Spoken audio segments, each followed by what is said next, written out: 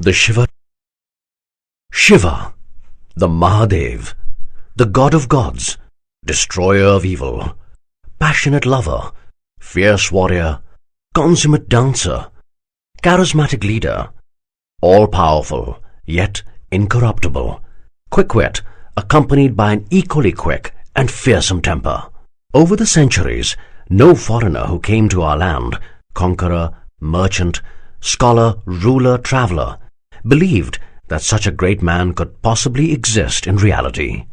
They assumed that he must have been a mythical god, whose existence could be possible only in the realms of human imagination. Unfortunately, we Indians adopted this view as well. But what if we are wrong? What if Lord Shiva was not a figment of a rich imagination, but a person of flesh and blood, like you and me, a man who rose to become godlike because of his karma? That is the premise of the Shiva Trilogy, which interprets the rich mythological heritage of ancient India, blending fiction with historical fact. This work is therefore a tribute to Lord Shiva and the lesson that his life teaches us. A lesson lost in the depths of time and ignorance. A lesson that all of us can rise to be better people. A lesson that there exists a potential God in every single human being. All we have to do is listen to ourselves. The Immortals of Meluha is the first book in the trilogy that chronicles the journey of this extraordinary hero. 2 more books are to follow, The Secret of the Nagas and The Oath of the Vayuputras. Chapter 1. He Has Come. 1900 BC, Mansarovar Lake, at the foot of Mount Kailash, Tibet. Shiva gazed at the orange sky. The clouds hovering above Mansarovar had just parted to reveal the setting sun. The brilliant giver of life was calling it a day once again. Shiva had seen a few sunrises in his 21 years, but the sunset, he tried never to miss the sunset. On any other day, Shiva would have taken in the vista, the sun and the immense lake against the magnificent backdrop of the Himalayas stretching as far back as the eye could see. But not today. He squatted and perched his lithe muscular body on the narrow ledge extending over the lake. The numerous battle scars on his skin gleamed in the shimmering reflected light of the waters. Shiva remembered well his carefree childhood days. He had perfected the art of throwing pebbles that bounced off the surface of the lake. He still held the record in his tribe for the highest number of bounces, 17. On a normal day, Shiva would have smiled at the memory from a cheerful past that had been overwhelmed by the angst of the present. But today, he turned back towards his village without any hint of joy. Bhadra was alert, guarding the main entrance. Shiva gestured with his eyes. Bhadra turned back to find his 2 backup soldiers dozing against the fence. He cursed and kicked them hard. Shiva turned back towards the lake. God bless Bhadra. At least he takes some responsibility. Shiva brought the chillum made of yak bone to his lips and took in a deep drag. Any other day, the marijuana would have spread its munificence, dulling his troubled mind and letting him find some moments of solace. But not today. He looked left, at the edge of the lake where the soldiers of the strange foreign visitor were kept under guard. With the lake behind them and 20 of Shiva's own soldiers guarding them, it was impossible for them to mount any surprise attack. They let themselves be disarmed so easily. They aren't like the bloodthirsty idiots in our land who are looking for any excuse to fight. The foreigner's words came flooding back to Shiva. Come to our land. It lies beyond the great mountains. Others call it Meluha. I call it heaven. It is the richest and most powerful empire in India. Indeed, the richest and most powerful in the whole world. Our government has an offer for immigrants. You will be given fertile land and resources for farming. Today, your tribe, the Gunas, fight for survival in this rough, arid land. Meluha offers you a lifestyle beyond your wildest dreams. We ask for nothing in return. Just live in peace, pay your taxes, and follow the laws of the land. Shiva mused that he would certainly not be a chief in this new land. Would I really miss that so much? His tribe would have to live by the laws of the foreigners. They would have to work every day for a living. That's better than fighting every day just to stay alive. Shiva took another puff from his chillum. As the smoke cleared, he turned to stare at the hut in the center of his village, right next to his own, where the foreigner had been stationed. He had been told that he could sleep there in comfort. In fact, Shiva wanted to keep him hostage, just in case. "We fight almost every month with the Prakrtis, just so that our village can exist next to the holy lake. They're getting stronger every year, forming new alliances with new tribes. We can beat the Prakrtis, but not all the mountain tribes together. By moving to Meluha, we can escape this pointless violence and maybe live a life of comfort. What could possibly be wrong with that? Why shouldn't we take this deal? It sounds so damn good." Shiva took one last drag from the chillum before banging it on the rock, letting the ash slip out, and rose quickly from his perch. Brushing a few specks of ash from his bare chest, he wiped his hand on his tiger-skin skirt, rapidly striding to his village. Bhadra and his backup stood to attention as Shiva passed the gate. Shiva frowned and gestured for Bhadra to ease up. Why does he keep forgetting that he's been my closest friend since childhood? My becoming the chief hasn't really changed anything. He doesn't need to behave unnecessarily servile in front of others. The huts in Shiva's village were luxurious compared to others in their land. A grown man could actually stand upright in them. The shelter could withstand the harsh mountain winds for nearly 3 years before surrendering to the elements. He flung the empty chillum into his hut as he strode to the hut where the visitor lay sleeping soundly. Either he doesn't realize he's a hostage, or he genuinely believes that good behavior begets good behavior. Shiva remembered what his uncle, also his guru, used to say. People do what their society rewards them to do. If the society rewards trust, people will be trusting. Meluha must be a trusting society if it teaches even its soldiers to expect the best in strangers. Shiva scratched his shaggy beard as he stared hard at the visitor. He had said his name was Nandi. The Meluhan's massive proportions appeared even more enormous as he sprawled on the floor in his stupor, his immense belly jiggling with every breath. Despite being obese, his skin was taut and toned. His childlike face looked even more innocent asleep, with his mouth half open. Is this the man who will lead me to my destiny? Do I really have the destiny my uncle spoke of? Your destiny is much larger than these massive mountains. But to make it come true, you will have to cross these very same massive mountains. Do I deserve a good destiny? My people come first. Will they be happy in Meluha? Shiva continued to stare at the sleeping Nandi. Then he heard the sound of a conch shell. Prakrtis! "Positions!" screamed Shiva as he drew his sword. Nandi was up in an instant, drawing a hidden sword from his fur coat kept to the side. They sprinted to the village gates. Following standard protocol, the women started rushing to the village center, carrying their children along.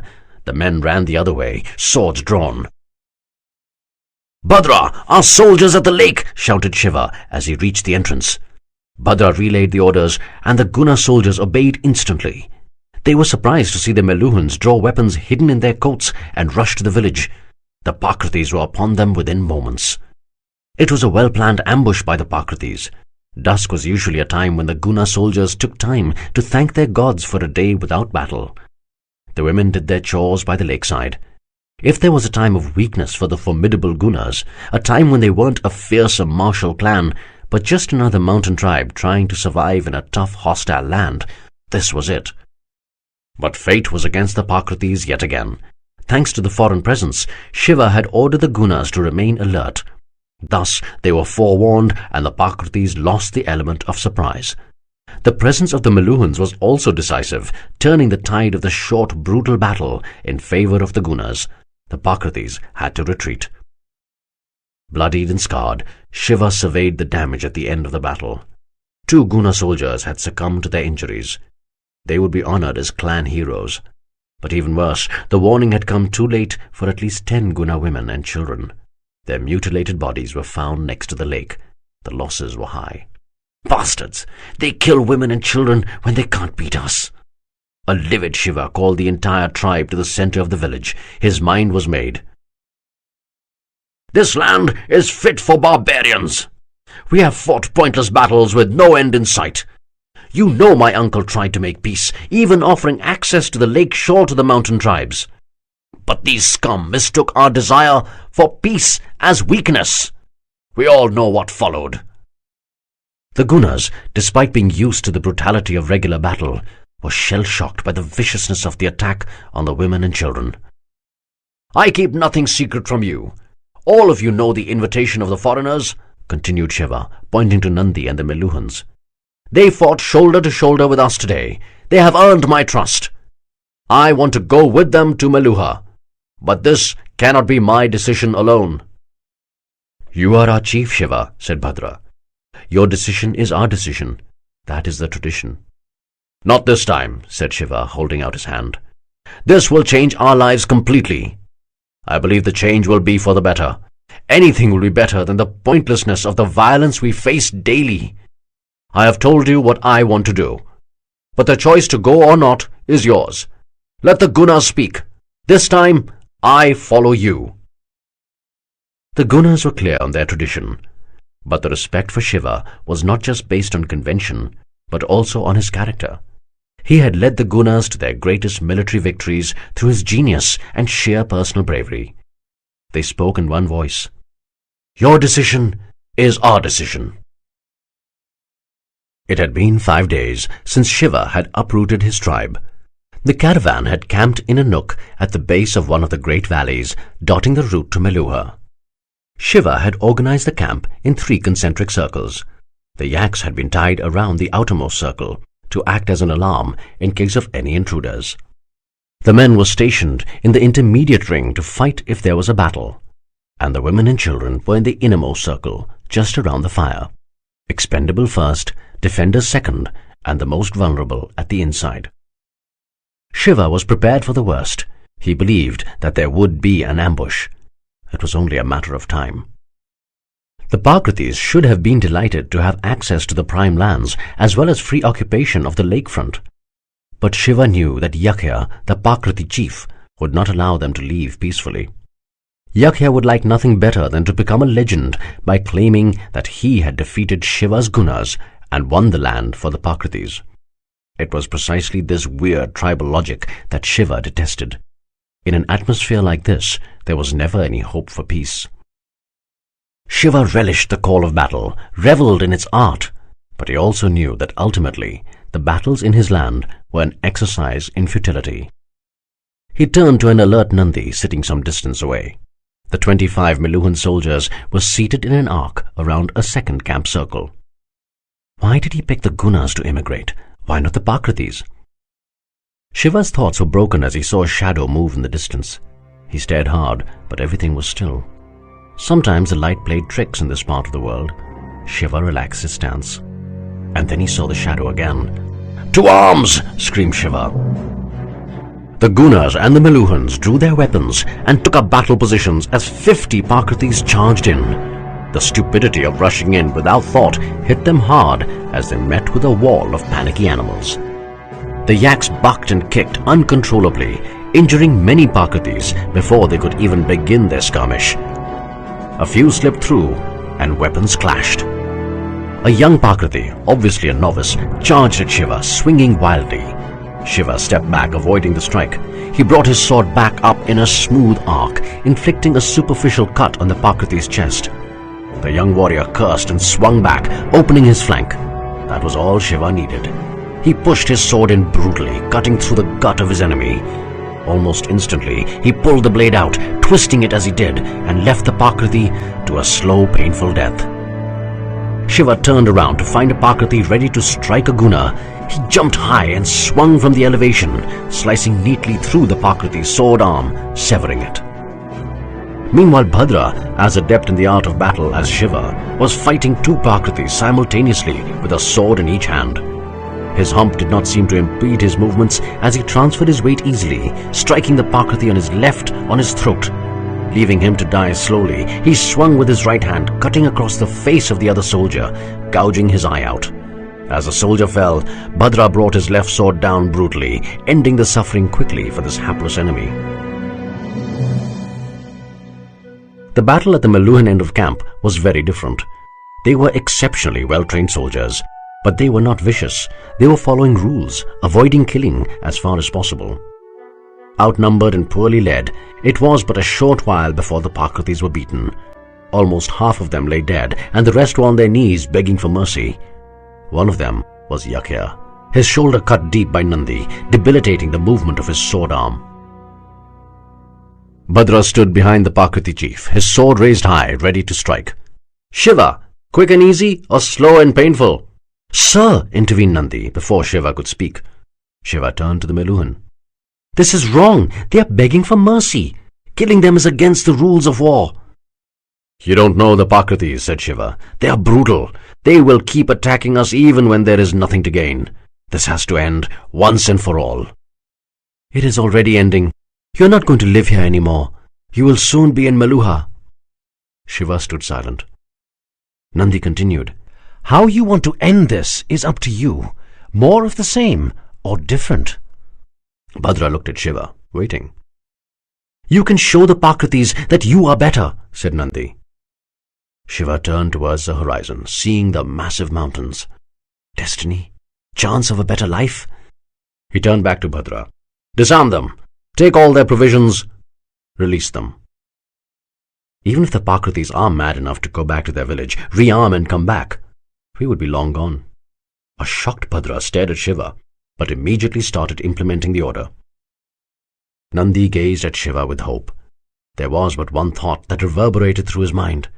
"Shiva has the heart. He has the potential. Please, let it be him. I pray to you, Lord Ram. Let it be him." Shiva walked back to the young soldier he had stabbed. He lay writhing on the ground, face contorted in pain, as blood oozed slowly out of his guts. For this first time in his life, Shiva felt pity for a Prakriti. He drew his sword and ended the young soldier's suffering. After marching continuously for 4 weeks, the caravan of invited immigrants crested the final mountain to reach the outskirts of Srinagar, the capital of the Valley of Kashmir. Nandi had talked excitedly about the glories of his perfect land. Shiva had prepared himself to see some incredible sights which he could not have imagined in his simple homeland. But nothing could have primed him for the sheer spectacle of what certainly was paradise. Meluha, the land of pure life. The mighty Jhelum River, a roaring tigress in the mountains, slowed down to the beat of a languorous cow as she entered the valley. She caressed the heavenly land of Kashmir, meandering her way into the immense Dal Lake. Further down, she broke away from the lake, continuing her journey to the sea. The vast valley was covered by a lush green canvas of grass. On it was painted the masterpiece that was Kashmir. Rows upon rows of flowers arrayed all of God's colors, their brilliance broken only by the soaring chinar trees, offering a majestic yet warm Kashmiri welcome. The melodious singing of the birds calmed the exhausted ears of Shiva's tribe, accustomed only to the rude howling of icy mountain winds. "If this is the border province, how perfect must the rest of the country be," whispered Shiva in awe. The Dal Lake was the site of an ancient army camp of the Meluhans. Upon the western banks of the lake, by the side of the Jhelum, lay the frontier town that had grown beyond its simple encampments into the grand Srinagar, literally the respected city. Srinagar had been raised upon a massive platform of almost 100 hectares in size. The platform, built of earth, towered almost 5 meters high. On top of the platform were the city walls, which were another 20 meters in height and 4 meters thick. The simplicity and brilliance of building an entire city on a platform astounded the Gunas. It was a strong protection against enemies who would have to fight up a fort wall, which was essentially solid ground.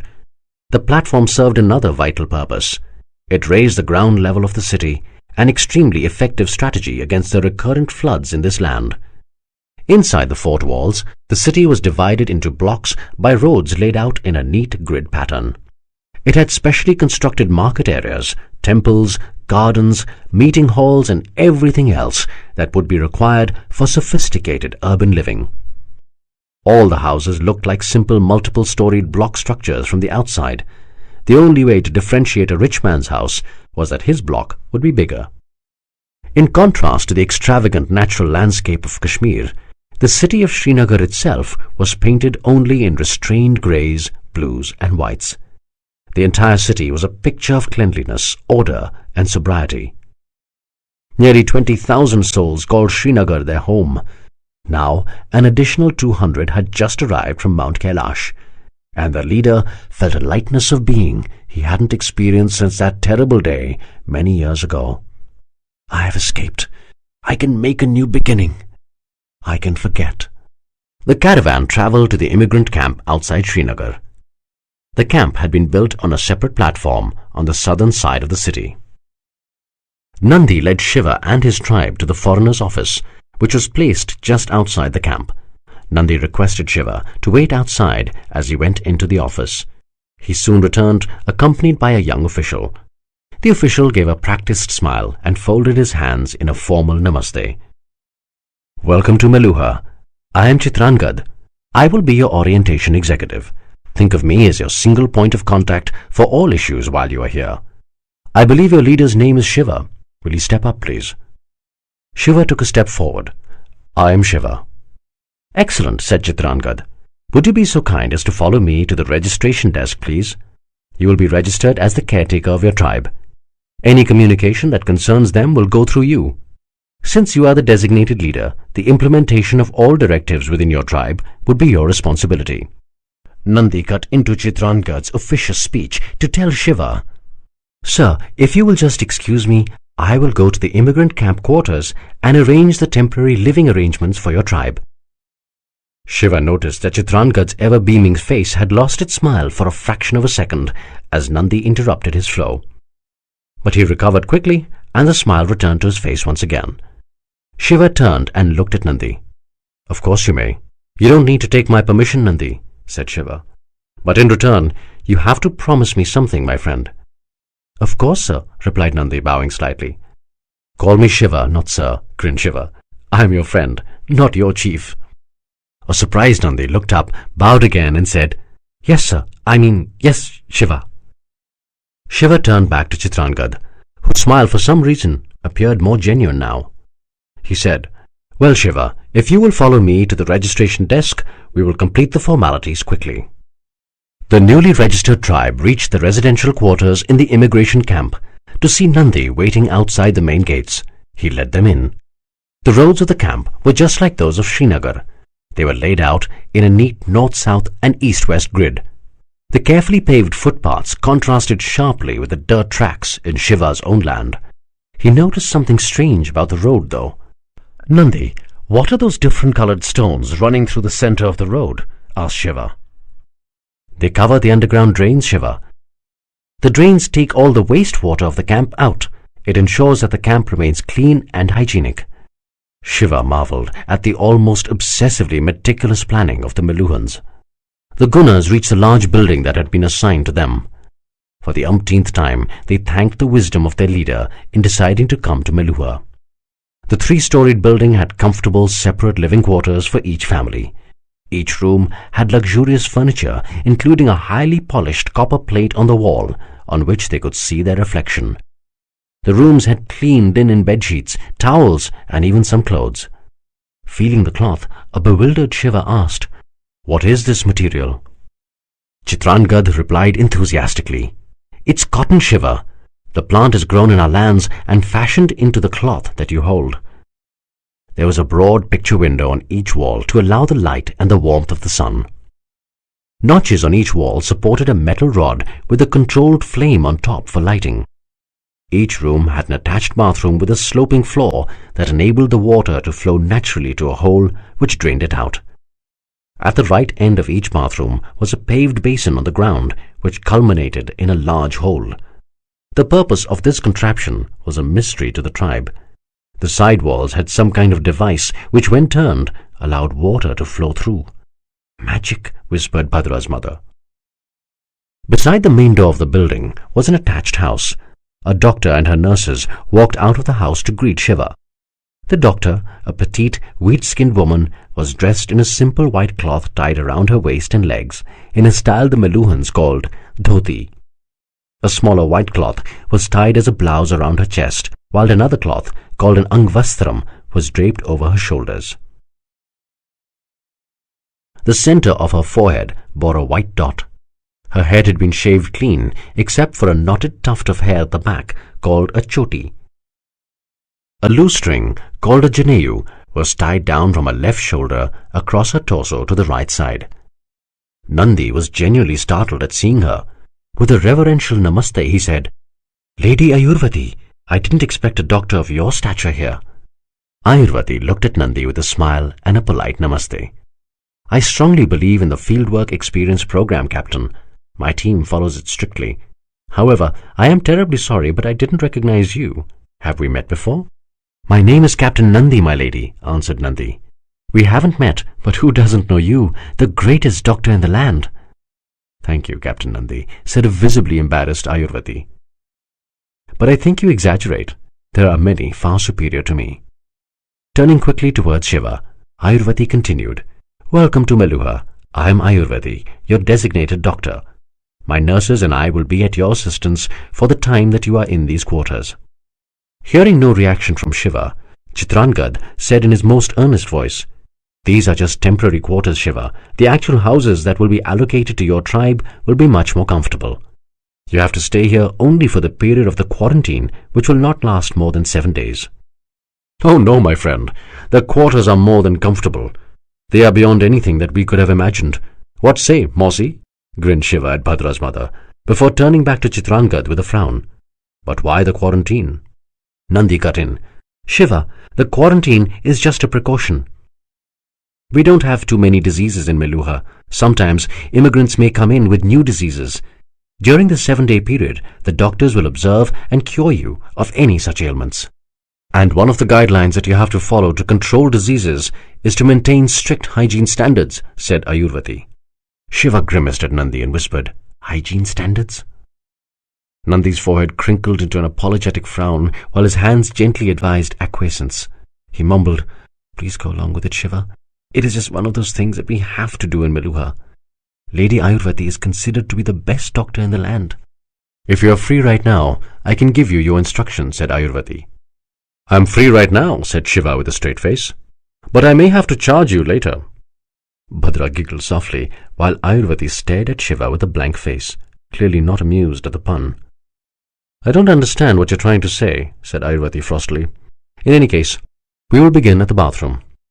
Ayurvati walked into the guest house, muttering under her breath, "These uncouth immigrants." Shiva raised his eyebrows towards Bhadra, grinning impishly. Late in the evening, after a hearty meal, all the Gunas were served a medicinal drink in their rooms. "Yuck!" grimaced Bhadra, his face contorted. "This tastes like yak's piss." "How do you know what yak's piss tastes like?" laughed Shiva, as he slapped his friend hard in the back. "Now, go to your room. I need to sleep." "Have you seen the beds? I think this is going to be the best sleep of my life." "I have seen the bed, damn it," grinned Shiva. "Now I want to experience it. Get out." Bhadra left Shiva's room laughing loudly. He wasn't the only one excited by the unnaturally soft beds.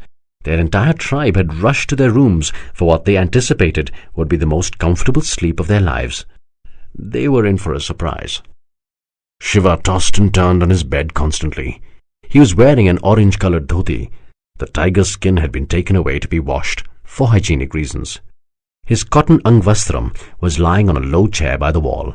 A half-lit chillam lay forlorn on the side table. "This cursed bed is too soft, impossible to sleep on." Shiva yanked the bedsheet off the mattress, tossed it on the floor, and lay down. This was a little better. Sleep was stealthily creeping in on him, but not as strongly as at home. He missed the rough cold floor of his own hut. He missed the shrill winds of Mount Kailash, which broke through the most determined efforts to ignore them. He missed the comforting stench of his tiger skin. No doubt his current surroundings were excessively comfortable, but they were unfamiliar and alien. As usual, it was his instincts which brought up the truth. It's not the room, it's you. It was then that Shiva noticed that he was sweating. Despite the cool breeze, he was sweating profusely. The room appeared to be spinning lightly. He felt as if his body was being drawn out of itself. His frostbitten right toe felt as if it was on fire. His battle-scarred left knee seemed to be getting stretched. His tired and aching muscles felt as if a great hand was remolding them. His shoulder bone, dislocated in days past and never completely healed, appeared to be ripping the muscles aside so as to re-engineer the joint. The muscles in turn seemed to be giving way to the bones to do their job. Breathing was an effort. He opened his mouth to help his lungs along, but not enough air flowed in. Shiva concentrated with all his might, opened his mouth wide and sucked in as much air as he could. The curtains by the side of the window rustled as a kindly wind rushed in. With the sudden gush of air, Shiva's body relaxed just a bit, and then the battle began again. He focused and willed giant gasps of air into his hungry body. Knock, knock. The light tapping on the door alerted Shiva. He was disoriented for a moment, still breathing hard. His shoulder was twitching. The familiar pain was missing. He looked down at his knee. It didn't hurt anymore. The scar had vanished. Still gasping for breath, he looked down at his toe, whole and complete now. He bent to check it. A cracking sound reverberated through the room as his toe made its first movement in years, still breathing hard. There was also an unfamiliar tingling coldness in his neck, very cold. Knock, knock, a little more insistent now. A bewildered Shiva staggered to his feet, pulled the Angavastram around his neck for warmth, and opened the door. The darkness veiled his face, but Shiva could still recognize Bhadra. He whispered in a panic-stricken voice, "Shiva, I'm sorry to disturb you so late, but my mother has suddenly got a very high fever. What should I do?" Shiva instinctively touched Bhadra's forehead. "You too have a fever, Bhadra. Go to your room. I will get the doctor." As Shiva raced down the corridor towards the steps, he encountered many more doors opening with the now familiar message, "Sudden fever! Help!" Shiva sprinted down the steps to the attached building where the doctors were housed. He knocked hard on the door. Ayurvati opened it immediately, as if she was expecting him. Shiva spoke calmly. "Ayurvati, almost my entire tribe has suddenly fallen ill. Please come fast. They need help." Ayurvati touched Shiva's forehead. "You don't have a fever?" Shiva shook his head. "No." Ayurvati frowned, clearly surprised. She turned and ordered her nurses, "Come on, it's begun. Let's go." As Ayurvati and her nurses rushed into the building, Chitrangad appeared out of nowhere. He asked Shiva, "What happened?" "I don't know. Practically everybody in my tribe suddenly fell ill." "You too are sweating heavily." "Don't worry, I don't have a fever. Look, I'm going back into the building. I want to see how my people are doing." Chitrangad nodded, adding, "I'll call Nandi." As Chitrangad sped away in search of Nandi, Shiva ran into the building. He was surprised the moment he entered. All the torches in the building had been lit. The nurses were going from room to room, methodically administering medicines and advising the scared patients on what they should do. A scribe walked along with each nurse, meticulously noting the details of each patient on a palm leaf booklet. The Meluhans were clearly prepared for such an eventuality. Ayurvati stood at the end of the corridor, her hands on her hips, like a general supervising her superbly trained and efficient troops. Shiva rushed up to her and asked, "What about the second and third floor?" Ayurvati answered without turning to him, "Nurses have already reached all over the building. I will go up to supervise once the situation on this floor has stabilized. We'll cover all the patients in the next half hour." "You people are incredibly efficient, but I pray that everyone will be okay," said a worried Shiva. Ayurvati turned to look at Shiva. Her eyebrows were raised slightly, and a hint of a smile hovered on her serious face. "Don't worry, we're Meluhans. We're capable of handling any situation. Everybody will be fine." "Is there anything I can do to help?" "Yes. Please go take a bath." "What?" "Please go take a bath, right now," said Ayurvati, as she turned back to look at her team. "Everybody please remember that all children below the age of 15 must be tonsured. Mastrak, please go up and start the secondary medicines. I'll be there in 5 minutes." "Yes, my lady," said a young man as he hurried up the steps carrying a large cloth bag. "You're still here?" asked Ayurvati as she noticed that Shiva hadn't left. Shiva spoke softly, controlling his rising anger. "What difference would my bathing make? My people are in trouble. I want to help." "I don't have the time or the patience to argue with you. You will go take a bath right now," said Ayurvati, clearly not trying to control her rising temper. Shiva glared at Ayurvati as he made a heroic effort to rein in the curses that wanted to leap out of his mouth. His clenched fists wanted to have an argument of their own with Ayurvati, but she was a woman. Ayurvati too glared back at Shiva. She was used to being obeyed. She was a doctor. If she told a patient to do something, she expected it to be done without question. But in her long years of experience, she had also seen few patients like Shiva, especially from the nobility. Such patients had to be reasoned with, not instructed. Yet this was a simple immigrant, not some nobleman. Controlling herself with great effort, Ayurvati said, "Shiva, you are sweating. If you don't wash it off, it will kill you. Please trust me, you cannot be of any help to your tribe if you are dead." Chitrangad banged loudly on the door. A bleary-eyed Nandi woke up cursing. He wrenched the door open and growled, "This better be important.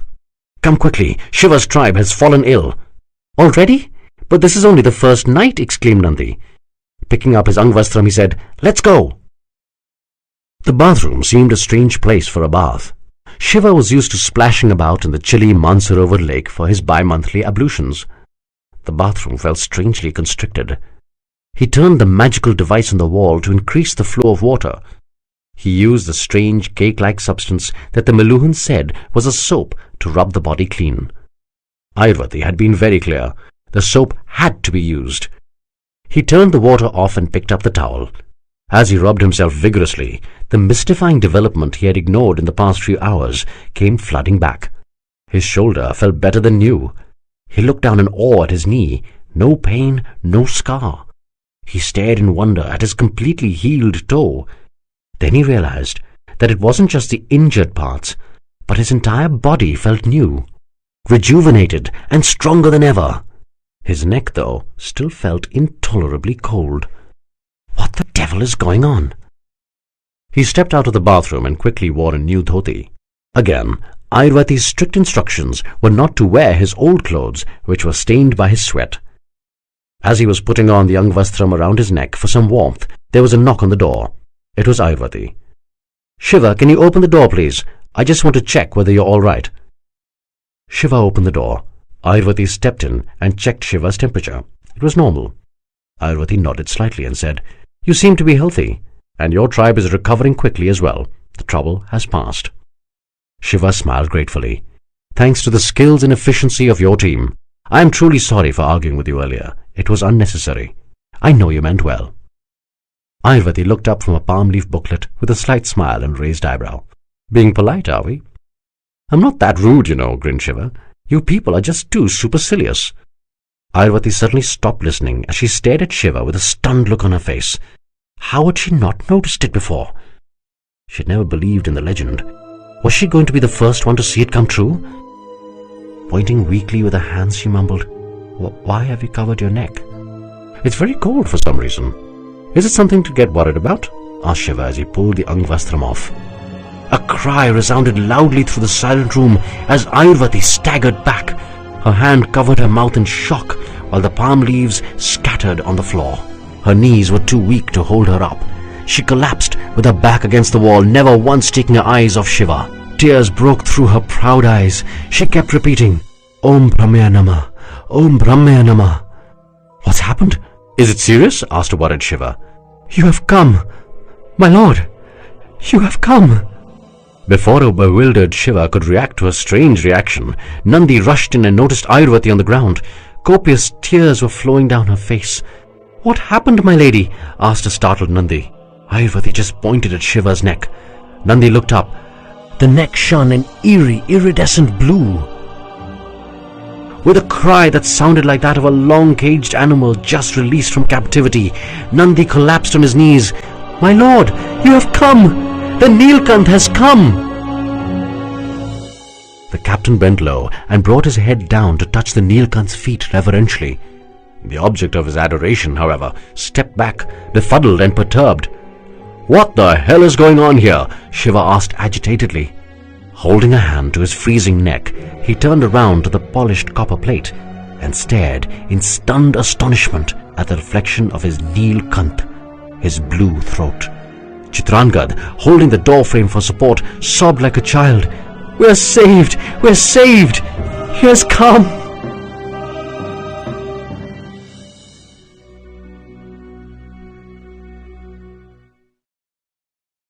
Chapter 2. Land of Pure Life. Chinadhwaj, the governor of Kashmir, wanted to broadcast to the entire world that the Neelkanth had appeared in his capital city, not in the other frontier towns like Takshashila, Karachappa or Lothal. his Srinagar. But the bird courier had arrived almost immediately from the Meluhan capital Devagiri, the abode of the gods. The orders were crystal clear. The news of the arrival of the Neelkanth had to be kept secret until the emperor himself had seen Shiva. Janardhwaj was ordered to send Shiva along with an escort to Devagiri. Most importantly, Shiva himself was not to be told about the legend. The emperor will advise the supposed Neelkanth in an appropriate manner, were the exact words in the message. Janardhwaj had the privilege of informing Shiva about the journey. Shiva, though, was not in the most amenable of moods. He was utterly perplexed by the sudden devotion of every Meluhan around him. Since he had been transferred to the gubernatorial residence where he lived in luxury, only the most important citizens of Srinagar had access to him. "My lord, we will be escorting you to Devagiri, our capital. It is a few weeks' journey from here," said Janardhwaj as he struggled to bend his enormous and muscular frame lower than he ever had. "I'm not going till somebody tells me what is going on. What the hell is this damned legend of the Neelkanth?" Shiva asked angrily. "My lord, please have faith in us. You will know the truth soon. The emperor himself will tell you when you reach Devagiri." "And what about my tribe?" "They will be given lands right here in Kashmir, my lord. All the resources that they need to lead a comfortable life will be provided for." "Are they being held hostage?" "Oh no, my lord," said a visibly disturbed Janardhwaj. "They are your tribe, my lord. If I had my way, they would live like nobility for the rest of their lives. But the laws cannot be broken, my lord, not even for you. We can only give them what had been promised. In the course of time, my lord, you can decide to change the laws you feel necessary. Then we could certainly accommodate them elsewhere." "Please, my lord," pleaded Nandi, "have faith in us. You cannot imagine how important you are to Meluha. We have been waiting for a very long time for you. We need your help. Please help me. Please." The memory of another desperate plea from a distraught woman years ago returned to haunt Shiva as he was stunned into silence. "Your destiny is much larger than these massive mountains." "Nonsense! I don't deserve any destiny. If these people knew my guilt, they would stop this bullshit instantly." "I don't know what to do, Bhadra." Shiva was sitting in the royal gardens on the banks of the Dal Lake while his friends sat at his side, carefully filling some marijuana into a chillum. As Bhadra used the lit stick to bring the chillum into life, Shiva said impatiently, "That's a cue for you to speak, you fool." "No, that's actually a cue for me to hand you the chillum, Shiva." "Why will you not counsel me?" asked Shiva in anguish. "We are still the same friends who never made a move without consulting each other." Bhadra smiled. "No, we're not. You are the chief now. The tribe lives and dies by your decisions. It cannot be corrupted by any other person's influence. We are not like the Pakritis, where the chief has to listen to whoever is a loudmouth on their council. Only the chief's wisdom is supreme amongst the Gunas. That is our tradition." Shiva raised his eyes in exasperation. "Some traditions are meant to be broken." Bhadra stayed silent. Stretching his hand, Shiva grabbed the chillum from Bhadra. He took one deep puff, letting the marijuana spread its munificence into his body. "I've heard just one line about the legend of the Neelkanth," said Bhadra. "Apparently, Meluha is in deep trouble, and only the Neelkanth can save them. But I can't seem to see any trouble out here. Everything seems perfect. If they want to see real trouble, we should take them to our land." Bhadra laughed slightly. "But what is it about the blue throat that makes them believe you can save them?" "Damned if I know. They are so much more advanced than us, and yet they worship me like I am some god, just because of this blessed blue throat. I think their medicines are magical, though. Have you noticed that the hump on my back has reduced a little bit?" "Yes, it has. Their doctors are seriously gifted. You know that doctors are called Brahmins." "Like Ayurvati?" asked Shiva, passing the chillum back to Bhadra. "Yes, but the Brahmins don't just cure people. They're also teachers, lawyers, priests, basically any intellectual profession." "Talented people," sniffed Shiva. "That's not all," said Bhadra, in between a long inhalation. "They have a concept of specialization. So in addition to the Brahmins, they have a group called Kshatriyas, who are the warriors and rulers. Even the women can be Kshatriyas." "Really? They allow women into their army?" "Well, apparently there aren't too many female Kshatriyas, but yes, they're allowed into the army." "No wonder they're in trouble." The friends laughed loudly at the strange ways of the Meluhans. Bhadra took another puff from the chillum before continuing his story. And then they have Vaishyas, who are craftsmen, traders, and business people. And finally, the Shudras, who are the farmers and workers. And one caste cannot do another caste's job. Hang on, said Shiva. That means that since you are a warrior, you would not be allowed to trade at the marketplace. Yes. Bloody stupid. How would you get me my marijuana? After all, that's the only thing you're useful for. Shiva leaned back to avoid the playful blow from Bhadra. All right, take it easy, he laughed. Stretching out, he grabbed the chillum from Bhadra and took another deep drag. We're talking about everything except what we should be talking about. Shiva became serious again. But seriously, strange as they are, what should I do? What are you thinking of doing? Shiva looked away as if contemplating the roses in the far corner of the garden. I don't want to run away once again. What? Asked Bhadra, not hearing Shiva's tormented whisper clearly.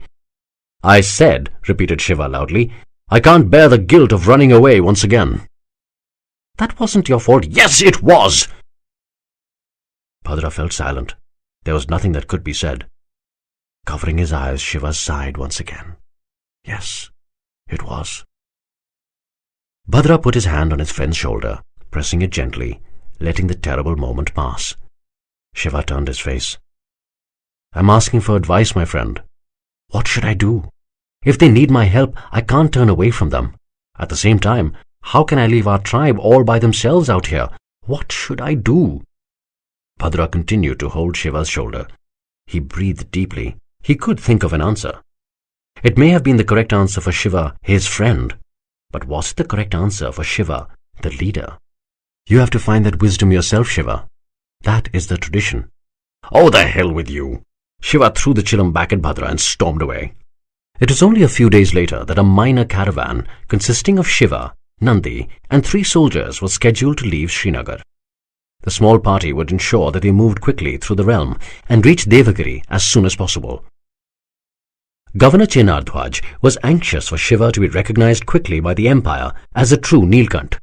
He wanted to go down in history as the governor who found the Lord. Shiva had been made presentable for the emperor. His hair had been oiled and smoothened. Lines of expensive clothes, attractive earrings, necklaces and other jewelry were brought to adorn his muscular frame. His fair face had been scrubbed clean with special Ayurvedic herbs to remove years of dead skin and decay. A cravat had been fabricated out of cotton to cover his glowing blue throat. Beads had been cleverly darned onto the cravat to make it look like the traditional necklaces that Meluhan men wore while on religious exercises. The cravat felt warm on his still cold throat. I will be back soon, said Shiva as he hugged Bhadra's mother. He was amazed that the old lady's limp was a little less noticeable. Their medicines are truly magical. As a morose Bhadra looked at him, Shiva whispered, Take care of the tribe. You are in charge till I come back. Bhadra stepped back, startled. Shiva, you don't have to do that just because I'm your friend. I have to do it, you fool. And the reason I have to do it is that you are more capable than me.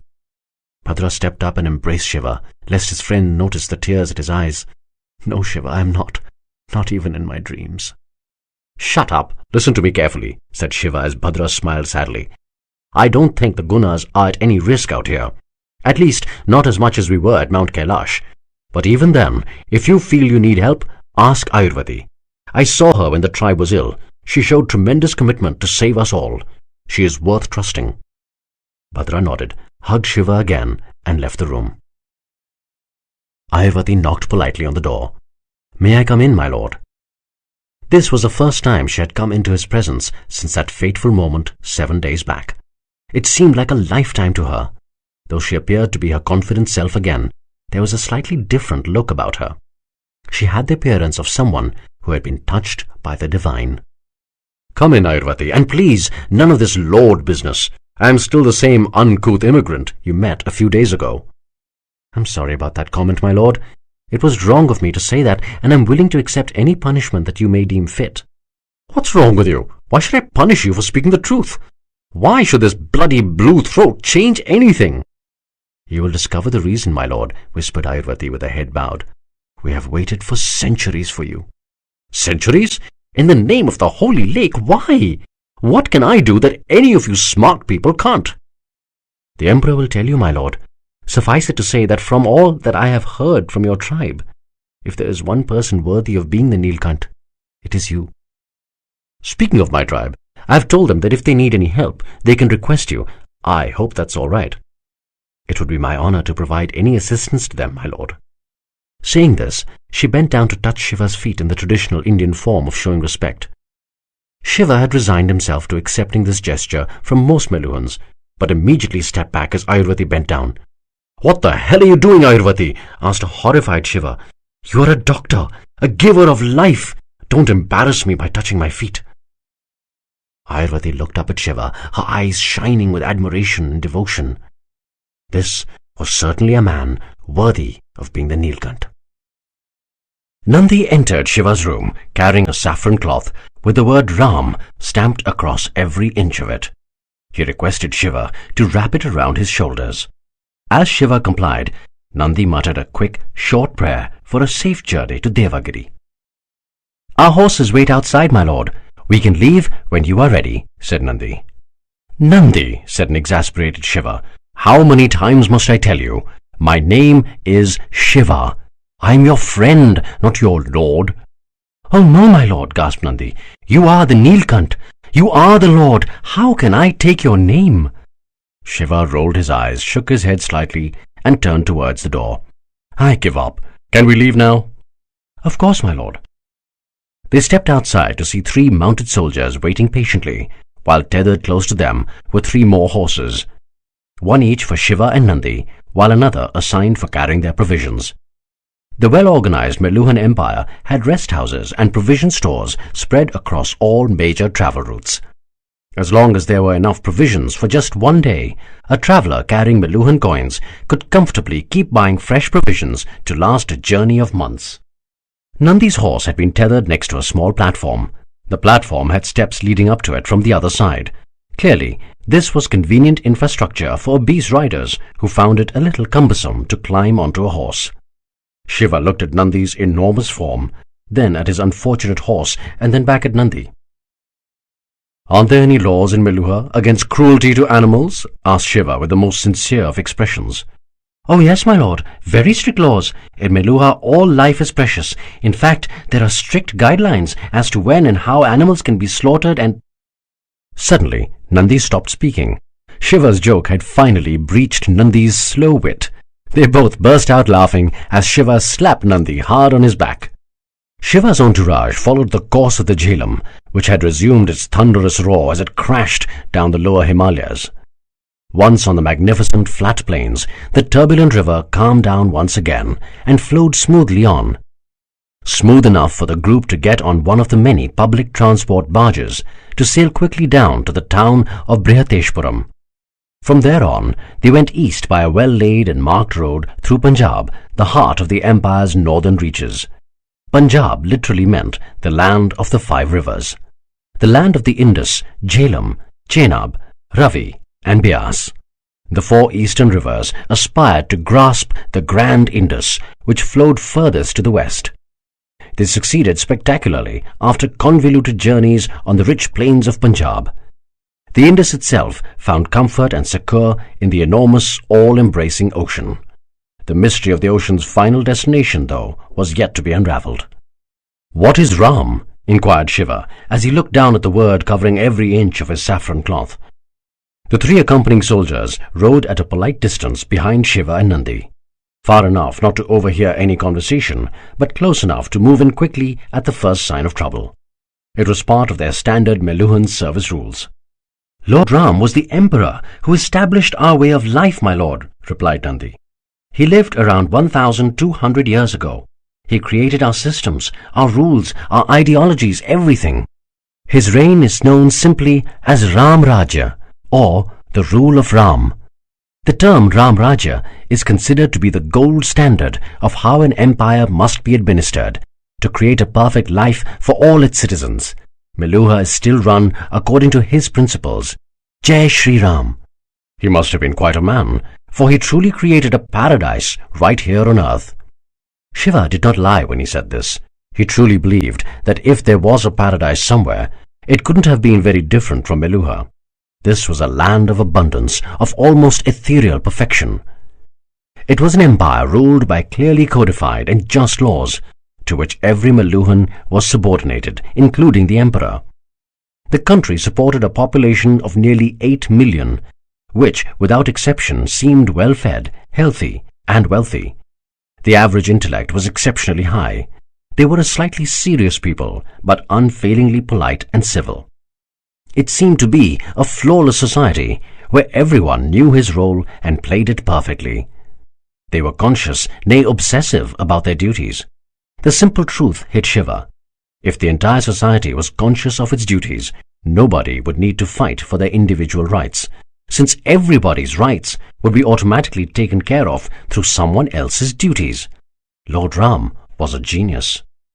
Shiva too repeated Nandi's cry, signifying glory to Lord Ram. Jai Shri Ram.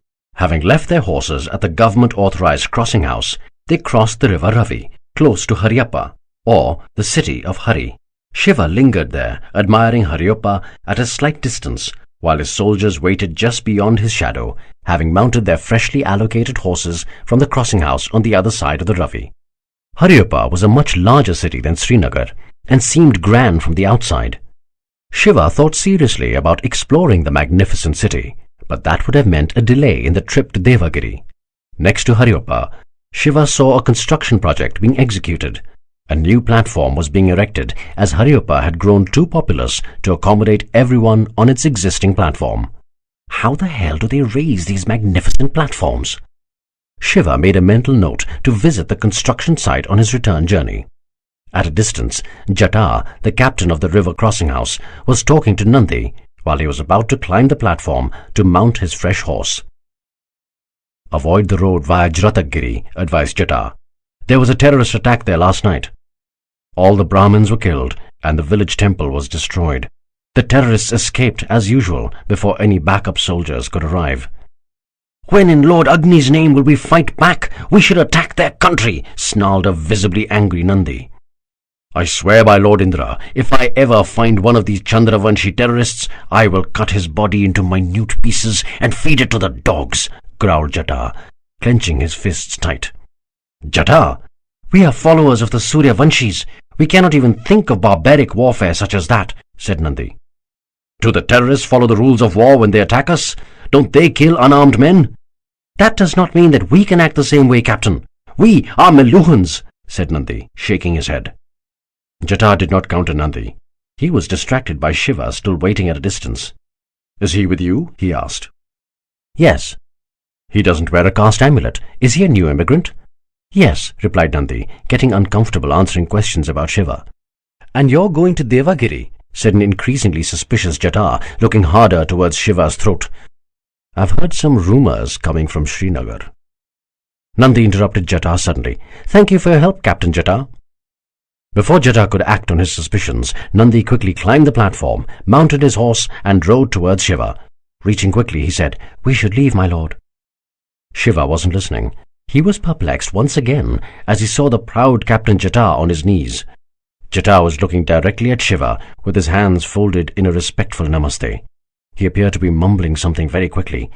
Shiva couldn't be sure from that distance, but it seemed that the captain was crying. He shook his head and whispered, Why?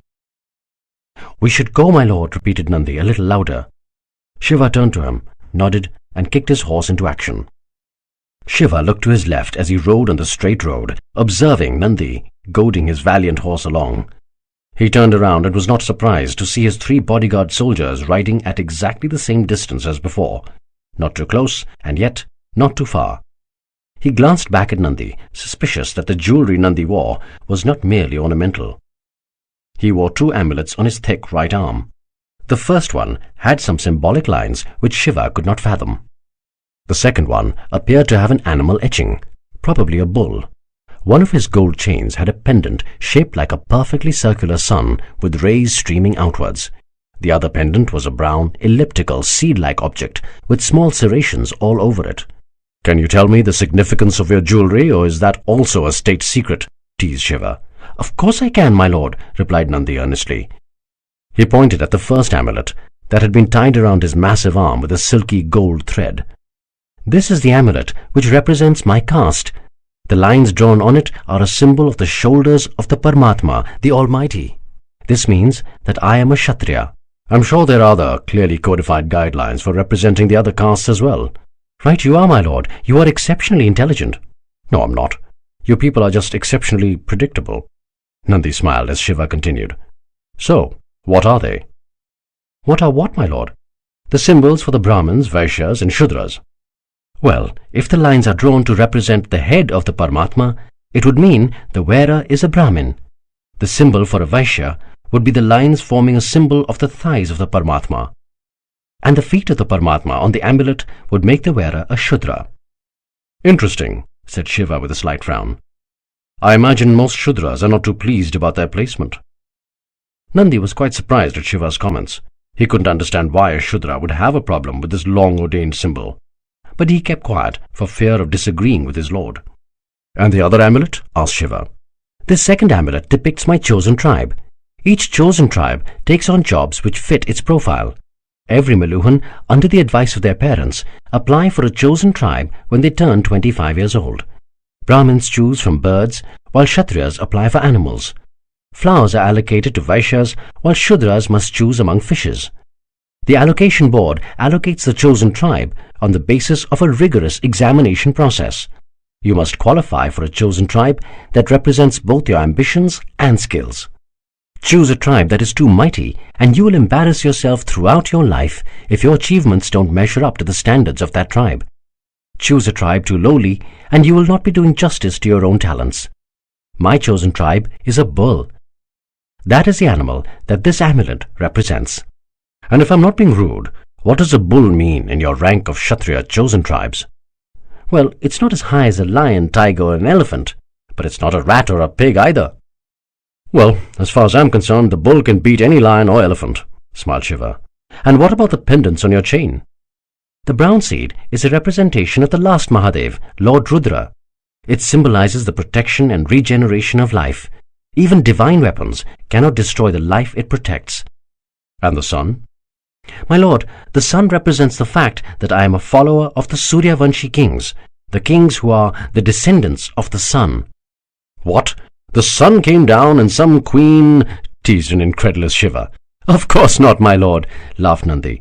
All it means is that we follow the solar calendar. So you could say that we are the followers of the path of the sun. In practical terms, it denotes that we are strong and steadfast. We honor our word and keep our promises even at the cost of our lives. We never break the law. We deal honorably even with those who are dishonorable. Like the sun, we never take from anyone but always give to others. We sear our duties into our consciousness so that we may never forget them. Being a Suryavanshi means that we must always strive to be honest, brave, and above all, loyal to the truth. A tall order. I assume that Lord Ram was a Suryavanshi king. Yes, of course, replied Nandi, his chest puffed up with pride. He was the Suryavanshi king. Jai Shri Ram! Jai Shri Ram, repeated Shiva. Nandi and Shiva crossed the river Byas on a boat. Their 3 soldiers waited to cross on the following craft.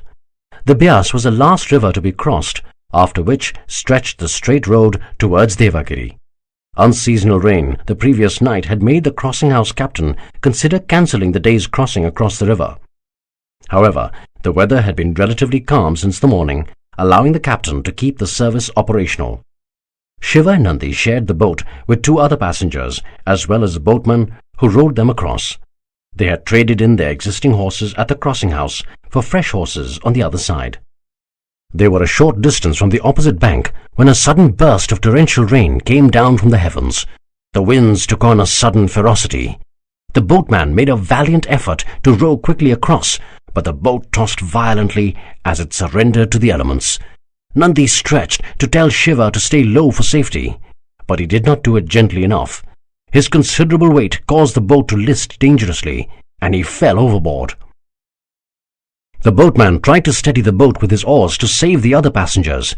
Even as he did so, he had the presence of mind to pull out his conch and blow an emergency call to the crossing house on the other side. The other 2 passengers should have jumped overboard to save Nandi, but his massive build made them hesitate. They knew that if they tried to save him, they would most likely drown. Shiva felt no such hesitation as he quickly tossed aside his Angavastram, pulled off his shoes, and dived into the turbulent river. Shiva swam with powerful strokes and quickly reached a rapidly drowning Nandi. He had to use all of his considerable strength to pull Nandi to the surface. In spite of being buoyed by the water, Nandi weighed significantly more than what any normal man would. It was fortunate that Shiva felt stronger than ever since the first night at the Srinagar immigration camp. Shiva positioned himself behind Nandi and wrapped one arm around his chest.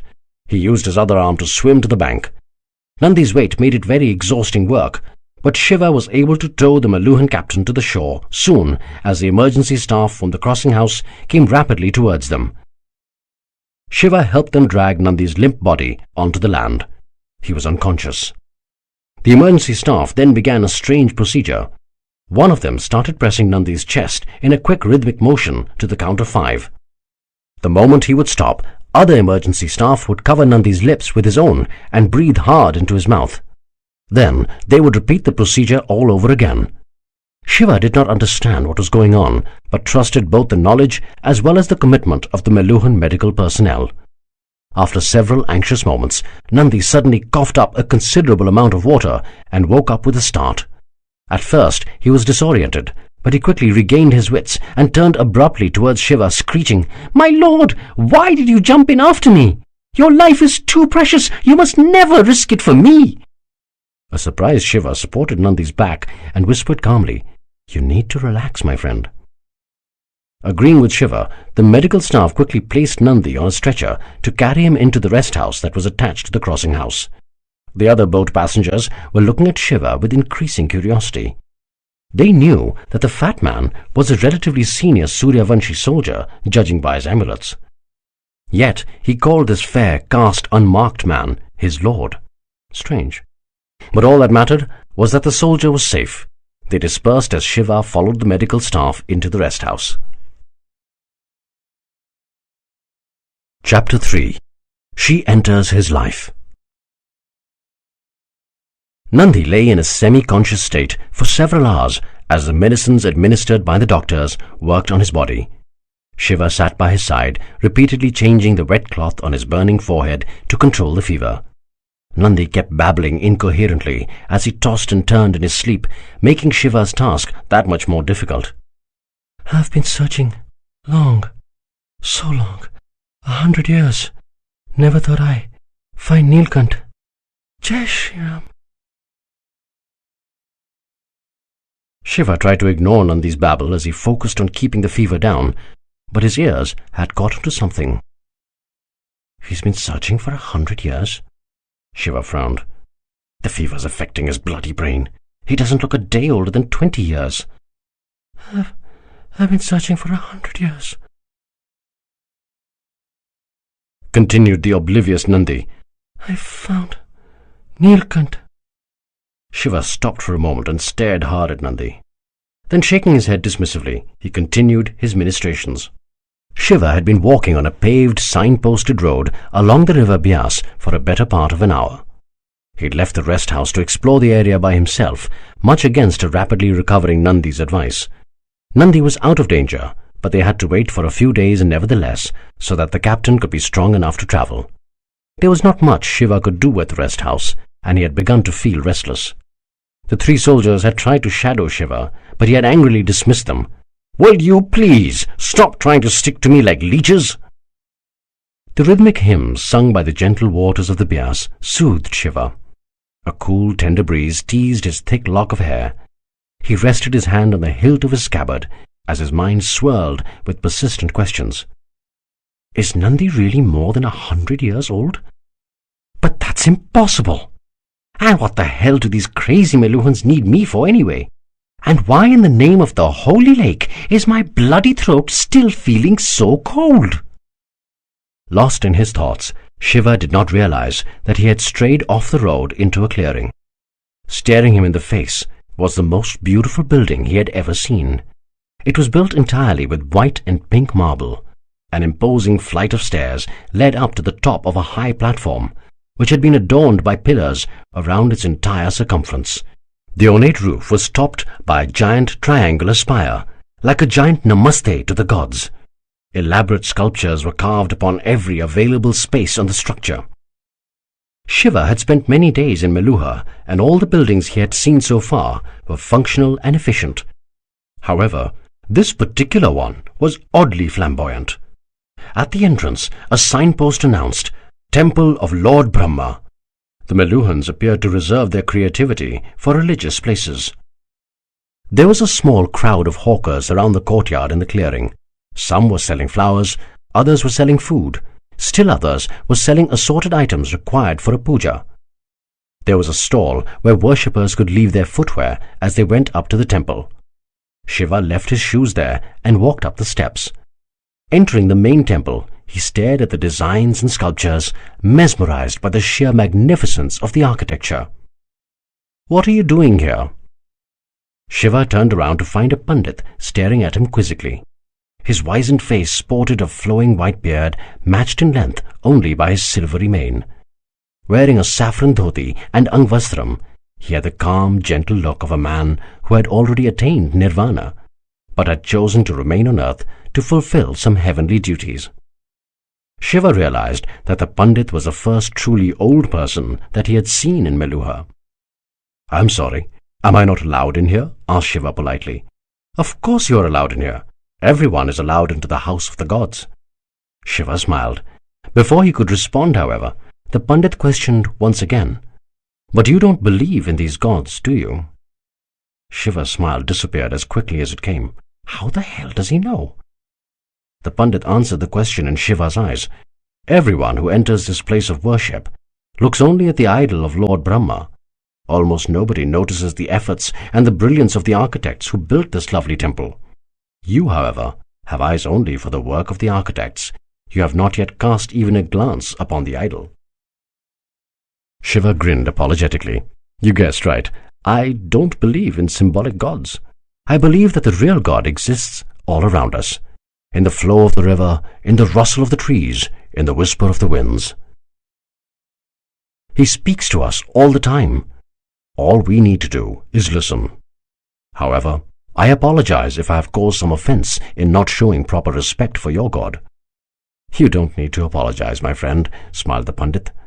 "There is no your God or my God. All godliness comes from the same source, just the manifestations are different. But I have a feeling that one day you will find a temple worth walking into just for prayer, not to admire its beauty." "Really? Which temple might that be?" "You will find it when you are ready, my friend." Why do these Meluhans always talk in bizarre riddles? Shiva nodded politely, his expression pretending an appreciation for the Pandit's words that he did not truly feel. He thought it wise to flee the temple before his welcome was stretched any further. "It's time to get back to my rest house now, Panditji. But I eagerly look forward to finding the temple of my destiny. It was a pleasure meeting you," said Shiva as he bent down to touch the Pandit's feet. Placing his hand on Shiva's head, the Pandit said gently, "Jai Guru Vishwamitra, Jai Guru Vashishta." Shiva rose, turned and walked down the steps. Looking at Shiva walking away from him, clearly out of earshot, the Pandit whispered with an admiring smile, for he had recognized his fellow traveler in karma. "Pleasure was all mine, my karma Sati." Shiva reached the shoe stall, put on his shoes, and offered a coin for the service. The shoekeeper politely declined. "Thank you, sir, but this is a service provided by the government of Meluha. There is no charge for it." Shiva smiled. "Of course, you people have a system for everything." "Thank you." The shoekeeper smiled back. "We are only doing our duty, sir." Shiva walked back to the temple steps. As he sat down, he breathed in deeply and let the tranquil atmosphere suffuse him with its serenity. And then it happened. The moment that every unrealized heart craves for, the unforgettable instant that a soul, clinging on to the purest memory of its previous life, longs for. The second that, in spite of a conspiracy of the gods, only a few lucky men experience. The moment when she enters his life. She rode in on a chariot, guiding the horses expertly into the courtyard, while a lady companion by her side held on to the railings. Although her black hair was tied in an understated bun, a few irreverent strands danced a spellbinding kathak in the wind. Her piercingly magnetic blue eyes and bronzed skin were an invitation for jealousy from the goddesses. Her body, though covered demurely in a long angvastram, still ignited Shiva's imagination enough to sense the lovely curves which lay beneath. Her flawless face was a picture of concentration as she maneuvered the chariot skillfully into its parking place. She dismounted the chariot with an air of confidence. It was a calm confidence which had not covered the ugly distance towards arrogance. Her walk was dignified, stately enough to let a beholder know that she was detached but not cold. Shiva stared at her like a parched piece of earth mesmerized by a passing rain cloud. "Have mercy on me." "My lady, I still feel it's not wise to wander so far from the rest of your entourage," said her companion. She answered, "Kritika, just because others don't know the law doesn't mean that we can ignore it. Lord Ram clearly stated that once a year a pious woman has to visit Lord Brahma. I will not break that law, no matter how inconvenient it is to the bodyguards." The lady noticed Shiva staring at her as she passed by him. Her delicate eyebrows arched into a surprised and annoyed frown. Shiva made a valiant attempt to tear his glance away, but realized that his eyes were no longer in his control. She continued walking up, followed by Kritika. She turned round at the top of the temple steps to see the caste unmarked immigrant at a distance, still staring at her unabashedly. Before turning to walk into the main temple, she muttered to Kritika, "These uncouth immigrants, as if we'll ever find our savior amongst these barbarians." It was only when she was out of sight that Shiva could breathe again. As he desperately tried to gather his wits, his overwhelmed and helpless mind took one obvious decision. There was no way he was leaving the temple before getting another look at her. He sat down on the steps once again. As his breathing and heartbeat returned to normal, he finally began to notice the surroundings that had been consecrated by her recent presence. He stared once again at the road on the left from where she had turned in. She had ridden past the cucumber seller standing near the banyan tree. Incidentally, why is the cucumber seller not trying to hawk his wares? He just seems to be staring at the temple. Anyway, it's not any of my concern. He followed the path that her chariot had taken as it had swerved to its left around the fountain at the center of the courtyard. It had then taken a sharp right turn past the shepherd standing at the entrance of the garden. Incidentally, where were this shepherd's sheep? Shiva continued to look down the path the chariot had taken into the parking lot. Next to the chariot stood another man who had just walked into the temple complex, but had inexplicably not entered the temple itself. He turned to the shepherd and appeared to nod slightly. Before Shiva could piece together the information that he had just seen, he felt her presence again. He turned immediately to see her walking down the steps, with Kritika walking silently behind. Still finding this rude, caste unmarked, obviously foreign man staring at her, she walked up to him and asked in a firm but polite voice, "Excuse me, is there a problem?" No, there's no problem. I just felt that I'd seen you before somewhere," replied a flustered Shiva. The lady was not sure how to respond to this. It was obviously a lie, but there appeared to be a sincere voice behind it. Before she could react, Kritika cut in rudely, "Is that the best line you could come up with?" As Shiva was about to retort, he was alerted by a quick movement from the cucumber seller. Shiva turned to see him pulling out a sword as he tossed his shawl aside. The shepherd and the man next to the chariot also stood poised in traditional fighter positions with their swords drawn. Shiva immediately drew his sword and stretched out his left hand protectively to pull the object of his fascination behind him. She, however, deftly sidestepped his protective hand, reached into the folds of her angavastram, and drew out her own sword. Shiva glanced at her, surprised, and flashed her a quick, admiring smile. Her eyes flashed right back, acknowledging the unexpected yet providential partnership. She whispered under her breath to Kritika, "Run back into the temple. Stay there till this is over." Kritika protested, "But my lady—" "Now!" she ordered. Kritika turned and ran up the temple steps. Shiva and the lady stood back to back in a standard defensive partner position. They covered all the directions of any possible attack. The three attackers charged in. Two more jumped in from behind the trees to join the other three. Shiva raised his sword defensively as the shepherd came up close. Feigning a sideward movement to draw the shepherd into an aggressive attack, Shiva dropped his sword low. The shepherd should have been tempted to move in for a kill wound, and in response, Shiva would have quickly raised his sword and dug it deep into the shepherd's heart. The shepherd, however, moved unexpectedly. Instead of taking advantage of Shiva's opening, he tried to strike Shiva's shoulder. Shiva quickly raised his right arm and swung viciously, inflicting a deep wound across the shepherd's torso. As the shepherd fell back, another attacker moved in from the right. He swung from a distance. Not too smart a move, as it would merely have inflicted a surface nick.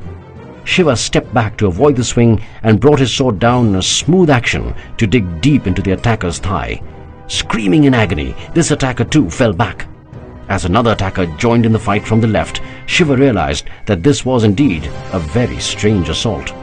The attackers seemed to know what they were doing. They seemed to be good warriors, but they also seemed to be in a bizarre dance of avoidance. They did not appear to want to kill, merely injure. It was because they held themselves in check that they were being beaten back very easily. Shiva parried off another attack from the left and pushed his sword viciously into the man's shoulder. The man screamed in pain as Shiva pushed him off the blade with his left hand. Slowly but surely, the attackers were being worn out. They were suffering too many injuries to seriously carry on the assault for long. Suddenly, a giant of a man ran in from behind the trees, carrying swords in both hands. The man was cloaked in a black hooded robe from head to toe, while his face was hidden by a black mask shaped exactly like a human face. The only visible parts of his body were his large, impassive, almond-shaped eyes and strong, fleshy hands. He charged upon Shiva and the lady as he barked an order to his men. He was too large to battle with agility, but he compensated for his slow pace with his unusually skilled arms. Shiva registered from the corner of his eye that the other attackers were picking up the injured and withdrawing. The hooded figure was fighting a brilliant rearguard action as his men retreated. Shiva realized that the man's hood would impair his side vision. That was a weakness that could be exploited.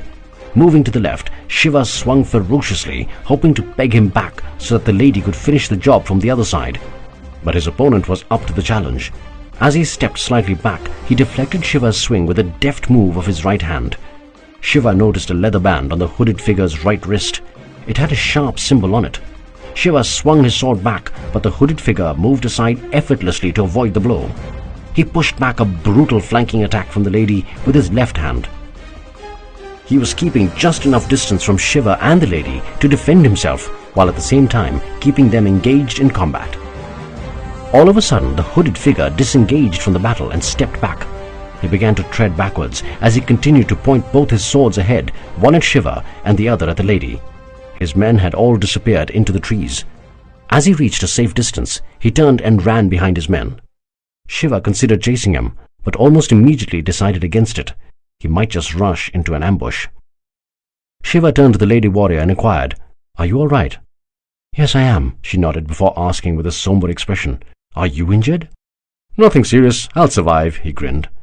In the meantime, Kritika came running down the temple steps and asked breathlessly, "My lady, are you all right?" "Yes, I am," she answered, "thanks to this foreigner here." Kritika turned to Shiva and said, "Thank you very much. You have helped a very important woman." Shiva did not seem to be listening, though. He continued to stare at Kritika's mistress as if he was possessed. Kritika struggled to conceal a smile. The noblewoman averted her eyes in embarrassment, but said politely, "I am sorry, but I am quite sure that we have not met earlier." "No, it's not that," said a smiling Shiva. "It's just that in our society, women don't fight. You move your sword quite well for a woman." "Oh, hell, that came out all wrong." "Excuse me?" she said, a slightly belligerent tone in her voice, clearly upset about that "for a woman" remark. "You don't fight too badly either, for a barbarian." "Not too badly. I'm an exceptional sword fighter. Do you want to try me?" "Oh, bloody hell, what am I saying? I'm not going to impress her like this." Her expression resumed its detached, supercilious look once again. "I have no interest in dueling with you, foreigner." No, don't get me wrong. I didn't want to duel with you. I just wanted to tell you that I'm quite good at sword fighting. I'm good at other things as well. And it came out all wrong. I rather like the fact that you fought for yourself. You're a very good swordsman. A swordswoman. In fact, you're quite a woman," bumbled Shiva, losing the filter of judgment exactly at the time when he needed it the most. Kritika, with head bowed, smiled at the increasingly appealing exchange. Her mistress, on the other hand, wanted to chastise the foreigner for his highly inappropriate words, but he had saved her life. She was bound by the Meluhan code of conduct. "Thank you for your help, foreigner. I owe you my life, and you will not find me ungrateful. If you ever need my help, do call on me." "Can I call on you even if I don't need your help?" "Shit, what am I saying?" She glared at the caste-unmarked foreigner who clearly did not know his place. With superhuman effort, she controlled herself, nodded politely, and said, "Namaste." With that, the aristocratic woman turned around to leave. Kritika continued to stare at Shiva with admiring eyes. However, on seeing her mistress leaving, she too turned hurriedly to follow. "At least tell me your name," said Shiva, walking to keep pace with her. She turned around, staring even more gravely at Shiva. "Look, how will I find you if I need your help?" asked Shiva sincerely. For a moment, she was out of words or a glare. The request seemed reasonable. She turned towards Kritika and nodded. "You can find us at Devagiri," answered Kritika. "Ask anyone in the city for Lady Sati." "Sati," said Shiva, letting the ethereal name roll over his tongue. "My name is Shiva." "Namaste, Shiva, and I promise you I will honor my word if you ever need my help," said Sati, as she turned and climbed into her chariot, followed by Kritika. Expertly turning the chariot, Sati urged her horses into a smooth trot. Without a backward look, she sped away from the temple. Shiva kept staring at the disappearing profile of the chariot. Once it was gone, he continued to stare at the dust with intense jealousy. It had been fortunate enough to have touched her. "I think I'm going to like this country." For the first time in the journey, Shiva actually looked forward to reaching the capital city of the Meluhans. He smiled and started towards the rest house. "Have to get to Devagiri, quickly." Chapter 4. Abode of the Gods. "What? Who attacked you?" cried a concerned Nandi as he rushed towards Shiva to check his wounds. "Relax, Nandi," replied Shiva. "You are in worse shape than I am after your adventure in the water. It's just a few superficial cuts, nothing serious. The doctors have already dressed the wounds. I'm all right." "I'm sorry, my lord. It's entirely my fault. I should never have left you alone. It will never happen again. Please forgive me, my lord." Pushing Nandi gently back onto the bed, Shiva said, "There's nothing to forgive, my friend. How can this be your fault? Please calm down. Getting overworked will not do your health any good." Once Nandi had calmed down a bit, Shiva continued, "In any case, I don't think they were trying to kill us. It was very strange." "Us?" "Yes, there were 2 women involved." "But who could these attackers be?" asked Nandi. Then, as a disturbing thought dawned on Nandi, did the attackers wear a pendant with a crescent moon on it? Shiva frowned. "No, but there was this one strange man, the best swordsman of them all. He was covered from head to toe in a hooded robe, his face veiled by a mask, the kind I've seen you people wear at that colour festival. What's it called?" "Holy, my lord?" "Yes, the holy kind of mask. In any case, you could only see his eyes and his hands. His only distinguishing feature was a leather bracelet with a strange symbol on it." "What symbol, my lord?" Picking up a palm leaf booklet and the thin charcoal writing stick from the side table, Shiva drew the symbol. Nandi frowned. "That's an ancient symbol that some people used for the word Om. But who would want to use this symbol now?" "Om?" asked Shiva. "My lord, Om is the holiest word in our religion. It is considered to be the primeval sound of nature, the hymn of the universe. It was so holy that for many millennia most people would not insult it by putting it down in written form." "Then how did this symbol come about?" "It was devised by Lord Bharat, a great ruler who had conquered practically all of India many thousands of years ago. He was a rare Chandravanshi who was worth respecting, and had even married a Suryavanshi princess with the aim of ending our perpetual war." "Who are the Chandravanshis?" asked Shiva. "Think of them as the very antithesis of us, my lord. They are the followers of the kings who are the descendants of the moon." "And they follow the lunar calendar?" "Yes, my lord. They are a crooked, untrustworthy and lazy people with no rules, morals or honor. They are cowards and never attack like principled Kshatriyas. Even their kings are corrupt and selfish. The Chandravanshis are a blot on humanity." "But what does the Om symbol have to do with this?" "Well, King Bharat came up with this symbol of unity between the Suryavanshis and the Chandravanshis. The top half in white represented the Chandravanshis, the bottom half in red represented the Suryavanshis. The part in orange coming out of the meeting of these two parts represented the common path. The crescent moon to the right of the symbol was the existing Chandravanshi symbol, and the sun above it was the existing Suryavanshi symbol. To signify that this was a pact blessed by the gods, Lord Bharat got a mandate for the pronunciation of this symbol as the holy word Om. And then what happened? As expected, the pact died with the good king. Once the influence of Lord Bharat was gone, the Chandravanshis were up to their old ways and the war began once again. The symbol was forgotten, and the word Om reverted to its original form of a word without written representation. But the symbol on the bracelet of this hooded man was not colored. It was all black, and the parts of the symbol didn't look like lines to me. They looked like drawings of 3 serpents. "Naga!" exclaimed a shocked Nandi, before mumbling a soft prayer and touching his Rudra pendant for protection. "Now who the bloody hell are the Nagas?" asked Shiva. "They are a cursed people, my lord," gasped Nandi. "They are born with hideous deformities because of the sins of their previous births. Deformities like extra hands or horribly misshapen faces. But they have tremendous strength and skills. The Naga name alone strikes terror in any citizen's heart. They are not even allowed to live in the Sapt Sindhu." "The Sapt Sindhu?" "Our land, my lord, the land of the 7 rivers. The land of the Indus, Saraswati, Yamuna, Ganga, Sarayu, Brahmaputra and Narmada. This is where Lord Manu mandated that all of us, Suryavanshis and Chandravanshis, live." Shiva nodded as Nandi continued. "The city of the Nagas exists to the south of the Narmada, beyond the border of our lands. In fact, it is bad luck to even speak of them, my lord." "But why would a Naga attack me, or any Meluhan for that matter?" Cursing under his breath, Nandi said, "Because of the Chandravanshis. What levels have these two-faced people sunk to, using the demon Nagas in their attacks? In their hatred for us, they don't even realize how many sins they are inviting on their own souls." Shiva frowned. During the attack, it hadn't appeared that the Naga was being used by the small platoon of soldiers. In fact, it looked to him like the Naga was the leader. It took another week for them to reach Devagiri. The capital city of the Meluhans stood on the west bank of the Saraswati, which emerged at the confluence of the Satluj and Yamuna rivers. Sadly, the Saraswati's flow was severely reduced compared to her once mighty size. But even in her abbreviated state, she was still massive and awe-inspiring. Unlike many of the tempestuous rivers of the Punjab, the Saraswati was achingly calm. The river seemed to sense that her days were coming to an end.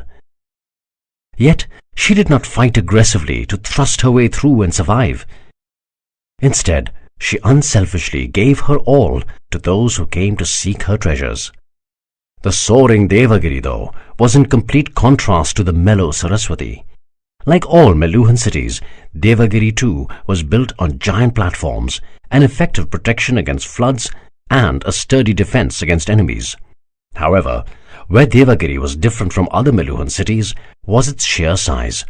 The city sprawled over 3 giant platforms, each of them spreading over 350 hectares, significantly larger than the other cities. The platforms were nearly 8 meters high and were bastioned with giant blocks of cut stone, interspaced with baked bricks. 2 of the platforms, named Tamra and Rajat, literally bronze and silver, were for the common man, whereas the platform named Svarna, or gold, was a royal citadel. The platforms were connected to each other by tall bridges made of stones and baked bricks which rose above the floodplains below.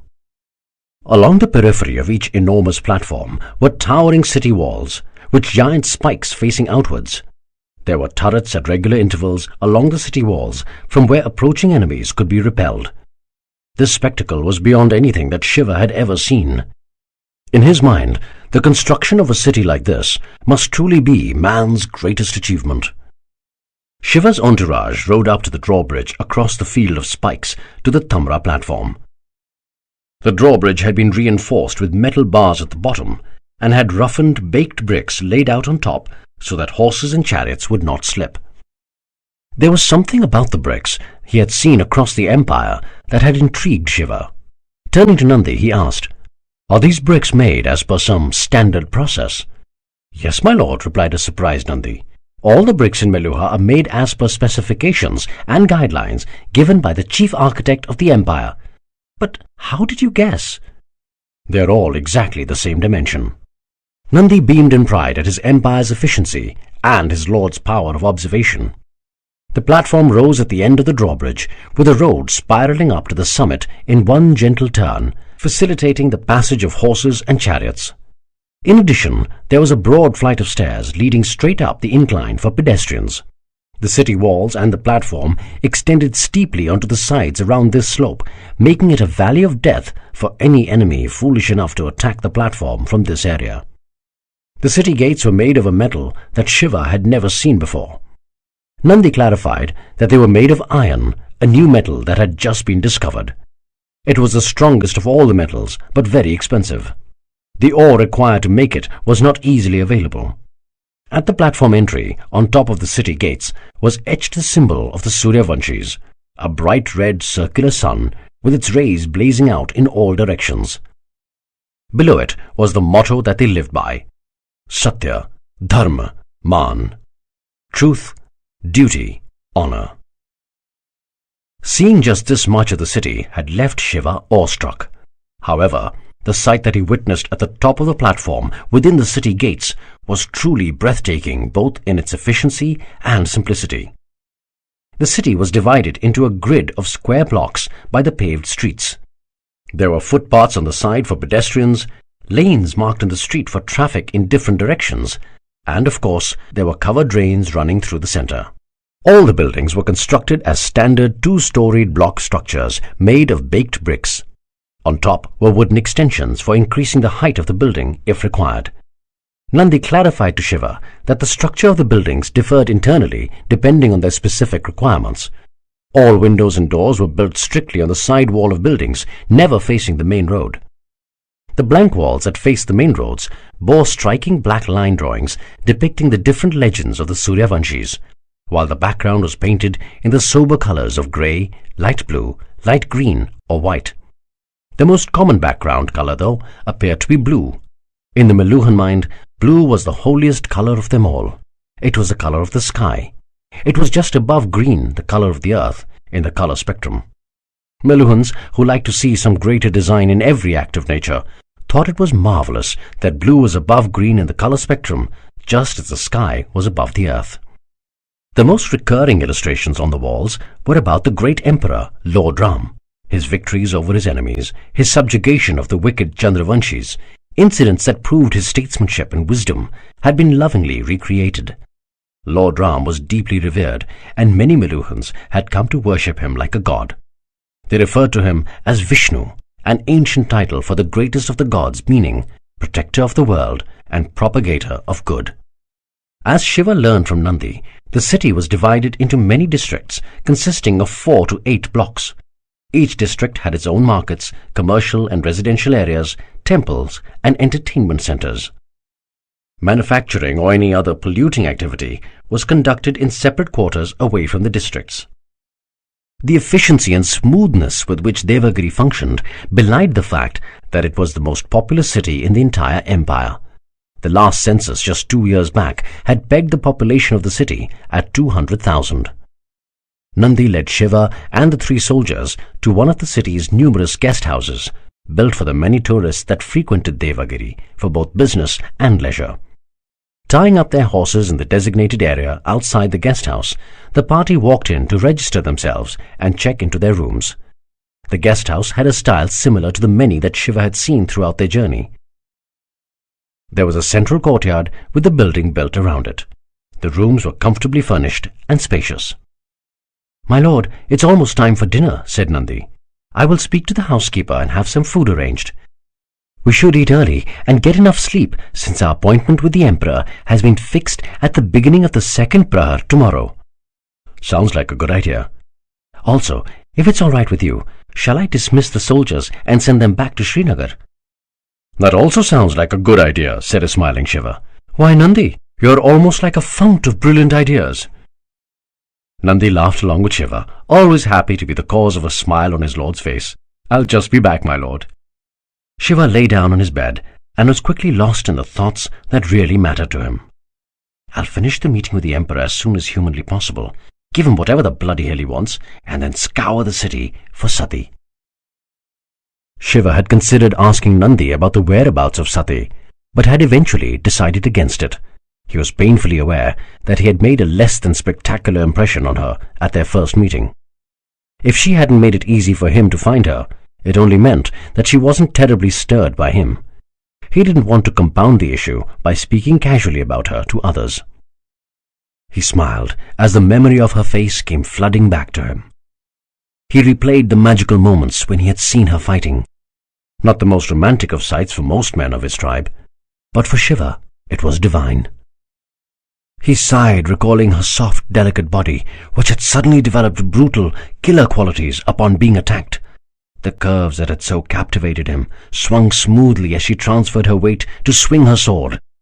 The sober, tied hair had swayed sensuously with each move of the sword arm. He breathed deeply. What a woman! It was early in the morning when Shiva and Nandi crossed the bridge between the Tamra and Svarna platform to reach the royal citadel. The bridge, another marvel of Meluhan engineering, was flanked on the sides by a thick wall. Holes had been drilled on the walls to shoot arrows or pour hot oil on enemies. The bridge was bisected by a massive gate, a final protection just in case the other platform was lost to an enemy. When they crossed over to the Svarna platform, Shiva was completely taken by surprise, not by the grandeur of the royal area, but by the lack of it. He was shocked by the fact that there was no opulence. Despite ruling over such a massive and wealthy empire, the nobility lived in a conspicuously simple manner.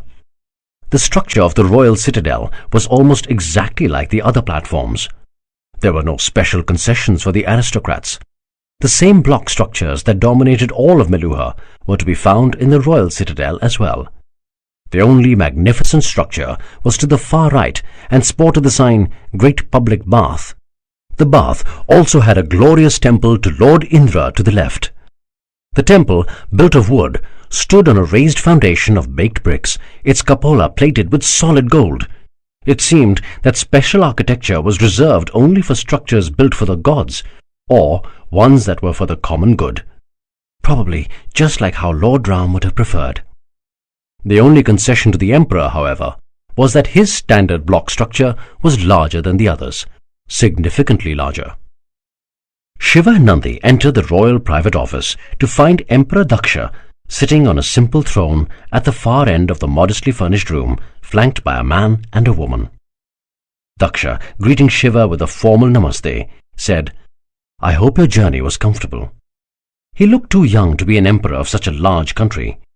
Though he was marginally shorter than Shiva, the major difference between them was the musculature. While the strapping Shiva was powerfully built, Daksha's body showed that it had not been strained by too much exercise. He wasn't obese either, just average. The same could have been said about his wheatish complexioned face. Average size, dark eyes flanked a straight nose. He wore his hair long, like most Meluhan men and women. The head bore a majestic crown with the sun symbol of the Suryavanshis manifested in the center through sparkling gemstones. An elegant dhoti with an angvastram hung down the right shoulder and a large amount of functional jewelry, including 2 amulets on his right arm, complemented Daksha's average appearance. His only distinguishing feature was his smile, which spread its innocent conviction all the way to his eyes. Emperor Daksh looked like a man who wore his royalty lightly. "Yes, it was, Your Highness," replied Shiva. "The infrastructure in your empire is wonderful. You are an extraordinary emperor." "Thank you. But I only deserve reflected credit. The work is done by my people." "You are too modest, Your Highness." Smiling politely, Daksha asked, "May I introduce my most important aides?" Without waiting for an answer, he pointed to the woman on his left. "This is my Prime Minister, Kanakhala. She takes care of all administrative, revenue and protocol matters." Kanakhala did a formal namaste to Shiva. Her head was shaved except for a tuft of smooth hair at the back which had been tied in a knot. She had a string called the janeu tied across her left shoulder down to the right side of her torso. She looked young like most Meluhans, but was a little overweight, as was clearly evident from the excess flesh she bore between the white blouse and dhoti. She had a dark and incredibly smooth complexion, and, like all her countrymen, wore jewellery that was restrained and conservative. Shiva noticed that the second amulet on Kanakhla's arm showed a pigeon, not a very high chosen tribe amongst the Brahmin. Shiva bent low and did a formal namaste in reply. Pointing to his right, Daksha said, "And this is my chief of the armed forces, General Parvateshwar. He looks after the army, navy, special forces, police, etc." Parvateshwar looked like a man that Shiva would think twice about taking on in battle. He was taller than Shiva and had an immensely muscular physique that dominated the space around him. His curly and long hair had been combed fastidiously and fell neatly from under his crown. His smooth, swarthy skin was marked by the proud signs of long years in battle. His body was hairless, in a rare departure from the normally hirsute Kshatriya men who took body hair to be a sign of machismo. Probably to make up for this deficiency, Parvateshwar maintained a thick and long moustache which curled upwards at the edges. His eyes reflected his uncompromisingly strong and righteous character. The second amulet on his arm showed Parvateshwar as a tiger, a very high chosen tribe amongst the Kshatriyas. He nodded curtly at Shiva. No namaste. No elaborate bow of his proud head. Shiva, however, smiled warmly and greeted Parvateshwar with a formal namaste. "Please wait outside, Captain," advised Parvateshwar, looking at Nandi. Before Nandi could respond, Shiva cut in. "My apologies, but is it all right if Nandi stays here with me? He has been my constant companion since I left my homeland, and has become a dear and trusted friend." "Of course he may," replied Daksha. "Your Highness, it is not appropriate for a captain to be witness to this discussion," said Parvateshwar. "In any case, his service rules clearly state that he can only escort a guest into the Emperor's presence and not stay there while a matter of state is discussed." "Oh, relax, Parvateshwar. You take your service rules too seriously sometimes." Turning to Shiva, Daksha continued, "If it's all right with you, may we see your neck now?" Nandi slid behind Shiva to untie the cravat. Seeing the beads down on the cravat to convey the impression that throat was covered for religious reasons, Daksha smiled and whispered, "Good idea." As Nandi pulled Shiva's cravat off, Daksha and Kanakhla came close to inspect Shiva's throat in greater detail. Parvateshwar did not step forward, but strained his neck slightly to get a better look. Daksha and Kanakhla seemed clearly stunned by what they saw. The Emperor felt the throat and whispered in awe, "The colour comes from the inside. It is not a dye. It is true and genuine." Daksha and Kanakhla glanced at each other, tears glistening in their astounded eyes. Kanakhla folded her hands into a namaste and began mumbling a chant under her breath. Daksha looked up at Shiva's face, trying desperately to suppress the ecstasy that coursed through his insides. With a controlled smile, the Emperor of Meluha said, "I hope we have not done anything to cause you any discomfort since your arrival in Meluha." Despite Daksha's controlled reaction, Shiva could guess that both the Emperor and his Prime Minister were taken aback by his blue throat. Just how important is this bloody blue throat for the Meluhans? None at all, Your Highness," replied Shiva as he tied the cravat back around his neck. "In fact, my tribe and I have been delighted by the hospitality that we have received here." "I'm glad for that," smiled Daksha, bowing his head politely.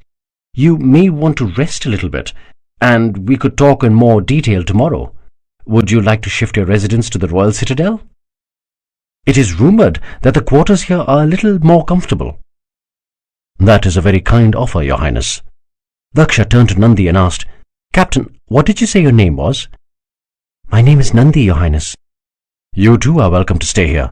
Make sure that you take good care of our honoured guest. Kanakhla, please make all the arrangements." "Yes, Your Highness." Kanakhla called in one of her aides, who escorted Shiva and Nandi out of the royal office. As Shiva exited the room, Daksha went down on his haunches with great ceremony and touched his head to the ground on which Shiva had just stood. He mumbled a prayer softly and stood up again to look at Kanakhla with tears in his eyes. Kanakhla's eyes, however, betrayed impatience and a touch of anger. "I didn't understand, Your Highness," glared Kanakhla. "The blue mark was genuine. Why did you not tell him?" "What did you expect me to do?" cried a surprised Daksha. "This is his second day in Devagiri. You want me to just accost him and tell him that he is the Neelkanth, our savior? That he has been sent to solve all our problems? Well, if he has a blue throat, then he is the Neelkanth, isn't he? And if he is the Neelkanth, then he is our savior. He has to accept his destiny. An exasperated Parvateshwar interjected, I can't believe that we are talking like this. We are Meluhans. We are the Surya Vanshis. We have created the greatest civilization ever known to man, and some barbarian with no education, no skills, no merit is going to be our savior just because he has a blue throat? That is what the legend says, Parvateshwar, countered Kanakhla. Daksha interrupted both his ministers. Parvateshwar, I believe in the legend. My people believe in the legend. The Neelkanth has chosen my reign to appear. He will transform all of India to the ideals of Meluha, a land of truth, duty and honor. With his leadership, we can end the Chandravanshi crisis once and for all. All the agonies they inflict upon us will be over, from the terrorist attacks to the shortage of Somras to the killing of the Saraswati. Then why delay telling him, Your Highness? Asked Kanakhla. The more days we waste, the weaker becomes the resolve of our people. You know there was another terrorist attack just a few days back at a village not far from Hariappa. As our reaction becomes weak, our enemies become bolder, Your Highness. We must tell the Lord quickly and announce his arrival to our people. It will give us the strength to fight our cruel enemies. I will tell him, but I am trying to be more far-sighted than you. So far our empire has only faced the morale-sapping influence of fraudulent Neelkanths. Imagine the consequences if people found out that the true Neelkanth has come, but refuses to stand by us. First, we must be sure that he is willing to accept his destiny. Only then will we announce him to our people. And I think that the best way to convince him is to share the whole truth with him. Once he sees the unfairness of the attacks we face, he will fight with us to destroy evil. If that takes time, so be it. We have waited for centuries for the Neelkanth. A few more weeks will not destroy us. Chapter 5. Tribe of Brahma. Shiva was walking in the verdant gardens of the royal guest house. His things were being moved into the royal guest house by Nandi and Kanakhla's efficient aid. Shiva sat down on a comfortable bench overlooking a bed of red and white roses. The charming cool breeze in the open gardens brought a smile to his face. It was early afternoon and the garden was deserted. Shiva's thoughts kept going back to the conversation he had had with the emperor in the morning. Despite Daksha's controlled reaction, Shiva could understand that his blue throat was of great significance to the Meluhans, even to the emperor. It meant that the legend of the Neelkanth, whatever it was not restricted to some small sect in Kashmir. If the emperor himself took it so seriously, all of Meluha must need the help of the Neelkanth. But what the bloody hell do they want help for? They are so much more advanced than us. His thoughts were distracted by the sounds of a dhol, a percussion instrument, and some ghungroos, anklets worn by dancers. Someone seemed to be practicing in the garden. A hedge separated the dance pavilion from the rest of the garden. Shiva, himself a passionate dancer, would normally have stepped in to move to the rhythm of the beat. But his mind was too preoccupied. Some words floated in from the group that was dancing. "No, my lady, you must let yourself go," said a distinguished male voice. "It is not a chore that you have to do. Enjoy the dance. You are trying too hard to remember all the steps rather than letting the emotion of the dance flow through you." Then a lady's voice interjected. "My lady, Guruji is right. You are dancing correctly, but not enjoying it. The concentration shows on your face. You have to relax a little bit." "Let me get the steps right first, then I can learn to enjoy them." The last voice made Shiva's hair stand up on end. It was her. It was Sati. He quickly got up and followed the sound of the voices. Coming up from behind the hedge, he saw Sati dancing on a small platform. She had her hands raised rigidly to her sides as she enacted the various movements of the dance. She danced in accordance with the steps first to the left and then to the right. She moved her shapely hips to the side and placed her hands precisely on her waist to convey the mood of the dance. He was mesmerized once again. However, he did notice that though Sati was dancing all her steps correctly, the Guruji was right. She was moving in a mechanical manner. The uninhibited surrender that is characteristic of a natural dancer was absent. The varying emotions of bliss and anger of the story being told were missing in her moves. And unlike a proficient dancer, Sati wasn't using the entire platform. Her steps were small, which kept her movements constricted to the center. The dance teacher sat facing her and playing on a dhol to give Sati her beats. Her companion Kritika sat to the right. It was the dance teacher who noticed Shiva first and immediately stood up. Sati and Kritika turned around as well and were clearly astonished to find Shiva standing in front of them. Unlike Sati, Kritika could not control her surprise and blurted out, "Shiva?" Sati, in a characteristic, composed and restrained manner, asked sincerely, "Is everything all right, Shiva? Do you need my help for something?"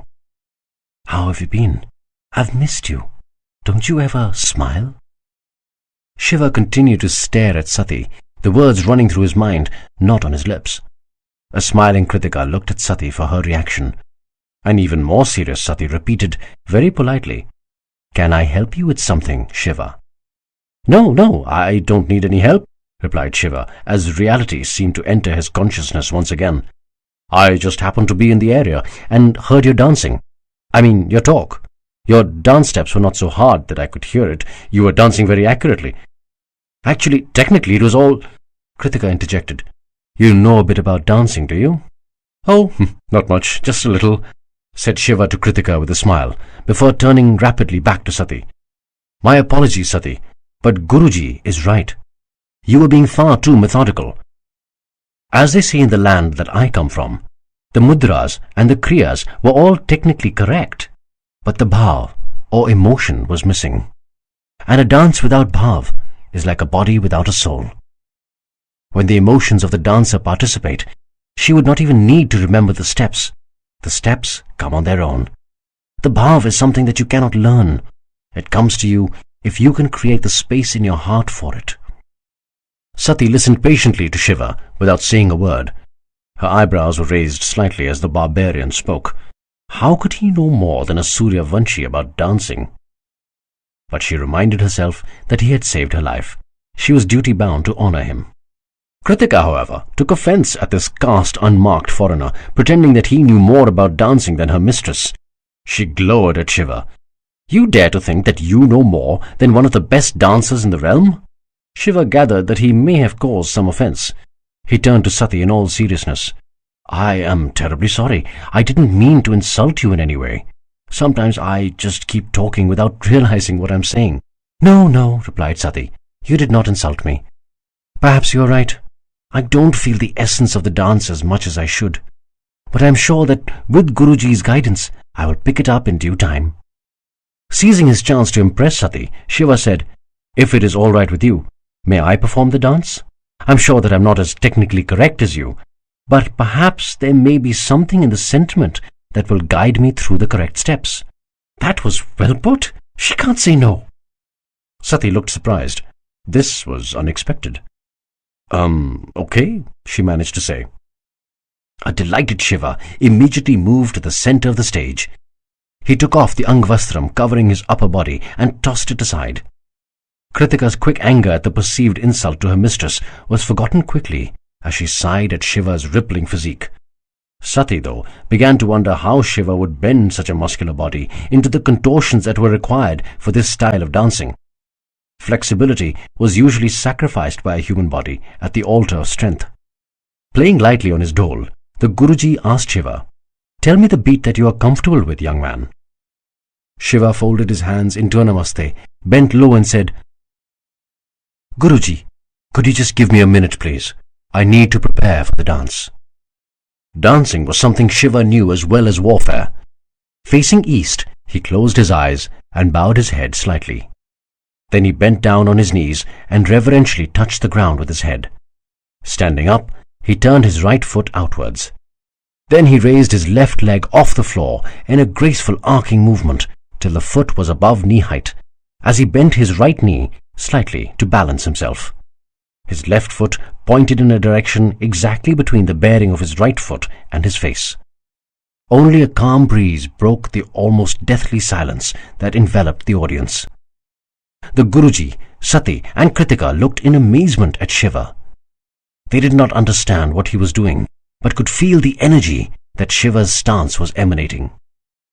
Shiva raised both his arms in an elegant circular movement to the sides to bring them in line with his shoulder. His right hand was molded into a position like it was holding an imaginary damru, a small handheld percussion instrument.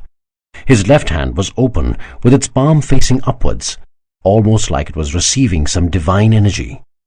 He held this pose for some time, as his glowing face showed that Shiva was withdrawing into his own world. Then his right hand moved effortlessly forward, almost as if it had a mind of its own. Its palm was now open and facing the audience. Somehow, the posture seemed to convey a feeling of protection to a very surprised Sati. His left arm then moved slowly from its shoulder-height position to come in front of him with the palm facing down. The left arm stopped moving when the hand was pointing almost directly at the left foot. Shiva held this pose for some time. And then began the dance. Sati stared in wonder at Shiva. He was performing the same steps as her, yet it looked like a completely different dance. His hands moved effortlessly as his body moved almost magically. How could a body this muscular also be flexible? The Guruji tried helplessly to get his dhol to give Shiva the beats, but clearly that wasn't necessary, for it was Shiva's feet which were leading the beat for the dhol. The dance conveyed the various emotions of a woman. At the beginning, it conveyed her feelings of joy and lust as she cavorted with her husband. Then it conveyed her fury and pain on the wrongful death of her mate. Even with Shiva's rough masculine body, he managed to convey the tender yet strong emotions of a grieving woman. Shiva's eyes were open, but the audience realized that he was oblivious to them. Shiva was in his own world. He did not dance for the audience. He did not dance for appreciation. He did not dance for the music. He danced only for himself. Rather, it almost seemed like his dance was guided by a celestial force. Sati realized that Shiva was right. He had opened himself, and the dance had come to him. After what seemed like an eternity, the dance came to an end, with Shiva firmly shutting his eyes. He held the final pose for a long time as the glow slowly left him. It was almost like he was returning to this world. Shiva gradually opened his eyes to find Sati, Kritika, and the Guruji gaping at him in complete awe. The Guruji was the first to find his voice. "Who are you?" "I am Shiva." No, not the body. I mean, who are you?" Shiva crooked his eyes together in a frown and repeated, "I am Shiva." "Guruji, may I ask a question?" asked Sati. "Of course you may." Turning to Shiva, Sati asked, "What was that you did before the dance? Was it some kind of preparatory step?" "Yes, it's called the Natraj pose, the pose of the Lord of Dance." "The Natraj pose, what does it do?" "It aligned my energy to the universal energy so that the dance emerges on its own." "I don't understand." "Well, it's like this. Amongst our people, we believe that everything in the world is a carrier of Shakti, or energy. The plants, animals, objects, our bodies, everything carries and transmits energy. But the biggest carrier of energy that we are physically in touch with is Mother Earth herself, the ground that we walk on." "What does that have to do with your dance?" "For anything that you do, you need energy. You have to source the energy around you. The energy comes from people, from objects, from Mother Earth herself. You have to ask for that energy respectfully." "And your Natraj pose helps you access any energy that you want?" asked the Guruji. "It depends on what I want the energy for.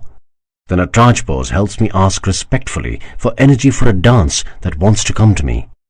If I wanted the energy for a thought to come to me, I would have to sit cross-legged and meditate." "It seems that the energy favors you, young man," said the Guruji. "You are the Natraj, the Lord of Dance." "Oh no," exclaimed Shiva. "I am just the medium of the boundless Natraj energy. Anyone can be the medium." "Well then, you are a particularly efficient medium, young man," said the Guruji. Turning to Sati, he said, "You don't need me if you have a friend like him, my child. If you want to be taught by Shiva, it would be my honor to excuse myself." Shiva looked at Sati expectantly. This had gone much better than he had expected. "Say yes, damn it!" Sati, however, seemed to withdraw into herself. Shiva was startled to see the first signs of vulnerability in this woman. She bowed her head, an act which did not suit her proud bearing, and whispered softly, "I mean no disrespect to anyone, but perhaps I do not have the skills to receive training of this level." "But you do have the skill," argued Shiva. "You have the bearing, you have the heart. You can very easily reach that level." Sati looked up at Shiva, her eyes showing just the slightest hint of dampness. The profound sadness they conveyed took Shiva aback. "What the hell is going on?" "I am very far from any level, Shiva," mumbled Sati. As she said that, Sati found the strength to control herself again. The politely proud manner returned to her face. The mask was back. "It is time for my puja. With your permission, Guruji, I must leave." She turned towards Shiva. "It was a pleasure meeting you again, Shiva." Before Shiva could respond, Sati turned quickly and left, followed by Kritika. The Guruji continued to stare at a flummoxed Shiva. At length, he bent low with a formal namaste towards Shiva and said, "It has been my life's honor to see you dance." Then he too turned and left. Shiva was left wondering at the inscrutable ways of the Meluhans. It was late in the morning the next day when Shiva and Nandi entered the private royal office to find Daksha, Parvateshwar and Kanakhala waiting for him. A surprised Shiva said, "I am sorry, Your Highness. I thought we were to meet 4 hours into the second prahar. I hope I haven't kept you waiting." Daksha, who had stood up with a formal namaste, bowed low and said, "No, my lord, you don't need to apologize. We came in early so that we wouldn't keep you waiting. It was our honor to wait for you." Parvateshwar rolled his eyes at the extreme subservience that his emperor, the ruler of the greatest civilization ever established, showed towards this barbarian. Shiva, controlling his extreme surprise at being referred to as the Lord by the emperor, bowed low towards Daksha with a namaste and sat down. "My lord, before I start off my monologue about the legend of the Neelkanth, do you have any questions that you would like to ask?" inquired Daksha. The most obvious question came to Shiva's mind first. Why in the holy lake's name is my blessed blue throat so important? But his instincts told him that though this appeared to be the most obvious question, it could not be answered unless he understood more about the society of Meluha itself. "It may sound like an unusual question, Your Highness," said Shiva, "but may I ask what your age is?" Daksha looked in surprise at Kanakhala. Then turning back towards Shiva with an awed smile, he said, "You are exceptionally intelligent, my lord. You have asked the most pertinent question first." Crinkling his face into a conspiratorial grin, Daksha continued, "Last month, I turned 184. Shiva was stunned. Daksha did not look a day older than 30. In fact, nobody in Meluha looked old, except for the Pandit that Shiva had met at the Brahma temple. So Nandi is more than 100 years old. "How can this be, Your Highness?" asked a flabbergasted Shiva. "What sorcery makes this possible?" "There is no sorcery at all, my lord," explained Daksha. "What makes this possible is the brilliance of our scientists who make a potion called the Somras, the drink of the gods. Taking the Somras at defined times not only postpones our death considerably, but it also allows us to live our entire lives as if we are in the prime of our youth, mentally and physically." "But what is the Somras? Where does it come from? Who invented it?" "So many questions, my lord," smiled Daksha, "but I will try my best to answer them one by one.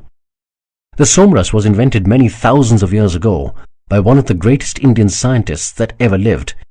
His name was Lord Brahma. I think there's a temple dedicated to him that I visited on the way to Devagiri, at a place named Meru?" "Yes, my lord. That is where he is said to have lived and worked. Lord Brahma was a prolific inventor, but he never took any of the benefits of his inventions for himself. He was always interested in ensuring that his inventions were used for the good of mankind. He realized early on that a potion as powerful as a Somras could be misused by evil men. So he implemented an elaborate system of controls on its use." "What kind of controls?" "He did not give the Somras freely to everyone," continued Daksha. "After conducting a rigorous countrywide survey, he chose a select group of adolescent boys of impeccable character, one from each of the 7 regions of ancient India. He chose young boys so that they would live with him at his Gurukul, and he could mold their character into selfless helpers of society. The Somras medicine was administered only on these boys. Since these boys were practically given an additional life due to the Somras, they came to be known as the Dvija, or twice-born. With the strength of the Somras, the training of Lord Brahma, and the numerous other inventions that they collectively produced, this group became more powerful than anyone in history. They honed their minds to achieve almost superhuman intelligence. The ancient Indian title for men of knowledge was Rishi. Since Lord Brahma's chosen men were 7 in number, they came to be known as a Saptarishi. And these Saptarishis used their skills for the good of society? Yes, my lord. Lord Brahma instituted strict rules of conduct for the Saptarishis. They were not allowed to rule or to practice any trade, essentially anything that would have caused them personal gain.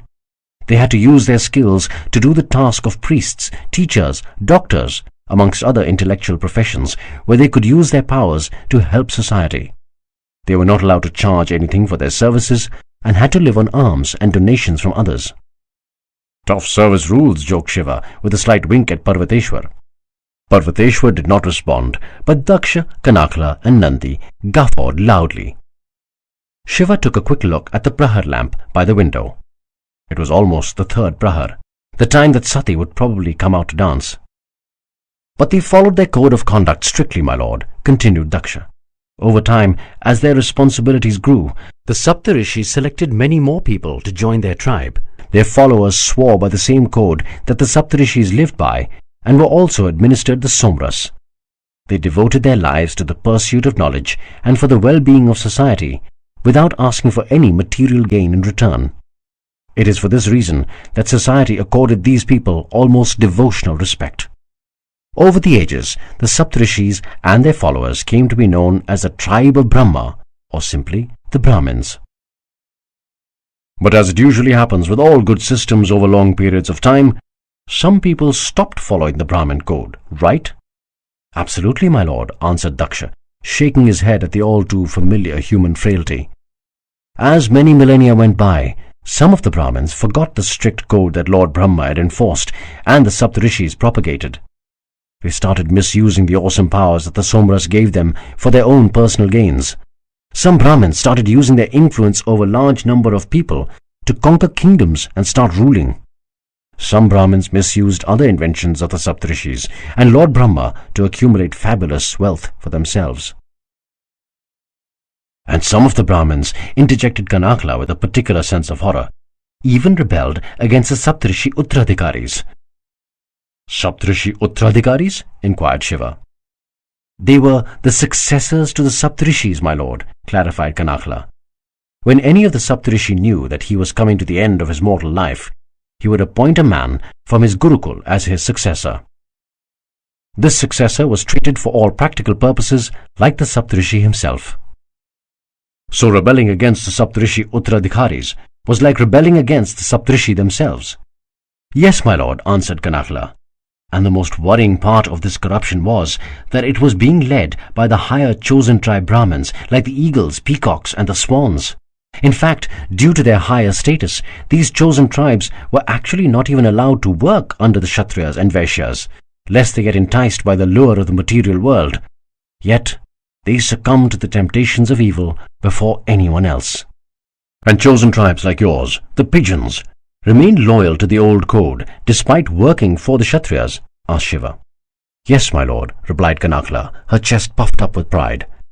The town bell, indicating the beginning of the 3rd prahar, sounded out loudly. All the people in the room, including Shiva, said a quick short prayer, welcoming the new time chapter. Shiva had learned some of the ways of the Meluhans.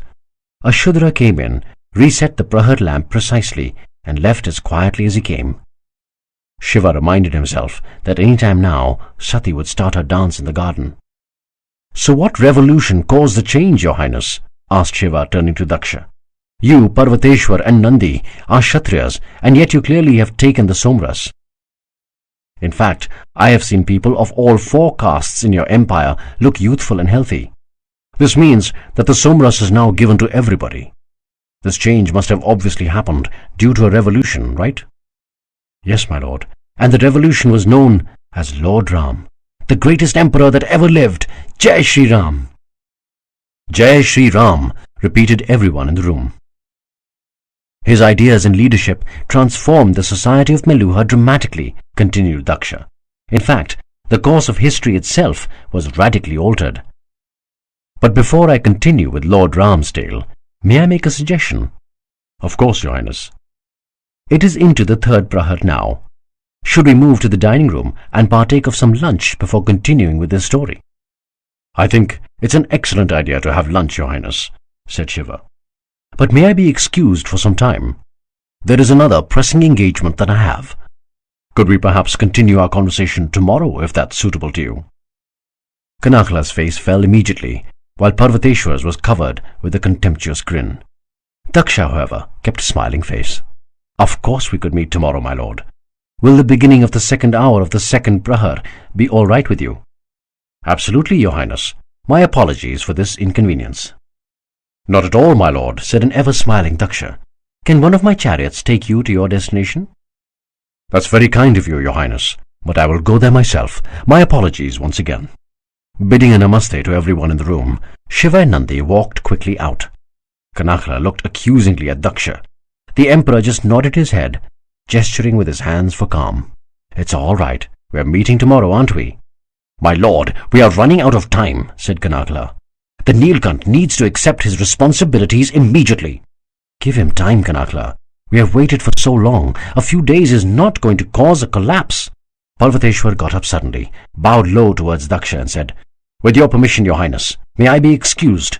There are more practical things that need my attention compared to educating a barbarian. You will speak of him with respect, Parvateshwar, growled Kanakala. He is the Neelkanth. I will speak of him with respect only when he has earned it through some real achievements, snarled Parvateshwar. I respect only achievements, nothing else. That is the fundamental rule of Lord Ram. Only your karma is important, not your birth, not your sex, and certainly not the color of your throat. Our entire society is based on merit. Or have you forgotten that? Enough, exclaimed Daksha. I respect the Neelkanth. That means everybody will respect him. Chapter 6. Vikrama, the Carriers of Bad Fate. Nandi waited at a distance in the garden, as he had been asked to do, while Shiva went behind the hedge to the dance area. The silent dance stage had already convinced Nandi that his lord would not find anybody there. However, Shiva was filled with hope and waited expectantly for Sati. After having waited for the larger part of an hour, Shiva realized that there would be no dance practice today. Deeply disappointed, he walked silently back to Nandi. Is there somebody I can help you find, my lord? Asked an earnest Nandi. No, Nandi, forget it. Trying to change the topic, Nandi said, My lord, you must be hungry. Should we go back to the guest house and eat? No, I'd like to see a little more of the city, said Shiva, hoping that fate would be kind to him and he would run into Sati in the town. Shall we go to one of the restaurants on the Rajat platform? That would be wonderful, smiled Nandi, who hated the simple Brahmin-influenced vegetarian food served at the royal guest house. He missed the spicy meats that were served in rough Kshatriya restaurants. Yes, what is it, Parvateshwar? Asked Daksha. My lord, I am sorry for the sudden meeting, but I just received some disturbing news and had to tell you this in private. Well, what is it? Shiva is already causing trouble. What have you got against the Neelkanth? Groaned Daksha, raising his eyes in disapproval. Why can't you believe that the Neelkanth has come to save us? This has nothing to do with my views on Shiva, my lord. If you will please listen to my news. Chinardhwaj saw Shiva in the gardens yesterday. Chinardhwaj is here already? Yes, Your Highness. His review with you has been fixed for the day after tomorrow. Anyway, so what did Chinardhwaj see? He is also sickeningly taken in by the Neelkanth, so I think we can safely assume that he doesn't have any prejudice. All right, I believe you. So what did he see the Neelkanth do? He saw Shiva dancing in the gardens, answered Parvateshwar. So, is there a law banning dance that I am not aware of? Please let me continue, Your Highness. He was dancing while Sati watched in rapt attention. His interest suddenly captivated. Daksha leaned forward to ask, "And?" Sati behaved correctly and left the moment Shiva tried to get too familiar, but Janardhwaj heard Shiva whisper something when Sati left. "Well, what did he whisper?" "Holy Lake, help me get her. I will not ask for anything else from you ever again." Daksha appeared delighted. "You mean the Neelkanth may actually be in love with my daughter?" "Your Highness, you cannot forget the laws of the land," exclaimed horrified Parvateshwar. "You know that Sati cannot marry. If the Neelkanth decided to marry Sati, no law on earth can stop him. My lord, forgive me, but the entire basis of our civilization is that nobody is above the law. That's what makes us who we are. Better than the Chandravanshis and the Nagas, not even Lord Ram was above the law. Then how can this barbarian be considered so important?" "Don't you want Sati to be happy?" asked Daksha. "She's also called Parvati for a reason. It's because she's your goddaughter. Don't you want her to find joy again?" "I love Sati like the daughter I never had, Your Highness," said Parvateshwar, with a rare display of emotions in his eyes. "I would do anything for her, except break the law." "That is the difference between you and me. For Sati's sake, I would not mind breaking any law. She is my daughter, my flesh and blood. She has suffered enough already. If I can find some way to make her happy, I will do it, no matter what the consequences." Shiva and Nandi tied their horses in the designated area next to the main Rajat platform market. Walking forward, Nandi guided Shiva towards one of his favorite restaurants. The inviting aroma of freshly cooked meat brought forth a long-lost hunger in Nandi that had not been satisfied in the past 2 days at the royal guest house. The owner, however, stopped Shiva at the entry. "What's the matter, brother?" asked Nandi. "I am deeply sorry, brothers, but I too am undergoing religious vows at this time," said the restaurant owner politely, pointing to the beads around his throat. "And you know that one of the vows is that I cannot serve meat to fellow religious vow keepers." Nandi blurted out in surprise, "But who has taken religious—" "Oh." He was stopped by Shiva, who signaled downwards with his eyes at the bead-covered cravat around his throat. Nandi nodded and followed Shiva out of the restaurant. "This is the time of the year for religious vows, my lord," explained Nandi. "Why don't you wait on the side? There are some good restaurants on the lane at the right. I will just go and check if we have a restaurant owner who has not taken his vows." Shiva nodded his assent. As Nandi hurried off, Shiva looked around the street. It was a busy market area with restaurants and shops spread evenly. But despite the large number of people and the commerce being conducted, the street was not bursting with noise. None of the shopkeepers came out to scream and advertise their wares. The customers spoke softly and in an unfailingly polite manner, even if they were bargaining. These well-mannered idiots would not be able to get any business done in our boisterous mountain market. Shiva, lost in his thoughts about the strange practices of the Meluhans, did not hear the announcement of the town crier till he was almost right behind him. "Procession of Vikrama women, please move!" A surprised Shiva turned around to find a tall Meluhan Kshatriya looking down at him. "Would you like to move aside, sir? A procession of Vikrama women needs to pass for their prayers."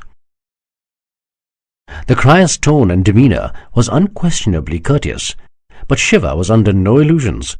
The crier was not asking Shiva to move, he was telling him. Shiva stepped back to let the procession pass as Nandi touched him gently on his arm. "I found a good restaurant, my lord," said an ecstatic Nandi. "One of my favourites. And his kitchen is going to run for at least an hour more. A lot of food to stuff ourselves with." Shiva laughed out loud. "It's a wonder that just one restaurant can actually make enough food to satisfy your hunger." Nandi laughed along good-naturedly as Shiva patted his friend on the back. As they turned and walked into the lane, Shiva asked, "Who are Vikrama women?" "Vikrama people, my lord," said Nandi, sighing deeply, "are people who have been punished in this birth for the sins of their previous birth. Hence, they have to live this life out with dignity and tolerate their present sufferings with grace. This is the only way they can wipe their karma clean of the sins of their previous birth. Vikrama men have their own order of penance and women have a different order. There was a procession of Vikrama women on the road we just left. Is their puja a part of that order? Asked Shiva. Yes, my lord. There are many rules that the Vikrama women have to follow.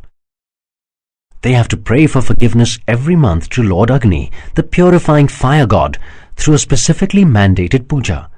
They are not allowed to marry, since they may poison others with their bad fate. They are not allowed to touch any person who is not related to them or is not part of their normal duties. There are many other conditions as well that I am not completely aware of. If you are interested, we could meet up with a Pandit at the Agni temple later, and he could tell you all about Vikrama people. No, I'm not interested in meeting the Pandit right now, said Shiva with a smile. He might just bore me with some very confusing and abstruse philosophies. But tell me one thing. Who decides that the Vikrama people had committed sins in their previous birth?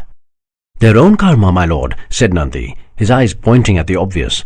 For example, if a woman gives birth to a stillborn child, why would she be punished thus unless she had committed some terrible sin in her previous birth? Or if a man suddenly contracts an incurable disease and gets paralyzed, why would it happen to him unless the universe was penalizing him for the sins of his previous life? That sounds pretty ridiculous to me. A woman could have given birth to a stillborn child simply because she did not take proper care while she was pregnant. Or it could just be a disease. How can anyone say that she is being punished for the sins of her previous birth? Nandi, shocked by Shiva's opinion, struggled to find words to respond. He was a Meluhan and deeply believed in the concept of karma being carried over many births. He mumbled softly, "It's the law, my lord." Well, to be honest, it sounds like a rather unfair law to me. Nandi's crestfallen face showed that he was profoundly disappointed that Shiva did not understand such a fundamental concept about Meluha. But he also kept his counsel for fear of opposing what Shiva had said. After all, Shiva was his lord. Seeing a dejected Nandi, Shiva patted him gently on the back. "Nandi, that was just my opinion. If the law works for your people, I'm sure there must be some logic to it. Your society might be a little strange at times, but it has some of the most honest and decent people I have ever met." As a smile returned almost instantly to Nandi's face, his whole being was overcome by his immediate problem, his debilitating hunger. He entered the restaurant as a man on a mission, with Shiva chuckling softly behind. A short distance away on the main road, the procession of Vikrama women walked silently on. They were all draped in long angvastrams, which were dyed in the holy blue color. Their heads were bowed low in penitence, their puja thalis, or prayer plates, full of offerings to Lord Agni. The normally quiet market street became almost deathly silent as the pitiful women lumbered by. At the center of the procession, unseen by Shiva, with her head bowed low draped in a blue angvastram that covered her from head to toe, her face a picture of resigned dignity, trudged the forlorn figure of Sati. "So, where were we, my lord?" said Daksha as Shiva and Nandi settled down in his private office the next morning. "We were about to discuss the changes that Lord Ram brought about, your highness, and how he defeated the rebellion of the renegade Brahmins," answered Shiva. "That's right," said Daksha. "Lord Ram did defeat the renegade Brahmins, but in his view the core problem went deeper. It wasn't just an issue of some Brahmins who did not follow the code. The problem was a conflict between a person's natural karma and what society forced him to do." "I didn't understand, your highness." If you think about it, what was the essential problem with the renegade Brahmins? Some of them wanted to be Kshatriyas and rule. Some of them wanted to be Vaishyas, make money and live a life of luxury. However, their birth confined them to being Brahmins. "But I thought that Lord Brahma decreed that people became Brahmins through a competitive examination process," said Shiva. "That is true, my lord, but over time this process of selection lost its fairness. Children of Brahmins became Brahmins, children of Kshatriyas became Kshatriyas, and so on. The formal system of selection soon ceased to exist. A father would ensure that his children got all the resources and support needed to grow up and become a member of his own caste. So the caste system became rigid." "So did that also mean that there could have been a person talented enough to be a Brahmin, but if he was born to Shudra parents, he would not get the opportunity to become a Brahmin?" asked Shiva. "Yes, Shiva," said Parvateshwar, speaking for the first time to Shiva. He noticed that Parvateshwar did not fawn over him and call him Lord. In Lord Ram's view, any society that conducted its transactions based on anything besides merit could not be stable. His view was that a person's caste should be decided only on that person's karma, not his birth, not his sex. No other reason should interfere. That is nice in theory, Parvateshwar, argued Shiva. But how do you ensure it in practice? If a child is born in a Brahmin family, he would get the upbringing and resources which would be different from that of a child born in a Shudra family. So this child would grow up to be a Brahmin, even if he was less talented than the Shudra boy. Isn't this unfair to the child born in the Shudra family? Where is the merit in this system? That was the genius of Lord Ram, Shiva, smiled Parvateshwar. He was, of course, a brave general, a brilliant administrator, and a fair judge. But his greatest legacy is a system he created to ensure that a person's karma is determined only by his abilities, nothing else. That system is what has made Meluha what it is, the greatest nation in history. You can't underestimate the role that Somras has played, Parvateshwar, said Daksha. Lord Ram's greatest act was to provide the Somras to everyone.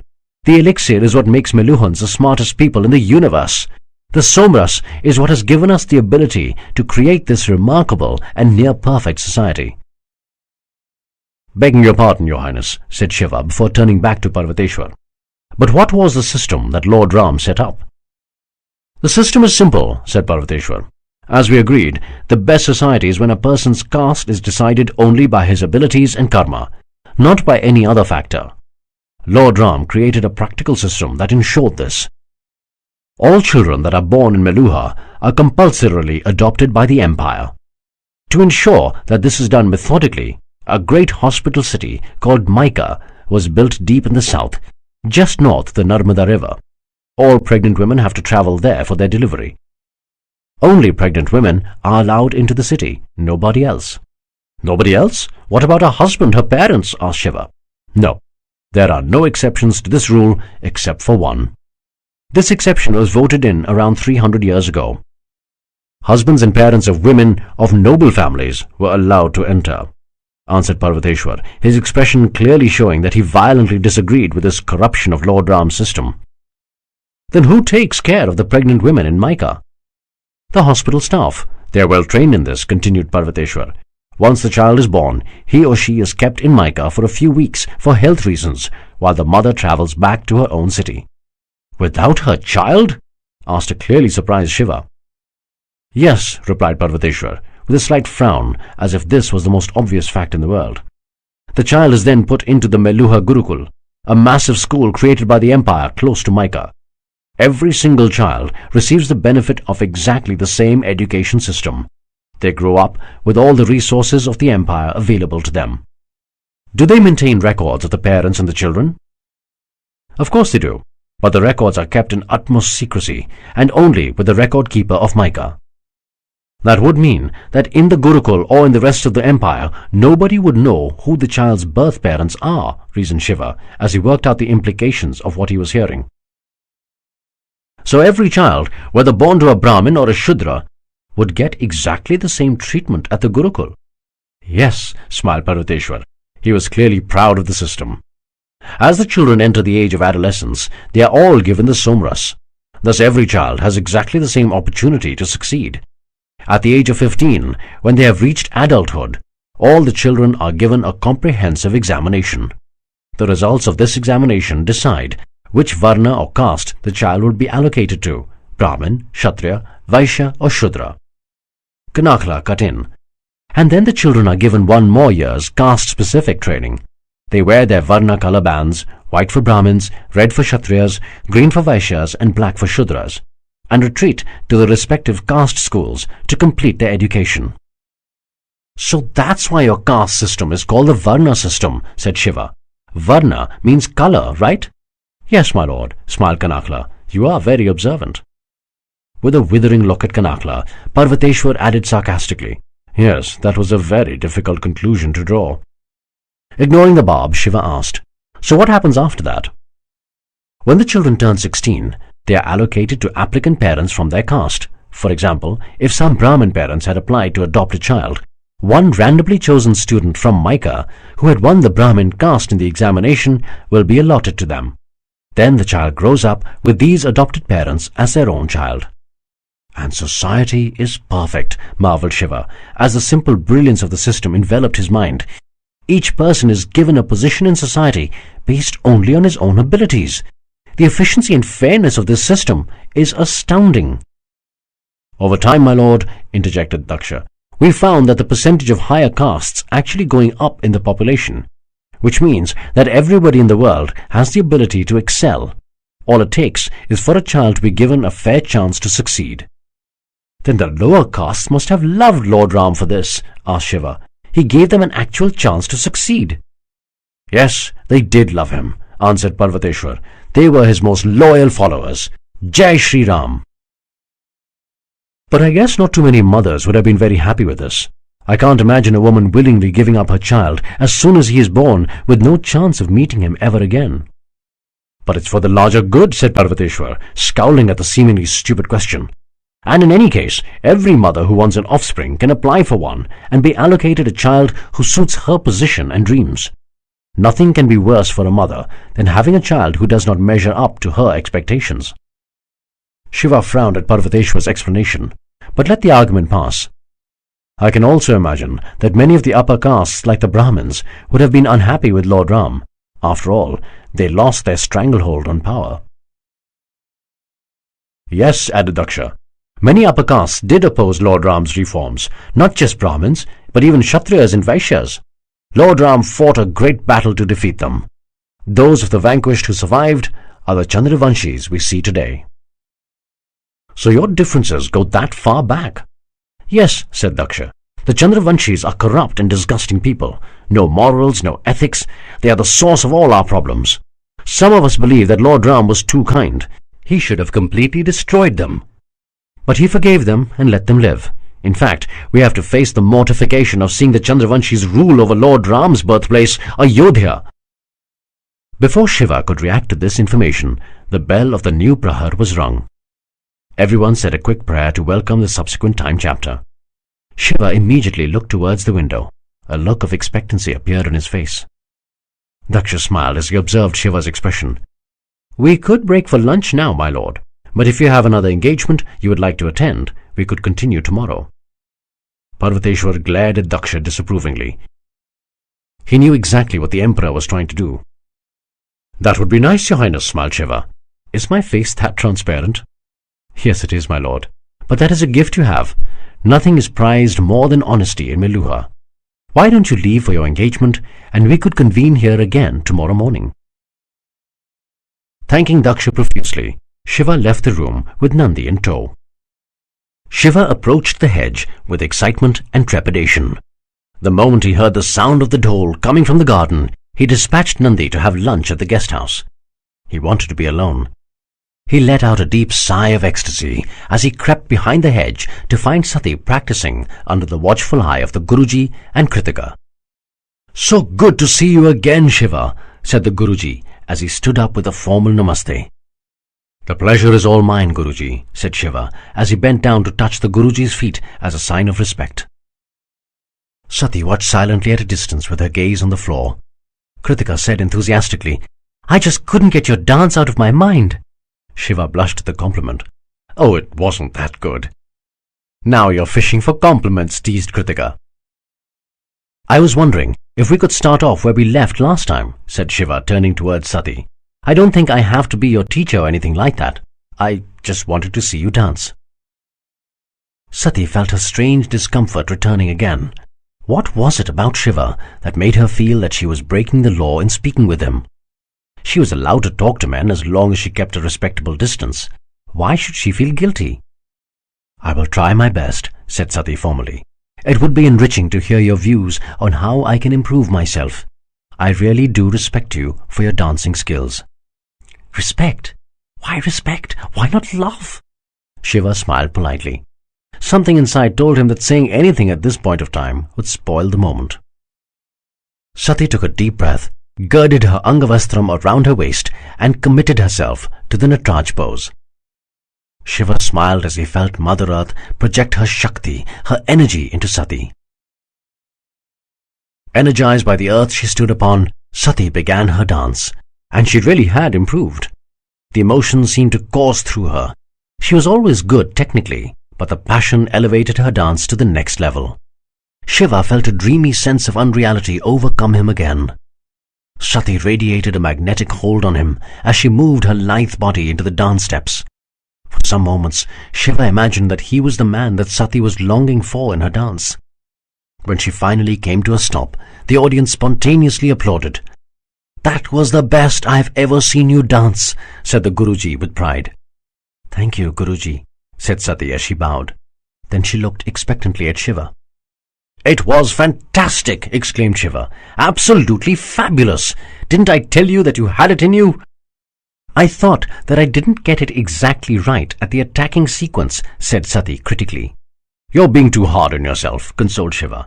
"That was just a slight error. It happened only because you missed one angle on your elbow. That made your next move a little odd." Rising swiftly to his feet, Shiva continued, "See, I'll show you." He walked quickly towards Sati and touched her elbow to move it to the correct angle. Sati immediately recoiled in horror as there was a gasp from the Guruji as well as Kritika. Shiva instantly realized that something terrible had happened. "I'm sorry," said Shiva, with a look of sincere regret.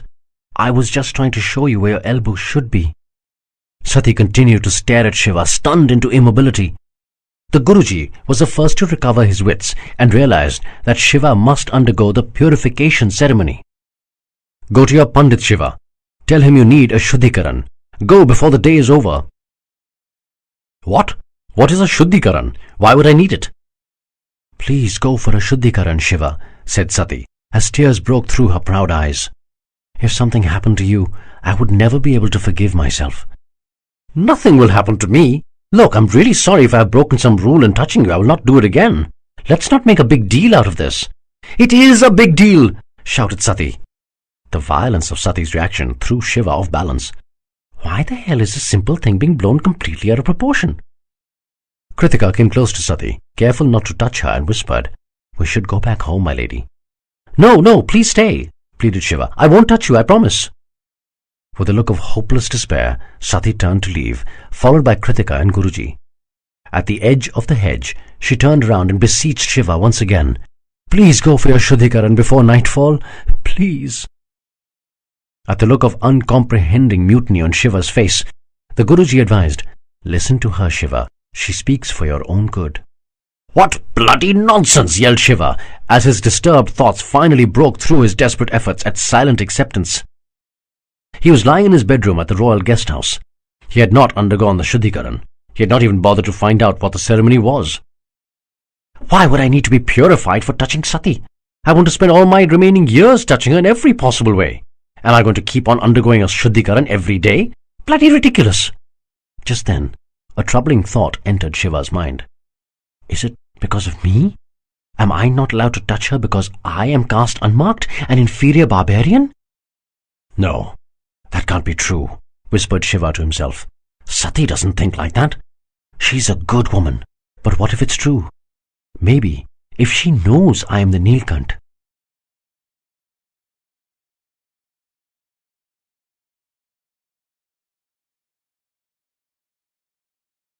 Chapter 7. Lord Ram's Unfinished Task. "You seem to be a little distracted this morning, my lord. Are you all right?" asked a concerned Daksha. Said Shiva as he looked up. "I'm sorry, Your Highness, I was a little distracted." Daksha looked with a concerned expression at Kanakla. He had seen a similar look of despair on Sati's face at dinner the previous night, but she had refused to say anything. "Do you want to meet later?" asked Daksha.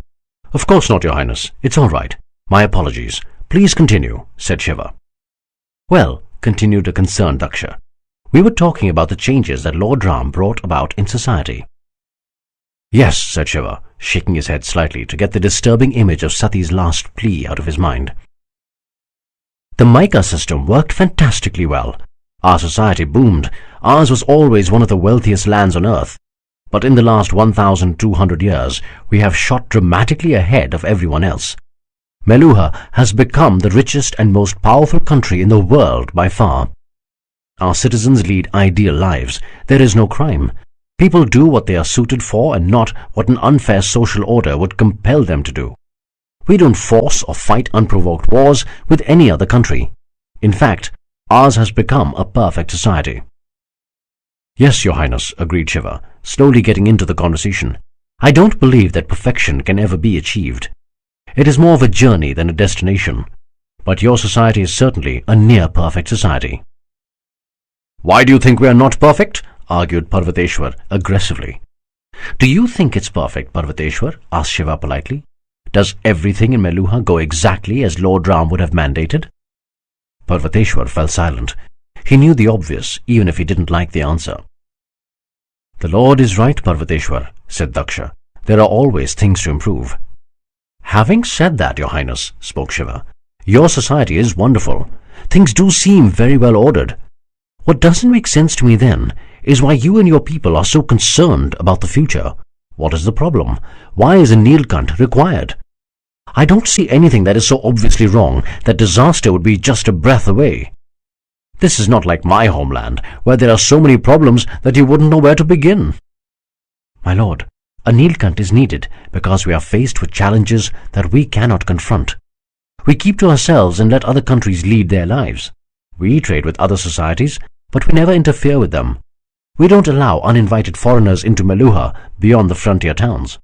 So we think it's only fair that other societies leave us alone to lead our lives the way we want to." "And presumably they don't, Your Highness." "No, they don't." "Why?" "One simple word, my lord," replied Daksha. "Jealousy. They hate our superior ways. Our efficient family system is an eyesore to them. The fact that we take care of everyone in our country makes them unhappy because they can't take care of themselves. They lead sorry lives. And rather than improving themselves, they want to pull us down to their level." "I can understand. My tribe used to face a lot of jealousy in Mount Kailash since we had control over the shore of the Mansarovar lake and hence the best land in the region. But sometimes I wonder if we could have avoided bloodshed if we had shared our good fortune more willingly. But we do share our good fortune with those who wish it, my lord. And yet, jealousy blinds our enemies. The Chandravanshis realized that it was the Somras that guaranteed our superiority. Funnily enough, even they have the knowledge of the Somras, but they have not learned to mass-produce it like we do, and hence haven't reaped all the benefits of it." "Sorry to interrupt, Your Highness, but where is the Somras produced?" "It is produced at a secret location called Mount Mandar. The Somras powder is manufactured there and then distributed throughout the empire.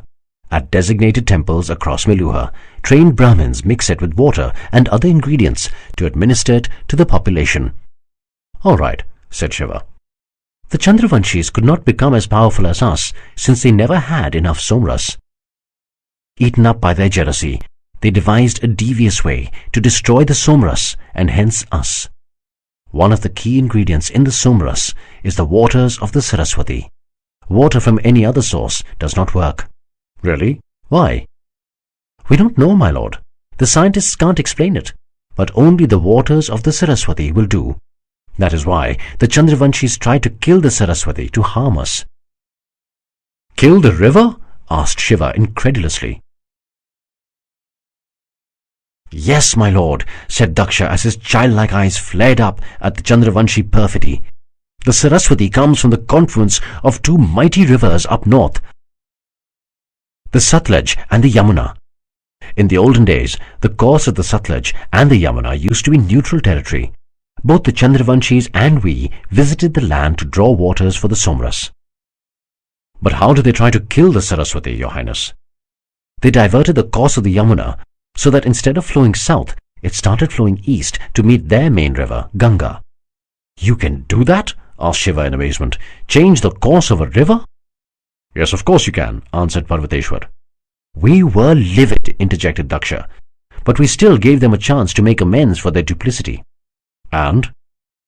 "What can you expect from the Chandravanshis, my lord?" said Daksha in disgust. "They denied any knowledge of this. They claimed that the river made such a dramatic change in its course all by itself, due to some minor earthquake. And even worse, they claimed that since the river had changed course of its own accord, we Meluhans would simply have to accept what was essentially God's will." "We of course refuse to do that," said Parvateshwar. under the leadership of King Brahma, His Highness's father, we attacked Swadweep." "The land of the Chandravanshis?" asked Shiva. "Yes, Shiva," said Parvateshwar, "and it was a resounding victory. The Chandravanshi army was routed. King Brahma kindly let them keep their lands and even their system of governance. We didn't even ask for any war reparations or yearly tribute either. The only term of the surrender treaty was the return of the Yamuna. We restored the Yamuna to her original course to meet with the Saraswati." "You fought in that war, Parvateshwar?" "Yes," said Parvateshwar, his chest swollen with pride. "I was a mere soldier then, but I did fight in that war." Turning to Daksha, Shiva asked, "Then what is the problem now, Your Highness? Your enemy was comprehensively defeated. Then why is the Saraswati still dying?" "We believe that the Chandravanshis are up to something again. We don't understand it as yet. After their defeat, the area between our two countries was made into a no-man's land and the jungle has reclaimed it. That included the early course of the Yamuna as well. We stuck to our part of the bargain and never disturbed that region. It appears that they didn't honor their end of the promise." "Are you sure of that, Your Highness? Has the area been checked? Has this been discussed with the Chandravanshi representatives in your empire?" "Are you trying to say that we are lying?" countered Parvateshwar. "True Suryavanshis don't lie." "Parvateshwar!" scolded Daksha angrily. "The Lord was not implying anything like that." "Listen to me, Parvateshwar," said Shiva politely. "If I have learnt something from the pointless battles of my land, it is that wars should be the last resort. If there is another solution possible, there is no harm in saving some young soldier's life. A mother somewhere would bless us for it." "Let's not fight. Wonderful. What a great savior we have," Parvateshwar muttered under his breath. "You have something to say, Parvateshwar?" barked Kanakla. "I have told you before, you will not insult the Neelkanth in my presence." "I don't take orders from you," growled Parvateshwar.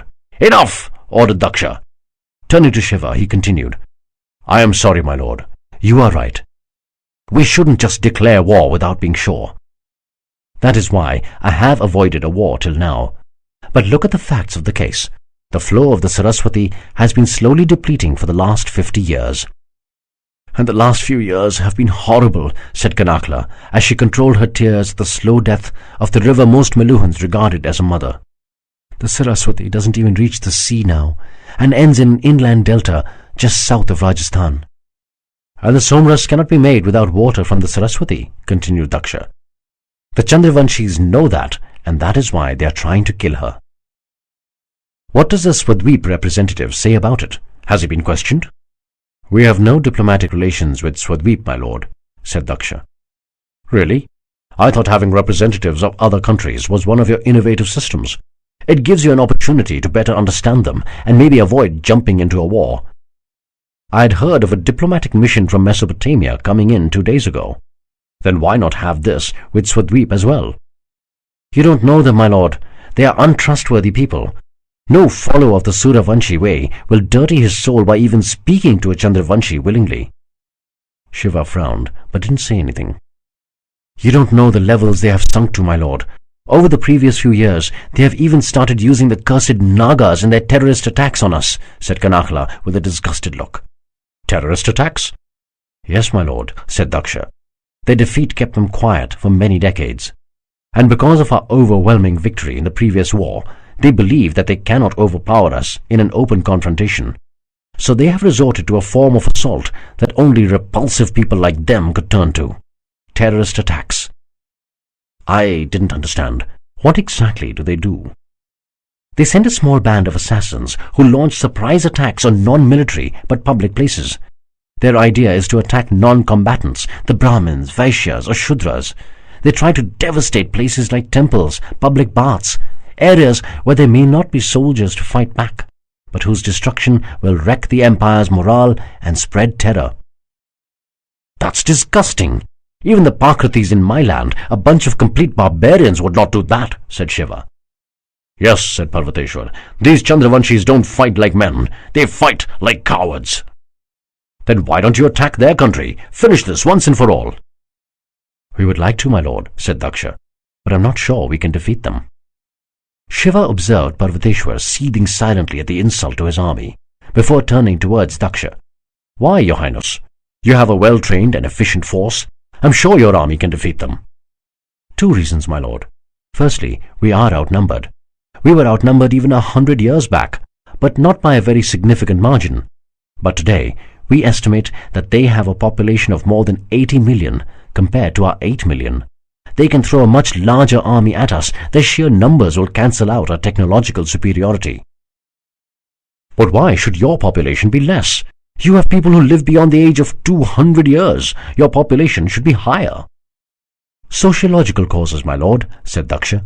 Our country is rich. Children are a matter of choice more than a duty. Parents would adopt children from the Mica system in small numbers, maybe 1 or 2, so that they could devote more attention on their upbringing. Fewer and fewer mothers are giving birth at Mica as well. In Swadweep, for the poor, children are bonded labor to supplement a family's income. The more children they have, the less poor the family. So that country as a whole has a far larger population. And the second reason for avoiding war? The second reason is something that is under our control. We fight with rules of war, with norms and ethics. The Chandravanshis do nothing like that. And I fear that this is a weakness in us that our ruthless enemies can exploit. Rules of war? Asked Shiva. Yes. For example, we will not attack an unarmed man. A superior armed person like a cavalryman will not attack an inferior armed person like a spear-wielding foot soldier. A swordsman will never attack a person below his waist because that is unethical. The Chandravanshis don't care for such niceties. They will attack whomsoever and however they find expedient to ensure victory. Begging your pardon, your highness, said Parvateshwar, but that difference is what makes us who we are. Like Lord Ram said, a person's ethics and character are not tested in good times. It is only in bad times that a person shows how steadfast he is to his dharma. But Parvateshwar, sighed Daksha, we are not under attack by people who are as ethical and decent as us. Our way of life is under assault. If we don't fight back in any which way we can, we will lose. My apologies once again, your highness, said Parvateshwar. I have never said that we should not fight back. I am eager to attack. I have been asking repeatedly for permission to declare war on the Chandravanshis. But if we fight without our rules, our codes, our ethics, then our way of life is as good as destroyed. And the Chandravanshis would have won without even fighting us. At the ringing of the Prahar town bell, the conversation was halted, as everyone said a quick prayer. Shiva turned towards the window, wondering if Sati would be dancing today. Daksha turned to Shiva expectantly. Do you need to leave, my lord? No, your highness, said Shiva, hiding the pain and confusion he felt inside. I don't believe I am expected anywhere at this point in time. At this, the smile on Daksha's face disappeared with his hopes. Shiva continued. If it's all right with you, your highness, may we continue our conversation? Perhaps we can have our lunch a little later. Of course we may, my lord, smiled Daksha, pulling himself together. I've got the story so far, your highness. While I can understand your reasons for not wanting to attack right now, you clearly have a plan in which my blue throat has some strange role to play. Yes, we do have a plan, my lord. I feel that as an emperor, my giving in unthinkingly to the righteous anger of some of our people will not solve our problem. I believe that the people of Swadweep themselves are not evil. It is their Chandravanshi rulers and their way of life that has made them evil. The only way forward for us is to save the Swadweepans themselves. Save the Swadweepans? Asked Shiva, genuinely surprised. Yes, my lord. Save them from the evil philosophy that infects their soul. Save them from their treacherous rulers. Save them from their sorry, meaningless existence. And we can do this by giving them the benefits of the superior Suryavanshi way of life. Once they become like us, there will be no reason to fight. We will live like brothers. This is the unfinished task of my father, King Brahmanayak. In fact, it is the unfinished task of Lord Ram. That is a big task to take on, your highness, said Shiva. It is sweeping in its kindness and reason, but it is a very big task. You will need soldiers to defeat their army and missionaries to bring them to your side. It's not going to be easy. I agree. There are many in my empire who have concerns about even attacking Swadweep, and I am putting forth a much bigger challenge to them of reforming Swadweep. That is why I did not want to launch this without the Neelkanth, my lord. Shiva remembered his uncle's words, spoken many years back in what was almost another life. Your destiny lies beyond the mountains. Whether you fulfill it or run away once again is up to you.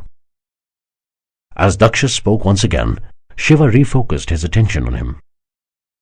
The problems that we are facing were prophesied, my lord, continued Daksha. Lord Ram had himself said that any philosophy, no matter how perfect, works only for a finite period. That is the law of nature and cannot be avoided.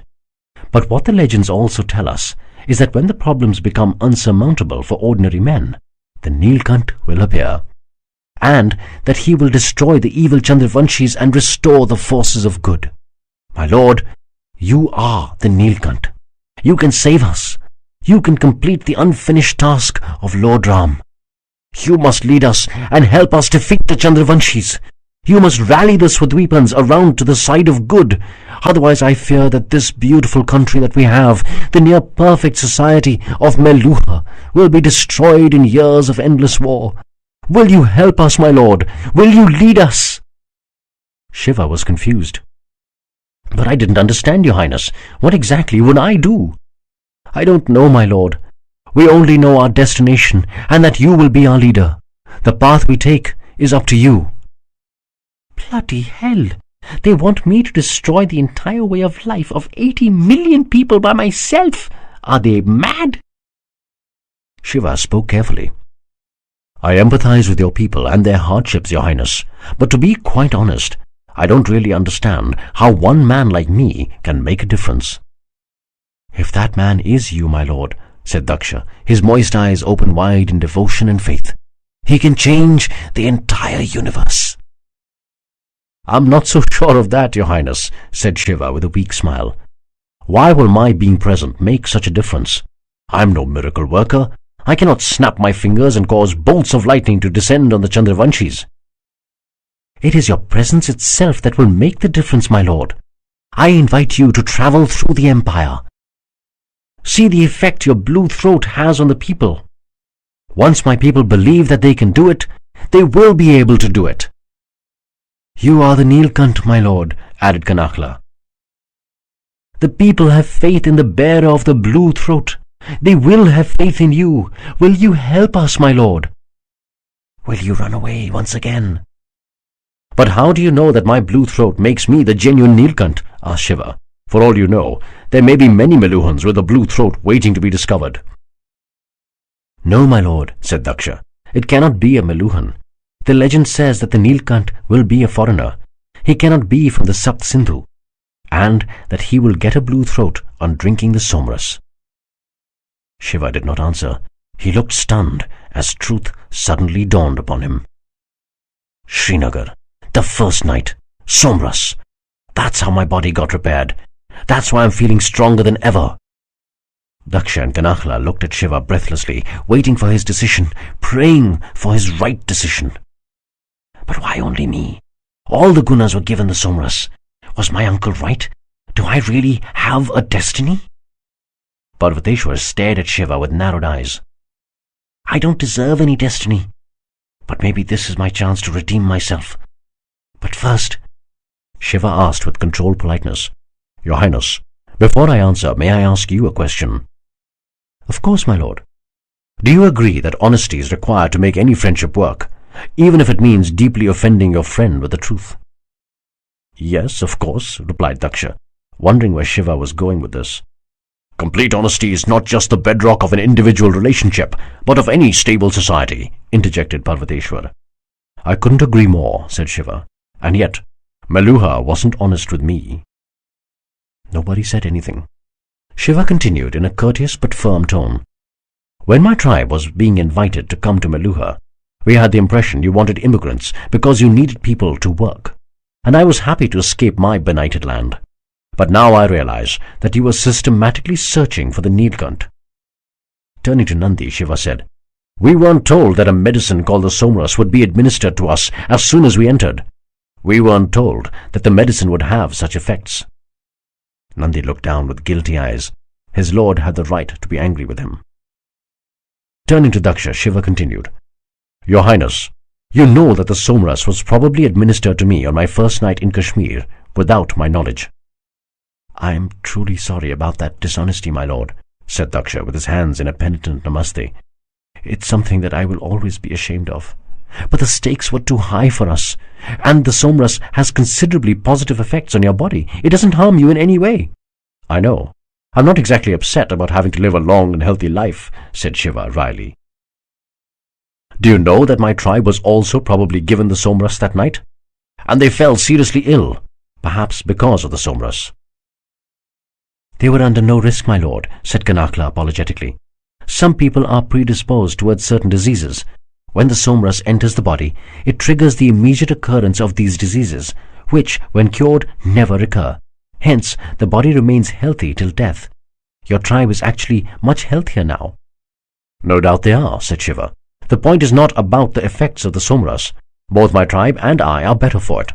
Yet, from what I understand of Meluha, getting somebody to do something without telling him all the facts would not have been Lord Ram's way. You should have told us the complete truth at Mount Kailash. Then, you should have let us make an informed choice, rather than you making a choice for us. We probably would still have come to Meluha anyway, but then it would have been our choice." "Please forgive us the deception, my lord," said Daksha with guilty regret. "It is not our way to do something like this. We pride ourselves on our honesty, but we had no choice. We are truly sorry, my lord. Your people are well taken care of. They are healthier than ever. They will live long, productive lives." Parvateshwar finally broke his silence, speaking what was always in his heart since the search had begun many decades ago. "Shiva, we are truly sorry for what has been done. You have every right to be angry. Lying is not our way. I think what was done is appalling, and Lord Ram would never have condoned this. No matter how serious our troubles, we have no right to deceive someone into helping us. I am deeply sorry." Shiva raised his eyebrow a bit. Parvateshwar is the only one apologizing instead of making excuses. He is a true follower of the great King Ram's way. Shiva smiled. Daksha let out an audible sigh of relief. Shiva turned towards Daksha. "Let us put this thing in the past, Your Highness. Like I said, there are some things about your nation that could be improved. No doubt about that. But it is amongst the best societies that I have ever seen. And it is worth fighting for. But I have a few conditions." "Of course, my lord," said Daksha, eager to please.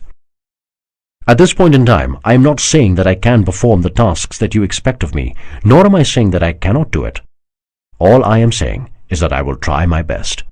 But before that, I want to understand more of your society before I can be sure of how I can help. I am assuming that nothing will be hidden from me, nor will I be misled." "Of course, my lord." "Secondly, you still need immigrants to expand your population, but you should not mislead them. I think that you should tell them the entire truth about Meluha and let them make an informed decision on whether to come here. Or you don't invite them at all. Is that fair?" "Of course it is, my lord," said Daksha. Nodding briefly towards Kanakla, he committed, "We will implement that immediately. Furthermore, it is clear to me that I am not going back to Kashmir. Can my tribe, the Gunas, be brought to Devagiri? I would like them to be with me." "Of course, my lord," said Daksha with a quick look at Kanakla. "Instructions will be sent today itself to bring them to Devagiri. Also, I would like to visit the location where you manufacture the somras. I would like to understand this drink of the gods. Something tells me that it is important to do so." "Of course you may, my lord," said Daksha, his face finally breaking into a nervous smile. "Kanakla will take you there tomorrow itself. In fact, my family is also scheduled for a visit there day after tomorrow for a puja at the Brahma temple. Perhaps we could meet there." "That would be nice," said Shiva, smiling. Then, taking a deep breath, he added, "And lastly, I guess that you would like to announce the arrival of the Neelkanth to your people." Daksha and Kanakla nodded hesitantly. "I would like to request that you don't do that for now." Daksha and Kanakla's face fell immediately. Nandi's eyes were glued to the floor. He had stopped listening to the conversation. The enormity of his prevarication was tearing him apart. "Your Highness, I have a terrible feeling that when people know I am the Neelkanth, every action and word of mine will be over-interpreted and over-analyzed," explained Shiva. "I am afraid that I don't know enough about your society or my task to be able to handle that at this point in time." "I understand, my lord," said Daksha, pulling a broken smile back on his face. "You have my word. Only my immediate staff, my family, and the people you allow will know of the Neelkanth's arrival. Nobody else." "Thank you, Your Highness. But I will say it again. I am a simple tribal man who just happened to get a blue throat because of some exotic medicine. Honestly, I still don't know what one man like me can do in the face of the odds that you face." "And I'll say it again, my lord," said Daksha with a childlike smile. "If that man is you, he can change the entire universe." Chapter 8. Drink of the Gods. Shiva and Nandi were walking back to the royal guest house. Shiva had decided he wanted to eat lunch alone. Nandi walked a few steps behind, his head bowed in self-recrimination. "My lord, I am so sorry." Shiva turned around to gaze at Nandi. "You are right, my lord. We were so lost in our own troubles and the search for the Neelkanth that we didn't realize the unfairness of our actions on immigrants. I misled you, my lord. I lied to you." Shiva didn't say anything. He continued to stare intensely into Nandi's eyes. "I am so sorry, my lord. I have failed you. I will accept whatever punishment you give me." Shiva's lips broke into a very faint smile. He patted Nandi lightly on his shoulders, signaling he had forgiven him. But his eyes delivered a clear message. "Never lie to me again, my friend." Nandi nodded and whispered, "Never, my lord. I am so sorry." "Forget it, Nandi," said Shiva, his smile a little broader now. "It's in the past." They turned and continued walking. Suddenly, Shiva shook his head and chuckled slightly. "Strange people." "What is it, my lord?" asked Nandi. "Nothing really. I was just wondering at some of the interesting things about your society." "Interesting, my lord?" asked Nandi, feeling a little more confident now that Shiva was speaking to him again. "Well, some people in your country think just the presence of my blue throat can help you achieve impossible tasks. Some people actually think that my name has suddenly become so holy that they can't even speak it." Nandi smiled slightly. "On the other hand," continued Shiva, "some people clearly think that I am not required. In fact, they even think that my touching them is so polluting that I need to get a Shuddhikaran done." "A Shuddhikaran? Why would you need that, my lord?" asked Nandi, a little concerned. Shiva weighed his words carefully. "Well, I touched someone, and I was told that I would need to undergo a Shuddhikaran." "What? Who did you touch, my lord? Was it a Vikrama person?" asked a troubled Nandi. "Only the touch of a Vikrama person would mean that you would need to get a Shuddhikaran." Shiva's face abruptly changed color. A veil lifted from his eyes. He suddenly understood the significance of the events of the previous day, her hasty withdrawal at being touched, the shocked reactions from the Guruji and Kritika. "Go back to the guest house, Nandi. I'll see you there," said Shiva, as he turned towards the guest house garden. "My lord, what happened?" asked Nandi, trying to keep pace with Shiva. "Did you get the Shuddhikaran done or not?" "Go to the guest house, Nandi," said Shiva, walking rapidly away. "I will see you there."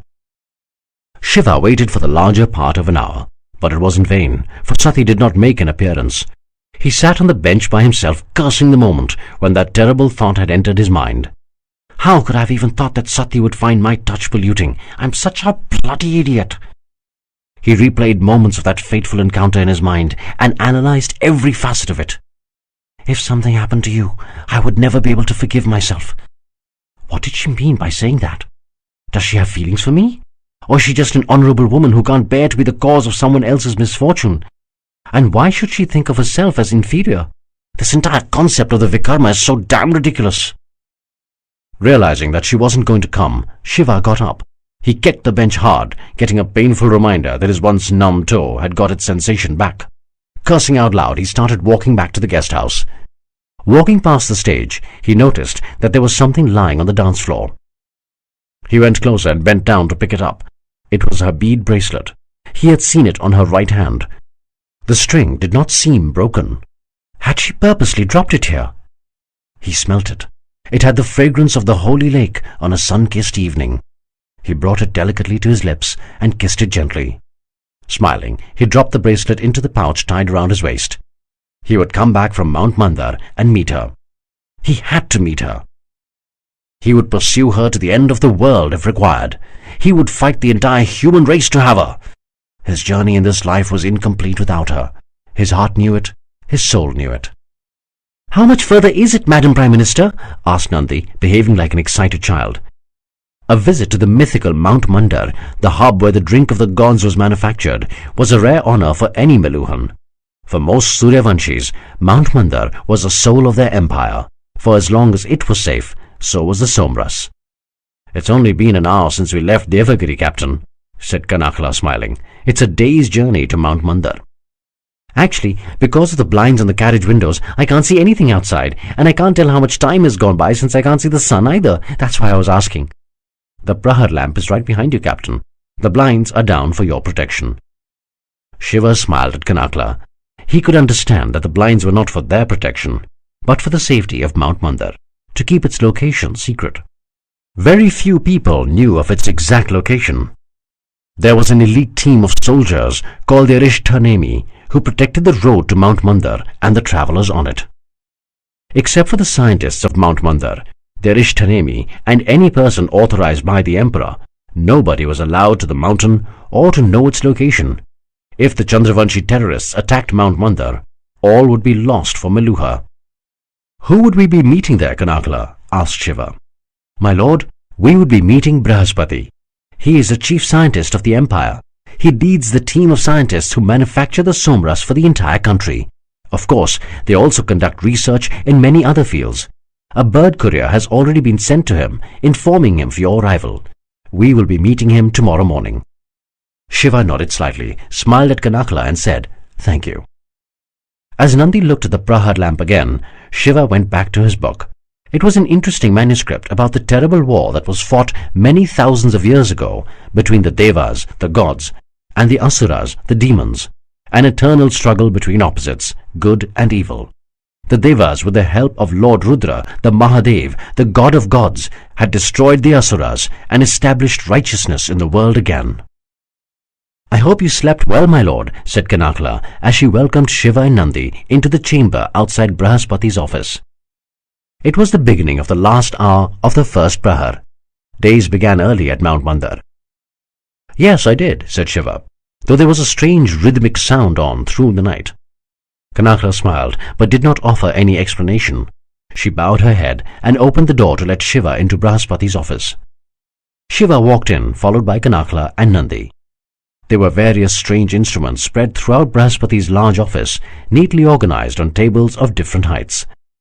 There were palm leaf notes alongside each of the instruments where some experiments had clearly been conducted. The room was a restrained blue. There was a large picture window in the corner which afforded a breathtaking view of the dense forest at the foot of the mountain. At the center, many simple, low seats had been arranged together in a square. It was a frugal room, in line with a culture that celebrated simplicity over style at every turn. Brahaspati was standing in the center of the room, his hands folded in a namaste. Of medium height, much shorter than Shiva, his wheat-colored skin, deep-set eyes, and well-manicured beard gave Brahaspati a distinguished appearance. A clean-shaven head, except for the choti, and a serene expression, gave his face an intellectual look. His body was slightly overweight.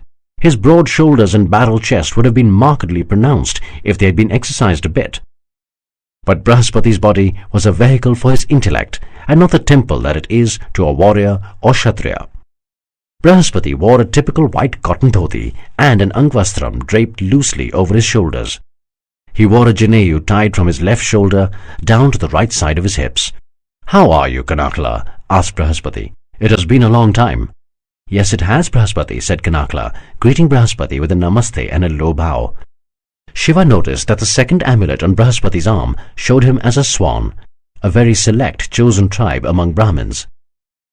"This is Lord Shiva," said Kanakla, pointing towards Shiva. "Just Shiva will do, thank you," smiled Shiva, with a polite namaste towards Brahaspati. "All right then, just Shiva it is. And who might you be?" asked Brahaspati, turning towards Nandi.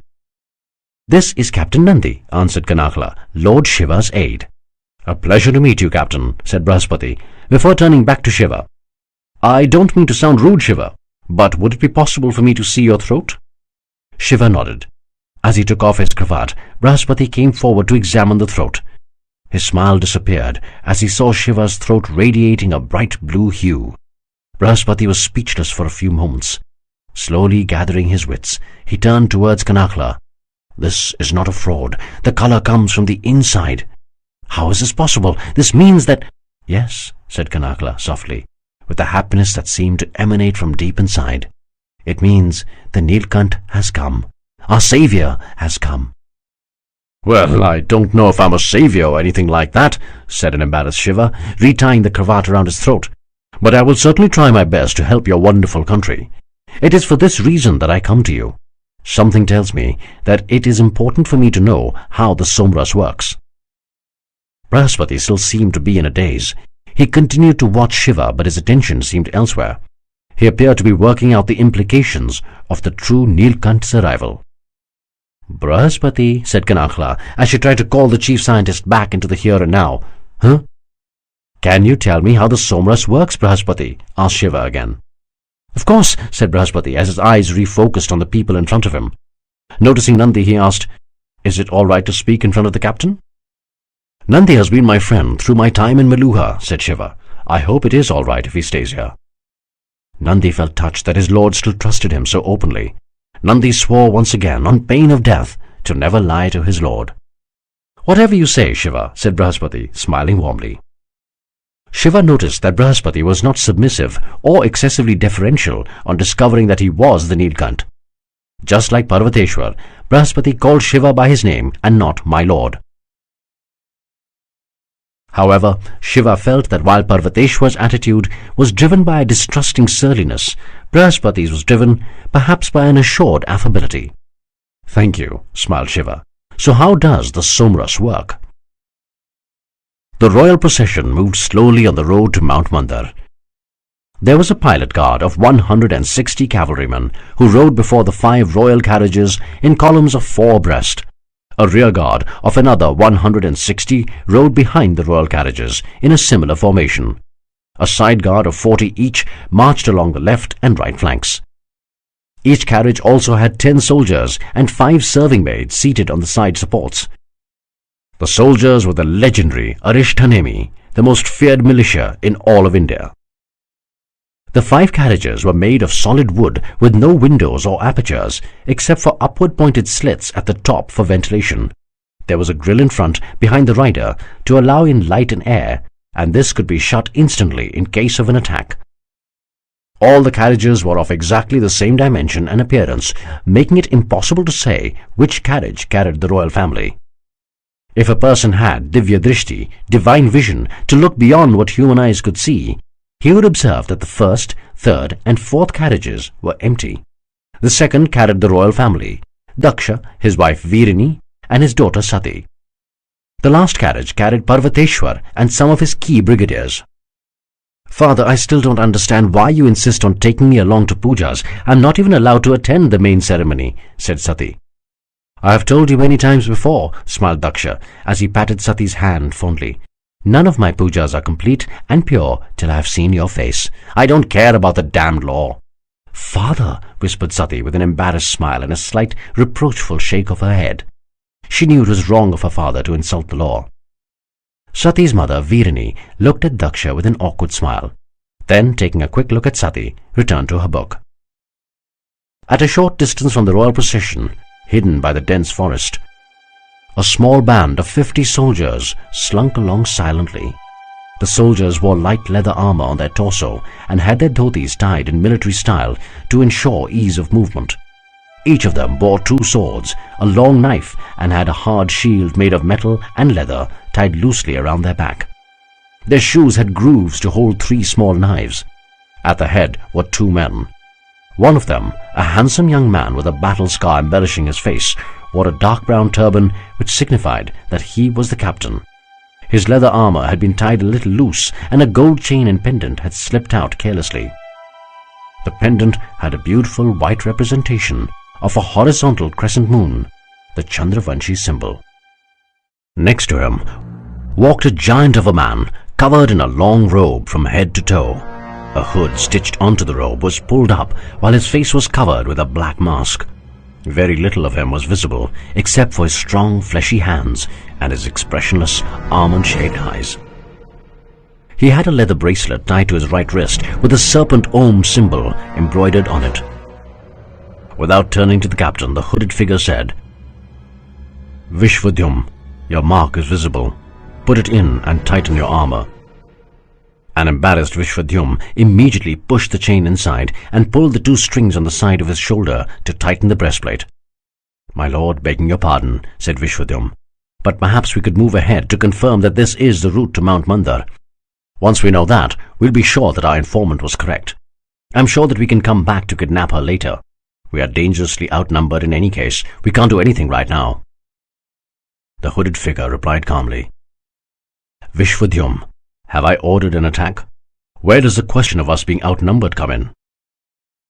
And we are going in the direction of Mount Mandar. A few hours' delay will not bring the heavens down.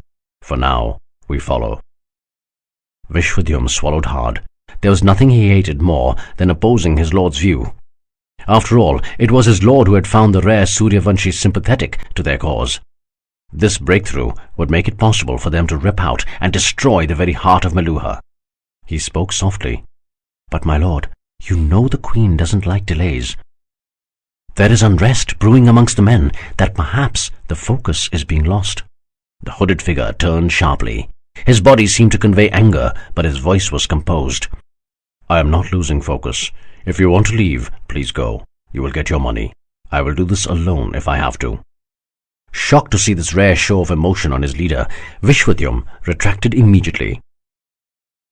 "No, my lord, that is not what I was trying to imply. I am sorry. I will stay with you till you release me. You are right. A few hours will make no difference when we have waited for centuries." The platoon continued tracking the royal caravan silently. "At a conceptual level, how the Somras works is ridiculously simple," said Brahaspati. "The almost impossible task was to convert the concept into reality. That was the genius of Lord Brahma. Jai Shri Brahma!" "Jai Shri Brahma!" repeated Shiva, Kanakla, and Nandi. Before understanding how the medicine slows down the aging process dramatically, we have to understand what keeps us alive, said Brahaspati. There is a fundamental thing that none of us can live without. Shiva stared at Brahaspati, waiting for him to expound. "And that fundamental thing is energy," explained Brahaspati. "When we walk, talk, think, that is when we do anything that can be called being alive. We use energy." "We have a similar concept amongst our people," said Shiva, "except we call it Shakti." "Shakti?" asked a surprised Brahaspati. "Interesting. That word has not been used to describe energy for many centuries. It was a term of the Pandyas, the ancestors of all the people of India. Do you know where your tribe came from, their lineage?" "I'm not really sure, but there is an old woman in my tribe who claims to know everything about our history. Perhaps we should ask her when she comes to Devagiri." "Perhaps we should," smiled Brahaspati. "In any case, getting back to the subject. We know nothing can be done by our body without energy. Now, where does this energy come from?" "From the food that we eat," suggested Nandi timidly. He was finally getting the confidence to speak in front of such important people. "Absolutely right. The food that we eat stores energy, which we can expend. That's also why if we don't eat, we feel weak. However, you don't get energy just by eating food. Something inside the body has to draw the energy so that we can put it to good use." "Absolutely," agreed Shiva. "The conversion of food into energy is done by the air we breathe," continued Brahaspati. "The air has various gases in it. One of these gases is called oxygen, which reacts with our food and releases energy. If we don't get oxygen, our body would be starved of energy and we would die." "But this is the process that keeps us alive," said Shiva. "What does the medicine have to do with it? The medicine has to work on that which causes us to grow old, become weaker and die." Brahaspati smiled. "What I told you does have something to do with how we age, because as it appears, nature has a sense of humor. The very thing that keeps us alive is also what causes us to age and eventually die. When oxygen reacts with our food to release energy, it also releases free radicals called oxidants. These oxidants are toxic as well. When you leave any fruit out and it goes bad, it's because it has been oxidized, or the oxidants have reacted with it to make it rot. A similar oxidizing process causes metals to corrode. It happens especially with the new metal we've discovered, iron. The same thing happens to our body when we breathe in oxygen. The oxygen helps convert the food we eat into energy, but it also causes the release of oxidants into our body, which start reacting inside us. We rust from the inside out, and hence age and die. "By the holy god Agni!" exclaimed Nandi. "The very thing that gives us life also slowly kills us?" "Yes," said Brahaspati. "Think about it. The body tries to store everything that you need from the outside world to survive. It stores enough food so that even if you don't eat for a few days, you won't die. It stocks up on water so that a few days of thirst will not kill you. It seems logical, right? If your body needs something, it keeps some of it as a backup for possible shortages." "Absolutely," agreed Shiva. "On the other hand, the body does not store enough oxygen, the most crucial component of staying alive, to last for more than just a few minutes. It doesn't make sense at all. The only explanation can be that the body realizes that despite being an elixir, oxygen is also a poison. Hence, it is dangerous to store." "So, what did Lord Brahma do?" asked Shiva. After a lot of research, Lord Brahma invented the somras, which, when consumed, reacts with the oxidants, absorbs them, and then expels them from the body as sweat or urine. Because of the somras, there are no oxidants left in the body. Is that why the sweat released from the body is poisonous the first time after a person drinks the somras? Yes, your sweat is particularly dangerous the first time after you drink the somras. Having said that, remember, sweat and urine released from the body, even after a person has drunk the somras for years, remains toxic. So, you have to eject it from the body and make sure that it does not affect anyone else. So, that's why the Meluhans are so obsessed with hygiene. Yes, that's why all Meluhans are taught about two things from a young age: water and hygiene. Water is the cleanest absorber of the effluents that the somras generates and excretes as toxins. Meluhans are taught to drink gallons of water, and everything that can be washed should be washed. The Meluhans bathe at least twice a day. All ablutions are done in specific rooms, and the waste is carried out by underground drains safely out of the city. "Strict hygiene standards," smiled Shiva as he remembered his first day in Kashmir and Ayurvedi's strong words. "What goes into manufacturing the somras?"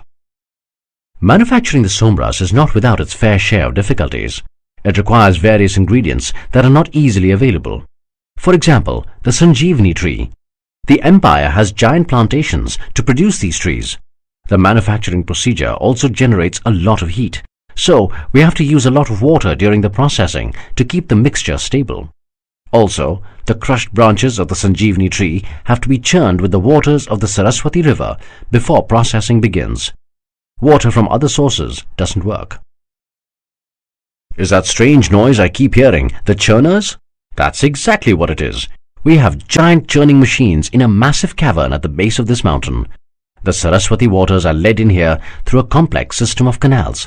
The water is collected in an enormous pool in the cavern, which we affectionately call Sagar." "Sagar? An ocean? You call a pool of water by that name?" asked a surprised Shiva, for he had heard legends about the massive, never-ending expanse of water called Sagar. "It is a bit of hyperbole," admitted Brahaspati with a smile. "But if you did see the size of the pool, you would realize that we are not that off the mark." "Well, I would certainly like to see the entire facility. It was too late when we came in last night, so I haven't seen much of the mountain as yet." "I will take you round after lunch," said Brahaspati. Shiva grinned in reply. He was about to say something, but checked himself in time, looking at both Kanakala and Nandi. Brahaspati noticed the hesitation. He felt Shiva might want to ask him something, but not in front of Nandi and Kanakala. Brahaspati turned to them and said, "I think Shiva wants to ask me something. May I request you to wait outside?" It was a measure of the respect that Brahaspati commanded that Kanakala immediately rose to leave the room after a formal namaste, followed by Nandi. Brahaspati turned to Shiva with a smile. "Why don't you ask me the real question you came to ask?"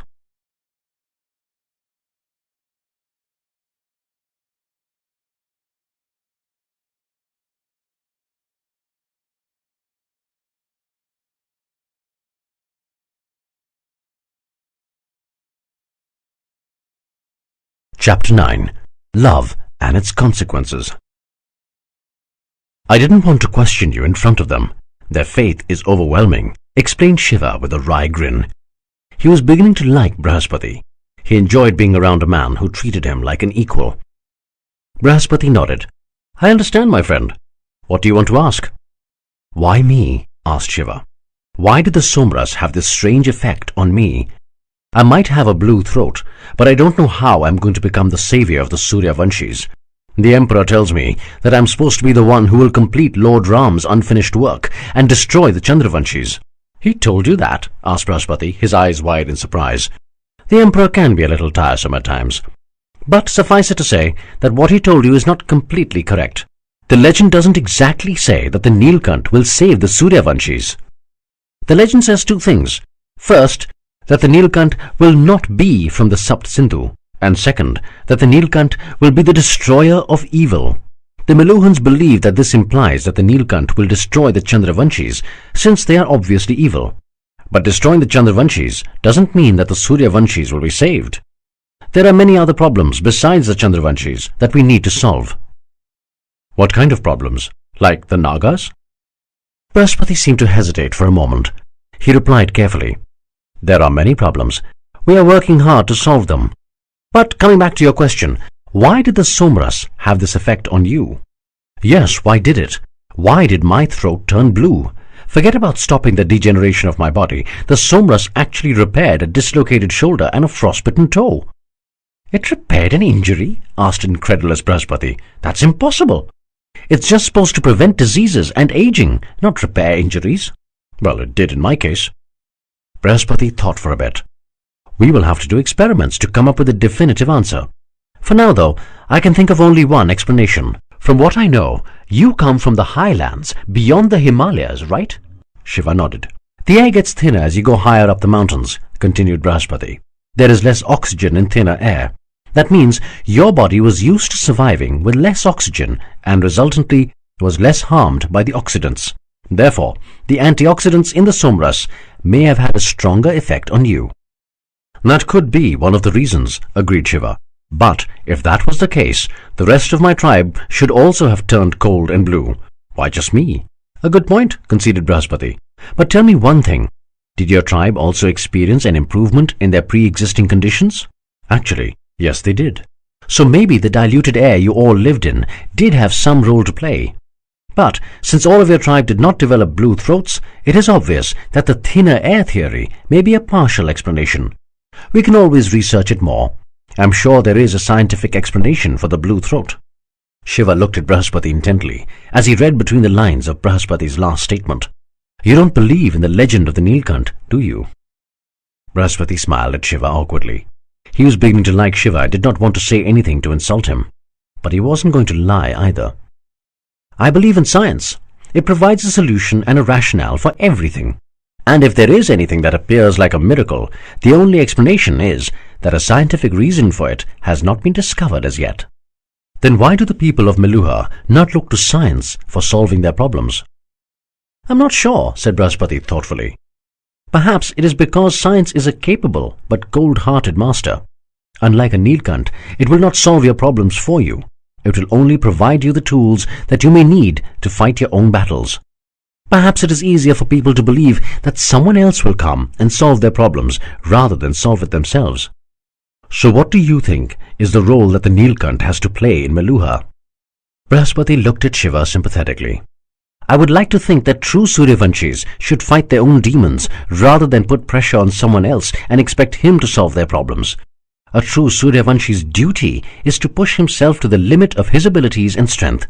The coming of the Neelkanth should only redouble a Suryavanshi's efforts, since it is obvious that the time for the destruction of evil is near.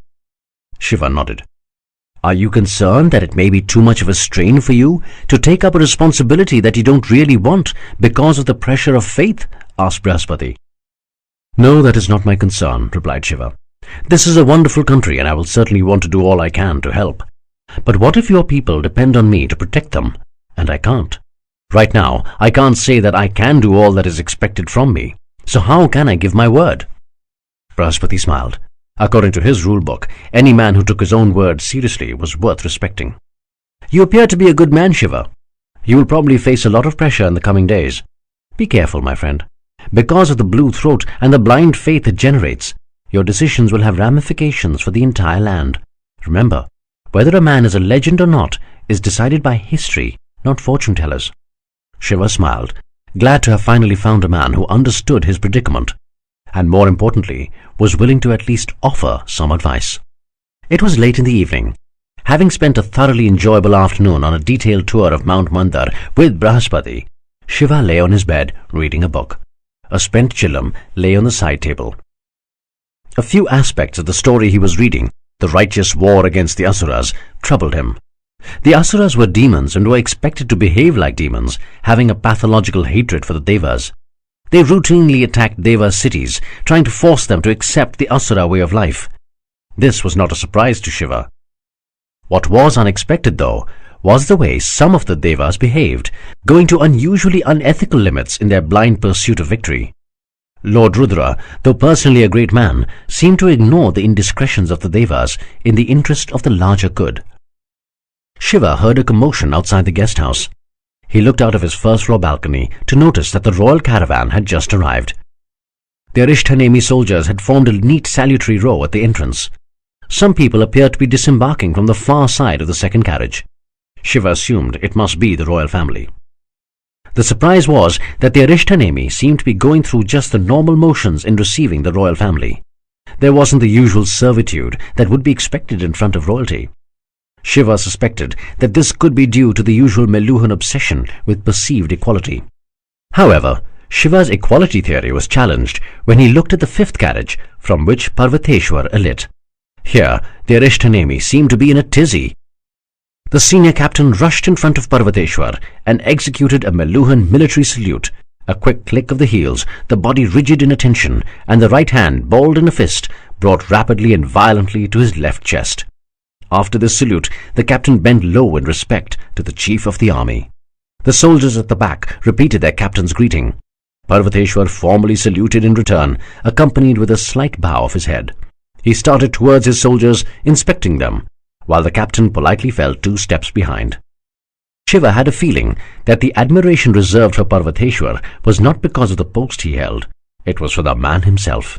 For all his surliness, Parvateshwar had a reputation of a brave warrior, a soldier's general, respected as a man whose word was true. Shiva could see the strength of that repute in the eyes of each Arishthanemi who bent low on receiving the attention of his general. A little while later, Shiva heard a soft knock on his door. He did not need to open it to know who was on the other side. Sighing softly, he opened the door. Daksha's fixed smile disappeared when he started a little as the unfamiliar odor of the marijuana assaulted his senses. Kanachla, standing to the emperor's right, appeared equally perplexed. "What is that stench?" Daksha asked Brihaspati, who stood to the left. "Perhaps you should change the lord's room. How can you subject him to this discomfort?" "I have a feeling that Shiva is comfortable with this aroma, Your Highness," said Brihaspati. "It is a smell that travels with me, Your Highness," said Shiva. "I like it." Daksha was baffled. His face did nothing to hide his revulsion, but he quickly recovered his composure. After all, the lord was happy with the malodor. "I'm sorry to disturb you, my lord," said Daksha, his smile back in place. "I just thought I would inform you that my family and I have reached the guest house." "It is very kind of you to inform me, Your Highness," said Shiva with a formal namaste. "My family and I were hoping to have the honor of eating breakfast with you tomorrow morning, my lord." "The honor would be mine, Your Highness." "Excellent, excellent," beamed Daksha as he moved on to the question that dominated his mind. "So, what do you think of the somras, my lord? Isn't it really the drink of the gods?" "Yes, Your Highness, it does appear to be a miraculous drink." "It is the basis of our civilization," continued Daksha. "Once you have taken a tour of our land, you will see the goodness of our way of life. I am sure you will find it in your heart to do something to save it." "Your Highness, I already think highly of your country. It truly is great and treats its citizens well. I wouldn't doubt that it is a way of life that is worth protecting. However, what I am not sure about is what I can do. Yours is such an advanced civilization, and I am just a simple tribal man." "Faith is a very potent weapon, my lord," said Daksha, his hands joined in supplication. "All that is needed is for you to have as much faith in yourself as we have in you. I am sure that if you spend a few more days in our country and see the effect that your presence has on our people, you will realize what you can do." Shiva gave up arguing against Daksha's childlike belief. Brihaspati winked at Shiva before coming to his rescue.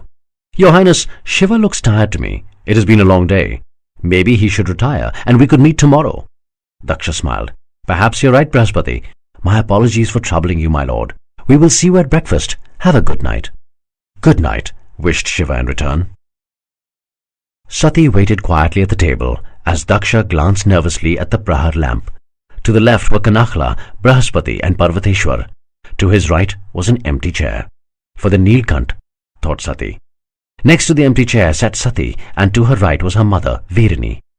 Daksha had agonized deeply over the seating to get it exactly right. Sati looked over the arrangements, a formal table and chairs for breakfast, rather than the preferred low table and floor cushions that Meluhans normally sat upon to eat. The beloved banana leaf had been replaced by gold plates. The taste-enhancing kulhars, or mud cups, had been replaced by refined silver glasses. She thought that her father was really pulling out all stops for this breakfast meeting. She had seen him pin his hopes on too many so-called Neelkanths earlier, miracle men who had turned out to be frauds. She hoped that her father would not have to face disillusionment again. The crier announced Shiva and Nandi. As Daksha rose with a reverential namaste to receive the Lord, Parvateshwar rolled his eyes at the servile behavior of his emperor. At the same instant, Sati bent down to pick up a glass that she had accidentally knocked over to the floor. "My lord," said Daksha, pointing to the people standing around the table, "Kanakla, Brahaspati and Parvateshwar, you already know. At the far right is my wife, Queen Virini."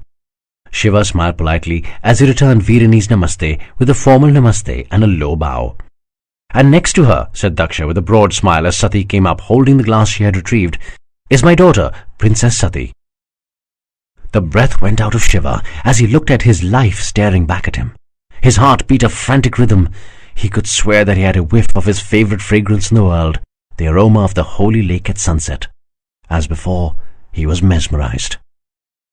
There was an uncomfortable silence in the room, except for the noise made by the unfortunate glass which fell from Sati's hand again. The clang of the rolling glass distracted Sati slightly from her fixed gaze. With superhuman effort, she managed to control the look of shock on her face. She was breathing heavily, as if she had just danced a duet with Shiva. What she did not know was that her soul was doing exactly that. Daksha gazed at the dumbstruck couple with glee. He had the look of a director who had just seen his play being perfectly executed. Nandi, standing right behind Shiva, could see Sati's expression. Suddenly, everything became clear to him. The dance practices, the Vikrama touch, the Shuddhikaran, and his lord's anguish. While some part of him was afraid, another reconciled to it quickly. If his lord wanted this, he would support it in every way possible. Brahaspati stared blankly at the couple, deep in thought about the implications of this unexpected situation. Parvateshwar looked at the goings-on with barely concealed repugnance. What was happening was wrong, immoral, and worst of all, illegal. "My lord," said Daksha, pointing to the empty seat at his right, "please take your seat, and we shall begin." Shiva did not react. He had not heard Daksha's words. He was in a world where the only sound was the harmonious melody of Sati's heavy breathing, a tune he could blissfully dance to for his next 7 lives. "My lord," repeated Daksha, a little louder. A distracted Shiva finally looked at Daksha as if from another world. "Please take your seat, my lord," said Daksha. "Yes, of course, your highness," said Shiva, averting his eyes in embarrassment. As Shiva sat down, the food was brought in. It was a simple delicacy that the Meluhans loved for breakfast: rice and some cereals fermented and ground into a thick batter. Small portions of this batter were then wrapped in banana leaves and steamed into cylindrical roundels. The preparation was served while still draped in the banana leaf, along with some spicy lentils for taste. The dish was called an idli. "You're the Neelkanth?" a still shocked Sati whispered softly to Shiva, as she had willed some calmness into her breathing. "Apparently so," replied Shiva with a playful grin. "Impressed?" Sati answered that question with a raised, disdainful brow. The mask was back. "Why would I be impressed?" "What?" "My lord," said Daksha. "Yes, your highness," said Shiva, turning towards Daksha. "I was thinking," said Daksha, "our puja should be over by this evening. Yet I have to stay here for 2 more days for some reviews with Brahaspati. There is no point in having Virini and Sati get thoroughly bored out here for so much time." "Thank you, your highness," said Brahaspati with a sly grin. "Your vote of confidence in the interest that the royal family has in Mount Mandar is most reassuring." The entire table burst out laughing. So did Daksha, exhibiting a sporting spirit. You know what I mean, Brahaspati, said Daksha, shaking his head. Turning back to Shiva, he continued, From what I know, my lord, you were planning to leave for Devagiri tomorrow morning. I think it may be a good idea for Virani and Sati to accompany you. The rest of us can catch up with you 2 days later. Sati looked up in alarm. She wasn't sure why, but something told her that she shouldn't agree to this plan. Another part of her said that she had no reason to be scared. In all the 85 years she has spent as a Vikrama, she had never broken the law. She had the self-control to know what was right and what wasn't. Shiva, though, had no such thoughts. With very obvious delight, he said, I think it's a very good idea, Your Highness. Nandi and I could travel with both Her Highnesses back to Devagiri. It's settled then, said a visibly content Daksha. Turning to Parvateshwar, he said, Parvateshwar, please ensure that the Arishthanemi escort are broken into 2 groups for the return journey. My lord, I don't think that's wise, said Parvateshwar. A large part of the Arishthanemi are still in Devagiri, preparing for the material transfer. Also, the standing contingent in Mount Mandar cannot be reduced under any circumstances. We may not have enough soldiers for 2 caravans. Perhaps we could all travel together day after tomorrow. I'm sure there won't be a problem, said Daksha. And don't you always say that each Arishthanemi is equal to 50 enemy soldiers? It's settled. The Lord Neelkanth, Virani and Sati will leave tomorrow morning. Please make all the arrangements. Parvateshwar went unhappily back to his thoughts as Shiva and Sati started whispering to each other again. You did go for a Shuddhikaran, didn't you? Asked Sati seriously. Yes, said Shiva. He wasn't lying. He had gone for a purification ceremony on his last night at Devagiri. He didn't believe he needed it. However, he knew that Sati would ask him the next time they met, and he didn't want to lie to her. Though I think the concept of doing a Shuddhikaran is completely absurd, whispered Shiva. In fact, the entire concept of the Vikrama is ridiculous. I think this is one of the few things in Meluha that is not fair and should be changed. Sati looked up suddenly at Shiva, her face devoid of any expression. Shiva stared hard into her eyes, trying to gauge some of the thoughts running through her mind, but he hit a blank wall. It was the beginning of the second prahar the next day when Shiva, Virani, Sati and Nandi departed for Devagiri along with 100 Arishthanemi. Daksha, Parvateshwar and Kanakla stood outside the guest house to see them off. Brahaspati had been detained by some scheduled experiments. The entourage had to sit in the same carriage as there were guidelines that a minimum of 4 carriages had to be kept aside for any caravan that carried the emperor. Since the royal procession had come in 5 carriages, that left only 1 carriage for this caravan. Parvateshwar was deeply unhappy about the unorthodox way in which members of the royal family had to travel without any dummy carriages, but his objections were overruled by Daksha. Sitting on one of the comfortable sofas inside the carriage, Sati noticed that Shiva was wearing his cravat again. Why do you cover your throat all the time? I'm uncomfortable with the attention that comes when anyone sees the blue throat, replied Shiva. But you will have to get used to it. The blue throat is not going to disappear. True, answered Shiva with a smile, but till I get used to it, the cravat is my shield. As the caravan left, Parvateshwar and Kanakla came up to Daksha. Why do you have so much faith in that man, my lord? Asked Parvateshwar of Daksha. He has done nothing to deserve respect. How can he lead us to victory when he has not even been trained for it? The entire concept of the Neelkanth goes against our rules. In Meluha, a person is supposed to be given a task only if he is found capable of it and trained by the system. We are in a state of war, Parvateshwar, replied Daksha. An undeclared one, but a state of war all the same. We face a terrorist attack every other week. These cowardly Chandravanshis don't even attack from the front so that we can fight them. And our army is too small to attack their territory openly. Our rules are not working. We need a miracle. And the first rule of serendipity is that miracles come when we forget rational laws and have faith. I have faith in the Neelkanth, and so do my people. But Shiva has no faith in himself. How can you force him to be our savior when he himself doesn't want to do it? Sati will change that. My lord, you're going to use your own daughter as bait? Asked a horrified Parvateshwar. And do you really want a savior who decides to help us just because of his lust? It is not lust! Parvateshwar and Kanakla kept quiet, shocked by Daksha's reaction. What kind of a father do you think I am? Asked Daksha. You think I will use my daughter so? She just may find comfort and happiness with the Lord. She has suffered enough already. I want her to be happy, and if in doing so I help my country as well, what is the harm?" Parvateshwar was about to say something, but thought the better of it. "We need to destroy the Chandravanshi ideology," continued Daksha, "and the only way we can do that is if we can give the benefits of our lifestyle to the people of Swadweep. The common Swadweepans will be grateful for this, but their Chandravanshi rulers will try everything in their power to stop us. They may be able to resist us, but try as they might, they cannot stop a people led by the Neelkanth. And if Sati is with the Neelkanth, there is no way he would refuse to lead us against the Chandravanshis." "But, Your Highness, do you really think the Lord will come to our side just because he is in love with your daughter?" asked Kanakla. "You have missed the point. The Lord does not need to be convinced to be on our side," said Daksha. "He already is. We are a great civilization, maybe not perfect, but great all the same. One has to be blind to not see that. What the Neelkanth needs is the motivation and belief in himself to lead us. That belief in himself will assert itself when he moves closer to Sati." "And how is that going to happen, Your Highness?" asked Parvateshwar, frowning slightly. "You know what is the most powerful force in a man's life?" asked Daksha. Kanakla and Parvateshwar looked at Daksha nonplussed. "It is his intense desire to impress the person he loves most," expounded Daksha.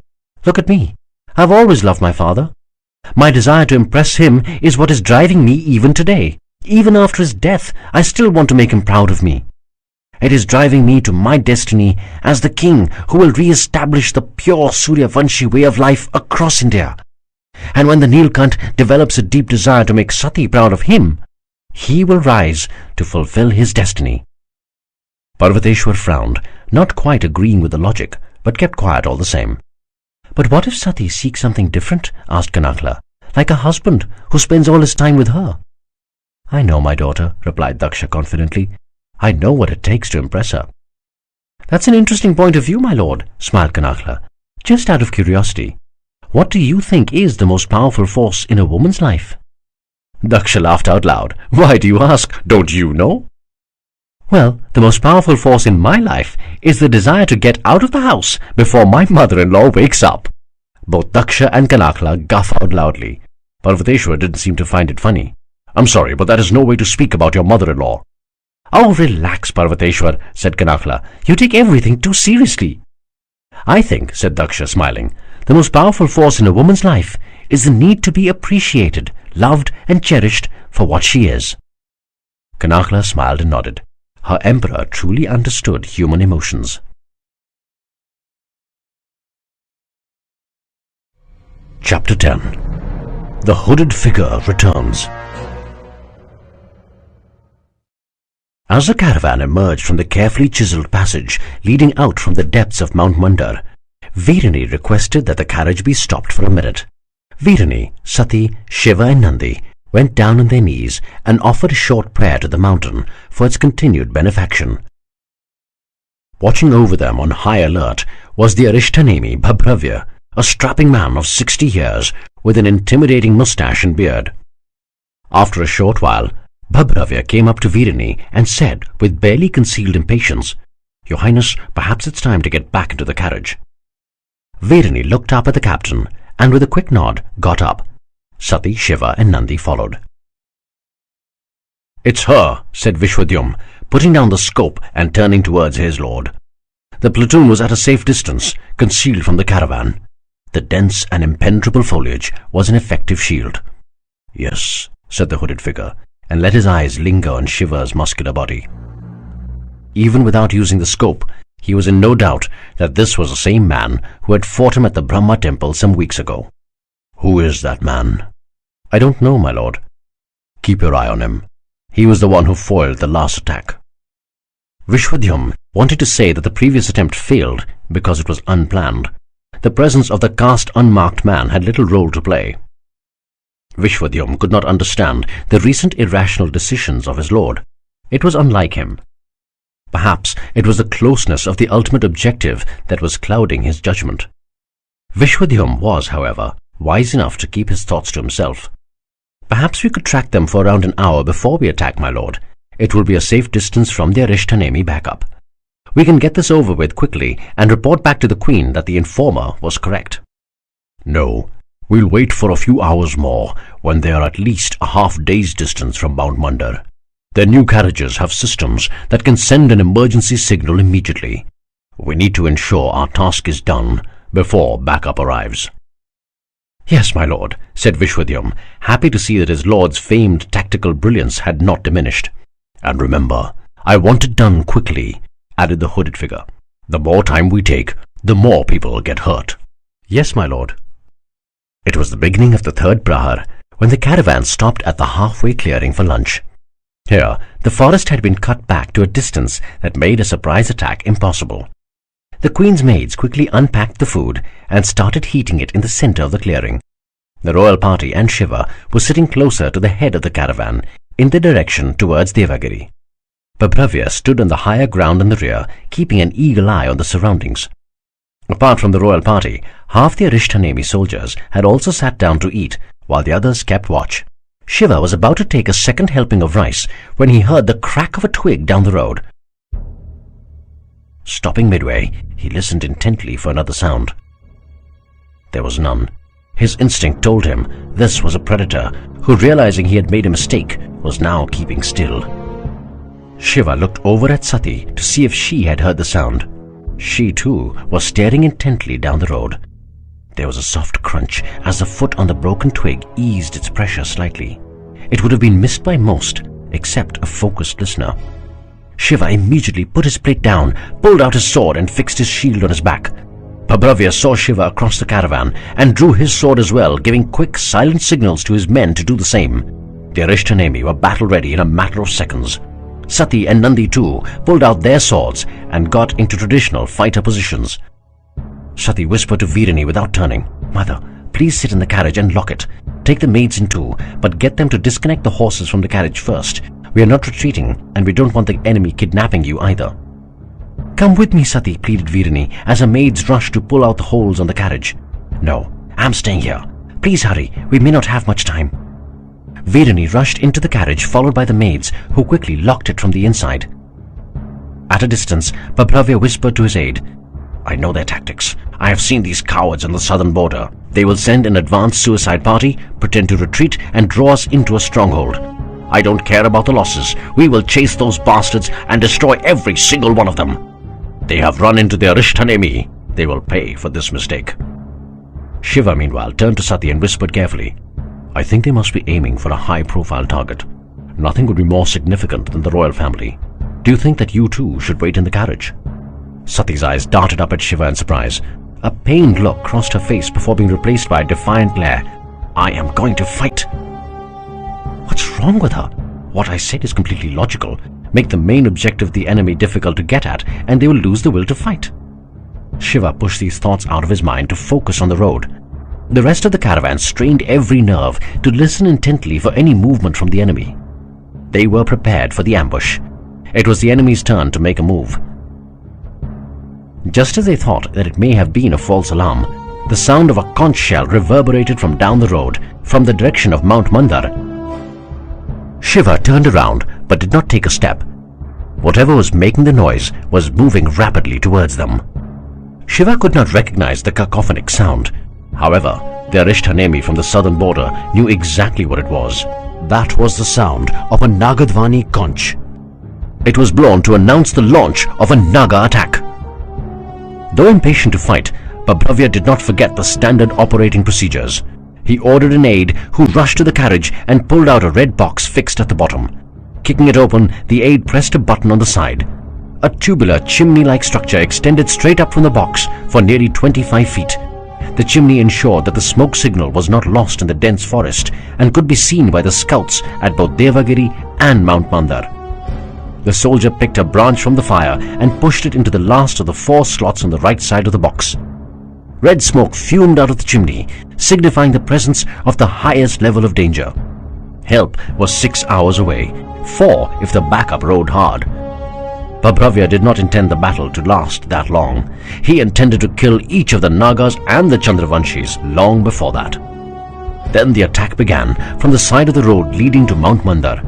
A small band of 10 Chandravanshi soldiers charged at the Arishthanemi. One soldier was holding the Naga conch shell and blowing hard. Another amongst them had covered his entire face and head with a cloth, except for small slits for his eyes, the Naga himself. Shiva did not move. He could see the battle raging at the far end of the caravan. There were only 10 Chandravanshis. Their Ishtanemi did not need any support. He signaled to Sati and Nandi to stay where they were. Sati agreed, for she too expected this attack to be a ruse. The battle was short and fierce. The Chandravanshi soldiers fought viciously, but were outnumbered. As Babravya expected, they turned in no time and retreated fast. "After them!" yelled Babravya. "Kill them all!" The Ishtanemi dashed behind their captain in pursuit of the retreating Chandravanshis. Most of them did not hear Shiva cry out loud, "No! Stay here! Don't chase them!" By the time some of the Arishtanemi heard Shiva's order, a majority had already left, chasing the Chandravanshis. Shiva was left in the clearing with Sati, Nandi, and just 25 soldiers. Shiva turned back towards the side of the road leading to Devagiri, the direction from which the crack of the twig had come. He turned again to look at the remaining Arishtanemi. Pointing towards his back, he spoke with a voice that was both steady and calm. "This is where the actual attack will come from. Get into a tight formation in fours, facing that direction. Keep the princess in the middle. We will have to hold them back for about 5 or 10 minutes. The other Arishtanemi will return when they realize there are no Chandravanshis to fight in that direction." The Arishtanemi looked at Shiva and nodded. They were battle-hardened men. They liked nothing more than a clear-headed and calm leader who knew exactly what he was doing. They quickly got into the formation ordered by Shiva and waited. Then the real attack began. 40 Chandravanshi soldiers, led by a hooded figure, emerged from the trees, walking slowly towards the Suryavanshi caravan. The outnumbered Arishtanemi remained stationary, waiting for their enemy to come to them. "Surrender the princess to us, and we will leave," said the hooded figure. "We want no unnecessary bloodshed." "The same Joker from the Brahma temple? He's got a strange costume, but he fights well." "We don't want any bloodshed either," said Shiva. "Leave quietly, and we promise not to kill you." "You're the one who's looking at death in the face, barbarian," said the hooded figure, conveying anger through his posture rather than his voice, which remained eerily composed. Shiva noticed the brown-turbaned officer look impatiently at the hooded figure. He clearly wanted to attack fast and get this over with. Dissension in the ranks. "The only face I'm looking at is a stupid festival mask, and it's soon going to be shoved down your pathetic little throat. Also, tell that brainless lieutenant of yours that he shouldn't give battle plans away." The hooded figure remained calm, not turning to look at Vishwadyum. "Damn, this man is good." "This is the last warning, barbarian," repeated the hooded figure. "Hand her over right now." Sati suddenly turned towards the carriage as she realized something, shouting, "Mother, the new emergency conch shell close to the front grille! Blow it now!" A loud plea for help emitted from the carriage. Babravya and his men had been summoned. The hooded figure cursed as he realized his advantage had been taken away. He had very little time to complete this operation. The other Suryavanshis would be back soon. "Charge!" The Arishtanemi stayed in position. "Steady," said Shiva. "Wait for them. All you have to do is buy time. Keep the princess safe. Our friends will be back soon."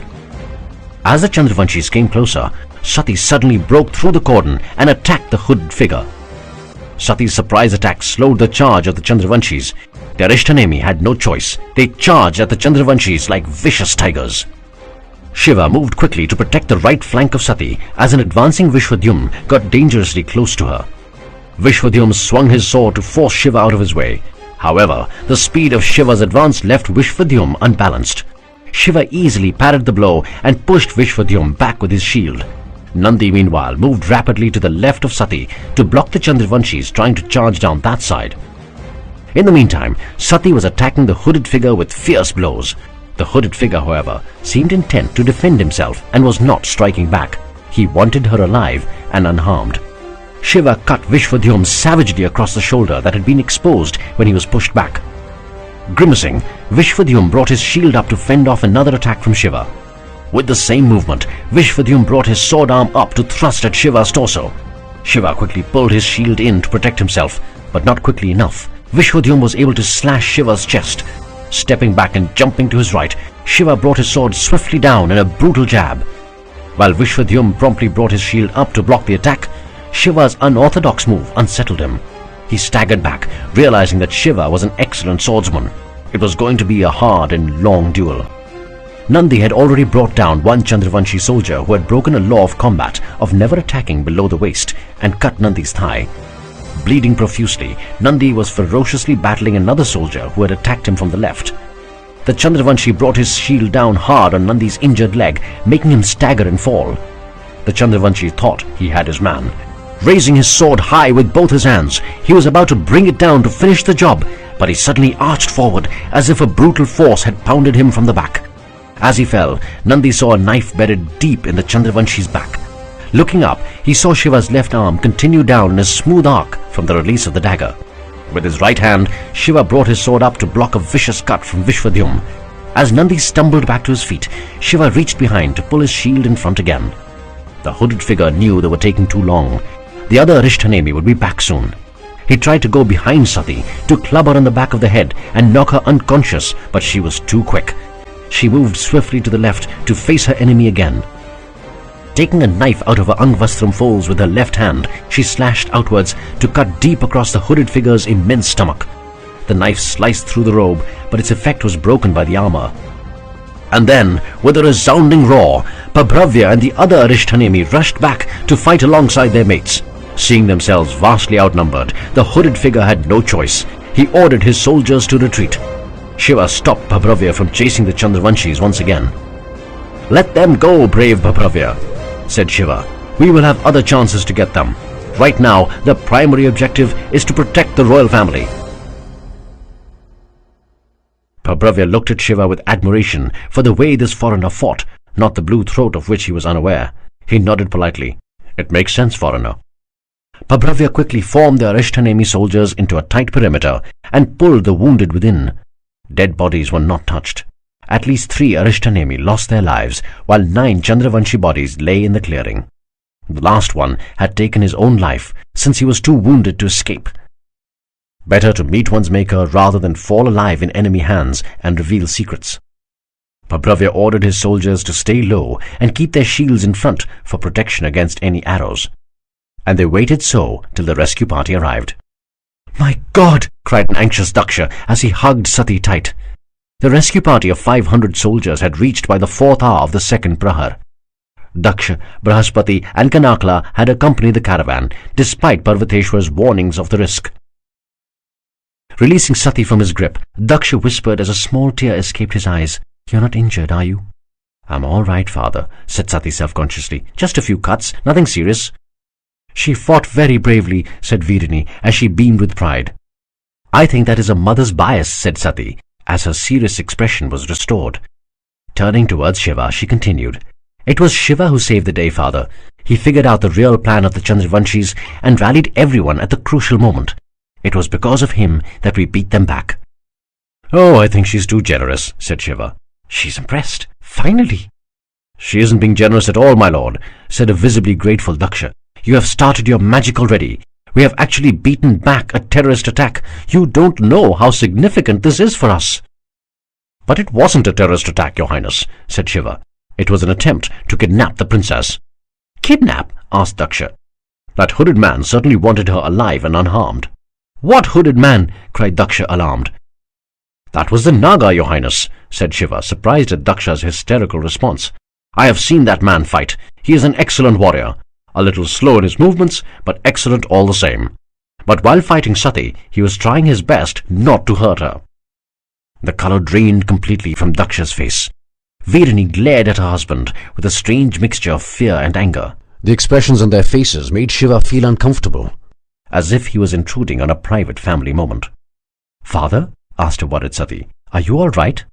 Hearing no response from Daksha, Shiva turned to Sati and said, "Perhaps it's best if you speak to your family alone.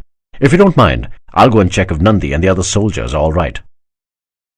Parvateshwar was walking around his men, checking on the injured and ensuring that they received medical help, with Babravya 2 steps behind.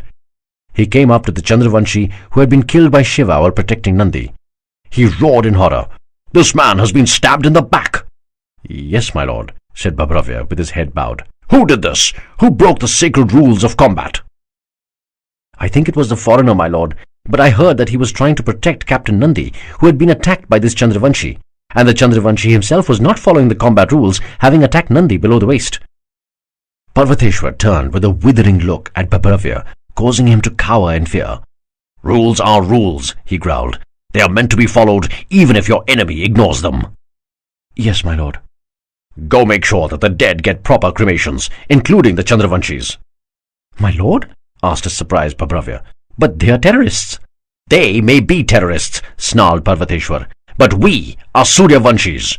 We are the followers of Lord Ram. There are norms that we follow even towards our enemies. The Chandravanshis will get proper cremations. Is that clear?" "Yes, my lord." "Why do you call the foreigner your lord?" asked an injured Arishthanemi lying next to Nandi. Shiva had just departed after spending half an hour with Nandi and the other injured soldiers. If one saw the injured at this point, it would be impossible to believe that they had fought a battle just a few hours ago. They were talking jovially with each other. Some were ribbing their mates about how they had fallen for the red herring at the beginning of the battle. In the Kshatriya way, to laugh in the face of death was the ultimate mark of a man. "Because he is, my lord," answered Nandi simply. "But he's a foreigner, a caste unmarked foreigner," said the Arishthanemi. "He's a brave warrior, no doubt. But there are so many brave warriors in Meluha. What makes him so special? And why does he spend so much time with the royal family?" "I can't answer that, my friend. You will get to find out when the time is right." The Arishthanemi looked at Nandi quizzically, then shook his head and smiled.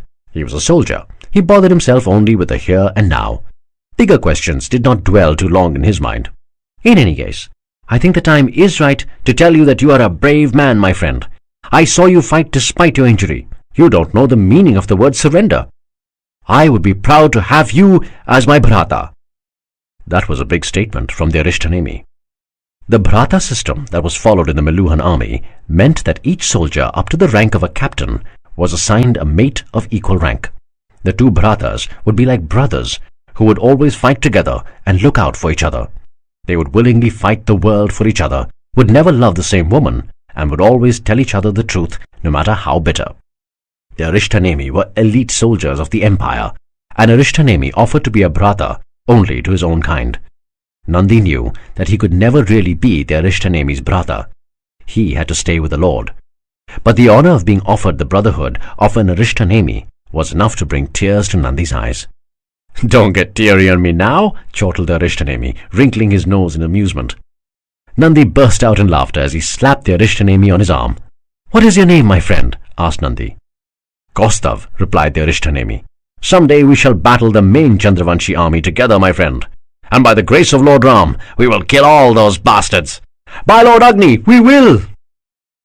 "It was interesting how you got into the Naga's mind," said Brahaspati, as he watched Shiva getting the gash on his torso cleaned and dressed. Shiva had insisted that his injuries receive medical attention only after every other soldier's wounds had been tended. "Well, I can't really explain it," said Shiva. "How the Naga would think just seemed so obvious to me." "Well, I can explain it." "Really? What?" "The explanation is, you are the omnipotent N, whose name cannot be spoken," said Brahaspati, opening his eyes wide and conjuring his hands like an ancient magician. They burst out laughing, causing Shiva to rock back slightly. The military doctor gave Shiva a stern look, at which he immediately quietened down and let him finish tending to the wound. Having applied the Ayurvedic paste and covering it with a medicinal neem leaf, the doctor bandaged the wound with a cotton cloth. "You will need to change that every second day, foreigner," said the doctor, pointing at the bandage. "The royal doctor in Devagiri will be able to do it for you. And don't let this area get wet for a week. Also, avoid the somras for this period, since you will not be able to take a complete bath." "Oh, he doesn't need the somras," joked Brahaspati. "It's already done all the damage it can on him." Shiva and Brahaspati collapsed into helpless laughter again as the doctor walked away, shaking his head in exasperation. "But seriously," said Brahaspati, calming down, "why would they attack you? You've not harmed anybody." "I don't think the attack was on me. I think it was for Sati." "Sati? Why Sati? That's even more bizarre." "It probably wasn't specifically for Sati," said Shiva. "I think the target was the royal family. The primary target was probably the emperor. Since he wasn't there, they went for the secondary target, Sati. I think the aim was to kidnap a royal and use that person as leverage." Brahaspati did not respond. He seemed worried. Clasping his hands together and bringing them close to his face, he looked into the distance, deep in thought. Shiva reached into his pouch and pulled out his chillum, before carefully filling it with some dried marijuana. Brihaspati turned to look at his friend, unhappy at what he was doing. "I've never told you this before, Shiva, and I probably shouldn't, as, well, you are a free man," said Brihaspati. "But I consider you my friend, and it is my duty to tell you the truth. I have seen some Egyptian merchants in Karachappa with this marijuana habit. It's not good for you." "You're wrong, my friend," said Shiva, grinning broadly. "This is actually the best habit in the world." "You probably don't know, Shiva. This has many harmful side effects, and worst of all, it even harms your memory, causing untold damage to your ability to draw and pass knowledge." Shiva's face suddenly became uncharacteristically serious. He gazed back at Brihaspati with a melancholic smile. "That is exactly why it's good, my friend. No idiot who smokes this is scared of forgetting." Shiva lit up his chillum, took a deep drag, and continued, "They are scared of not forgetting." Brihaspati stared sharply at Shiva, wondering what terrible past could have prompted his friend to get addicted to the weed. Chapter 11. Neelkanth Unveiled. The next morning, the royal caravan resumed its journey to Devagiri after spending the night at a temporary camp in the clearing. It wasn't safe to travel at night, considering the circumstances. The wounded, including Nandi, were lying in the first 3 carriages and the 5th one. The royal family and Shiva travelled in the 4th. All the soldiers who had fought in the previous day's battle were given the privilege of riding on horses in relative comfort. Brihaspati and Kanakhla walked along with the rest of the troops in mourning for the 3 slain Arishthanemi. Parvateshwar, Babhravya, and 2 other soldiers bore a makeshift wooden palanquin that carried 3 urns containing the ashes of the martyrs. The urns would be given to their families for a ceremonial submersion in the Saraswati. Shiva, Sati, and Nandi too wanted to walk, but the doctor insisted they were in no condition to do so. Parvateshwar walked with pride at the bravery of his soldiers. His boys, as he called them, had shown they were made of a metal forged in Lord Indra's own furnace. He cursed himself for not being there to fight with them. He castigated himself for not being there to protect his goddaughter, his Sati, when she was in danger. He prayed for the day when he would finally get a chance to destroy the cowardly Chandravanshis. He also silently pledged that he would anonymously donate his salary for the next 6 months to the families of the slain soldiers. "Even I didn't think he would fall to these levels," exclaimed Daksha in disgust. Shiva and Sati, comfortably asleep in the carriage, were woken up by Daksha's outburst. Virani looked up from the book that she was reading, narrowing her eyes to concentrate on her husband. "Who, Your Highness?" asked Shiva groggily. "Dilipa, that blight on humanity," said Daksha, barely concealing his loathing. Virani continued to stare hard at her husband. She slowly reached out, pulled Sati's hand in hers, brought it close to her lips and kissed it gently. Then she put her other hand protectively on top of Sati's hand. Sati looked at her mother warmly with a hint of a smile and rested her tired head on Virani's shoulders. "Who is Dilipa, Your Highness?" asked Shiva. "He is the Emperor of Swadweep," answered Daksha. "Everyone knows Sati is the apple of my eye, and they were possibly trying to kidnap her to force my hand." Shiva gazed at Daksha with sympathy. He could understand the outrage of the Emperor at the latest Chandravanshi treachery. "And to be reduced to the level of even using a Naga for this nefarious plan," said a furious Daksha. "This just shows what the Chandravanshis are capable of." "I don't know if the Naga was being used, Your Highness," said Shiva softly. It appeared as though he was the leader. Daksha, however, was too lost in his righteous anger to even explore Shiva's insinuation. "The Naga may have been the leader of this particular platoon, my lord, but he would almost certainly be under the overall command of the Chandravanshis. No Naga can be a leader. They are cursed people born with horrific deformities and diseases in this birth as a punishment for terrible crimes that they have committed in their previous birth. The Nagas are embarrassed to even show their face to anyone, but they have tremendous power and skills. Their presence strikes terror in the heart of all Meluhans and most Swadweepans as well. The Chandravanshis have sunk low enough to even consort with these deformed demons. They hate us so much that they don't even realize the sins they are bringing on their own souls by interacting with these Nagas." Shiva, Sati, and Virani continued to hear Daksha's ranting in silence. Turning towards Shiva, Daksha continued, "Do you see the kind of vermin we are up against, my lord? They have no code, no honor, and they outnumber us 10 to 1. We need your help, my lord. It's not just my people, but my family as well. We are in danger." "Your Highness, I will do all that I can to help you," said Shiva. "But I am not a general. I cannot lead an army against the Chandravanshis. I am just a simple tribal leader. What difference can one man make? At least let me announce your presence to the court and the people, my lord," urged Daksha. "Just spend a few weeks traveling through the empire. Your presence will raise the morale of the people. Look at the difference you made yesterday. We actually foiled a terrorist attack because of you, because of your presence of mind. Please, let me announce your arrival. That is all I ask." Shiva looked at Daksha's earnest face with trepidation. He could feel Sati and Virini's eyes on him, especially Sati's. "What am I getting myself into?" "All right," said Shiva in resignation. Daksha got up and hugged Shiva in an unyielding grip. "Thank you, my lord," exclaimed Daksha as Shiva withdrew from his embrace to come up for air. "I will announce your presence at the court tomorrow itself. Then you can leave for a tour of the empire in another 3 weeks. I will personally make all the arrangements. You will have a full brigade travelling with you for security. Parvateshwar and Sati will accompany you as well." "No," protested Virini in a harsh tone that Sati had never heard her mother use. "Sati is not going anywhere. I am not going to allow you to put our daughter's life in danger. She is staying with me in Devagiri." "Virini, don't be silly," said Daksha calmly. "You really think that anything would happen to Sati if the Lord Neelkanth was around? She is at the safest when she is with the Lord." "She is not going, and that is final," glared Virini in a firm voice, clutching Sati's hand tightly. Daksha turned towards Shiva, ignoring Virini. "Don't worry, my lord. I will have all the arrangements made. Parvateshwar and Sati will also travel with you. You will just have to restrain Sati sometimes."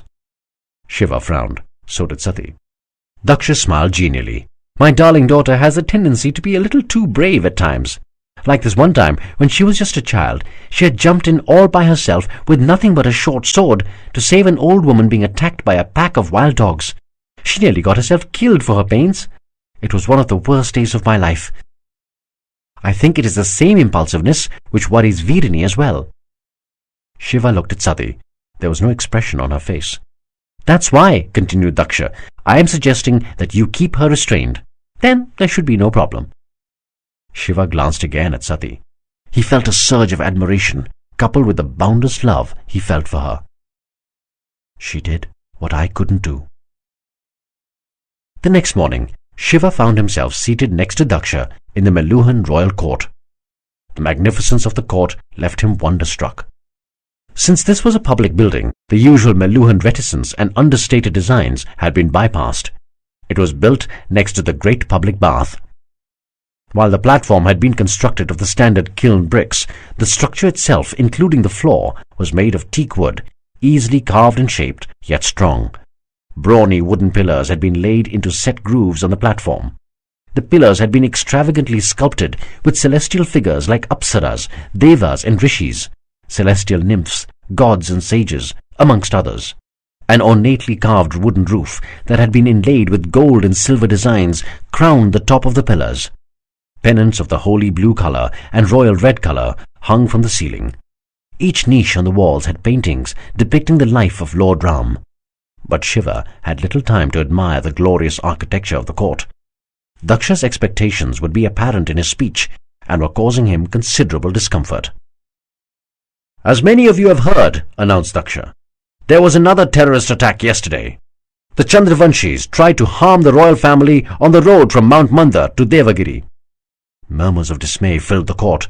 The question troubling everyone was how the Chandravanshis had discovered the route to Mount Mandar.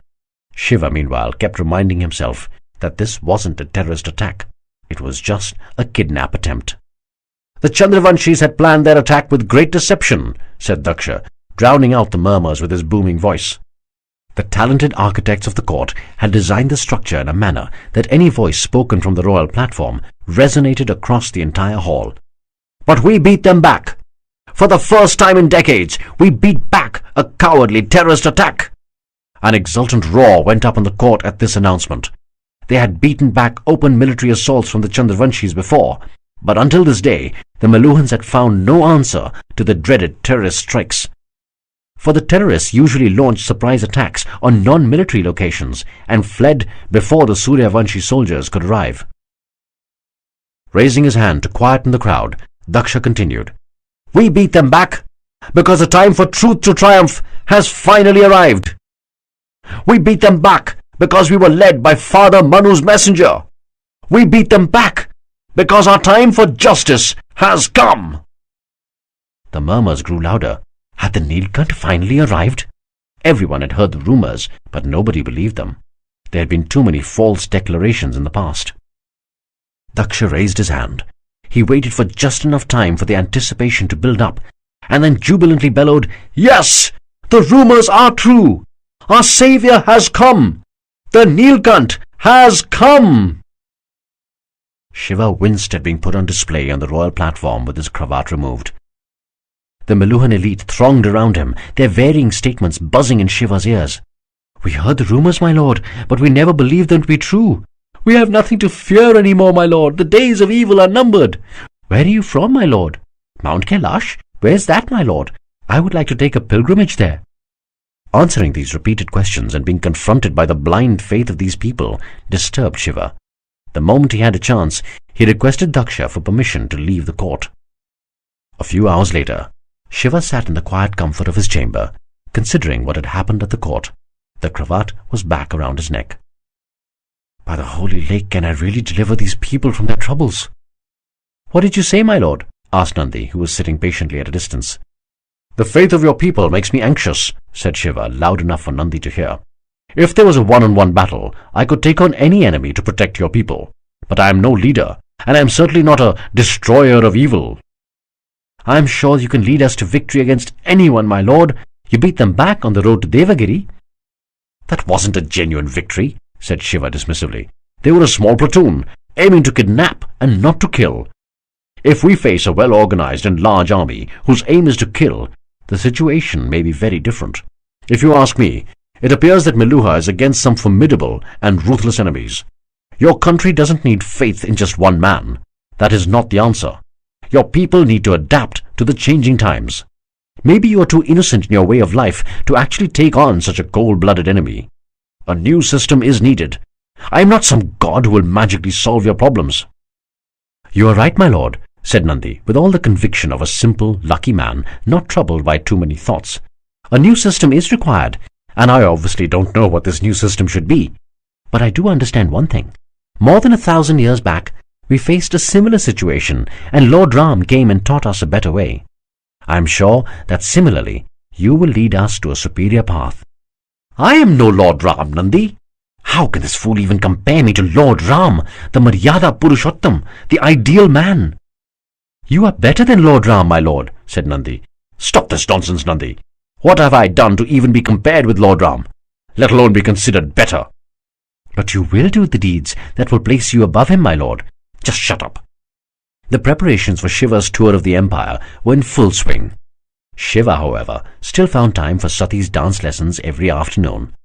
They were developing a quiet friendship. But Shiva agonized over the fact that while she showed respect, there was no softening of emotions in her, or expression of feelings. In the meantime, Shiva's tribe had been summoned to Devagiri, where they were given comfortable accommodation and jobs. Bhadra, however, was not to stay with the Gunas. He had instead been assigned to accompany the Neelkanth on his voyage. "Veerbhadra? When the hell did you get this name?" Shiva asked Bhadra, meeting him for the first time since his departure from Kashmir. "Stupid reason, actually," smiled Bhadra, whose slight hump had disappeared completely thanks to the magical Somras. "On the journey here, I saved the caravan leader from a tiger attack. He gave me the title, 'For a Brave Man,' before my name." "You fought a tiger single-handed?" asked Shiva, clearly impressed. Bhadra nodded, feeling awkward. "Well then, you really deserve to be called Veerbhadra." "Yeah, right," smiled Bhadra, suddenly turning serious. "The crazy label of destroyer of evil. Are you okay with this? You're not giving in to these pleas just because of your past, are you?" "I'm going with the flow right now, my friend. Something tells me that despite all my misgivings, I can actually help these people. These Meluhans are completely mad, no doubt, and I certainly can't do all that they expect of me. But I do feel that if I can make a difference, however small, I can reconcile with my past." "If you are sure, then so am I. I will follow you anywhere." "Don't follow. Walk beside me." Veerbhadra laughed and embraced his friend. "I missed you, Shiva." "I missed you too. Let's meet in the garden in the afternoon. I've got a great batch of marijuana." It's a deal. Brahaspati too had sought permission to travel with Shiva. He explained that a Mesopotamian ship carrying some rare chemicals essential for a critical experiment was to dock at the port city of Karachappa soon. His team had to check and obtain those materials anyway. It would be a good idea to do this while traveling with Shiva. Daksha said that he had no problems with Brahaspati joining the tour if the Lord was okay with it. Shiva agreed enthusiastically to the suggestion. 3 weeks after the court announcement about the Neelkanth, the day finally dawned for Shiva's tour of the empire. On the morning of the day itself, Daksha walked into Shiva's chambers. "You could have summoned me, Your Highness," said Shiva with a namaste. "You did not need to come here." "It is my pleasure to come to your chambers, my lord," smiled Daksha, returning Shiva's greeting with a low bow. "I thought I would introduce the physician who will be travelling with your entourage. She arrived from Kashmir last night." Daksha moved aside to let his escort show the doctor into the room. "Ayurvati!" exclaimed Shiva, his face lit up in a brilliant smile. "It's so good to see you again." "The pleasure is all mine, my lord," beamed Ayurvati as she bent down to touch Shiva's feet.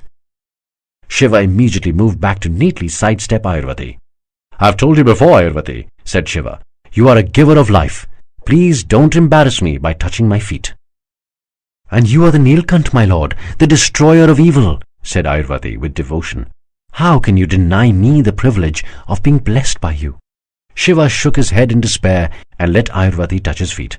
He gently touched her head and blessed her. A few hours later, Shiva, Sati, Parvateshwar, Brahaspati, Ayurvati, Kritika, Nandi and Veerbhadra set off. Accompanying them was a brigade of 1,500 soldiers, 25 handmaidens and 50 support staff for their security and comfort. They planned to travel by road till the city of Kotdwar on the Bias River. From there, they would use boats to travel to the port city of Karachappa. Then they would move due east to the city of Lothal. Finally, they would move north by road to the inland delta of the Saraswati, and then by boats back to Devagiri.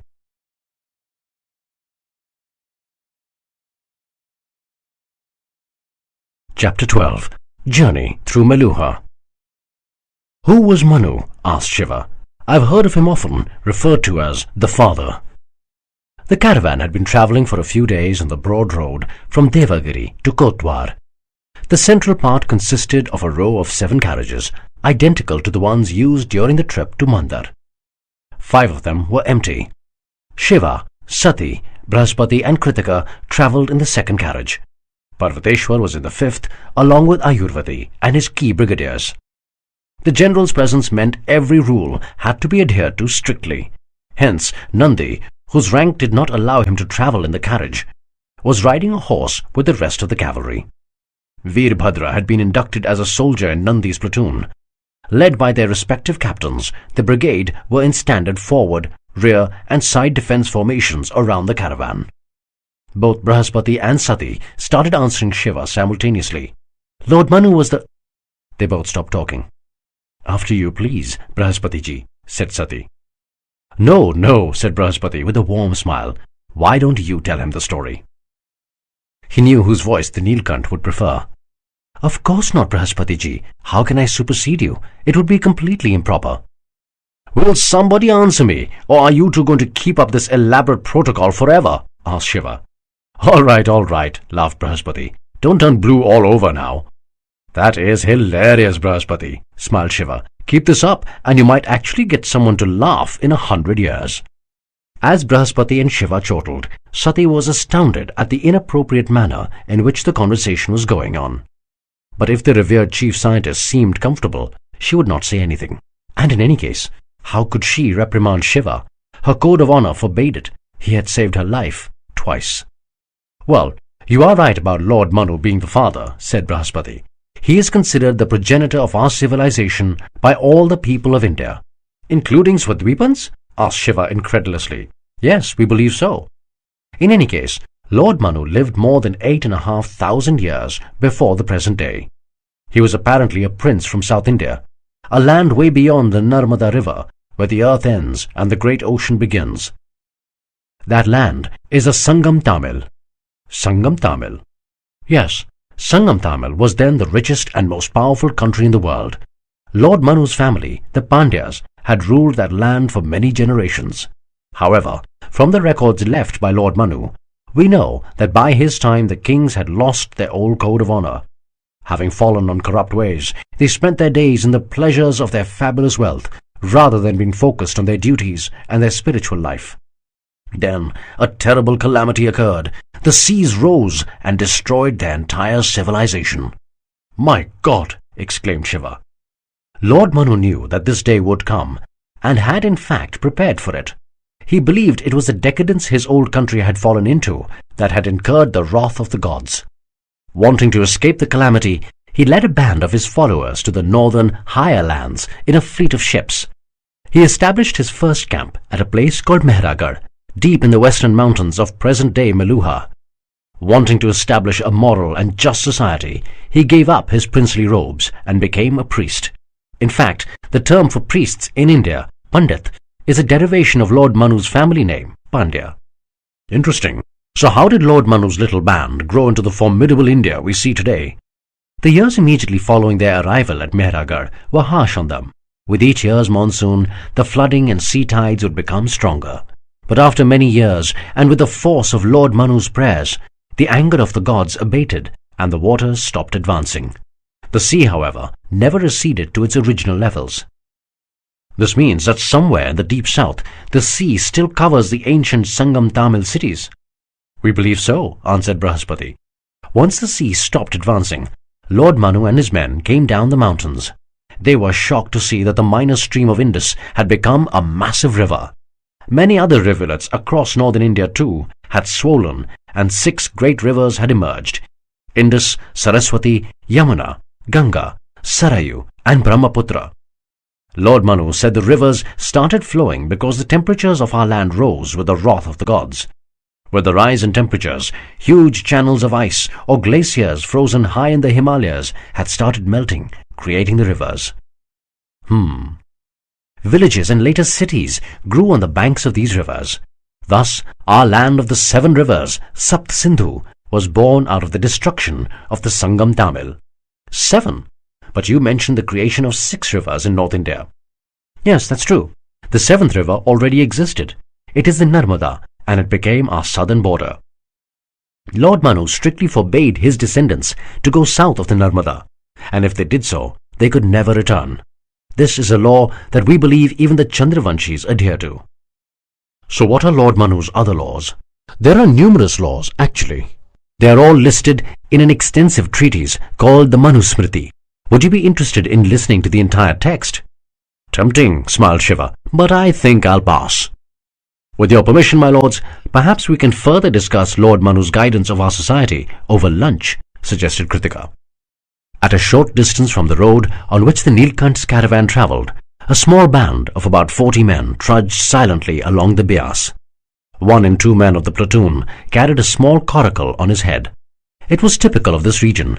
The locals made small and light boats made of bamboo, cane and rope, portable enough to be carried by a single man on his head. Each boat could ferry 2 people with relative safety and speed. At the head of the platoon was a young man with a proud battle scar adorning his face, his head crowned with a brown turban. A little ahead of him walked a hooded figure. With his head bowed, his eyes scrunched, he took slow, methodical steps, his mind lost in unfathomable thoughts. His breathing was hard. He brought his hand up languidly to rub his masked forehead. There was a leather bracelet on his right wrist, with a serpent Om symbol embroidered on it. "Vishwadhyum," said the hooded figure. "We will enter the river from here. Whenever we come close to populated areas, we will move away from the river to avoid detection. We have to reach Karachappa within 2 months." "Karachappa, my lord?" asked Vishwadhyum, surprised. "I was under the impression that we were to have a secret audience with the queen outside Lothal." "No," answered the hooded figure. "We will meet her outside Karachappa." "Yes, my lord," answered Vishwadhyum as he looked back in the direction of the road to Kotdwar. He knew that his lord would have dearly liked to make one more attempt to kidnap the princess.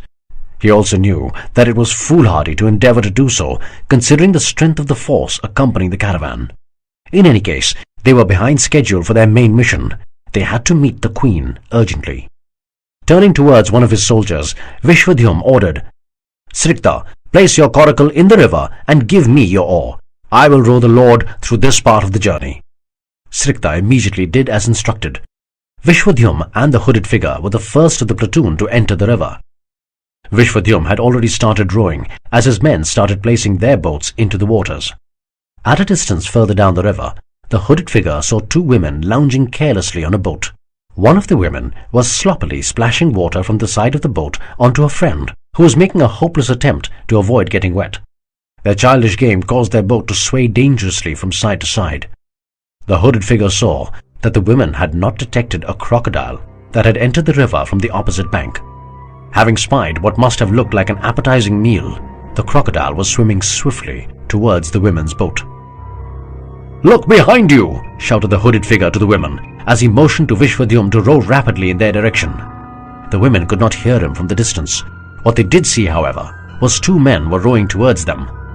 They could see one of them was almost a giant, covered from head to toe in a strange robe, his face covered with a mask. This man was making frantic gestures. Behind the duo were a large number of soldiers swiftly pushing their boats onto the river. That was all the warning the women needed.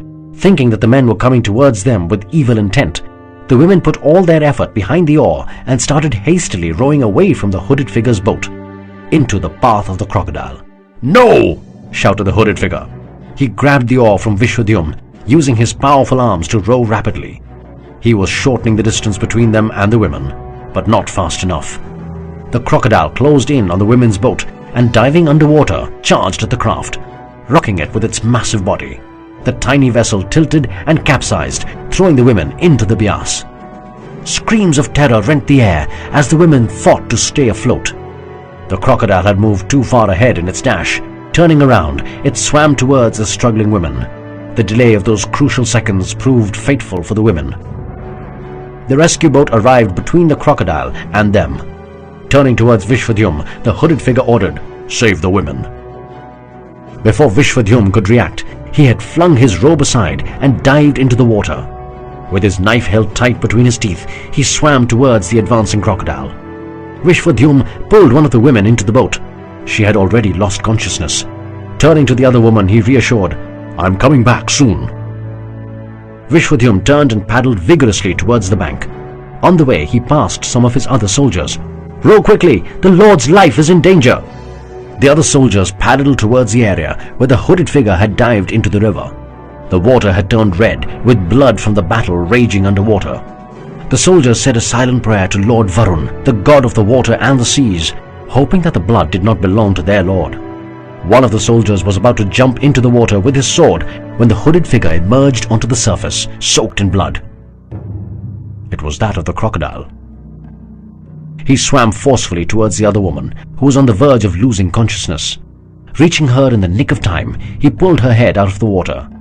Meanwhile, two of the Chandravanshi soldiers dived off their coracle.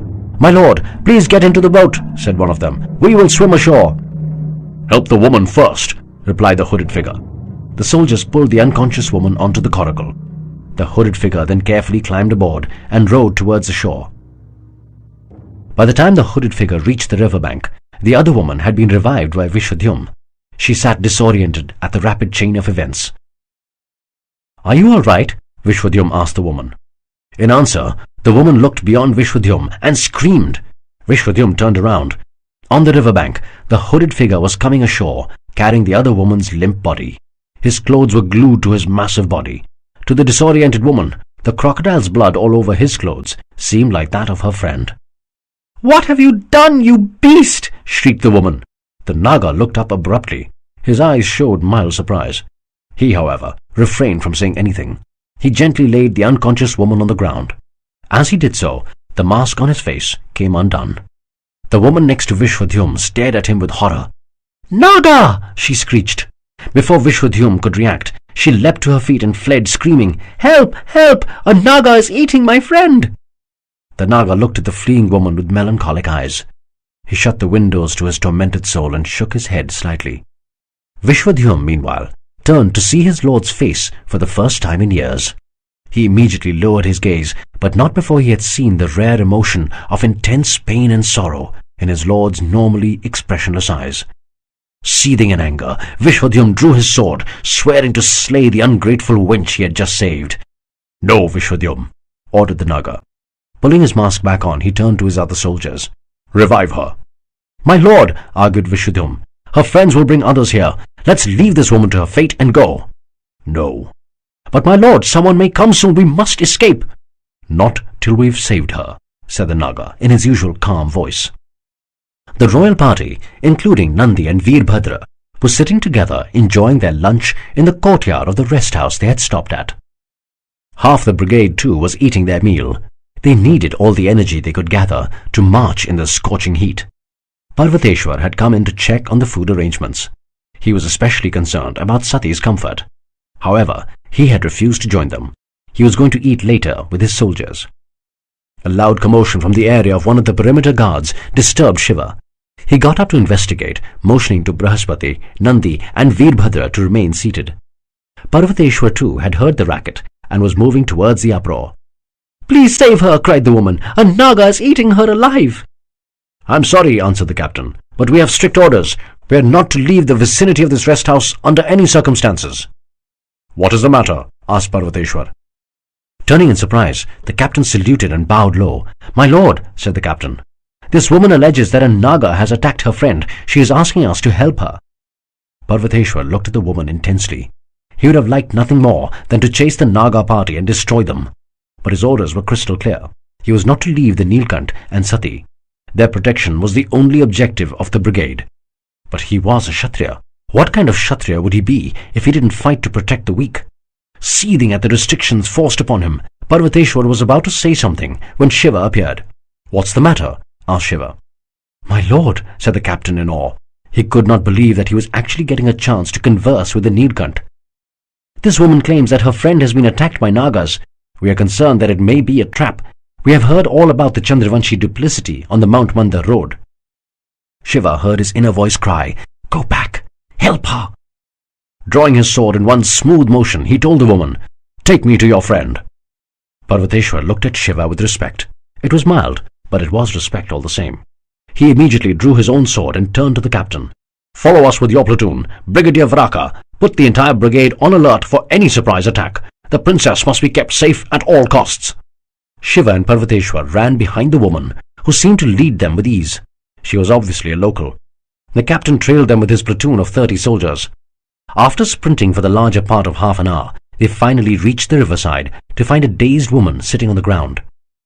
With heavy breaths, she was staring in shock at an imaginary vision in the distance. There was blood all over her clothes, but strangely, no injury to her.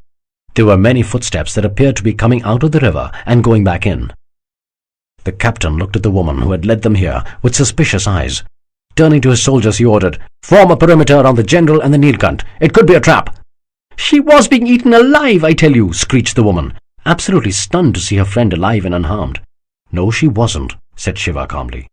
He pointed at the corpse of the crocodile floating in the river. A large flock of crows had settled on the carcass, fighting viciously over its entrails.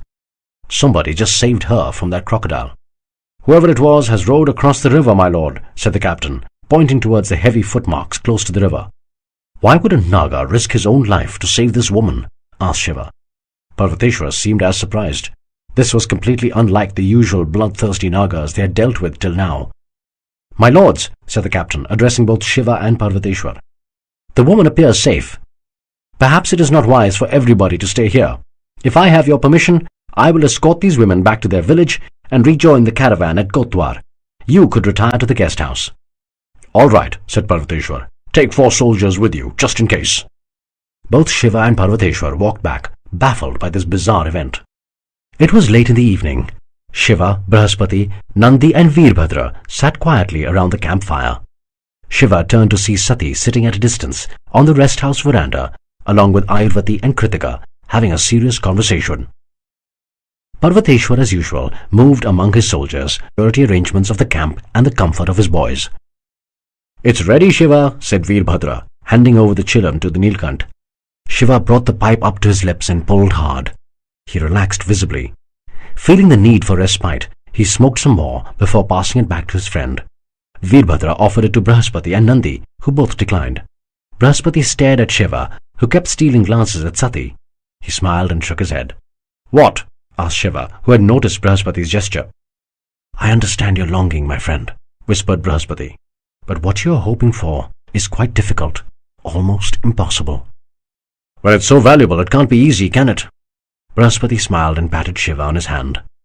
Veerbhadra knew what his friend needed: dance and music. It always improved his mood. "Don't people sing and dance in this wretched country?"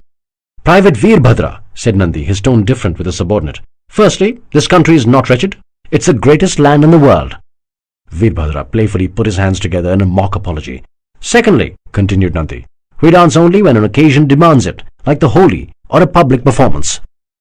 "But the greatest joy of dancing is when you do it for no reason at all, Captain," said Veerbhadra. "I agree," said Shiva. Nandi immediately fell silent.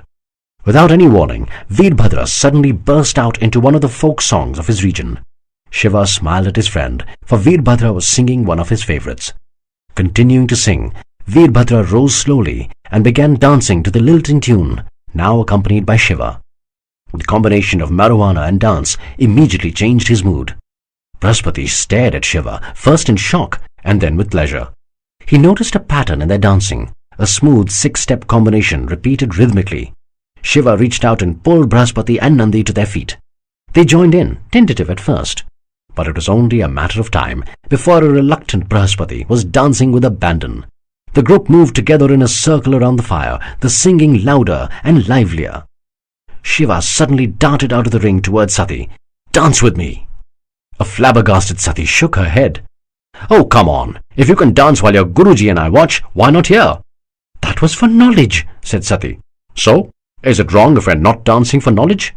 "I didn't say that." "Fine, have it your way," said Shiva with a frustrated gesture. "Ayurvati, come!" A startled Ayurvati didn't know how to react. Before she could decide on a course of action, Shiva held her hand and pulled her into the circle. Veerbhadra lured Kritika in as well. The group danced boisterously and sang loudly, making a racket in an otherwise quiet night. Sati got up, clearly agitated, glared at Shiva's back, and ran into the guest house. Shiva's anger rose even higher as he noticed her absence when he turned towards the veranda. Damn! He got back to his dance, his heart in a strange mixture of pain and joy. He turned once again towards the veranda. There was nobody. Who's behind that curtain? Shiva was dragged into the next move by Veerbhadra. It was a few moments later that Shiva was in a position to look again at the veranda. He could see Sati, outlined behind the curtain, staring at him. Only at him. Wow! A surprised and delighted Shiva swung back into his dance, moving in his prime form. He had to impress her.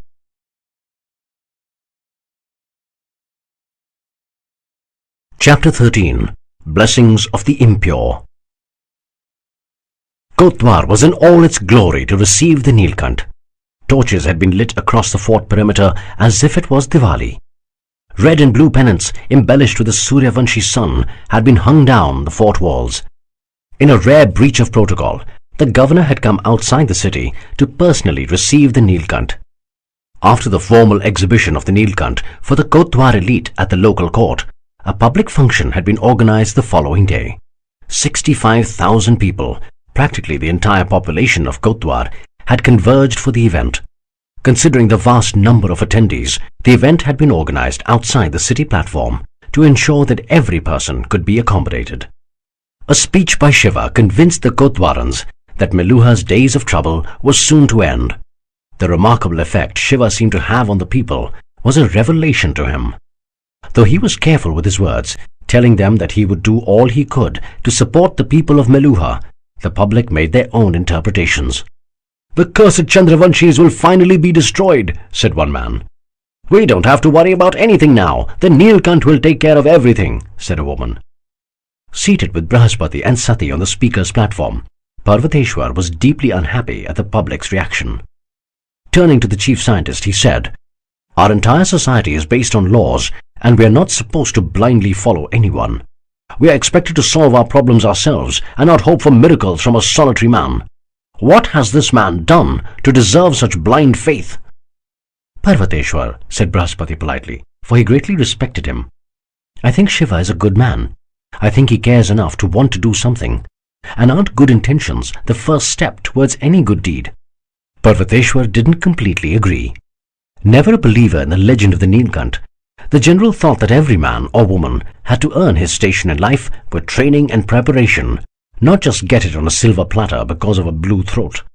Yes, that may be true, but intentions aren't enough. They have to be backed by ability as well. Here we are, putting an untrained man on a pedestal and acting as though he is our savior. For all we know, he might lead us to complete disaster. We're acting on faith, not logic or laws or even experience. Sometimes one needs a little bit of faith when faced with a difficult situation. Rational answers don't always work. We also need a miracle. You're talking about miracles? A scientist? You can have scientific miracles too, Parvateshwar, smiled Brihaspati. Parvateshwar was distracted by the sight of Shiva stepping off the platform. As he came down, there was a surge of people wanting to touch his hand. The soldiers, led by Nandi and Veerbhadra, were holding them back. There was one blind man amongst them who looked like he might be injured in the melee. Nandi, let that man through, said Shiva. Nandi and Veerbhadra lowered the rope to let him in. Another man shouted, I am his son. He needs me to guide him. Let him in as well, said Shiva. The son rushed in and held his father's hand. The blind man, who seemed lost without his son's hand, smiled warmly as he recognized the familiar touch. He was led close to Shiva, and the son said, Father, the Neelkanth is right in front of you. Can you sense his presence? Copious tears flowed from the blind man's eyes. Without thinking, he bent down to try and touch Shiva's feet. His son cried out in shock as he pulled the man back sharply. Father! Scolded the son. Shiva was stunned by the harshness in the son's tone compared to the loving manner in which he had spoken so far. What happened? I'm sorry, my lord, apologized the son. He didn't mean to. He just lost control due to your presence. I'm sorry, my lord, said the blind man, his tears flowing stronger. Sorry for what? He's a Vikrama, my lord, said his son. Ever since disease blinded him 20 years ago, he should not have tried to touch you. Sati, who was now standing near Shiva, had heard the entire conversation. She felt sympathy for the blind man. She knew the torment of having even your touch considered impure. But what he had tried to do was illegal. I'm sorry, my lord, continued the blind man, but please don't let your anger with me stop you from protecting our country. It is the greatest land that Paramatma created. Save it from the evil Chandravanshis. Save us, my lord. The blind man continued to cry, folding his hands in a penitent namaste. Shiva was shaken by the dignity of the blind man. He still loves a country that treats him so unfairly. Why? Even worse, he doesn't even appear to think he's being treated unfairly. Tears welled up in Shiva's eyes as he realized that he was looking at a man whom fate had been very unkind to. I will stop this nonsense. Shiva stepped forward and bent down. The flabbergasted son trembled in disbelief as he saw the Neelkanth touch the feet of his Vikrama father. The blind man was at sea for a moment. When he did understand what the Neelkanth had done, his hand shot up to cover his mouth in shock. Shiva rose and stood in front of the blind man. Bless me, sir, so that I find the strength to fight for a man as patriotic as you. The blind man stood dumbstruck. His tears dried up in his bewilderment. He was about to collapse when Shiva took a quick step forward to hold him, lest he fall to the ground. The blind man found the strength to say, Vijay Bhav, may you be victorious. The son caught hold of his father's limp body as Shiva released him. The entire crowd was stunned into silence by what the Neelkanth had done. Forget the gravity of touching a Vikrama. The Neelkanth had just asked to be blessed by one. Shiva turned to see Parvateshwar's enraged face. Shiva had broken the law, broken it brazenly and in public. Next to him stood Sati, her face, her eyes, her entire demeanor expressionless. What the hell is she thinking? Brihaspati and Sati entered Shiva's chambers as soon as he was alone. Shiva's smile at seeing his two favorite people in the world disappeared on hearing Sati's voice. You must get a Shuddhikaran done. He looked at her and answered simply, No. No? What do you mean, no? I mean, no. Nahi. Nako, said Shiva, adding the words for no in the Kashmiri and the Kotwa dialect for good measure. Shiva, said Brihaspati, keeping his composure, this is no laughing matter. I agree with Sati. The governor too was worried about your safety and has arranged for a Pandit. He waits outside as we speak. Get the ceremony done now. But I just said I don't want to. Shiva, said Sati, reverting to her usual tone, I respect you immensely, your valor, your intelligence, your talent. But you are not above the law. You have touched a Vikrama. You have to get a Shuddhikaran. That is the law. Well, if the law says that my touching that poor blind man is illegal, then the law is wrong. Sati was stunned into silence by Shiva's attitude. Shiva, listen to me, argued Brihaspati. Not doing a Shuddhikaran can be harmful to you. You are meant for bigger things. You are important to the future of India. Don't put your own person at risk out of obstinacy. It's not obstinacy. You tell me honestly, how can it harm me if I happen to touch a wronged man, who, I might add, still loves his country despite the way he's been ostracized and ill-treated? He may be a good man, Shiva, but the sins of his previous birth will contaminate your fate, said Brihaspati. Then let them. If the weight on that man's shoulders lessens, I will feel blessed. What are you saying, Shiva? Asked Sati. Why should you carry the punishment of someone else's sins?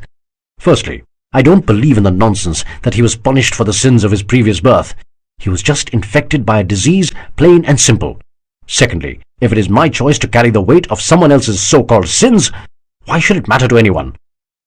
It matters because we care about you, cried Brihaspati. Come on, Sati, said Shiva.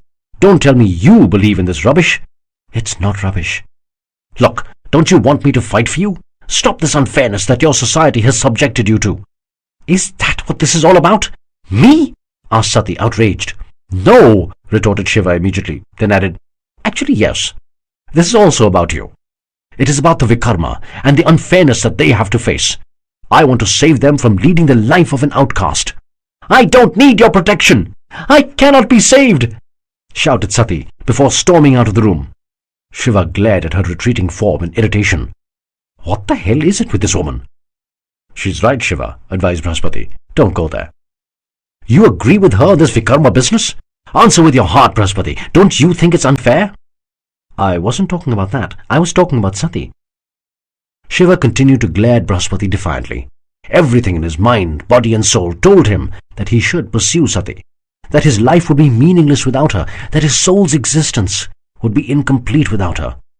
Don't go there, my friend, reiterated Brihaspati. The caravan left the river city of Kotdwar on a royal barge, led and followed by two large boats of equal size and grandeur as the royal vessel. Typical of the Meluhan security system, the additional boats were to confuse any attacker about which boat the royal family may be on. The entire royal party was in the second boat. Each of the three large boats was manned by a brigade of soldiers. Additionally, there were 5 small and quick cutter boats on both sides of the royal convoy, keeping pace and protecting the sides in case of an ambush.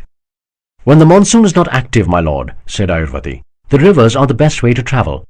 Though we have good roads connecting all major cities, it cannot match the rivers in terms of speed and safety. Shiva smiled at Ayurvati politely. He was not in the frame of mind for much conversation. Sati had not spoken to Shiva since that fateful day at Kotdwar, when he had refused to undergo a Shuddhikaran. The royal barge stopped at many cities along the river. The routine seemed much the same. Extreme exuberance would manifest itself in each city on the arrival of the Neelkanth.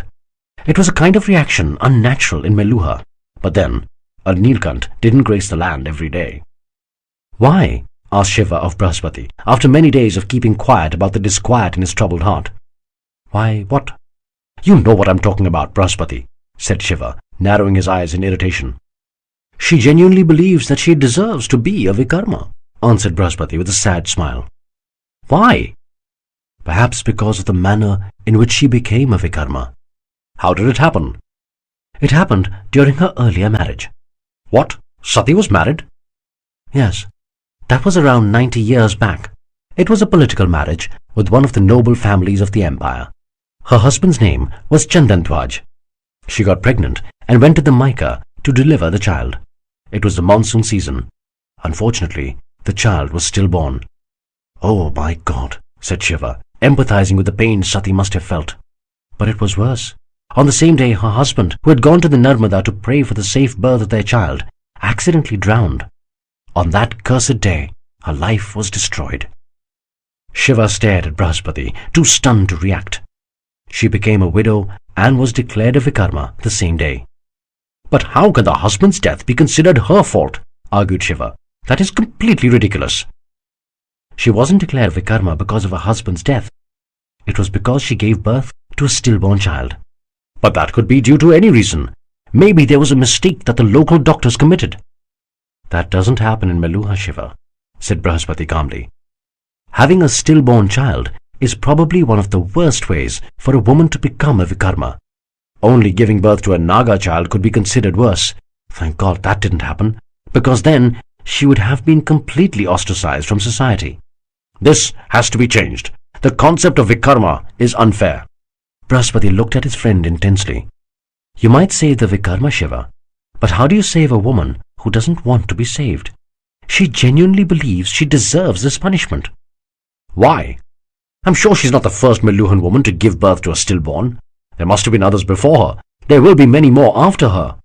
She was the first royal woman to give birth to a stillborn. Her fate has been a source of embarrassment to the emperor. It raises questions about his ancestry. How would it raise questions about his lineage? Sati is not his birth daughter. She would also have come from Maika, right? No, my friend.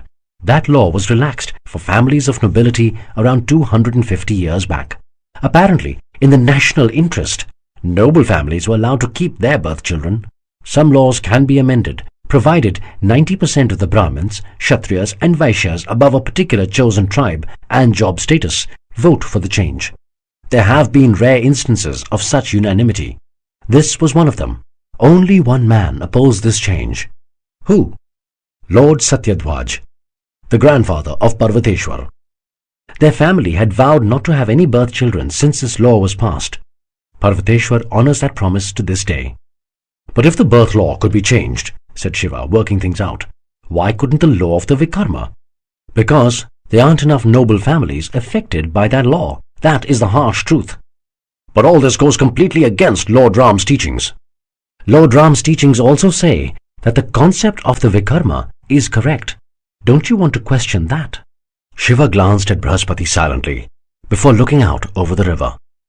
There is nothing wrong with questioning Lord Ram's laws, my friend, said Brahaspati. There were many times when he himself stood down because of someone else's rationale. The question is that what are your motives for wanting to change the law? Is it because you genuinely think the law itself is unfair? Or is it because you are attracted to Sati and you want to remove an inconvenient law which stands in your path? I genuinely think the Vikrama law is unfair. I felt that from the moment I found out about it. Even before I knew Sati was a Vikrama. But Sati doesn't think the law is unfair. But she's a good woman. She doesn't deserve to be treated this way. She's not just a good woman. She's one of the finest I have ever met. She's beautiful, honest, straightforward, brave and intelligent. Everything a man could want in a woman. But you are not just any man. You are the Neelkanth. Shiva turned around and rested his hands on the craft's railing. He looked into the distance at the dense forest along the riverbanks as their boat glided across the water. The soothing evening breeze fanned Shiva's long locks. I've told you before, my friend, said Brahaspati. Because of that unfortunate blue throat, every decision you take has many ramifications. You have to think many times before you act. It was late in the night. The royal convoy had just set sail from the city of the Satgangar on the Indus. The emotions at Satgangar had erupted in the now predictable routine of exuberance at the sight of the Neelkanth. The savior of their civilization had finally arrived. Their savior, however, was in his own private hell. Sati had maintained her distance from Shiva for the last few weeks. He was torn, experiencing pain and dismay at depths he didn't think fathomable. The convoy's next stop was the famous city of Daro, or the platform of Mohan. The city on the mighty Indus was dedicated to a great philosopher priest called Lord Mohan, who lived in this region many thousands of years ago. Once he had met with the people of Daro, Shiva expressed a desire to visit the temple of Lord Mohan. This temple stood outside the main city platform, further down the Indus. The governor of Daro had offered to take the Lord Neelkanth there in a grand procession. Shiva, however, insisted on going alone. He felt drawn to the temple. He felt that it would have some solutions for his troubled heart. The temple itself was simple, much like Lord Mohan himself. A small nondescript structure announced itself as the birthplace of the sage. The only sign of the temple's significance was the massive gates in the four cardinal directions of the compound. As instructed by Shiva, Nandi and Veerbhadra, along with their platoon, waited outside. Shiva, with his comforting cravat back around his neck, walked up the steps feeling tranquil after a long time. He rang the bell at the entrance and sat down against a pillar with his eyes shut in quiet contemplation. Suddenly, an oddly familiar voice asked, "How are you, my friend?" Chapter 14. Pandit of Mohan.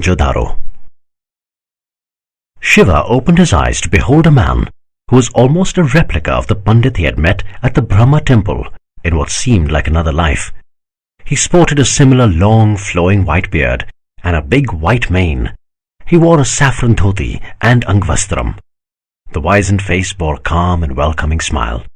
If it wasn't for this Pandit's much taller frame, Shiva could have easily mistaken him for the one he had met at the Brahma temple. "How are you, my friend?" repeated the Pandit, sitting down. "I'm all right, Panditji," said Shiva, using the Indian term ji as a form of respect. He couldn't follow why, but the intrusion was welcome to him. It almost seemed as though he was drawn to this temple because he was destined to meet the Pandit. "Do all Pandits in Meluha look alike?" The man smiled warmly. "Not all the Pandits, just us." "And who might us be, Panditji?" "The next time you meet one of us, we will tell you," said the Pandit cryptically. "That is a promise." "Why not now?" "At this point in time, our identity is not important," smiled the Pandit. "What is important is that you are disturbed about something. Do you want to talk about it?" Shiva took a deep breath. Gut instinct told him that he could trust this man. "There is this task that I supposedly have to do for Meluha." "I know, though I wouldn't dismiss the Neelkanth's role as a task. He does much more than that." Pointing at Shiva's throat, the Pandit continued, "Pieces of cotton cannot cover divine brilliance." Shiva looked up with a wry smile. "Well, Meluha does seem like a wonderful society, and I want to do all I can to protect it from evil." "Then what is the problem?" "The problem is that I find some grossly unfair practices in this nearly perfect society, and this is inconsistent with the ideals that Meluha aspires to." "What practices are you referring to?" asked the Pandit. "For example, the way the Vikrama are treated." "Why is it unfair?" "How can anyone be sure that these people committed sins in their previous birth, and that their present sufferings are a result of that? It might be sheer bad luck, or a random act of nature." "You're right, it could be. But do you think that the fate of the Vikrama is about them personally?" "Isn't it?" "No, it isn't," explained the Pandit. "It is about the society as a whole. The Vikrama acceptance of their fate is integral to the stability of Meluha." Shiva frowned. "What any successful society needs, O Neelkanth, is flexibility with stability." "Why would you need flexibility?" "Because every single person has different dreams and capabilities. The birth son of a warrior could have the talent to be a great businessman. Then society needs to be flexible enough to allow this son to change his vocation from his father's profession. Flexibility in a society allows change so that all its members have the space to discover their true selves and grow to their potential. And if every person in a society achieves his true potential, society as a whole also achieves its true potential." "I agree. But what does this have to do with the Vikrama?" "I'll come to the obvious question in a bit. Just bear with me," said the Pandit. "If we believe that flexibility is the key to a successful society, the Maika system is designed to achieve it in practice. No child knows what the professions of his birth parents are. They are independent to pursue what their natural talent inspires them to do." "I agree. The Maika system is almost breathtakingly fair. A person can credit or blame only himself for what he does with his life, nobody else. But this is about flexibility. What about stability?" "Stability allows a person the freedom of choice, my friend. People can pursue their dreams only when they are living in a society where survival is not a daily threat. In a society without security and stability, there are no intellectuals or businessmen or artists or geniuses. Man is constantly in fight or flight mode, nothing better than an animal. Where is the chance then to allow ideas to be nurtured or dreams to be pursued? That is the way all humans were before we formed societies. Civilization is very fragile. All it takes is a few decades of chaos for us to forget humanity and turn into animals. Our base natures can take over very fast. We can forget that we are sentient beings with laws and codes and ethics. I understand. The tribes in my homeland were no better than animals. They didn't even want to live a better life. They didn't know a better life was possible, Neelkanth. That is the curse of constant strife. It makes us forget the most beautiful part of being human. That is why society must remain stable, so that we don't put each other in a situation of having to fight for survival. All right, but why would letting people achieve their potential cause instability? In fact, it should make people happier with their lives, and hence society would become increasingly steady. True, but only partially. People are happy when they change their lives for the better, but there are two situations in which change can lead to chaos. First, when people face a change by others, situations that they cannot understand, this scares them almost as much as the fear of death. When change happens too fast, they resist it. Yes, change forced by others is difficult to accept. And too rapid a change causes instability. That is the bedrock of the Lord Ram's way of life. There are laws which help a society change slowly and allow it to remain stable. At the same time, it allows its citizens the freedom to follow their dreams. He created an ideal balance of stability and flexibility. You mentioned a second situation? The second is when people cannot make the transition they want to improve their lives for reasons beyond their control. Say, there is an exceptional warrior who loses his hand-eye coordination due to a disease.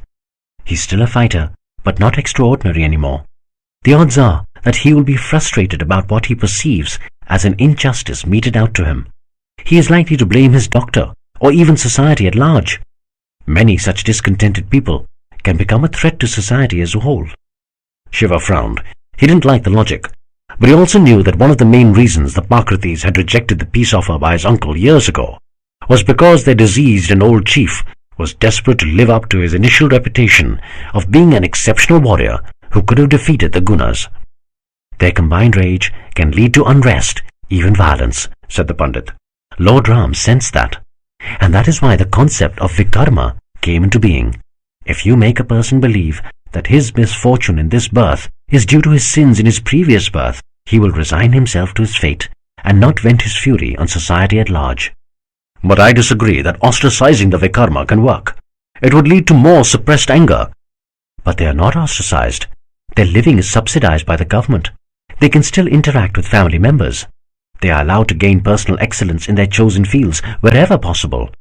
They can also fight to protect themselves. What they can't do is ever be in a position to influence others. And this system has worked for 1,000 years. Do you know how common rebellion was in India before Lord Ram created this empire? And most of the times, the rebellions were not led by far-sighted men who thought they would create a better way of life for the common man. They were led by men discontented with their lot in life, people very much like the Vikrama. And these rebellions usually caused chaos, and decades went by before order was restored.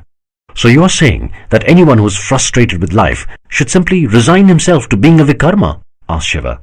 Why? For the larger good of society.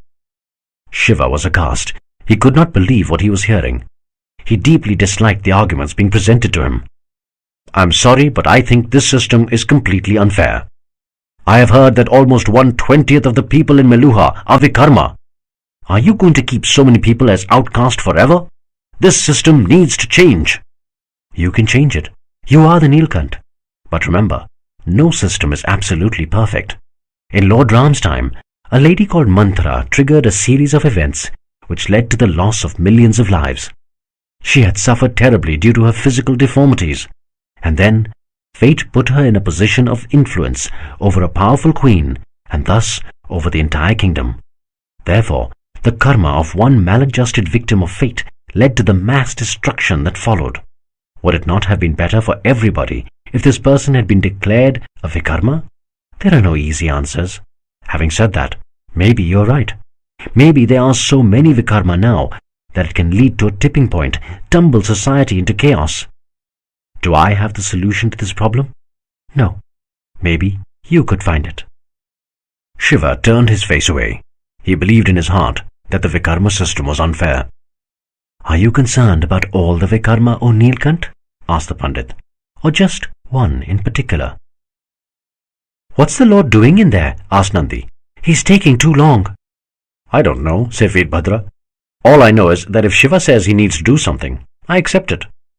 "Why do you call the Lord by his name?" "Because that's his name."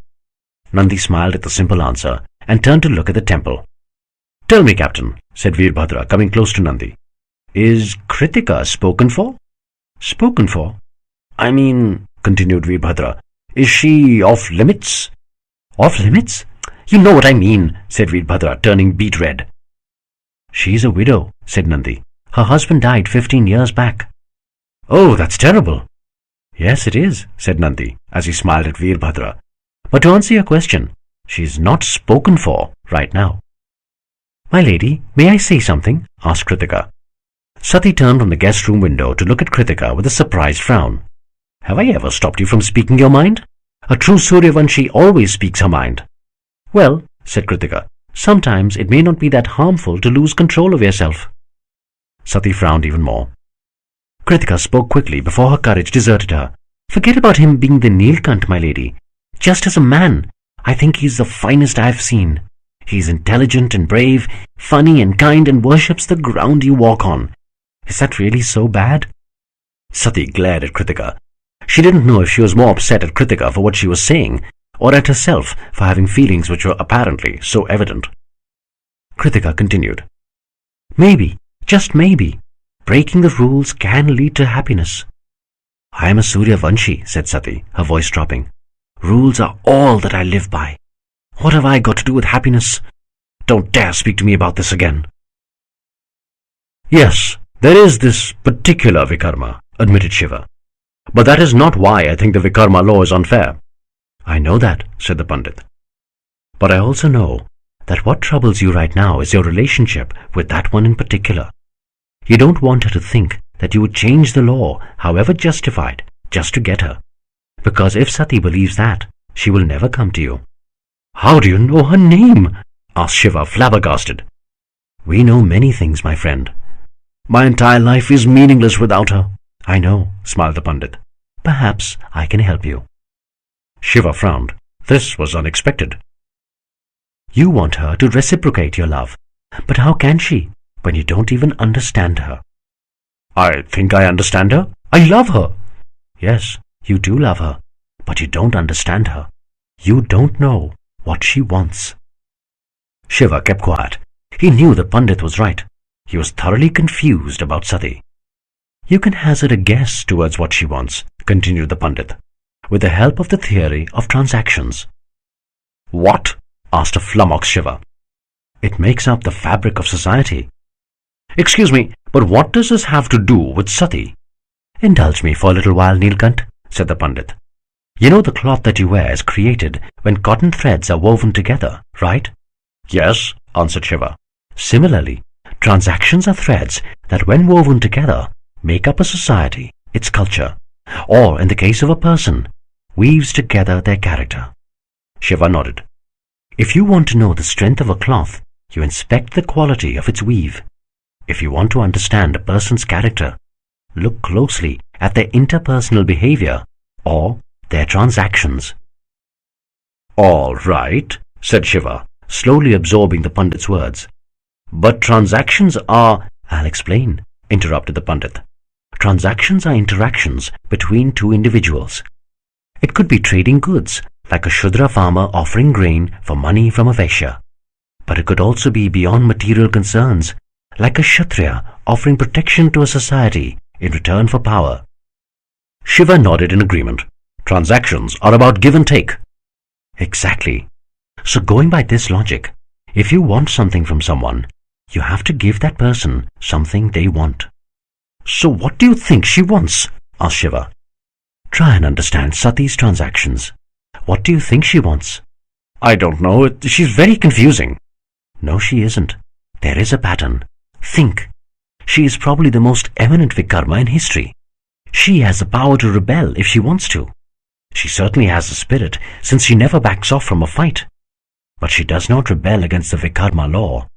Neither does she fade into the background like most Vikarmas and live her life in anonymity. She follows the commandments, and yet she does not whine and complain to others. However unfairly life treats her, she conducts herself with dignity. Why? Because she's a righteous person? That she is, no doubt. But that is not the reason. Remember, in a transaction, you give something because you want something in return. She is accepting an unfair law without trying to make anyone feel guilty about it. And, most importantly, she continues to use her talents to contribute to the good of society whenever she can. What do you think a person who's giving all this in her transactions with society wants in return? Respect, answered Shiva. Exactly, beamed the Pandit. And what do you think you do when you try to protect such a person? Disrespect her. Absolutely.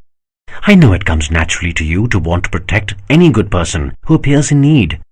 But control that feeling in relation to Sati. Respect her, and she will feel irresistibly drawn towards you. She gets many things from the people who love her. What she doesn't get is what she craves the most, respect. Shiva looked at the Pandit with a grateful smile. He had found his answer. Respect. After 2 weeks, the Neelkanth's convoy reached the city of Karachappa at the confluence of the Indus into the Arabian Sea. It was a glittering city, which had long grown beyond the one platform it was built on. The Dvitya, or second platform, had been erected 50 years ago on an even grander scale than the first. The Dvitya platform was where the Karachappa elite lived. The governor, a diminutive Vaishya called Juleshwar, had heard of and followed the new tradition of receiving the Neelkanth outside the city. Karachappa, with its 100,000 citizens, was at its heart a frontier trading city. Therefore, it was an act of foresight by Lord Brahma, Emperor Daksha's father, to have appointed a Vaishya as its governor over 100 years ago. Juleshwar had ruled the city extraordinarily well, gilding its fate in gold, and was considered its wisest and most efficient governor ever.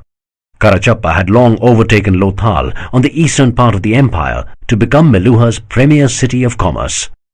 While foreigners such as Mesopotamians and Egyptians were allowed into this liberal city, they were not allowed to travel further into Meluha without express royal permission. Juleshwar escorted the Neelkanth on an excursion to the Arabian Sea on his very first day in Karachappa. Shiva had never seen the sea and was fascinated by the near infinite expanse of water. He spent many hours at the port, where Juleshwar proudly expounded on the various types of ships and vessels manufactured at the shipyard attached to the Karachappa port. Brihaspati accompanied them to the port to check on the imports due for him from the Mesopotamian merchants. At the evening state dinner organized for Shiva, Juleshwar proudly announced that a yagna, a ceremonial fire sacrifice, was being organized the next day in honor of the Neelkanth, under the auspices of Lord Varun and the legendary Ashwini Kumar twins. The Ashwini Kumar twins were celebrated ancient seafarers who had navigated ocean routes from Meluha to Mesopotamia and beyond. Their maps, guidance and stories were a source of inspiration and learning for the city of seamen. After dinner, Shiva visited the chambers where Sati and Kritika were housed. I was wondering, said Shiva, still careful with Sati since she had gone back to being formal with him. Will you be coming to the yagna tomorrow? I am very sorry, Lord Neelkanth, said Sati courteously, but it may not be possible for me to attend the ceremony. I am not allowed to attend such yagnas. Shiva was about to say that nobody would question her since she would be attending with the Neelkanth, but he thought better of it. Perhaps we could have a dance practice tomorrow. I cannot remember the last time we had a dance session.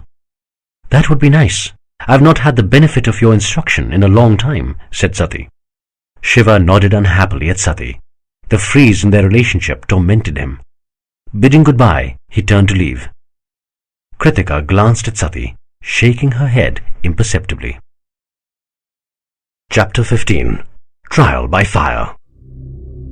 The little boy hurried through a dusty goat trail, trying to avoid the sharp stones, bundling into his fur coat. The dense, wet forest encroached on the path menacingly. It was difficult to see beyond the trees lining the narrow path. The boy was sure that there were terrible monsters lurking in the dense foliage, waiting to pounce on him. If he slowed down, His village was but a few hours away. The sun was fast setting behind the mountains. Monsters loved the darkness. He had heard his mother and grandmother say repeatedly when he was being difficult. He would have liked being accompanied by an elder, as monsters didn't trouble the elders. His heart skipped a beat as he heard a strange, heaving sound. He immediately drew out his short sword, suspecting an attack from behind. His friends had heard many stories about the monsters of the forests. The cowards never attacked from the front. He stood still, straining to determine the direction of the sound. It had a peculiar, repetitive rhythm and seemed vaguely familiar. He felt as though he had heard it before. The heaving was now accompanied by a heavy, grunting male voice. This was not a monster. The boy felt excitement run through his body. He had heard his friends whisper and giggles about it, but he had never seen the act himself. This was his chance. He crept slowly into the foliage, his sword dangling by his side. He did not have to go too far when he came upon the source of the sound. It came from a small clearing. He hid behind a tree trunk and peeped. It was a couple. They seemed to be in a hurry. They had not even disrobed completely. The man was extraordinarily hairy, almost like a bear. The boy could see just his back from this angle. He had a frontal view of the woman. She was astonishingly beautiful. Her wavy hair, long and lustrous. The partly torn blouse revealed a firm breast with deep red welts due to the brutal intercourse. Her skirt had been ripped and revealed exquisite long legs. The boy was excited beyond imagination. Wait till his best friend Bhadra heard of this. As he enjoyed the show, his disquiet grew. Something seemed amiss. The man was in the throes of passion while the woman lay passive, almost dead. Her hands lay lifeless by her side. Her mouth was tightly shut. She was not whispering encouragements to her lover. Were those tears of ecstasy rolling down her cheeks? Or was she being forced? But how could that be? The man's knife lay within the woman's reach. She could have picked up the blade and stabbed him if she wanted. The boy shook his head. He tried to silence his conscience. Just shut up. Let me look. And then came the moment that would haunt him for the rest of his life. The woman's eyes suddenly fell upon him. "Help!" she cried out. "Please help!" The startled boy fell back, dropping his sword. The hairy monster turned to see who the woman was calling. The boy quickly picked up his sword and fled, ignoring the searing pain on his frostbitten foot as he ran. He was terrified at the thought that the man was chasing him. He could hear the man's heavy breathing. The boy leapt onto the goat trail and sped towards his village. He could still hear the heavy breathing. It was drawing closer every second. The boy suddenly swerved to his left, pivoted and slashed back with his sword. There was nobody there. No sound of heavy breathing. The only sound was the haunting plea of a distraught woman. "Help! Please help!" The little boy looked back. That poor woman. "Go back! Help her!" cried his inner voice. He hesitated for a moment, then turned and fled towards his village. "No! Go back! Help her!" Shiva woke up sweating, his heart pounding madly. He instinctively turned around, wanting desperately to go back to that dreadful day, to redeem himself. But there would be no redemption. The woman's terrified face came flooding back. He shut his eyes. But how do you shut your eyes to an image branded on your mind? He pulled his knees up and rested his head on them. Then he did the only thing that helped. He cried. The Yagna platform had been set up at the central square of the Dvitiya platform. For Karachappa, it was not the usual austere affair typical of Meluha. The frontier city had decorated the area with bright colors that vied for attention. The platform itself had been painted in a bright golden hue. Colorfully decorated poles, festooned with flowers, held aloft a shamiana, a cloth canopy. Red and blue pennants, with the Suryavanshi symbol painted on, hung proudly from many poles. The entire atmosphere was that of pomp and show. Jhuleshwar received Shiva at the head of the platform and guided him to his ritual seat at the yagna. At the governor's repeated requests, Shiva had removed his cravat for the duration of the ceremony. Parvateshwar and Brihaspati sat to the right of the Neelkanth, while Jhuleshwar and Ayurvati sat to his left. Nandi and Veerbhadra had also been invited to sit behind Shiva. Though this was unorthodox, Jhuleshwar had acceded to the Neelkanth's request. Jhuleshwar governed a cosmopolitan border city and believed that many of the strict Meluhan laws could be bent slightly for the sake of expediency. His liberal attitude had made Karachappa a magnet for people from a wide variety of races and a hub for the exchange of goods, services and ideas. Shiva looked towards Sati's balcony, which overlooked the central square in the distance. Though Sati was not allowed to step on the platform while the yagna was being conducted, she could look on at the proceedings from the safe distance of her chambers. Shiva noticed her standing behind the balcony curtain, with Kritika by her side, observing the proceedings. As was the custom before such a yagna, the Pandit stood up and asked formally, "If anyone here has an objection to this yagna, please speak now, or forever hold your peace." This was just a traditional question, which wasn't actually supposed to be answered. Hence, there was an audible collective groan when a voice cried out loudly, "I object." Nobody needed to look to recognize where the voice came from. It was Tarak, an immigrant from the ultra-conservative northwest regions of the empire. Since Tarak had come to Karachappa, he had taken it upon himself to be the moral police of this decadent city of sin. Shiva strained his neck to see who had objections. He saw Tarak standing at the back, at the edge of the puja platform, very close to Sati's balcony. He was a giant of a man, with a fair face cut up brutally due to a lifetime of strife, an immense stomach, and a miner's bulging muscular arms. He cut an awesome figure. It was obvious, without even looking at his amulets, that Tarak was a Kshatriya who had made his living working in the lower rungs of the army. Juleshwar glared at Tarak in exasperation. "What is it now? This time we have ensured that we have not used the white Chandravanshi colors in our decorations. Or do you think the water being used for the ceremony is not at the correct temperature as per the Vedas?" The gathering sniggered. Parvateshwar looked at Juleshwar sharply. Before he could reprimand the governor for his cavalier reference to the Vedas, Tarak spoke up. "The law says no Vikrama should be allowed on the yagna platform." "Yes," said Juleshwar, "and unless you have been declared a Vikrama, I don't think that law is being broken." "Yes, it is." There were shocked murmurs from the congregation. Juleshwar raised his hand. "Nobody is a Vikrama here, Tarak," said Juleshwar. "Now please, sit down." "Princess Sati defiled the yagna with her presence." Shiva and Parvateshwar looked sharply at Tarak. Juleshwar was as stunned as the rest of the assembly by Tarak's statement. "Tarak," said Juleshwar, "you go too far. Princess Sati is confined in the guest house, abiding by the laws of the yagna. She is not present on the yagna platform. Now sit down before I have you whipped." "On what charge will you have me whipped, Governor?" yelled Tarak. "Standing up for the law is not a crime in Meluha." "But the law has not been broken." "Yes, it has. The exact words of the law is that no Vikrama can be on the same platform while a yagna is being conducted. The yagna is being conducted on the Dvitiya platform of the city. By being on the same platform, the princess defiles the yagna." Tarak was technically correct. Most people interpreted that law to mean that a Vikrama could not be on the prayer ceremony platform. However, since Karachappa, like most Meluhan cities, was built on a platform, a strict interpretation of the law would mean that Sati should not be anywhere on the entire Dvitiya platform. To keep the yagna legal, she would either have to move to the other platform of the city or outside the city walls.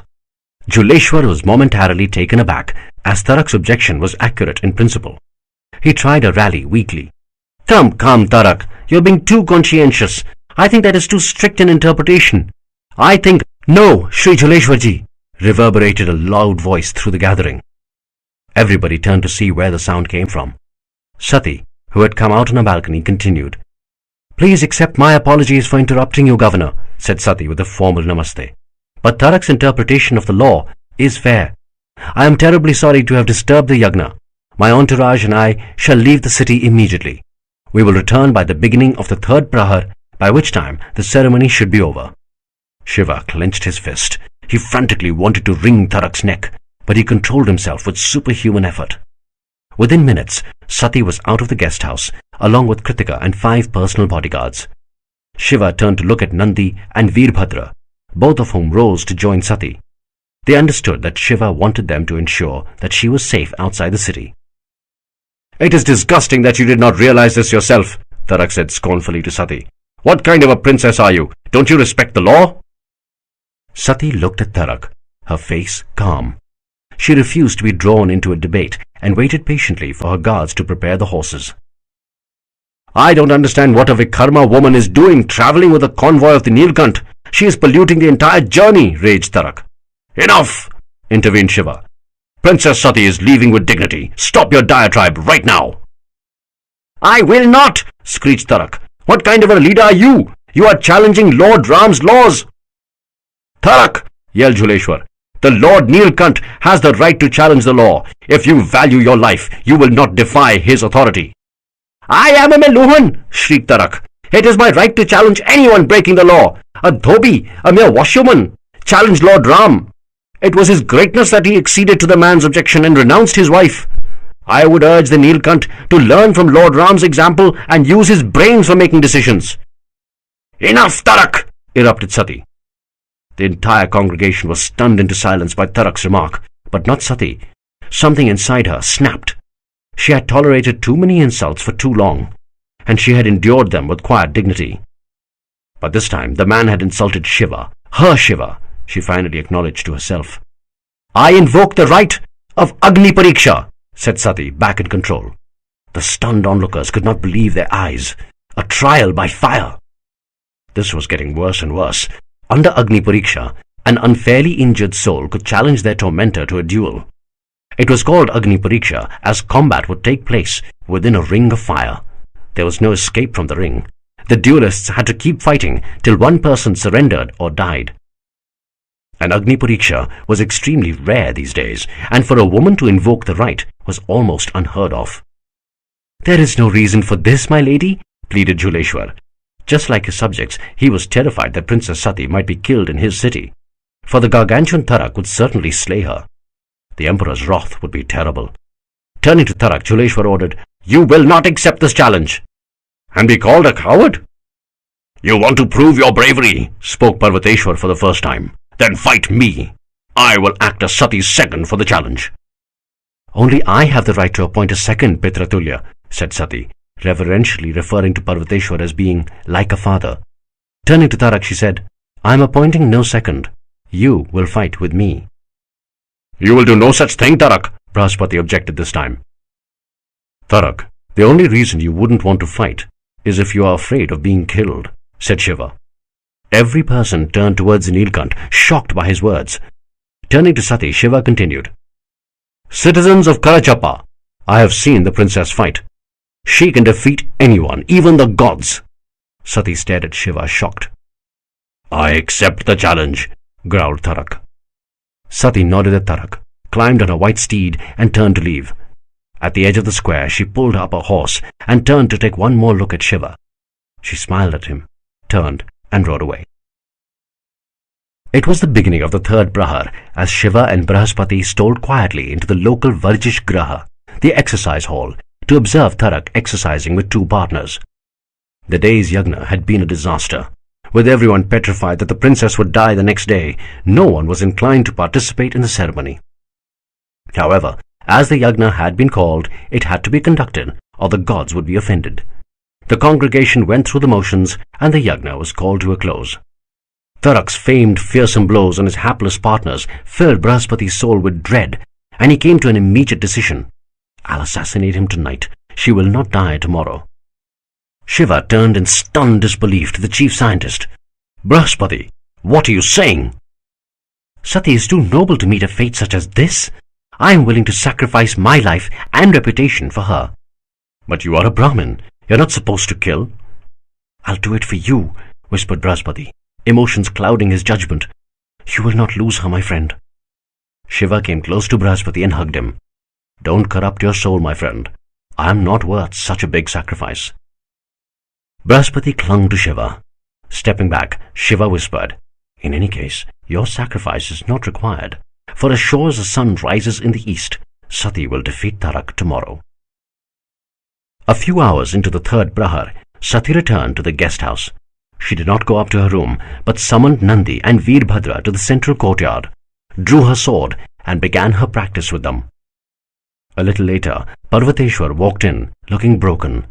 His expression clearly conveyed his fear that this might be the last time he would talk to Sati. She stopped practicing, sheathed her sword, and folded her hands into a respectful namaste. Pitratulya, she whispered.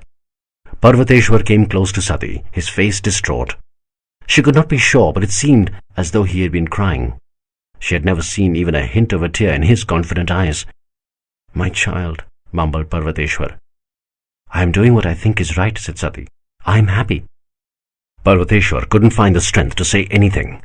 For a brief moment, he considered assassinating Tarak at night, but that would be illegal. Just then, Shiva and Brihaspati walked in. Shiva noticed Parvateshwar's face. This was the first time he had seen any sign of weakness in the general. While he could understand Parvateshwar's predicament, he did not like the effect it was having on Sati. "I'm sorry I'm late," said Shiva cheerily. Everyone turned to look at him. "Actually, Brihaspati and I had gone to the Lord Varun temple to pray for Tarak," said Shiva. "We prayed that the journey his soul would take to the other world would be comfortable." Sati burst out laughing. So did the rest of the party in the courtyard. "Bhadra, you're not the right opponent for the practice," said Shiva. "You move too fast. Nandi, you duel with the princess and control your agility." Turning to Sati, Shiva continued, "I saw Tarak practice. His blows have tremendous power, but the force of the blows slow him down. Turn his strength into his weakness. Use your agility against his movements." Sati nodded, absorbing every word. She resumed her practice with Nandi. Moving rapidly compared to Nandi's slower movements, Sati was able to succeed in a strike that could be kill. Suddenly, an idea struck Shiva. Instructing Nandi to stop, he asked Sati, "Are you allowed to choose the combat weapon?" "Yes, it's my prerogative as I threw the challenge." "Then choose the knife. It will reduce the reach of his strikes while you can move in and out much quicker." "That's brilliant," concurred Parvateshwar, while Brihaspati nodded. Sati signaled her agreement immediately. Almost at the same instant, Veerbhadra emerged with 2 knives. Giving one to Nandi, he gave the other to Sati. "Practice, my lady." Sati and Tarak stood at the center of a circular stadium. This was not the main Rangbhumi of Karachappa, which was gargantuan in its proportions. This one had been constructed next to the main stadium for music concerts that the Mesopotamian immigrants in Karachappa loved. The arena was of the exact dimensions required for an Agni Pariksha, not so big that a person could simply steer clear of the other contestant, and not too small so that the combat would end fast. There were stands around the ground, and a capacity crowd of over 20,000 had come to watch the most important duel in Karachappa for the last 500 years. There was a prayer on every lip. Let Father Manu cause a miracle so that Princess Sati would win, or at the very least, live. Both Tarak and Sati greeted each other with a namaste, repeating an ancient pledge to fight with honor. Then, turning to the statue of Lord Varun at the top of the main stand, they bowed, asking for blessings from the god of the water and the seas. Juleshwar had vacated his ceremonial seat right below the statue of Lord Varun for Shiva.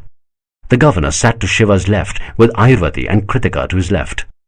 Brihaspati and Parvateshwar sat to Shiva's right. Nandi and Veerbhadra were in their now familiar position behind Shiva. A bird courier had been sent to Daksha the previous day, informing him of the duel. However, there wasn't enough time to expect a reply.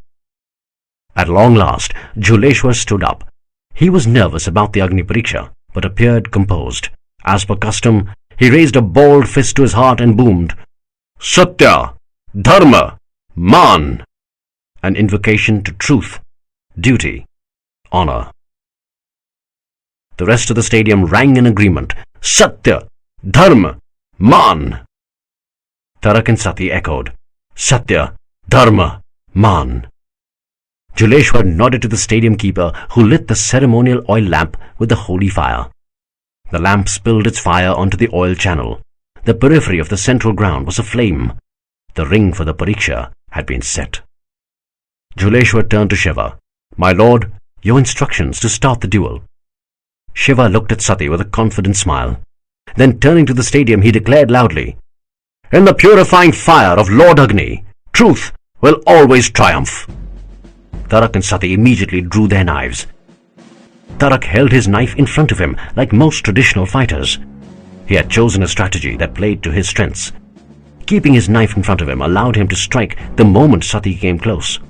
He did not stir too much, allowing Sati to make her moves in front of him. Sati, breaking all known rules of combat, held her knife behind her. She shifted the knife continuously from one hand to the other while keeping a safe distance from her opponent. The aim was to confuse Tarak about the direction of her attack. Tarak, on the other hand, was watching Sati's movements like a hawk. He saw her right arm flex. The knife was now in her right hand. Suddenly Sati leapt to the left. Tarak remained stationary. He knew that with her right hand holding the knife, the leftward movement was a feint. She would have to move to the right to bring her knife into play. Sure enough, Sati quickly moved to the right and brought in her arm up in a stabbing motion. Tarak was prepared. Shifting his knife quickly to his left arm, he slashed viciously, cutting Sati across her torso. It wasn't a deep cut, but it appeared to hurt. A collective gasp went out of the audience. Sati retreated and rallied. She moved the knife to her back again, transferring it from one hand to the other. Tarak kept a close eye on her arms. The knife was in her left hand. He expected her to move to the right, which she did. He remained immobile, waiting for her to swerve suddenly to her left. She did, swinging her left arm as she moved. Tarak acted before her arm could even come close enough to do any damage. He swung ferociously with his right arm and cut her deep in the left shoulder. Sati retreated rapidly as the congregation moaned in horror. Some shut their eyes. They could not bear to look any more. Most were praying fervently. If it had to be done, let it be done swiftly and not in a slow, painful manner. "What is she doing?" whispered a panic-stricken Brihaspati to Shiva. "Why is she charging in so recklessly?" Shiva turned to look at Brihaspati, also noticing Parvateshwar's face. Parvateshwar had a surprised yet admiring grin on his face. Unlike Brihaspati, he knew what was going on. Turning back to look at the duel, Shiva whispered, "She is laying a trap." At the center, Sati was still transferring the knife between her hands behind her back. She feigned a move from her right to the left, but this time did not transfer the knife. She flexed her left arm, keeping the right arm holding the knife loose and relaxed. Tarak was watching Sati closely, confident that he was going to slowly bleed her to death. He believed the knife was in her left hand. He waited for her to move right, then left, which she did in a swift veer. Expecting her left arm to come in, he sliced with his right hand. Sati neatly pirouetted back. Before a surprised Tarak could react, she had leapt to her right and brought her right hand in brutally onto Tarak's chest. The knife pierced Tarak's lung. The shock of the blow immobilized Tarak. Blood spurted from his mouth. He dropped his knife and staggered back. Sati ruthlessly maintained the pressure and dug the knife in deeper, right up to the hilt. Tarak stumbled back and collapsed to the ground, motionless. The entire stadium was stunned. Sati's face had the expression of the mother goddess in fury. 85 years of repressed anger had surfaced in that instant.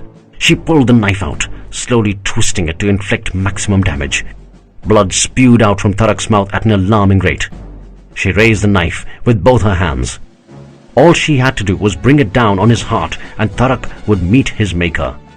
Then suddenly, her expression became calm again. It was almost as if someone had sucked out all the negative energy inside her. She turned around. Shiva, the destroyer of evil, sat on his throne staring at her with a slight smile.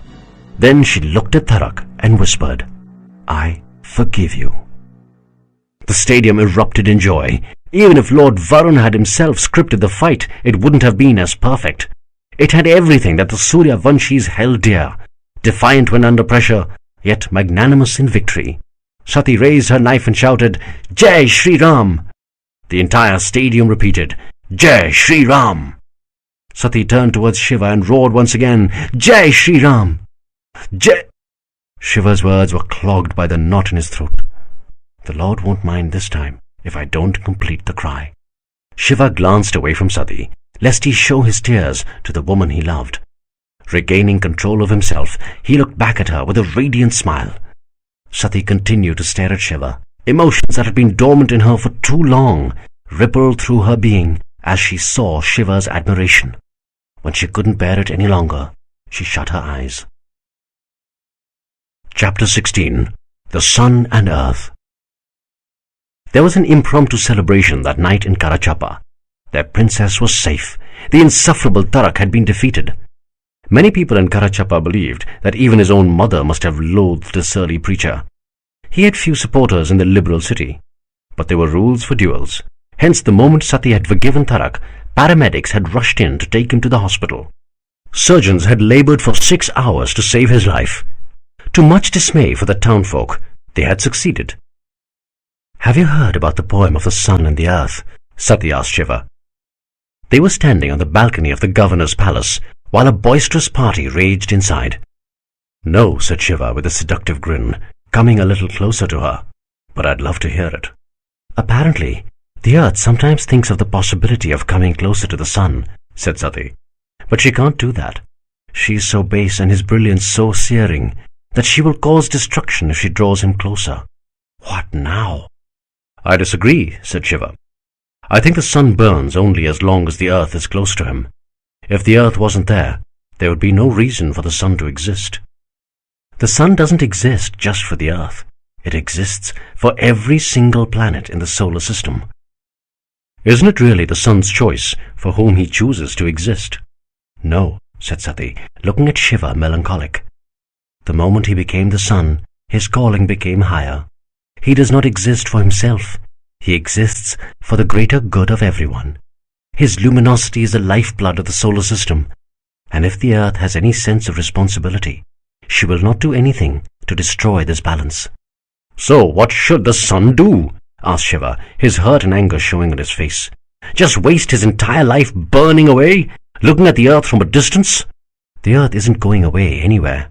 The sun and the earth can still share a warm friendship. But anything more is against the laws. It is against the interests of others." Shiva turned away from Sati in anger. He looked north to seek solace from his holy lake. Feeling nothing, he looked up at the skies towards the gods he did not believe in. Damn it! He banged the balcony railing with his powerful fist, dislodging some bricks, and stormed off. Outside the city walls, in a forested area, a few soldiers lay in wait. At a slight distance, 2 hooded figures were seated on large rocks. The captain of the platoon of soldiers stood rigid in attention next to the duo. He could not believe that he was standing next to the queen herself. The privilege overwhelmed him. One of the hooded figures raised his hand to motion for the captain to step closer.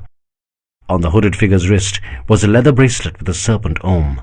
"Vishwadhyam, are you sure this is where we are supposed to meet him? He is late by nearly an hour." "Yes, my lord," replied Vishwadhyam nervously. This is exactly where he had said he would come. The other hooded figure turned and spoke in a commanding voice, a feminine one, a voice used to being obeyed without question. "That man makes the queen of the Nagas wait." Turning to the other hooded figure, she continued, "I trust you have worked this out in detail. I hope I haven't entered this vile territory in vain." The other hooded figure moved his fleshy hands in a motion asking the queen for patience. "Have faith, your highness. This man is our key to giving the Suryavanshis a blow that they will never recover from." "Apparently, there was an Agni Pariksha fight between the princess and a man in the city yesterday," said Vishwadhyam suddenly, trying to impress the queen with his sharp ear for local knowledge. "I do not have the exact details. I just hope that our man was not involved in it." The queen turned swiftly to the other hooded figure, then back to Vishwadhyam. "Please wait with the other soldiers." Vishwadhyam sensed he had said something he shouldn't have and quickly retreated before his lord's stern gaze could reprimand him. This is why he had been told in training school that a good soldier never speaks unless spoken to. "She's here?" asked the queen with barely suppressed anger. The other hooded figure nodded. "I thought I told you to forget about this," said the queen sternly. "There is nothing to be gained by this quest. Do you realize your stupid attack on Mount Mandar may have left them suspect that we have a mole in their midst?" The male figure looked up in apology. "Did you come here for her?" "No, your highness," said the hooded figure with a deeply respectful tone. "This was the place where he asked us to meet him." The queen reached out her hand and gently patted the man's shoulder. "Stay focused, my child," said the queen softly. "If we pull this off, it will be our biggest victory ever. Like you just said, we will strike a blow that they will find very difficult to recover from." The man nodded. "And yet," continued the queen, pulling her hand back into the shelter of her black robes, "your preoccupation with her makes you take uncharacteristic decisions. Do you know he has sent a clear message that she cannot be touched? Otherwise, the deal is off." The hooded figure stared at the queen in surprise. "How did you—" "I am queen of the Nagas, my child," she interrupted. "I have more than one piece on the chessboard." The hooded figure continued to look at the queen, ashamed about his poor call at Mount Mandar. The queen's next words added to his shame. "You are making surprising mistakes, my child. You have the potential to be the greatest Naga ever. Don't waste it." "Yes, your highness." The queen appeared to relax. I think, when we are alone now, said the Queen, maybe you can refer to me as Mossy. After all, I am your mother's sister. Of course you are, said the hooded figure as a smile reached his eyes. Whatever you say, Mossy. It had been 2 weeks since the Agni Pariksha. Sati had recovered sufficiently for the convoy to continue its journey to its next destination. Shiva, Parvateshwar and Brahaspati sat together in Shiva's chambers at the guest house. It is agreed then, said Parvateshwar. I will make the arrangements for us to commence our journey a week from today. By that time, Sati should have recovered completely. Yes, I think that is a suitable plan, agreed Shiva. Parvateshwar, I will not be coming along any further, said Brahaspati. Why? Asked Parvateshwar. Well, the new chemicals I had ordered have come. I was considering going back with the consignment to Mount Mandar, so that the experiments can begin as soon as possible. If we can get this right, the consumption of water for making the somras will reduce drastically. Shiva smiled sadly. I'm going to miss you, my friend. And I you, said Brahaspati. But I'm not leaving the country. When you finish your tour, come to Mount Mandar. I'll show you around the sylvan forests near our facility. Yes, said Shiva with a grin. Perhaps you will reveal some of your scientific skills and discover a plausible cause for the blue throat. Both Shiva and Brahaspati burst out laughing. Parvateshwar, who did not understand the private joke, looked on politely. Just one point, Brahaspati, said Parvateshwar. I will not be able to divert any soldiers from the royal entourage. I will speak to Governor Jhuleshwar to send some soldiers for your return journey. Thank you, Parvateshwar, but I'm sure I'll be fine. Why should a terrorist be interested in me?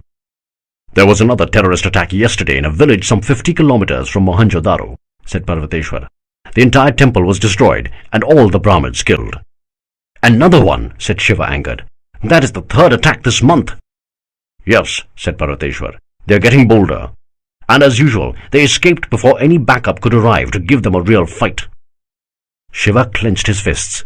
He had no idea on how to counter the terror attacks.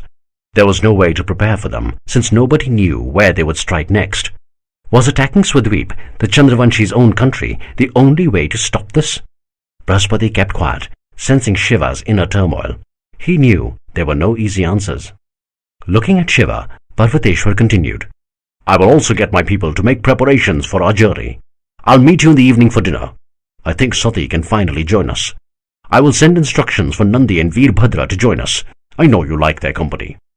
Shiva looked startled at Parvateshwar's uncharacteristic thoughtfulness. Thank you, Parvateshwar. This is very kind of you.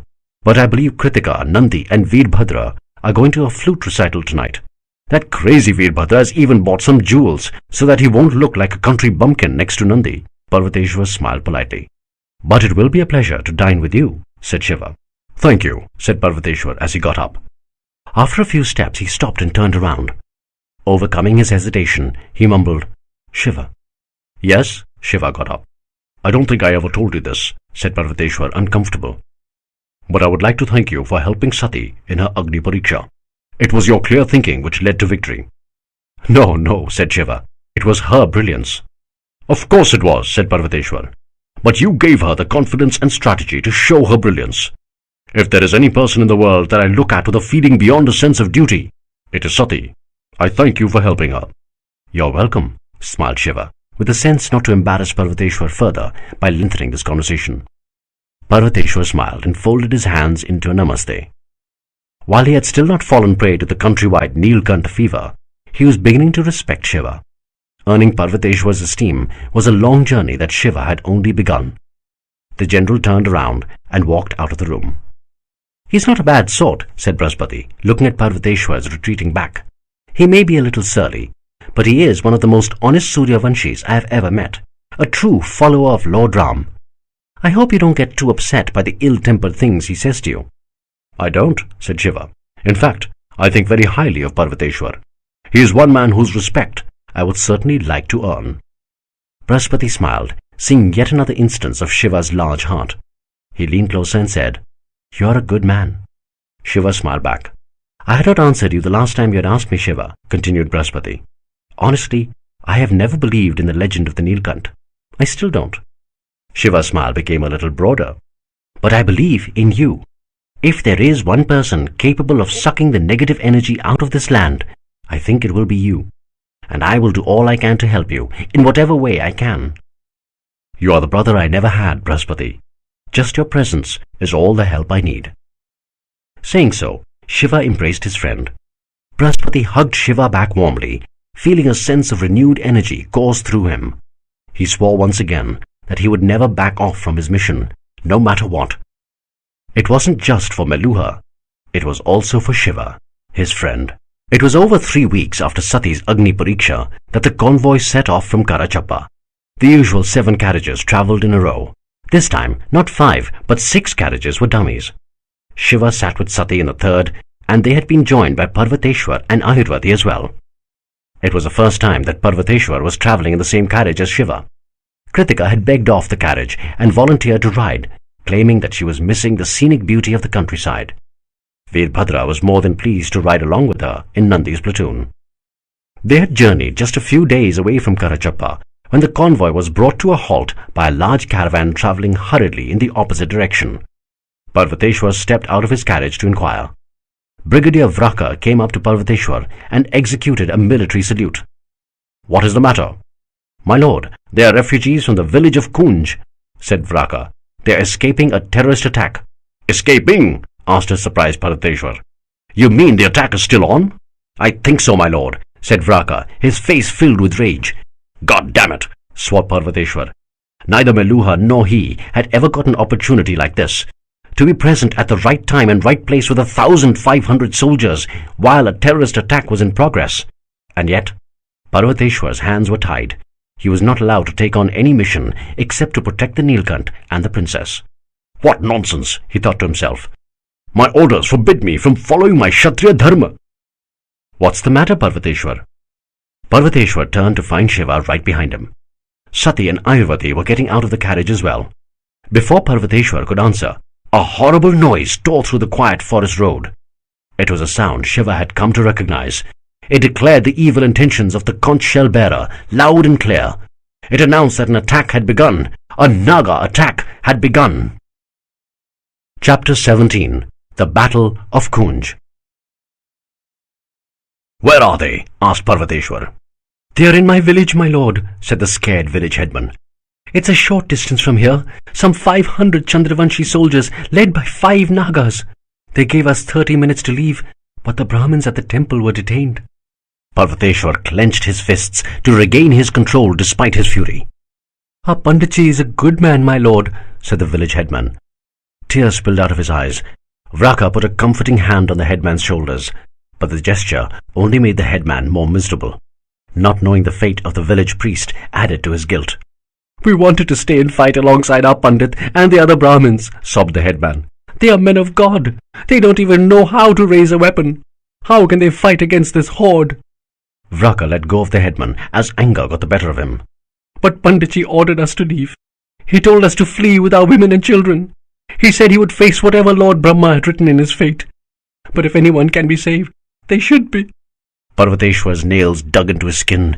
He was livid at the cowardly Chandravanshis for yet again attacking defenseless Brahmins and not Kshatriyas who could retaliate. He was incensed at his fate for having put him in a position where he could not take action. A part of him wanted to ignore his orders, but he was bound not to break the law. "This nonsense has to stop!" Parvateshwar looked up to see which voice had echoed his thoughts. The expression on Shiva's face almost threw him back for a moment. The intense fury visible in the Neelkanth would have brought even a Deva to a standstill. "We are good people," raged Shiva. "We are not scared chicken who should turn and flee. Those terrorists should be on the run. They should be the ones feeling the wrath of the Suryavanshis." A villager standing behind the headman said, "But they are terrorists. We cannot defeat them. The Panditji knew that. That is why he ordered us to run." "But we have 1,500 soldiers," said Shiva, irritated at the display of such cowardice, "and another 500 of you. We outnumber them 4 to 1. We can crush them. Teach them a lesson they will remember." The headman argued, "But they have Nagas. They are supernatural, bloodthirsty killers. What chance do we have against such evil?" Shiva had the presence of mind to realize that superstition can only be countered by another stronger belief. He climbed the carriage pedestal to stand tall. The villager stared at him. He ripped off his cravat and threw it away. He didn't need it anymore. I am the Neelkanth! All the soldiers looked up at the destroyer of evil, mesmerized. They were overjoyed to see him truly accept his destiny. The villagers who did not know of the Neelkanth's arrival were stunned at seeing the legend come alive right before their eyes. I am going to fight these terrorists, roared Shiva. I am going to show them that we are not scared anymore. I am going to make them feel the pain we feel. I am going to let them know that Meluha is not going to roll over and let them do what they want. Pure energy coursed through the huddled mass that stood in front of Shiva, straightening their spines and inspiring their souls. Who's coming with me?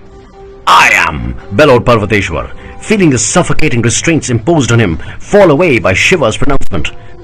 I am, echoed Sati, Nandi, Veerbhadra and Vraka. I am, echoed every single soul standing there. Suddenly, the scared villagers and soldiers were turned into a righteous army. The soldiers drew their swords. The villagers grabbed whatever weapons they could from the traveling armory. To Koonj, yelled Shiva, mounting a horse and galloping ahead. Parvateshwar and Sati quickly unharnessed the horses from the cart and raced behind Shiva. The Suryavanshis charged behind them, letting out a cry louder than any Naga conch shell. As they stormed into Koonj, the horror of what had transpired hit them. The Chandravanshis had ignored the rest of the village and concentrated on the area that would distress the Meluhans most, their venerated temple. Decapitated bodies of the Brahmins lay around the shrine. They had been clumped together and executed. The temple itself was ruthlessly destroyed and aflame. The sight of the gruesome attack enraged the Suryavanshis even more. They charged like crazed bulls. The Chandravanshis had no chance. They were completely outnumbered and overwhelmed. They lost ground quickly. Some of the Chandravanshis were beginning to retreat when the 5 Nagas rallied them back. They fought on against the crushing odds, clashing against the righteous Suryavanshis with unexpected courage. Parvateshwar fought like a man possessed. Shiva, who had never seen the general battle, was awed by his skill and valor. Like Shiva, Parvateshwar knew that the key to victory were the Nagas. As long as they were alive, the Suryavanshis would feel terrified and the Chandravanshis would draw inspiration from them. He attacked one of them with frenzied aggression. The Naga skillfully parried Parvateshwar's attack with his shield. Bringing his sword down, he tried to strike Parvateshwar's exposed shoulder. What he didn't know was that Parvateshwar had deliberately left his flank exposed. Swinging to the side to avoid the blow, Parvateshwar let his shield clap onto his back as he swiftly drew a knife held in a clip behind. He hurled it at the Naga's exposed right shoulder. His cry let Parvateshwar know that the knife had penetrated deep. The Naga roared in fury.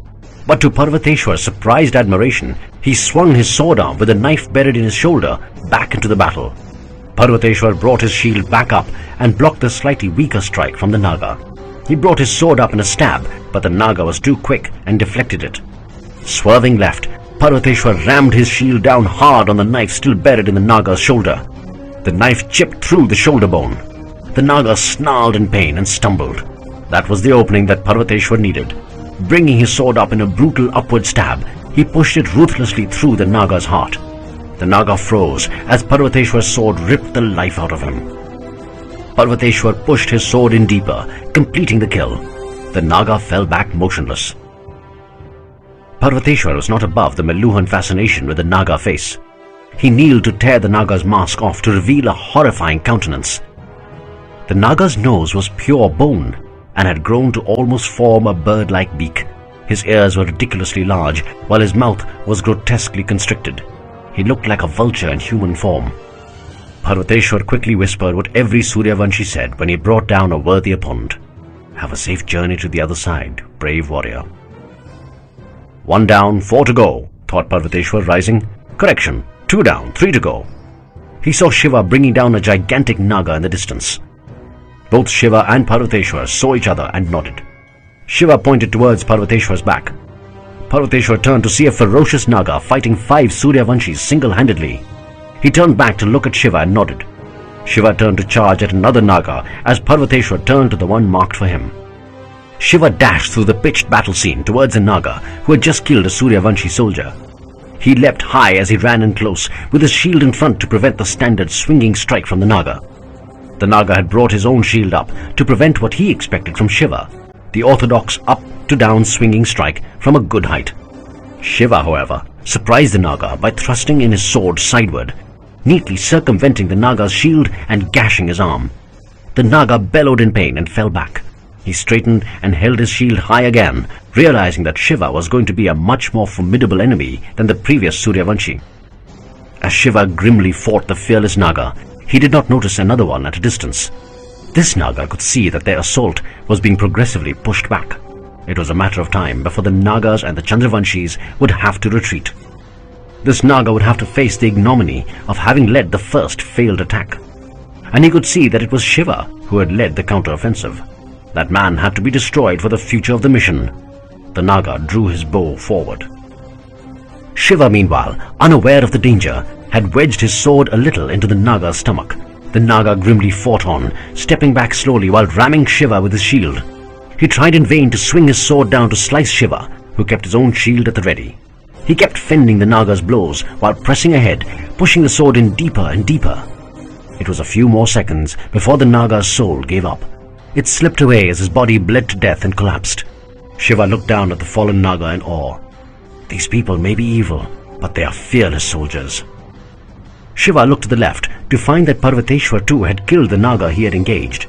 He continued to turn slowly, trying to find the last Naga. Then he heard a loud shout from the person he had come to love beyond reason. Shiva! Shiva turned to his right to find Sati racing towards him. He looked behind her to see if anyone was chasing her. There was nobody. He frowned. Before he could react, Sati leapt forward, a jump timed to perfection. The Naga at the distance had released the Agniban, or the fire arrow, one of the legendary poisoned arrows of their people. The venom on its tip burned its victim's body from the inside, causing a slow, painful death that would scar the soul for many births. The arrow had been set straight at Shiva's neck. It sped unerringly on its deadly mission. However, the Naga had not calculated the possibility of someone obstructing its path. Sati twisted her body in midair as she leapt in front of Shiva. The arrow slammed into her chest with brutal force, propelling her airborne body backwards. She fell to Shiva's left, limp and motionless.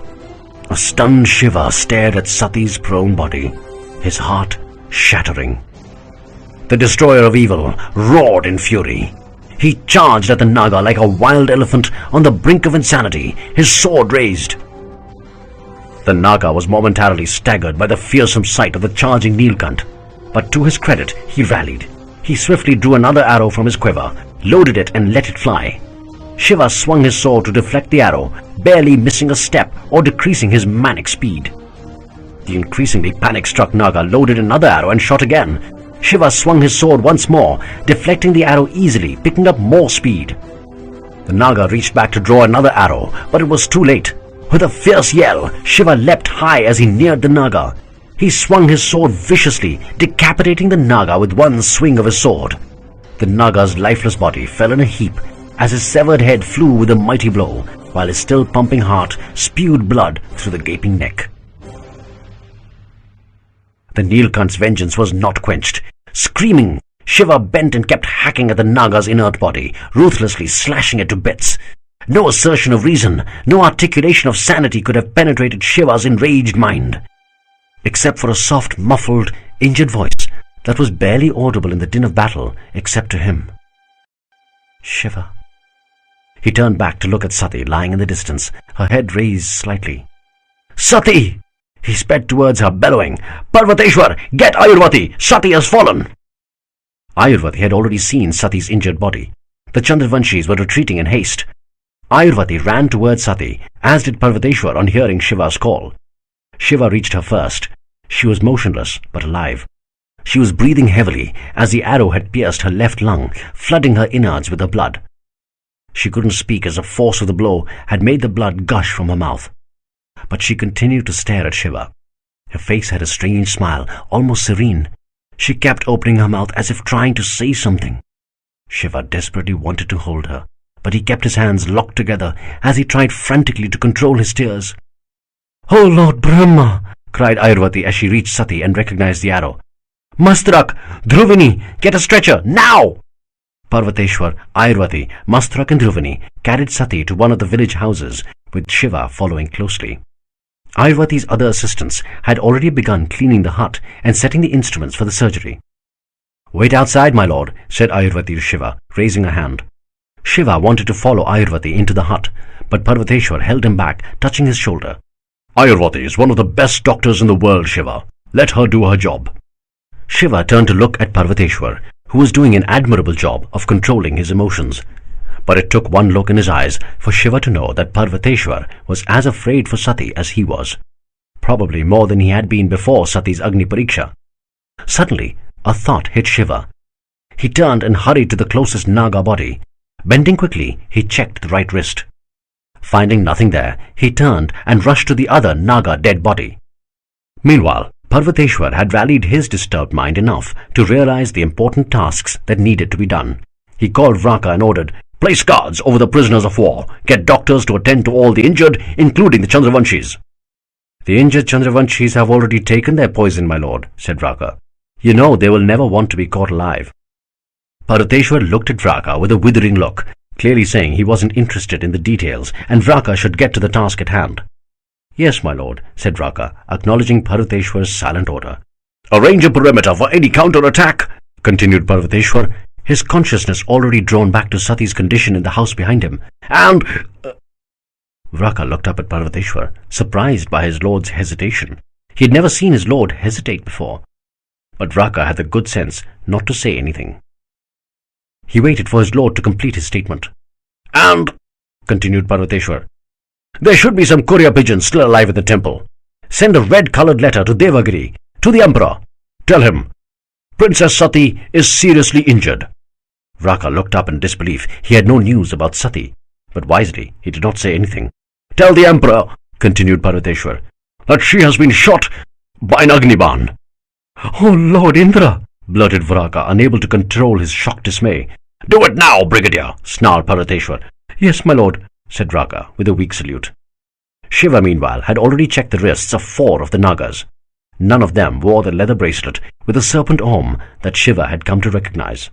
He reached the last one, the one who had shot Sati, the wretched one who Shiva had hacked. Shiva kicked the Naga's torso with intense hatred before trying to find his right arm. It took him some time to find the severed limb. Locating it, he raised the remnants of the robe to check the wrist. There was no leather bracelet. It wasn't him. Shiva came back to the hut to find Parvateshwar seated on a stool outside. Kritika was standing beside the hut entrance, sobbing uncontrollably. Veerbhadra was holding her gently, comforting her. A distraught Nandi stood at Veerbhadra's side, his face stunned into a blank expression.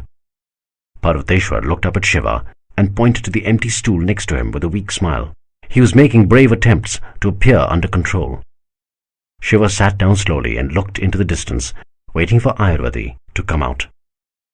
"We have removed the arrow, my lord," said Ayurvati. Shiva and Parvateshwar were standing in the hut, looking at an unconscious Sati. Nobody else was allowed in. Ayurvati had clearly said that Sati did not need the risk of increased infection, and nobody dared argue with the formidable Ayurvati on medical matters. Mastrak and Dhruvini had already fanned out to support the other medical officers treating the injured Suryavanshi soldiers. Shiva turned to the right of the bed to see the bloodied tong that had been used to stretch Sati's innards to pull the arrow out. That tong would never be used again. It had been infected with the Agniban poison. No amount of heat or chemicals would make the instrument sterile and safe again. Next to the tong lay the offending arrow, wrapped in neem leaves, where it would stay for 1 full day before being buried deep in a dry grave to ensure it would not cause any more harm. Shiva looked at Ayurvati, his eyes moist, unable to find the strength to ask the question that raged in his heart. "I will not lie to you, my lord," said Ayurvati in the detached manner that doctors will themselves into to find the strength in traumatic circumstances. "It doesn't look good. Nobody in history has survived an Agniban which has penetrated one of the vital organs. The poison will start causing an intense fever in some time, which will result in the failing of one organ after another." Shiva looked down at Sati and then up pleadingly. Ayurvati fought hard to rein in her tears and keep her composure. She couldn't afford to lose control. She had many lives to save in the next few hours. "I'm sorry, my lord," said Ayurvati, "but there really is no cure. We can only give some medicines to make her end easier." Shiva glared angrily at Ayurvati. "We are not giving up. Is that clear?" Ayurvati looked at the ground, unable to meet Shiva's eye. "If the fever is kept under control, then her organs will not be damaged, right?" asked Shiva, as a glimmer of hope entered his being. Ayurvati looked up and said, "Yes, my lord, but that is not a final solution. The fever caused by an Agniban can only be delayed, not broken. If we try and control the fever, it will come back even stronger once the medicines are stopped." "Then we will control the fever forever," cried Shiva. "I will sit by her side all my life if needed. The fever will not rise." Ayurvati was about to say something to Shiva, but thought better of it and kept silent. She would come back to Shiva in a few hours. She knew that Sati could not be saved. It was impossible. Precious time was being wasted in this futile discussion, time that could be used to save other lives. "All right, my lord," said Ayurvati, quickly administering the medicines to Sati to keep her fever down. This should keep her fever down for a few hours. She looked up at Parvateshwar standing at the back for an instant. Parvateshwar knew that keeping the fever down would only lengthen Sati's agony. But he too felt the glimmer of hope that Shiva felt. Turning back towards Shiva, Ayurvati said, "My lord, you too are injured. Let me dress your wounds and I'll leave." "I'm all right," said Shiva, not taking his eyes off Sati for an instant. "No, you are not, my lord," said Ayurvati firmly. "Your wounds are deep. If they catch an infection, then it could be life-threatening." Shiva did not answer. He just kept looking at Sati and waved his hand dismissively. "Shiva!" shouted Ayurvati. Shiva looked up at her. "You cannot help Sati if you yourself become unwell." The harsh tone had the desired effect. While Shiva did not move from his place, he let Ayurvati dress his wounds. Ayurvati then quickly tended to Parvateshwar's wounds and left the hut. Shiva looked at the prahar lamp in the hut. It had been 3 hours since Ayurvati had removed the arrow. Parvateshwar had left the hut to look after the other injured and make the preparations for setting up camp, since the convoy was going to stay in Koonj for some time. That was Parvateshwar's way. If he was confronted with an ugly situation that he could do nothing about, he did not wallow in his misery. He would drown himself in his work so that he did not have to think about the crisis. Shiva was different. Many years back, he had sworn that he would never run from a difficult situation, even if there was absolutely nothing he could do. He hadn't left Sati's side for a moment. He sat patiently by her bed, waiting for her to recover, hoping for her to recover, praying for her to recover. "Shiva!" A barely audible whisper broke the silence. Shiva looked at Sati's face. Her eyes were slightly open. Her hand had moved indiscernibly. He pulled his chair closer, careful not to touch her. "I'm so sorry," cried Shiva. "I should never have got us into this fight." "No, no," murmured Sati. "You did the right thing. Someone had to make our stand. You have come to Meluha to lead us and to destroy evil. You did your duty." Shiva continued to stare at Sati, overcome by grief. Sati widened her eyes a bit. She was trying to take in as much of Shiva as she could in what she knew were her last moments. Death is the ultimate destroyer of a soul's aspirations. Ironically, it is usually the approach of this very destruction that gives a soul the courage to challenge every constraint and express itself. Express even a long-denied dream. "It is my time to go, Shiva," whispered Sati. "But before I go, I want to tell you that the last few months have been the happiest in my life." Shiva continued to look at Sati with moist eyes. His hands developed a life of their own and moved towards Sati. He checked himself in time.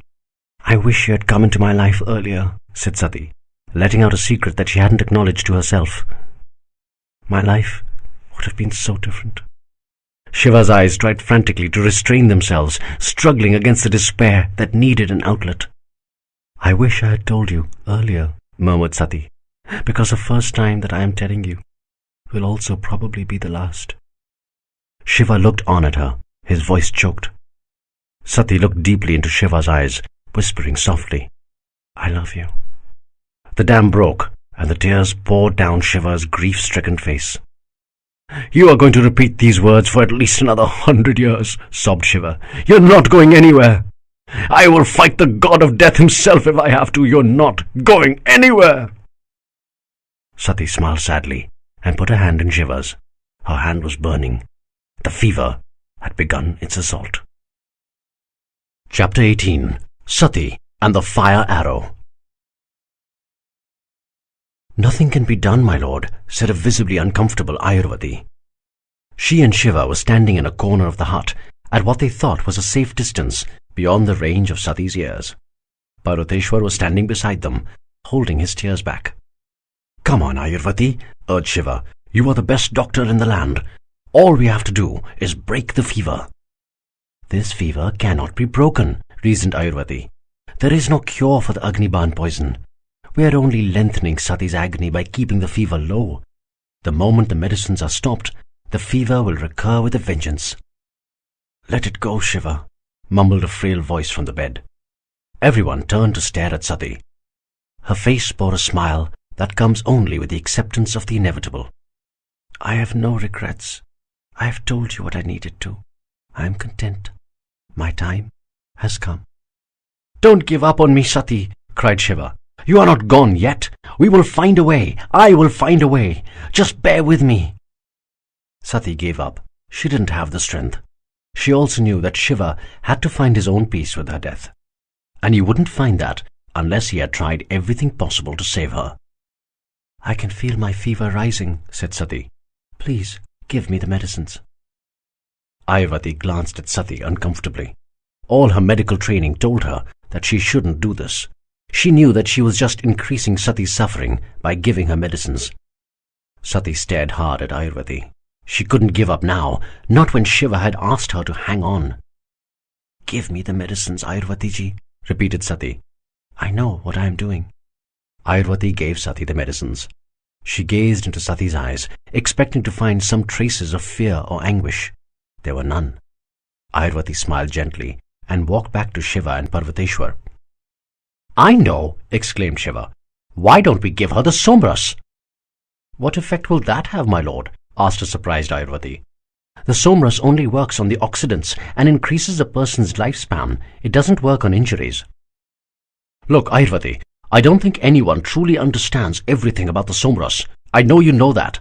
What you don't know is that the somras repaired a frostbitten toe that I had lived with all my life. It also repaired my dislocated shoulder."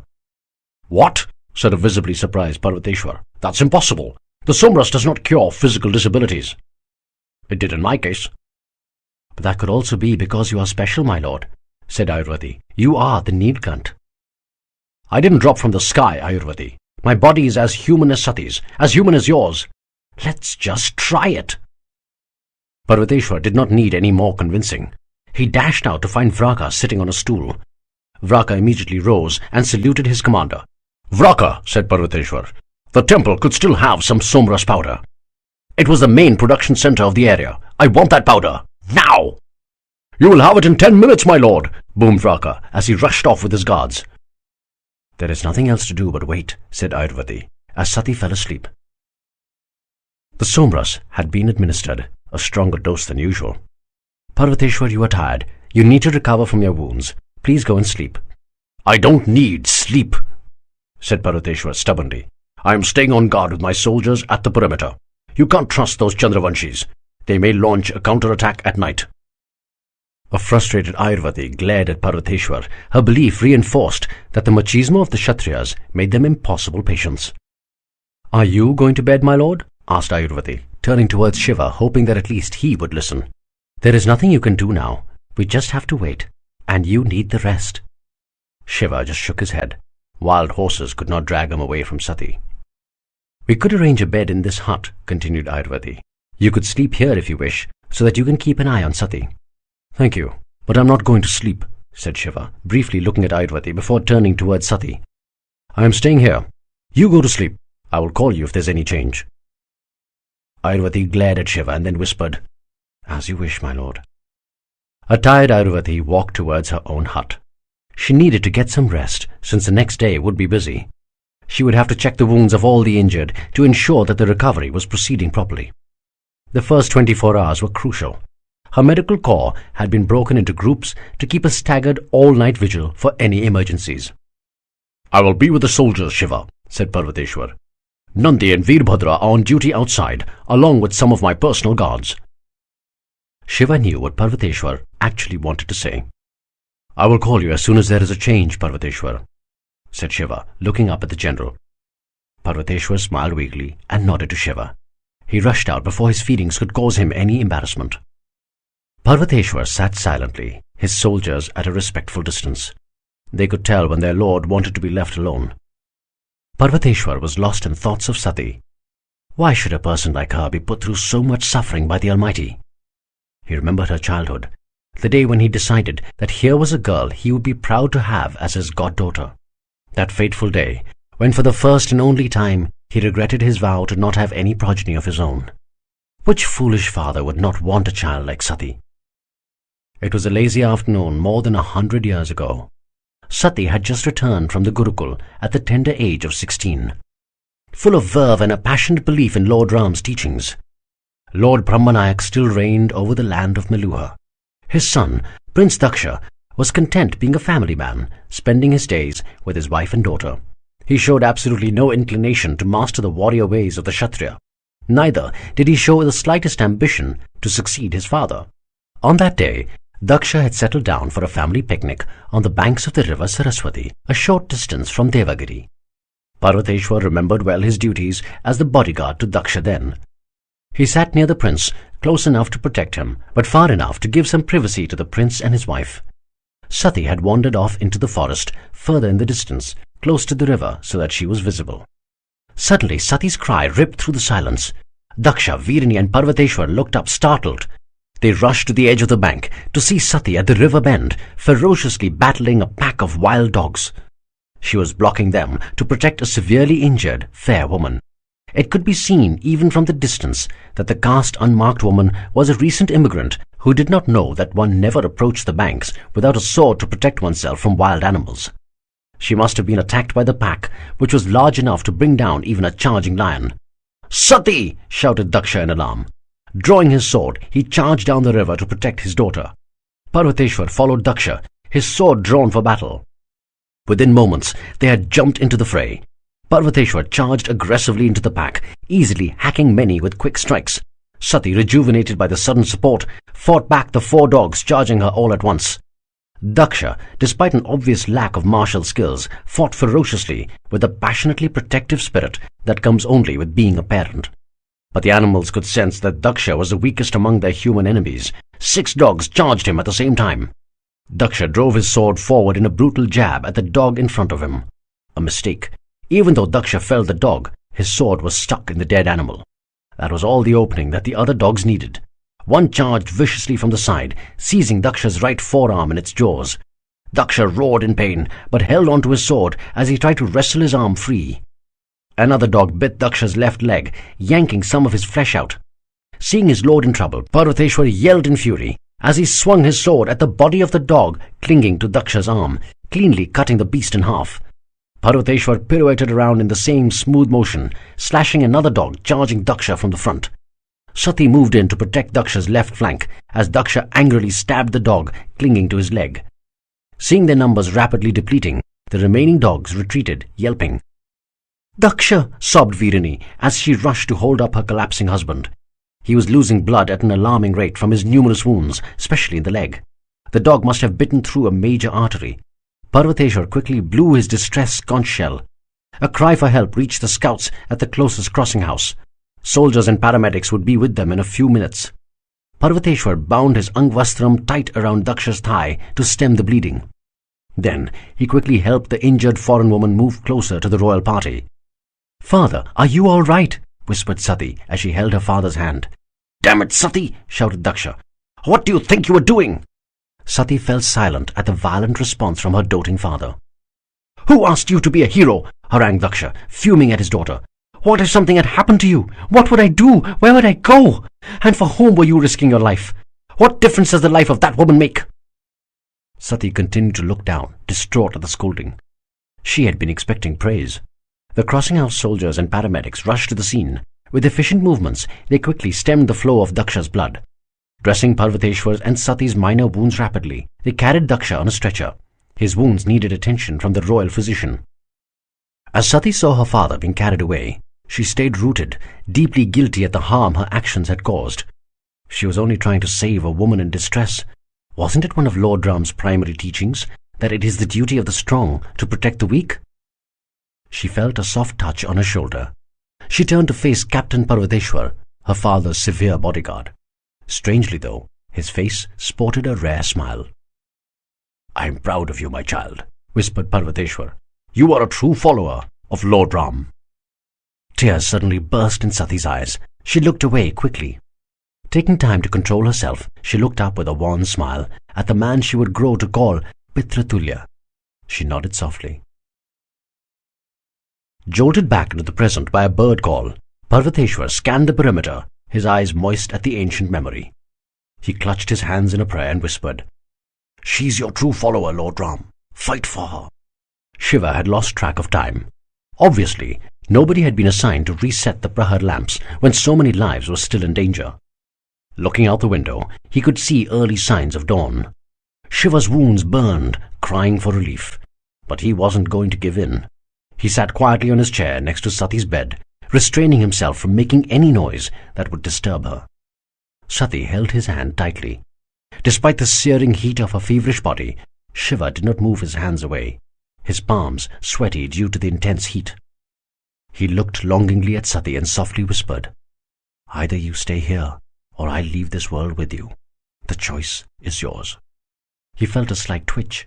He looked down to see Sati's hand move slightly, allowing the sweat to slide from between their entwined palms. It was almost impossible to say where the sweat came from. "Is it Sati's or mine?" Shiva immediately reached out with his other hand towards Sati's forehead. It was burning even more strongly. But there were soft beads of perspiration on the temple. A burst of elation shot through Shiva's being. "By the great Lord Brahma," whispered Ayurvati in awe, "I have never seen anything like this." She was standing beside Sati's bed. The still sleeping Sati was sweating profusely, her garments and bed soaked. Parvateshwar stood by her side, his face aglow with hope. "The Agniban fever never breaks," continued the stunned Ayurvati. "This is a miracle."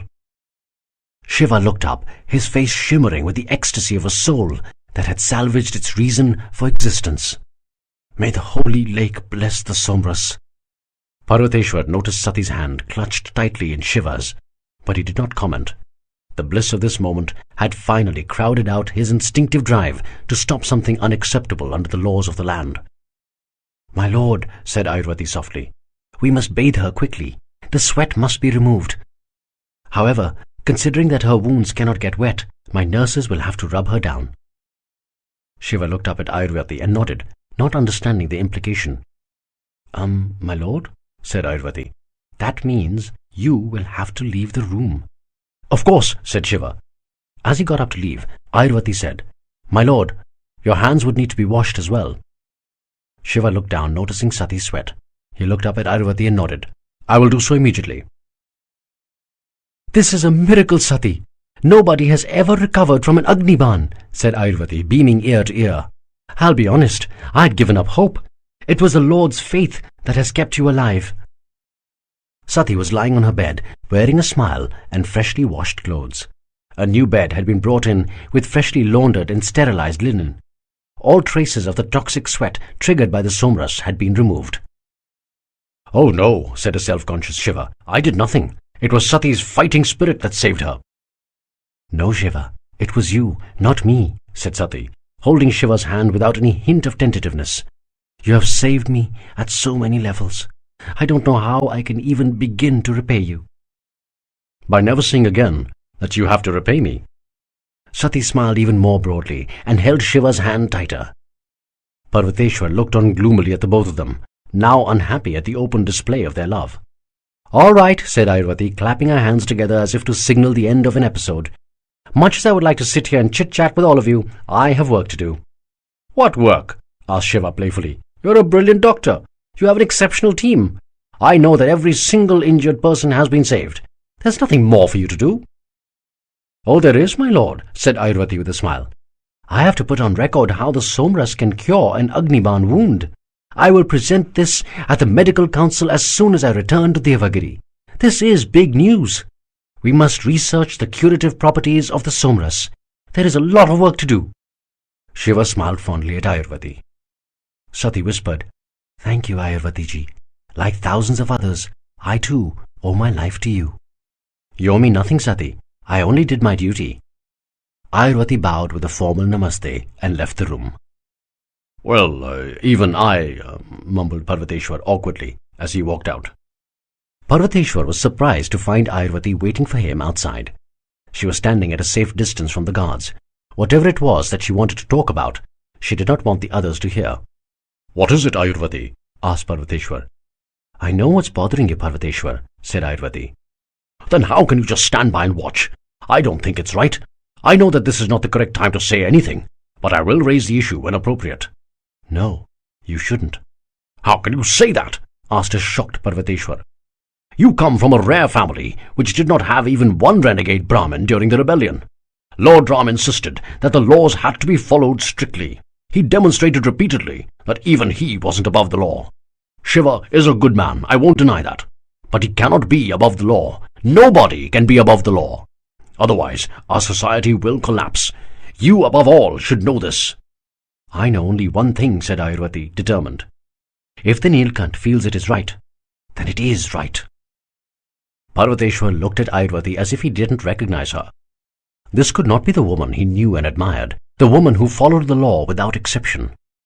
Parvateshwar had begun to respect Shiva, but the respect had not turned into unquestioning faith. He did not believe that Shiva was the one who would complete Lord Ram's work. In Parvateshwar's eyes, only Lord Ram deserved absolute obedience, nobody else. In any case, said Ayurvati, I have to leave. I have a theory to think about. Really? Asked Shiva. You mean it's not necessary in Meluha that the emperor's firstborn son succeed him? Yes, replied Sati, smiling. Shiva and Sati had spent many hours over the previous week talking about matters important and mundane. Sati, while recovering quickly, was still bedridden. The convoy had set up camp at Koonj till such time as the injured were ready to travel. The journey to Lothal had been called off. Shiva and Parvateshwar had decided that it was better to return to Devagiri as soon as the wounded were able to do so. Sati shifted slightly to relieve a bit of the soreness in her back, but she did not let go of Shiva's hand while doing so. Shiva leaned forward and pushed back a strand of hair that had slipped onto Sati's face. She smiled lovingly at him and continued, You see, till around 250 years back, the children of the kings were not his birth children, but were drawn from the Maika system. So there was no question of knowing who the firstborn was. We could only know his first adopted. Fair point. But in addition, it was not necessary that the first adopted child would succeed. This was another one of the laws that Lord Ram instituted for stability and peace. You see, in the olden days, there were many royal families, each with their own small kingdoms. All right, said Shiva, paying as much attention to Sati's words as to the hypnotizing dimples that formed on her cheek when she spoke. These kings would probably be at war all the time, so that one of them could be overlord for however short a period. Obviously, smiled Sati, shaking her head at the foolishness of the kings before Lord Ram's time. Well, it is the same everywhere, said Shiva, remembering the constant warfare in his part of the world. Battles for supremacy between the kings led to many unnecessary and futile wars, but the only ones who suffered were the common people, continued Sati. Lord Ram felt it was ridiculous for the people to suffer so that the egos of the kings were fed. He instituted a system where a Rajya Sabha, the ruling council, consisting of all Brahmins and Kshatriyas of a specific rank, was created. Whenever the emperor died or took sannyas, the council would meet and elect a new emperor from among Kshatriyas of the rank of brigadier or above. The decision could not be contested and was inviolate. I've said it before and I'll say it again, said Shiva with a broad smile. Lord Ram was a genius. Yes, he was, said Sati enthusiastically. Jai Shri Ram. Jai Shri Ram, repeated Shiva. But tell me, how come your father became the emperor after Lord Brahmanayak? After all, His Highness is the firstborn of the previous emperor, correct? He was elected, just like every other emperor of Meluha. Actually, it was the first time in Meluhan history that a ruling emperor's son was elected emperor, said Sati proudly. But your grandfather helped your father get elected. I've never been sure about that. I know my grandfather would have liked it if my father had become emperor, but I also know that he was a great man who followed the rules of Meluha and would not openly help his son. Lord Brigu, a great sage respected across the land, helped my father a great deal in his election. Shiva smiled at her tenderly, running his hand across the side of her face. Sati closed her eyes, exulting in the sensation. His hand glided along the side of her body to rest on her hand again. He squeezed it softly. Shiva was about to ask more about the relationship between Daksha and Lord Bhrigu when the door suddenly swung open. Daksha, looking deeply exhausted, stormed in. Following him were Virini and Kanakla. Shiva immediately withdrew his hand before Daksha could see where it was. But Daksha had noticed the movement. "Father!" cried a surprised Sati. "Sati, my child," sighed Daksha, kneeling next to Sati's bed. Virini knelt next to Daksha and ran her hand lovingly over her daughter's face. She was crying. Kanakla remained at the door and greeted Shiva with a formal namaste. Shiva returned Kanakla's namaste with a beaming smile. Parvateshwar and Ayurvati waited next to Kanakla, politely leaving the royal family alone in their private moment. Nandi, Veerbhadra and Kritika stood behind them. A discreet aide silently brought in 2 chairs for the royal couple, placed them next to the bed, and left just as quietly. Daksha, Virini and Kanakla, accompanied by 2,000 soldiers, had immediately left Devagiri on hearing the news of Sati's injury. They had sailed down the Saraswati to the inland delta of the river, and then ridden night and day to reach Koonj. "I'm all right, father," said Sati, holding her mother's hand gently. Turning towards her mother, she continued, "Seriously, mother, I'm feeling better than ever. Give me 1 more week and I'll dance for you." Shiva smiled gently at Sati as Daksha and Virini broke into a weak laugh. Looking at her father, Sati continued, "I'm sorry to have caused so much trouble. I know there are much more important tasks at hand, and you had to rush here." "Trouble?" asked Daksha. "My child, you are my life. You are nothing but a source of joy for me. And at this point in time, you can't imagine how proud I am of you." Virini bent over and kissed Sati's forehead tenderly. "I'm proud of all of you," continued Daksha, looking back at Parvateshwar and Ayurvati. "Proud that you supported the Lord in what had to be done. We actually fought back a terrorist attack. You can't imagine how much this has electrified the nation." Daksha soothingly continued to pat Sati's hand as he turned to Shiva and said, "Thank you, my lord. Thank you for fighting for us. We know now that we have put our faith in the right man." Shiva could say nothing but smile awkwardly and acknowledge Daksha's faith with a slight nod and a courteous namaste. Turning to Ayurvati, Daksha asked, "How is she now? I was told she's on her way to a total recovery." "Yes, Your Highness," said Ayurvati. "She should be able to move in another week, and in 3 weeks, the only memory of the wound would be a scar." "You are not just the best doctor of this generation, Ayurvati," said Daksha proudly. "You are, in fact, the best doctor of all time." "Oh no, Your Highness," cried a flabbergasted Ayurvati, holding her ears gently to ward off the evil spirits that might get angry at an undeserved compliment. "There are many far greater than me. But in this case, the miracle was by the Lord Neelkanth, not me." Looking briefly towards a visibly embarrassed Shiva before turning back to Daksha, Ayurvati continued, "I thought we had lost her. She got the terrible fever after we pulled the Agniban out. You know that there are no medicines to cure the Agniban fever, Your Highness. But the Lord refused to lose hope. It was his idea to give her the somras." Daksha turned to Shiva with a grateful smile and said, "I have one more thing to thank you for, my lord. My daughter is part of my soul. I wouldn't have been able to survive without her." "Oh no, I did nothing," said Shiva, self-conscious. "It was Ayurvati who treated her." "It is nothing but your humility speaking, my lord," said Daksha. "You truly are a worthy Neelkanth. In fact, you are a worthy Mahadev." An astounded Shiva stared at Daksha, his expression serious. He knew who the previous Mahadev, the god of gods, was. He did not believe that he deserved to be compared to Lord Rudra. His deeds did not qualify him for that. "No, Your Highness, you speak too highly of me. I am no Mahadev." "Oh yes, you are, my lord," said Kanakla and Ayurvati almost simultaneously. Parvateshwar looked on, silent. Not wanting to press the issue as Shiva disliked being called Mahadev, Daksha turned towards Sati. "What I don't understand is why you jumped in front of the Lord to take the arrow. You have never believed in the legend. You've never had faith in the Neelkanth like I have. Why then did you risk your own life for the Lord?" Sati did not say anything. She looked down with an uncomfortable smile, embarrassed and ill at ease. Daksha turned to Shiva to see him wearing the same sheepish expression as Sati's. Virini looked at her husband intently. She waited for him to rise and speak to Shiva. Daksha suddenly stood up and walked around the bed towards Shiva, holding his hands in a formal namaste. A surprised Shiva got up and returned Daksha's namaste formally with a slight bow of his head, My lord, perhaps for the first time in her life, my daughter is tongue-tied in front of me, said Daksha. And I have come to understand you over time. You will always give to others, but never ask anything for yourself. Hence, I am going to make the first move here. Shiva continued to stare at Daksha, frowning. I will not lie to you, my lord, continued Daksha. The laws classify my daughter as a Vikrama because she had given birth to a stillborn decades back. It is not that serious a crime. It could have been due to the past life karma of the child's father. But the law of the land is that both the father and mother be blamed for the tragedy.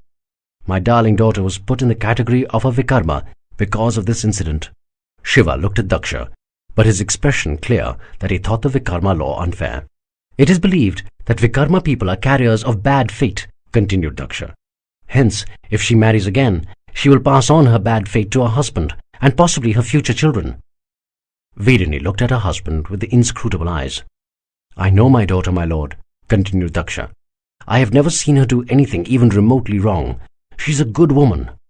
In my opinion, the law that condemns her is unfair. But I am only the emperor. I cannot change the law. Parvateshwar glared angrily at Daksha, upset that he served an emperor who held the law in such low esteem. It breaks my heart that I cannot give my daughter the happy life that she deserves, sobbed Daksha. That I cannot save her from the humiliation that a good soul like her suffers daily. What I can do, though, is ask you for help. Sati looked at her father with loving eyes. You are the Neelkanth, continued Daksha. In fact, you are more than that. I genuinely believe you are a Mahadev, even though I know you don't like to be called that. You are above the law. You can change the law if you wish. You can override it if you want. An aghast Parvateshwar glowered at Daksha. How could the emperor be so dismissive of the law? Then his eyes fell on Shiva. His heart sank further. Shiva was staring at Daksha with undisguised delight. He had thought that he would have to convince the emperor about Sati, but here he was quite sure that the emperor was about to offer his daughter's hand to him. If you decide to take my daughter's hand, my lord, no power on earth can stop you, contended Daksha. The question is, do you want to? All the emotions in the universe surged through Shiva's being. His face bore an ecstatic smile. He tried to speak, but his voice was choked. He bent down, picked up Sati's hand gently, brought it to his lips and kissed it lovingly. He looked up at Daksha and whispered, I will never let go of her. Never. A stunned Sati stared at Shiva. She had dared to love over the last week, but had not dared to hope. And now her wildest dream was coming true. She was going to be his wife.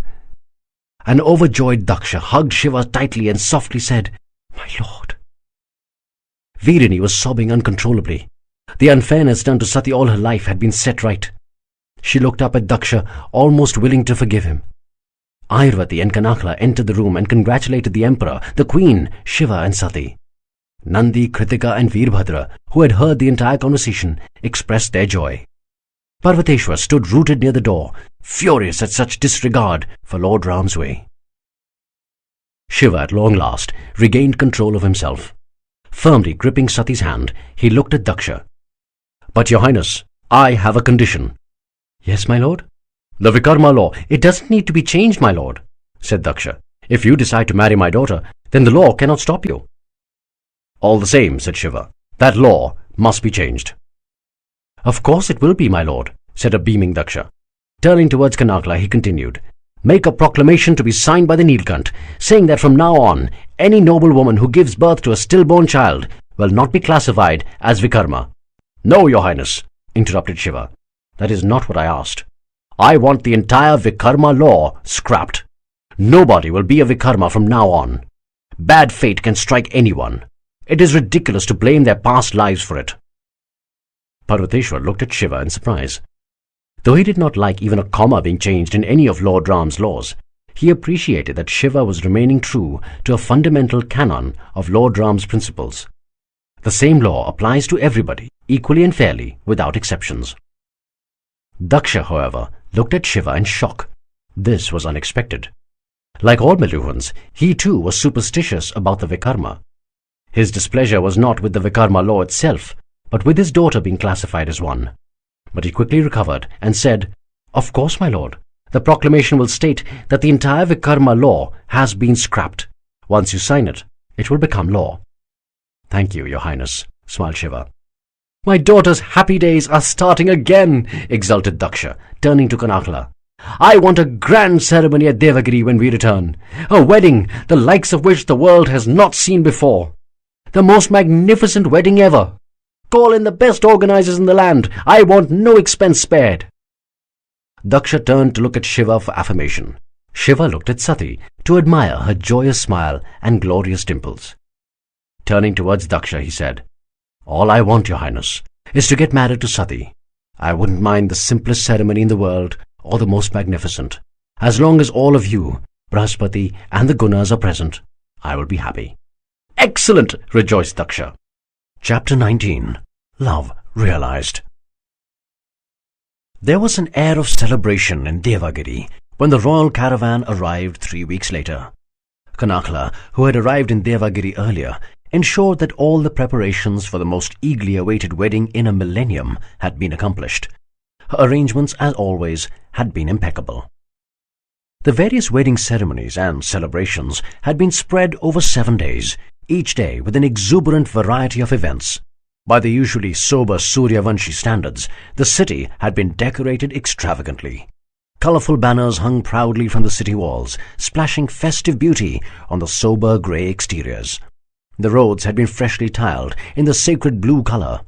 All the restaurants and shops served their customers free of charge for the 7 days of revelry, subsidized at state expense. All the buildings had been freshly painted at government cost to make Devagiri appear like a city that had settled the previous day. A massive channel had been rapidly dug along the far side of the Saraswati, where a part of the river had been diverted. The channel was in the open in some parts and went underground in others. Filters injected a red dye into the water as soon as it entered the channel and removed it just as efficiently when the water flowed back into the river. The channel formed a giant swastika, an ancient symbol which literally translates to that which is associated with well-being, or, very simply, a lucky charm. From any of the 3 city platforms, a Meluhan could look in reverence at the enormous impression of the revered swastika in the royal red Suryavanshi colour formed by the flow of the holy Saraswati. Some of the protective giant spikes around the entry drawbridges of the 3 platforms had been cleared. In their stead, giant rangolis, visible from miles away, had been drawn to welcome all into the capital. Kanakala had wanted to clear all the spikes surrounding Devagiri, but Parvateshwar had vetoed it, citing security reasons.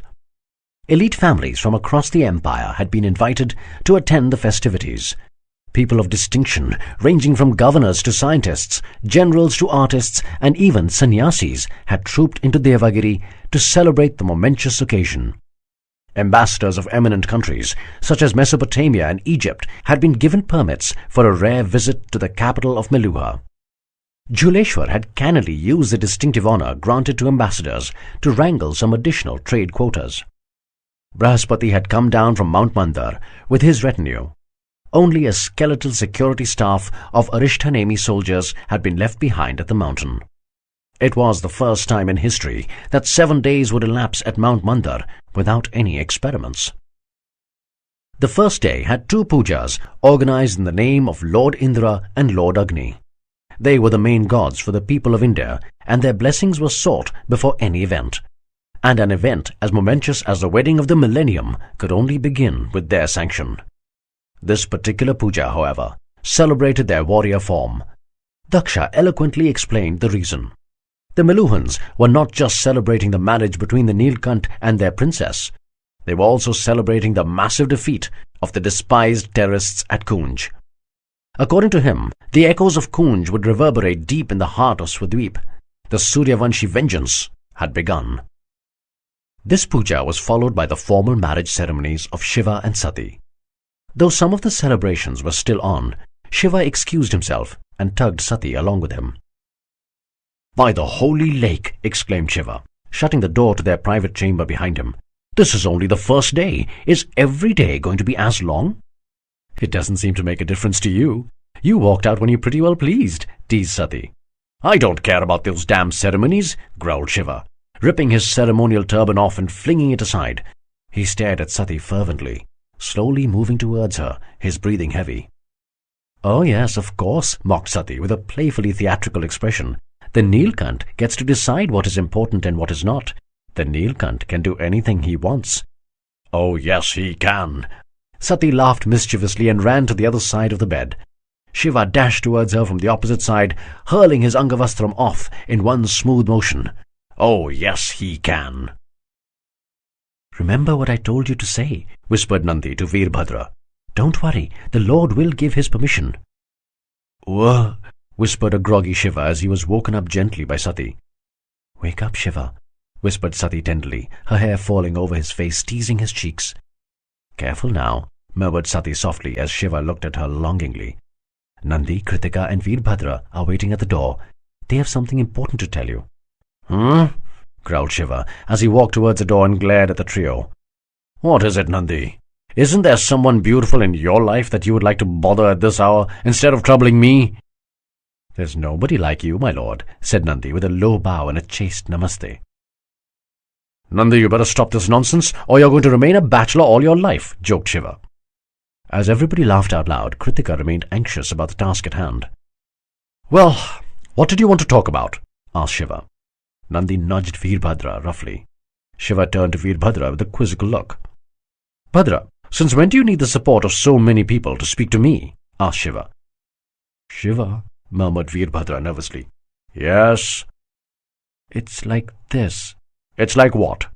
"Well, you see—" "I am seeing Bhadra." "Shiva, please don't make him more nervous than he is," said Sati. Looking towards Veerbhadra, she continued. "Veerbhadra, speak fearlessly. You haven't done anything wrong." "Shiva," whispered Veerbhadra timidly, his cheeks the color of beetroot, "I need your permission." "Permission granted," said Shiva, amused by now. "Whatever it is that you want it for." "Actually, I'm considering getting married."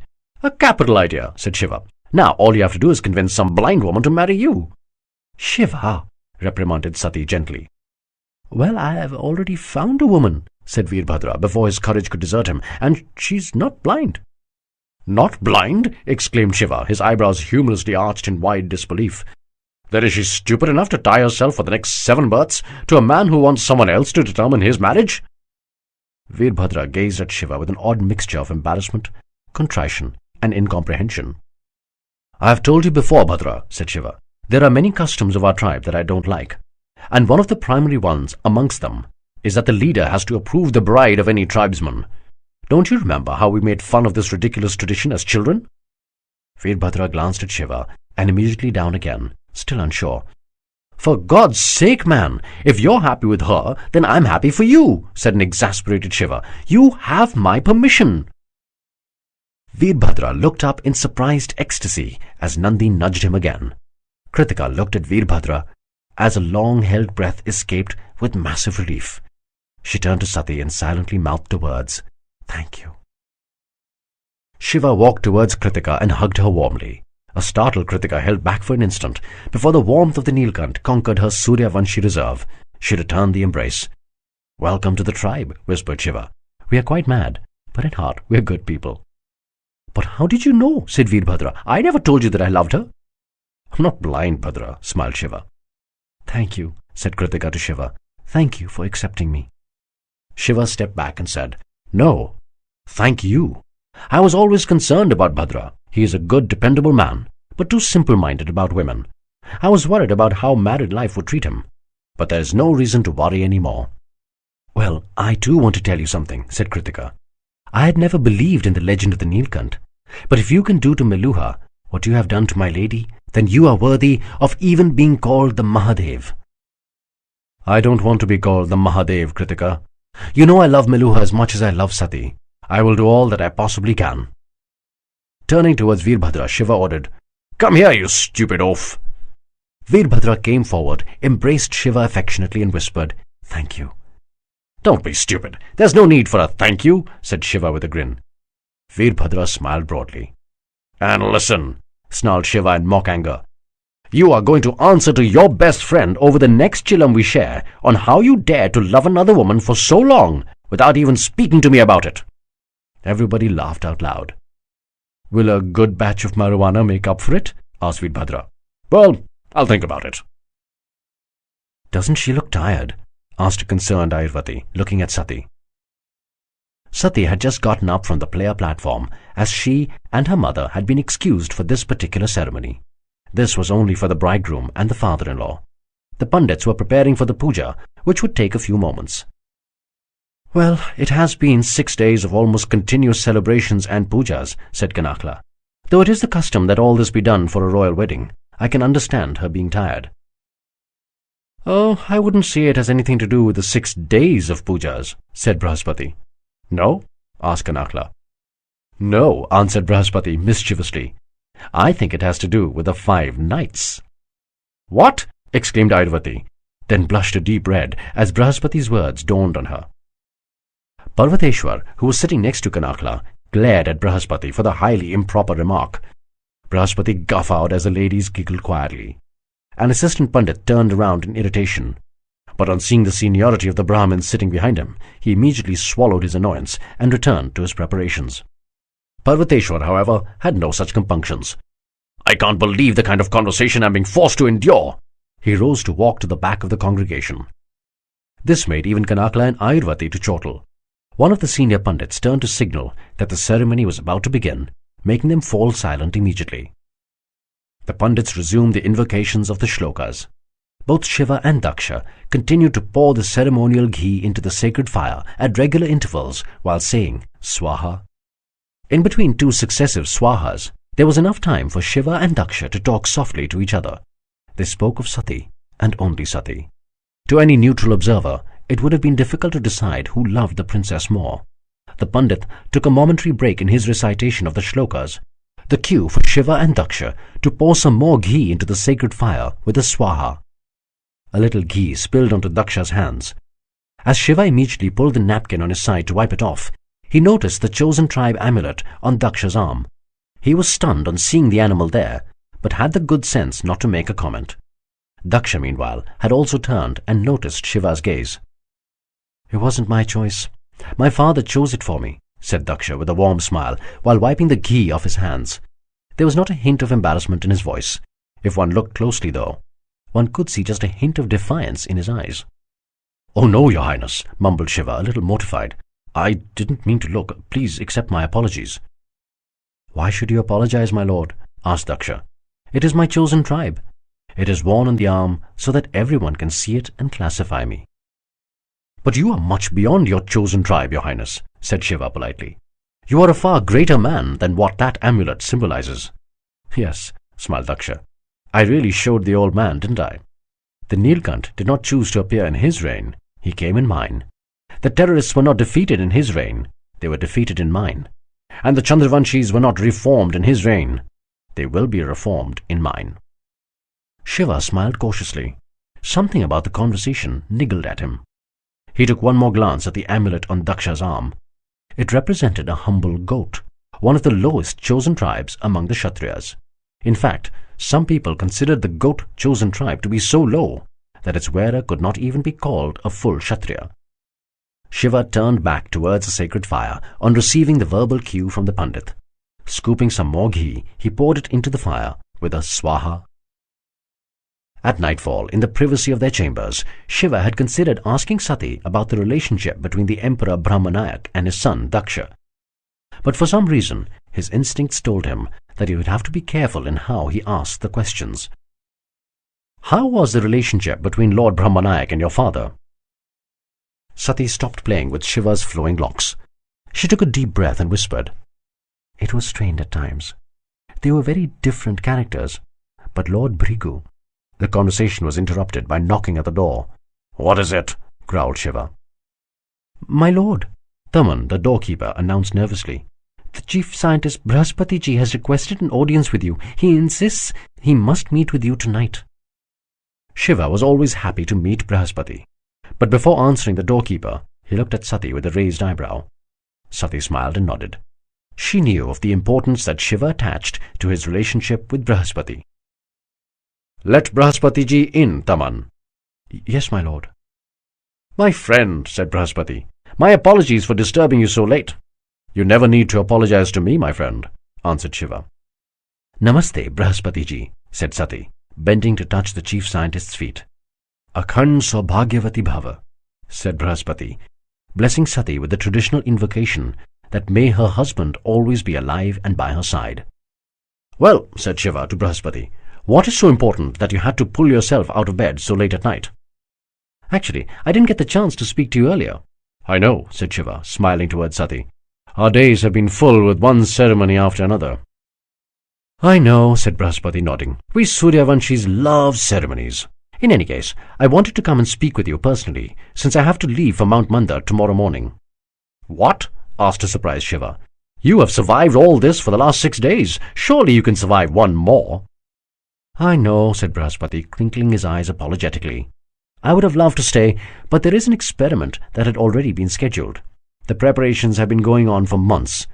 The Mesopotamian material required for it has already been prepared. We are going to test the stability of the somras with lesser quantities of water. I have to go early to check that the experiment starts correctly. My other scientists will remain here to keep you company. Right, said Shiva sarcastically. I really do love their constant theorizing about everything under the sun. Brahaspati laughed. I really do have to go, Shiva. I'm sorry. No need to apologize, my friend, said Shiva, smiling. Life is long, and the road to Mount Mandar is short. You're not going to get rid of me that easily. Brahaspati smiled, his eyes full of love towards a man he had come to consider his brother. He stepped forward and hugged Shiva tightly. Shiva was a little surprised. It was usually Shiva who would move to embrace Brahaspati first, and Brahaspati would normally respond later, a little tentatively. My brother, whispered Brahaspati. Ditto, mumbled Shiva. Stepping slightly back but still holding Shiva's arms, Brahaspati said, I would go anywhere for you, even into Patal Lok if it would help you. I would never take you there, my friend, answered Shiva with a grin, thinking that he himself wasn't about to venture into Patal Lok, the land of the demons. Brahaspati smiled warmly at Shiva. I hope to see you soon, Shiva. You can count on it. Turning to Sati, Brahaspati said, Take care, my child. It is so good to see you finally get the life you deserve. Thank you, Brahaspati ji. Chapter 20. Attack on Mandar. How are you, my friend? What the hell am I doing here? Asked a startled Shiva. He found himself sitting in the Brahma temple in Meru. Sitting in front of him was the Pandit Shiva had met during his first visit to Meru many months back. You called me here, said the Pandit, smiling. But how and when did I get here? Asked Shiva, astounded. As soon as you went to sleep, replied the Pandit. This is a dream. I'll be damned. Why do you swear so much? Asked the Pandit, frowning. I only swear when the occasion demands, grinned Shiva. And what's wrong with swearing? Well, I think it reflects poor manners. It shows, perhaps, a slight deficiency in character. On the contrary, I think it shows tremendous character. It shows you have the strength and passion to speak your mind. The Pandit guffawed, shaking his head slightly. In any case, continued Shiva, since you're here, why don't you tell me what your people are called?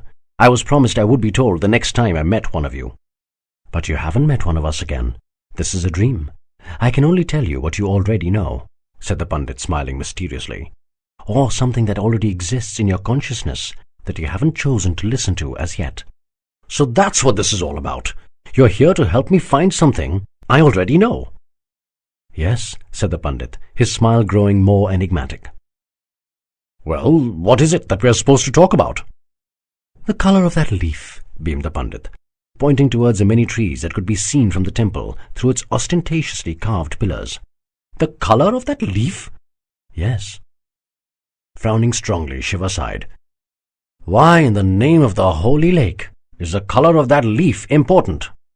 Many times, a good conversational journey to find knowledge makes attaining it that much more satisfying, said the Pandit. And more importantly, it helps you understand the context of the knowledge much more easily. Context of the knowledge? Yes, all knowledge has its context. Unless you know the context, you may not understand the point. And I'll know all that by talking about the color of that leaf. Yes. By the holy lake, man, groaned Shiva. Let's talk about the leaf then. All right, laughed the Pandit. Tell me, what is the color of that leaf? The color is green. Is it? isn't it? Why do you think it appears green to you? Because, said Shiva amused, it is green. No, that wasn't what I was trying to ask. You had a conversation with one of Brahaspati's scientists about how the eyes see, didn't you? Oh, that! Right, said Shiva, slapping his forehead. Light falls on an object, and when it reflects back from that object to your eyes, you see that object. Exactly. And you had another conversation with another scientist about what normal white sunlight is made of. Yes, I did. White light is nothing but the confluence of 7 different colors. That is why the rainbow is made up of 7 colors, since it is formed when raindrops disperse sunlight. Correct. Now, put these 2 theories together and answer my question. Why does that leaf appear green to you? Shiva frowned as his mind worked the problem out. White sunlight falls on that leaf. The leaf's physical properties are such that it absorbs the colors violet, indigo, blue, yellow, orange, and red. It doesn't absorb the color green, which is then reflected back to my eyes. Hence, I see the leaf as green. Exactly, beamed the Pandit. So think about the color of that leaf from the perspective of the leaf itself. What color it absorbs and what it rejects? Is its color green? Or is it every single color in the world except green? Shiva was stunned into silence by the simplicity of the argument being presented to him. There are many realities. There are many versions of what may appear obvious, continued the Pandit. Whatever appears as the unshakable truth, the exact opposite may also be true in another context. It is the context or perspective that you're looking from that molds which particular reality you see. Shiva turned slowly towards the leaf again. Its lustrous green color shone through in the glorious sunlight. Are your eyes capable of seeing another reality? Asked the Pandit. Shiva continued to stare at the leaf as it gradually altered its appearance. The color seemed to be dissolving out of the leaf as its bright green hue gradually grew lighter and lighter. It slowly reduced itself to a shade of grey. As a stunned Shiva continued to stare, even the grey seemed to dissolve slowly till the leaf was almost transparent. Only its outline could be discerned. There appeared to be numerous curved lines of 2 colors, black and white, moving in and out of the outline of the leaf. It almost appeared as if the leaf was nothing but a carrier, which the black and white curved lines used as a temporary stop on their eternal journey. It took some time for Shiva to realize that the surrounding leaves had also been transformed into their outlines. As his eyes panned, he noticed that the entire tree had magically transformed into an outline, with the black and white curved lines flowing in and out easily and smoothly. He turned his head to soak in the panorama. Every object, from the squirrels on the trees to the pillars of the temple, had all been transformed into outlines of themselves. The same black and white curved lines streamed in and out of them. Turning to the Pandit to ask for an explanation, he was stunned to see that the priest himself was also transformed into an outline of his former self. White curved lines were flooding out of him with frightening intensity. Strangely, though, there were no black lines around him. What the? Shiva's words were stopped by the outline of the Pandit pointing back at him. Look at yourself, my karma Sati, advised the Pandit. Shiva looked down. I'll be damned! His body too had been transformed into an outline, completely transparent inside. Torrents of black curved lines were gushing furiously into him. He looked at the lines closely to notice that they were not lines at all. They were, in fact, tiny waves which were jet black in color. The waves were so tiny that even from a slight distance they appeared like lines. There wasn't even a hint of the white waves close to Shiva's outlined body. What the hell is going on? The white waves are positive energy, and the black negative, said the Pandit's outline. They are both important. Their balance crucial. If they fall out of sync, cataclysm will occur. Shiva looked up at the Pandit, puzzled. So why is there no positive energy around me and no negative energy around you? Because we balance each other. The Vishnu's role is to transmit positive energy, said the Pandit. The white lines pouring feverishly out of the Pandit seemed to flutter a bit whenever he spoke. And the Mahadev's role is to absorb the negative. Search for it. Search for negative energy, and you will fulfill your destiny as a Mahadev. But I am no Mahadev. My deeds till now don't make me deserve that title. It doesn't work that way, my friend. You don't earn a title after you have done your deeds. You do your deeds because of and only after you believe that you are already the Mahadev. It doesn't matter what others think. It's about what you believe. Believe you are the Mahadev, and you will be one. Shiva frowned. Believe, repeated the Pandit. Boom! A distant reverberation echoed through the ambience. Shiva turned his eyes towards the horizon. It sounds like an explosion, whispered the Pandit's outline. The distant, insistent voice of Sati came riding in. Shiva! Boom! Another explosion. Shiva! It looks like your wife needs you, my friend. Shiva looked in astonishment at the outline of the Pandit, unable to decipher where the sound came from. Maybe you should wake up, advised the Pandit's disembodied voice. Shiva! A groggy Shiva woke up to find Sati staring at him with concern. He was still a little bleary from the outlandishly strange dream state that he had just been yanked out of. Shiva! Boom! What the hell was that? Cried Shiva, alert now. Someone is using Devi Astras. What? What are Devi Astras? A clearly stunned Sati spoke agitatedly. Divine weapons! But Lord Rudra destroyed all the Devi Astras. Nobody has access to them anymore. Shiva was completely alert by now, his battle instincts primed. Sati, get ready. Wear your armor. Bind your weapons. Sati responded swiftly. Shiva slipped on his armor, coupled his shield to it and tied his sword to his waist. He slipped on his quiver smoothly and picked up his bow. Noting that Sati was ready, he kicked the door open. Taman and 8 other guards had their swords drawn, ready to defend their Neelkanth against any attack. My lord, you should wait inside, said Taman. We will hold the attackers here. Shiva stared hard at Taman, his eyes frowning at Taman's well-intentioned words. Taman immediately stepped aside. I am sorry, my lord. We will follow you. Before Shiva could react, they heard footsteps rushing in their hallway. Shiva immediately drew his sword. He strained his ears to assess the threat. 4 footsteps. Just 2 men to attack a royal hallway? This didn't make sense. 1 pair of footsteps dragged slightly. The terrorist was clearly a large man, using considerable willpower to make his feet move faster than his girth allowed. Stand down, soldiers, ordered Shiva suddenly. They are friends. Nandi and Veerbhadra emerged around the corner, running hard, with their swords at the ready. Are you all right, my lord? Asked Nandi, admirably not out of breath. Yes, we're all safe. Did the 2 of you face any attacks? No, answered Veerbhadra, frowning. What the hell is going on? I don't know, said Shiva, but we're going to find out. Where's Kritika? Asked Sati. Safe in her room, answered Veerbhadra. There are 5 soldiers with her. The room is barred from the inside. Sati nodded before turning to Shiva. What now? I want to check on the Emperor first. Everybody, files of 2. Keep your shields up for cover. Sati at my side. Nandi in the middle. Taman, Veerbhadra at the rear. Don't light any torches. We know the way. Our enemies don't. The platoon moved with considerable speed and stealth, mindful of possible surprise attacks from the terrorists. Shiva was troubled by what he had heard, or rather, what he didn't. Apart from the repeated explosions, there was absolutely no other sound from the palace. No screams of terror, no sound of panicked footsteps, no clash of steel, nothing. Either the terrorists had not begun their real attack as yet, or Shiva was late and the attack was already over. Shiva frowned as a third alternative occurred to him. Maybe there were no terrorists in the palace itself. Maybe the attack was being mounted from a distance with the Devi Astras that Sati spoke of. Shiva's platoon reached Daksha's chambers to find his guards at the door, tense and ready for battle. Where is the Emperor? Asked Shiva.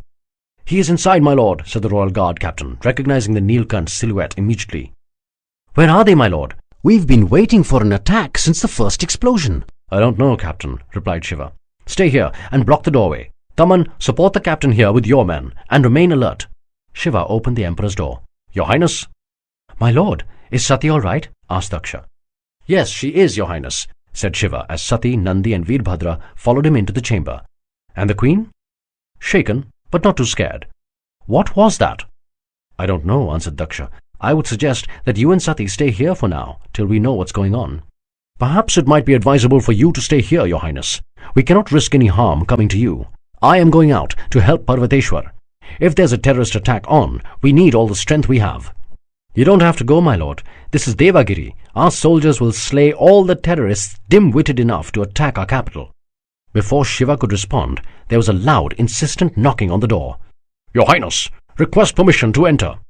Parvateshwar, thought Daksha, observing protocol even at a time like this. "Come in," growled Daksha. As Parvateshwar entered, Daksha let fly.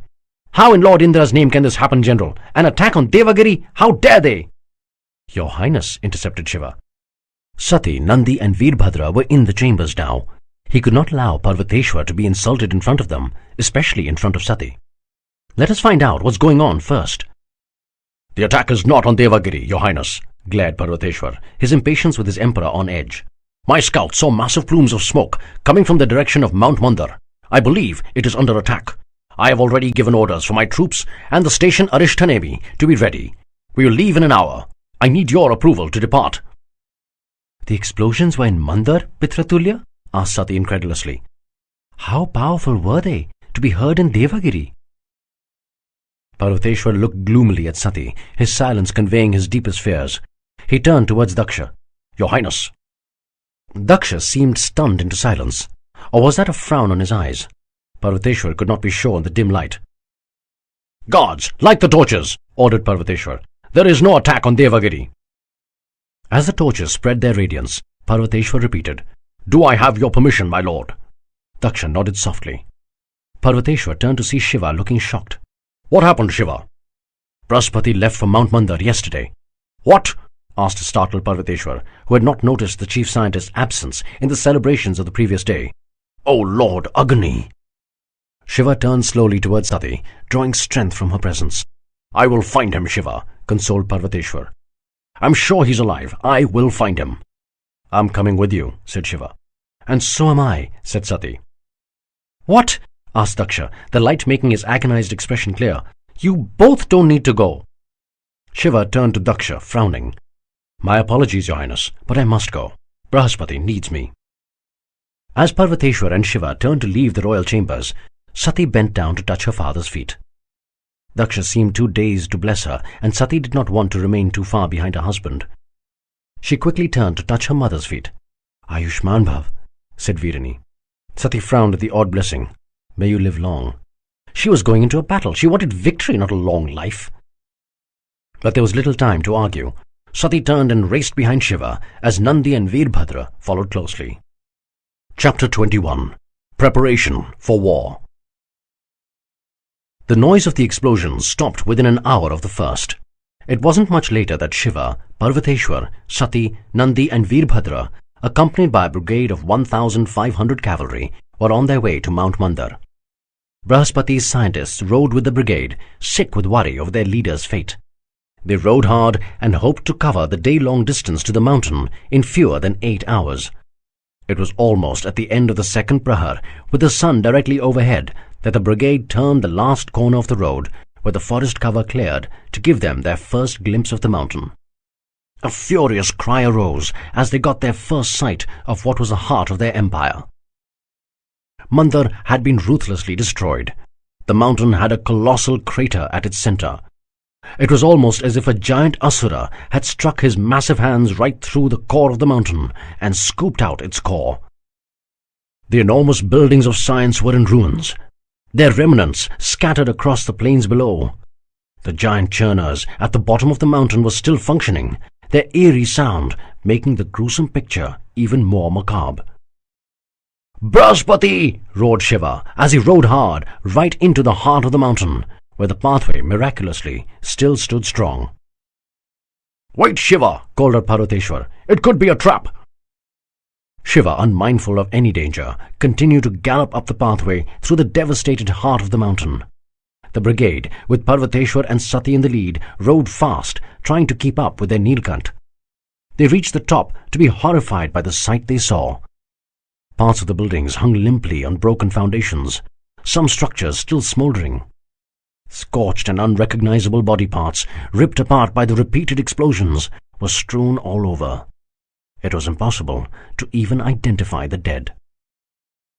Shiva tumbled off his horse, his face devoid of even a ray of hope. Nobody could have survived such a lethal attack. "Brahaspati." "How did the terrorists get their hands on the Daivi Astras?" asked an agitated Parvateshwar, the fire of vengeance blazing within him. The soldiers had been ordered to collect all the body parts and cremate them in separate pyres to help the departed on their onward journey. A manifest was being drawn up of the names of those believed dead.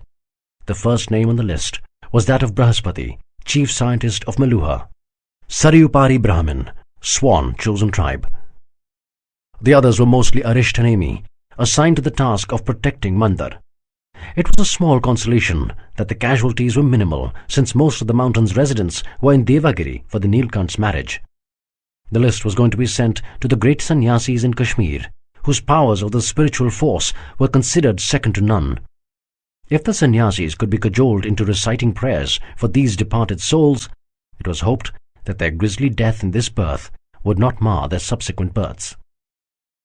"It could also have been the Somras general," said Panini, one of Brihaspati's assistant chief scientists, offering another plausible cause. Shiva looked up suddenly on hearing Panini's words. "The Somras did this? How?" asked a disbelieving Sati. "The Somras is very unstable during its manufacturing process," continued Panini. "It is kept stable by using copious quantities of the Saraswati waters. One of our main projects was to determine whether we could stabilize a Somras using less water, much lesser than at present." Shiva remembered Brihaspati talking about this. He leaned over to listen intently to Panini. "It was one of the dream projects of—" Panini found it hard to complete the statement.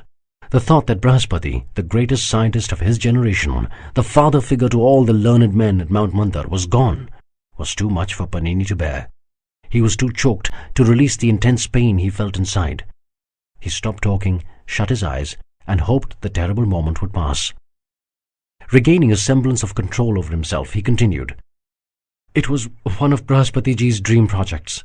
He had come back to organize the experiment that was to begin today. He didn't want us to miss the last day of the celebrations, so he came alone." Parvateshwar was numb.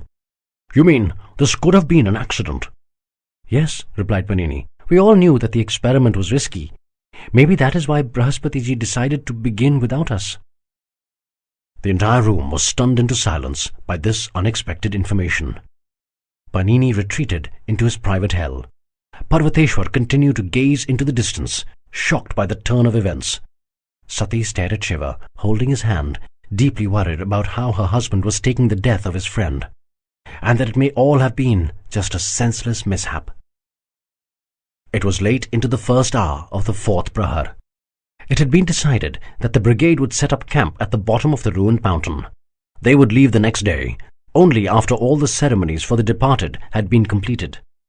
2 riders had been dispatched to Devagiri with the news about Mandar. Parvateshwar and Sati sat at the edge of the mountain peak, whispering to each other. The drone of Brahman scientists reciting Sanskrit shlokas at the bottom of the mountain floated up to create an ethereal atmosphere of pathos. Nandi and Veerbhadra stood at attention, a polite distance from Parvateshwar and Sati, looking at their lord. Shiva was walking around the ruins of the Mandar buildings, lost in thought. It was tearing him apart that he hadn't even seen any recognizable part of Brihaspati. Everybody in Mandar had been destroyed beyond recognition. He desperately searched for some sign of his friend, something he could keep with himself, something he could cling on to, something to soothe his tortured soul for the years of mourning he would go through. He walked at a snail's pace, his eyes combing the ground. They suddenly fell upon an object he recognized only too well. He slowly bent down to pick it up. It was a bracelet of leather, burnt at the edges, its back hold destroyed. The heat of the fiery explosions had scarred its brown color into black at most places. The center, however, with an embroidered design, lay astonishingly unblemished. Shiva brought it close to his eyes. The crimson hue of the setting sun caused the Om symbol to glow. At the meeting point of the top and bottom curve of the Om were 2 serpent heads.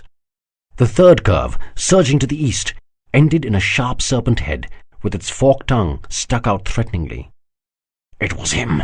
He killed Brihaspati. Shiva swung around, his eyes desperately scanning the limbs scattered about, hoping to find the owner of the bracelet or some part of him there. But there was nothing.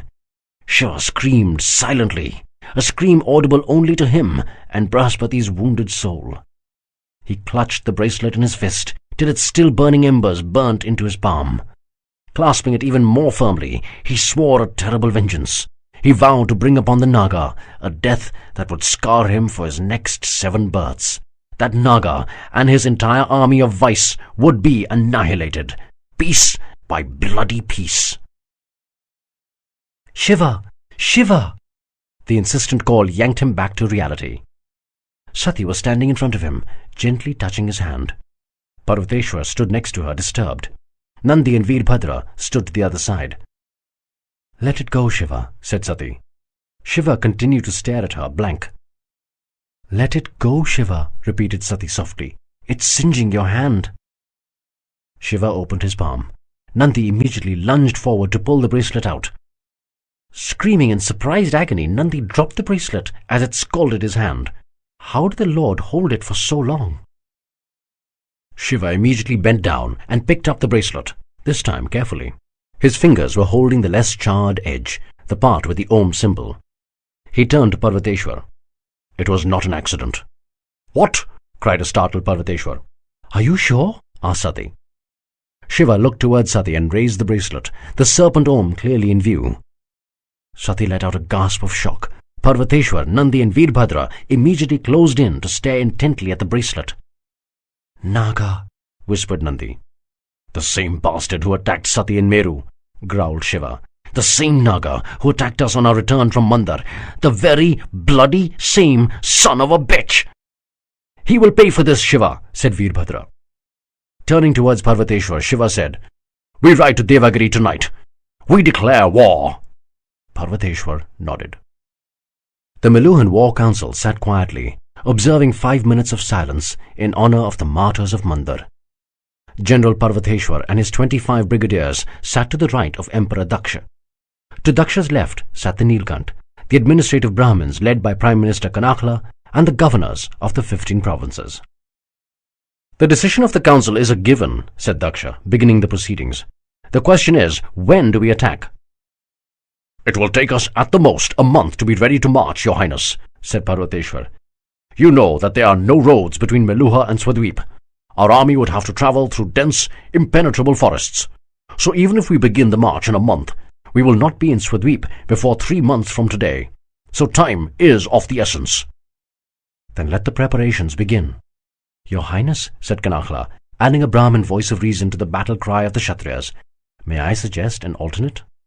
"An alternate?" asked a surprised Daksha. "Please don't get me wrong," said Kanakla. "I understand the rage of the entire nation over Mandar. But we want vengeance against the perpetrators of the crime, not all of Swadweep. Could we try and see whether a scalpel might work before we bring out the mighty war sword?" "The path you suggest is one of cowardice, Kanakla," said Parvateshwar. "No, Parvateshwar, I am not suggesting that we sit like cowards and do nothing," said Kanakla politely. "I am only suggesting a way to see whether we can get our vengeance without sacrificing the lives of our soldiers and other innocents." "My soldiers are willing to shed their blood for the country, Madam Prime Minister." "I know they are," said Kanakla, maintaining her composure. "And I know that you too are willing to shed your blood for Meluha. My point is that can we send an emissary to Emperor Dilipa and ask him to surrender the terrorists who perpetrated this attack? We can threaten that if he doesn't, we will attack with all the might at our disposal." His eyes scowling with impatience, Parvateshwar said, "Request him? And why would he listen? For decades, the Swadweepans haven't got away with their nefarious activities because they think we don't have the stomach for a fight. And if we talk about the scalpel approach after an outrage like Mount Mandar, they will be convinced that they can mount any attack at will and we will not respond." "I disagree, Parvateshwar," said Kanakla. "They have mounted terrorist attacks because they are scared that they cannot take us on in a direct fight. They are afraid that they cannot withstand our superior technology and war machines. I am only looking from the standpoint of what Lord Shiva had said when he had first come here. Can we try talking to them before we fight? This may be an opportunity to get them to admit that there are sections in their society who are terrorists. If they hand them over, we may even find ways of coexisting." "I don't think Shiva thinks like that anymore," said Parvateshwar, pointing towards Neelkanth. "He too wants vengeance." Shiva sat silently, his face expressionless. Only his eyes glowed with a terrible anger seething inside. "My lord," said Kanakla, looking towards Shiva, her hands folded in a namaste. "I hope that at least you understand what I am trying to say. Even Brihaspati would have wanted us to avoid violence if possible." The last sentence had an effect on Shiva similar to a torrential downpour on a raging fire. He turned towards Kanakla and gazed into her eyes, before turning towards Daksha. "Your Highness, perhaps what Kanakla says is right. Maybe we can send an emissary to Swadweep to give them an opportunity to repent. If we can avoid the killing of innocents, only good will come from it. However, I would still suggest that we begin war preparations. We should be prepared for the possibility that the Chandravanshis may reject our offer." "The Mahadev has spoken," said Daksha. "I propose that this be the decision of the War Council. All in favour, raise your hands." Every hand in the room was raised. The die had been cast. There would be an attempt for peace. If that didn't work, the Meluhans would attack. "I have failed again, Bhadra," cried Shiva. "I can't protect anyone in need." Shiva was sitting next to Veerbhadra in a private section of his palace courtyard. A deeply worried Sati had invited Veerbhadra to try and bring Shiva out of his mourning. Shiva had retreated into a shell, not speaking, not crying. She hoped her husband's childhood friend would succeed where she had failed. "How can you blame yourself, Shiva?" asked Veerbhadra, handing over the chillum to his friend. "How can this be your fault?" Shiva picked up the chillum and took a deep drag. The marijuana coursed through his body, but did not help. The pain was too intense. Shiva snorted in disgust and threw the chillum away. As tears flooded his eyes, he looked up to the sky and swore, "I will avenge you, my brother. If it is the last thing I do, if I have to spend every moment of the rest of my life, if I have to come back to this world again and again, I will avenge you." Veerbhadra turned towards Sati sitting in the distance, a worried look on his face. Sati got up and walked towards them. She came up to Shiva and held him tight, resting his tired head against her bosom, hoping to soothe Shiva's tortured soul. To Sati's surprise, Shiva did not raise his arms to wrap them around her. He just sat motionless, breathing intermittently. "My lord!" cried a surprised Vraka as he stood to attention. So did the other 24 brigadiers, with respect to the Neelkanth who had just been announced into the war room. Parvateshwar rose slowly. He spoke kindly, as he knew the pain Shiva still carried about Brihaspati's grisly death. "How are you, Shiva?" "I'm all right, thank you." "We were discussing battle plans." "I know," said Shiva. "I was wondering if I could join in." "Of course," said Parvateshwar, as he moved his chair to the side. "The essential problem for us," said Parvateshwar, trying to quickly bring Shiva up to date, "is the transport links between Meluha and Swadweep." "There aren't any, right?" "Right," answered Parvateshwar. "The Chandravanshis followed a broken earth policy after their last defeat at our hands 100 years back. They destroyed the entire infrastructure that existed between Meluha and Swadweep. They depopulated their border cities and moved them deeper into their empire. Forests grew where cities and roads used to be. There is no river that flows from our territory to theirs. Basically, there is no way for our huge, technologically superior war machines to be transported to the borders of Swadweep." "That was their aim, obviously," said Shiva. "Your superiority is technology. Their superiority is their numbers. They have negated your strength." "Exactly. And if our war machines are taken out of the equation, our 100,000-strong army may get inundated by their million soldiers." "They have a million-strong army?" asked Shiva, incredulous. "Yes, my lord," said Vraka. "We can't be absolutely sure, but that is our estimate. However, we also estimate that the regulars in that army would not be more than 100,000. The rest would be part-timers. Essentially, people such as small traders, artisans, farmers, and any other without influence. They would be forcibly conscripted and used as cannon fodder." "Disgusting," said Parvateshwar. "Risking the lives of Shudras and Vaishyas for a job that should be done by Kshatriyas. Their Kshatriyas have no honor." Shiva looked towards Parvateshwar and nodded. "Can't we dismantle our war machines, carry them to Swadweep and then reassemble them?" "Yes, we can," said Parvateshwar. "But that is technically possible only for a few. Our most devastating machines, which would give us the edge like the long-range catapult, cannot be assembled outside a factory." "The long-range catapult?" "Yes," answered Parvateshwar. "It can hurl huge boulders and smouldering barrels over distances of over a kilometer. If used effectively, they can soften, even devastate the enemy lines before our cavalry and infantry charge. Basically, the role that elephants used to play earlier. Then why not use elephants? They are unpredictable. No matter how long you train them, an army often loses control over them in the heat of battle. In fact, in the previous war with the Swadweepans, it was their own elephants who were their downfall. Really? Asked Shiva. Yes, answered Parvateshwar.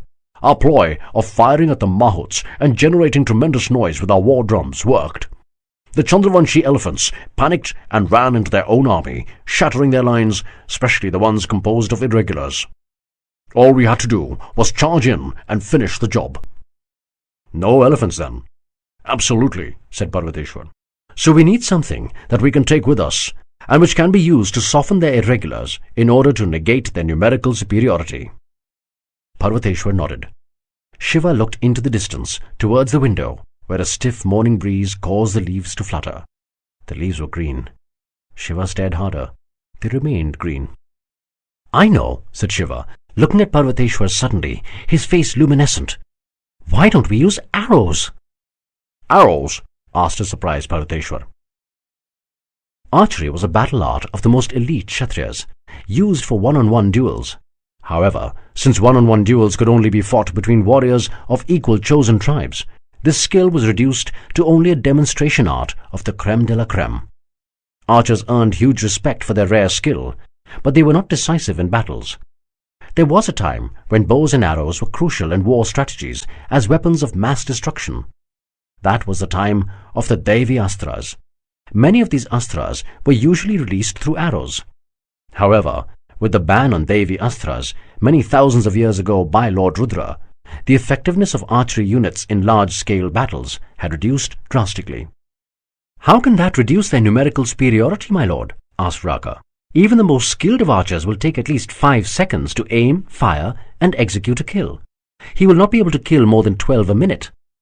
We have only 100 Kshatriyas who are of the gold order of archers. The rest can shoot, but their aim cannot be relied upon. So we will not be able to kill more than 1,200 of our enemies per minute. Certainly not enough against the Chandravanshis. I'm not talking about using arrows for one-on-one shooting, said Shiva. I'm talking about using them for softening the enemy as weapons of mass destruction. Disregarding the confused expressions of his audience, Shiva continued. Let me explain. Suppose we create a corps of archers of the lower Kshatriya chosen tribes. But their aim wouldn't be any good, said Vraka. That doesn't matter. Let us say that we have at least 5,000 of those archers. Suppose we train them to just get the range right, forget about the aim. Suppose their job is to just keep firing arrows in the general direction of the Chandravanshi army. If they don't have to aim, they can fire a lot more quickly. Maybe 1 arrow every 2 or 3 seconds. Parvateshwar narrowed his eyes as the brilliance of the idea struck him. The rest of his brigadiers were still trying to gather their thoughts. Think about it, said Shiva. We would have 5,000 arrows raining down on the Chandravanshis every 2 seconds. Suppose we keep this attack on for 10 minutes, an almost continuous shower of arrows. The irregulars would break. The arrows would have the same effect like that of the elephants in the last war. Brilliant! Cried Vraka. And maybe, said Parvateshwar, if the aim doesn't matter, we could train these archers to lie on their back, hold the bow on their feet, and pull the string back nearly up to their necks and then release. As long as their feet are pointed in the right direction, it would work. Excellent, exclaimed Shiva, because then the bows can be bigger and the range longer. And the arrows bigger and thicker, almost like small spears, continued Parvateshwar, strong enough to even penetrate leather and thick wood shields. Only the soldiers with metal shields, like the regulars, would be safe from this. Do we have our answer? Asked Shiva. Yes, we do, answered Parvateshwar with a smile. He turned towards Vraka. Create this corps. I want 5,000 men ready within 2 weeks. It will be done, my lord, said Vraka. What do you want to talk about, Shiva?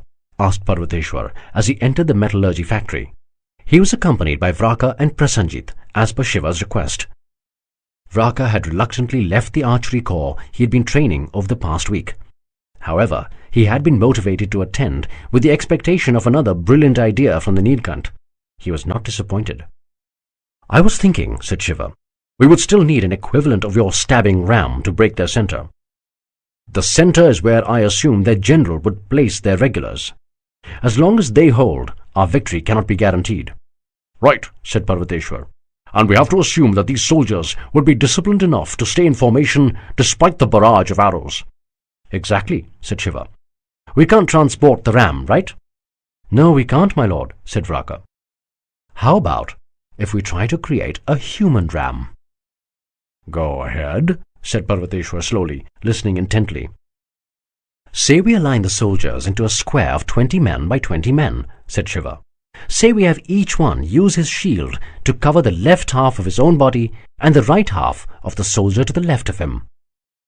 "That will allow them to push their spear through between the shields," said Parvateshwar. "Exactly," said Shiva.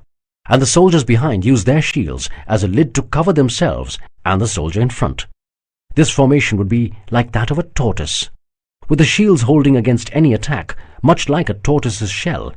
The enemy will not be able to break through, but our spears will cut into them." "And we could have the strongest and most experienced soldiers at the front to make sure the tortoise is well led," said Prasenjit. "No," said Parvateshwar. "Have the most experienced at the back and the sides, to make sure that the square doesn't break in case the younger soldiers panic. This entire formation works only if the team stays together." "Right," said Shiva, smiling at Parvateshwar's quick insight.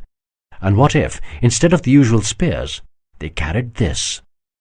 Shiva raised a weapon that he had designed, and the army metallurgy team had quickly assembled. Parvateshwar marveled at the simple brilliance of it. It had the body of a spear, but its head had been broadened. Onto the broadened head, 2 more spikes had been added, to the left and right of the main spear spike. Assaulting an enemy with this weapon would be like striking him with 3 spears at the same time. "Absolutely brilliant, Shiva," marveled Parvateshwar. "What do you call it?" "I call it a Trishul."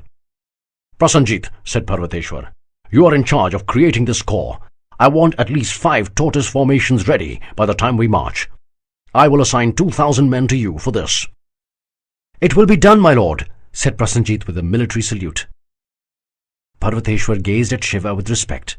He thought Shiva's ideas were brilliant, and the fact that he had come up with these tactics despite his profound personal grief was worthy of admiration. Maybe what the others say about Shiva could be true. Maybe he is the man who will finish Lord Ram's task. Parvateshwar hoped that Shiva would not prove him wrong.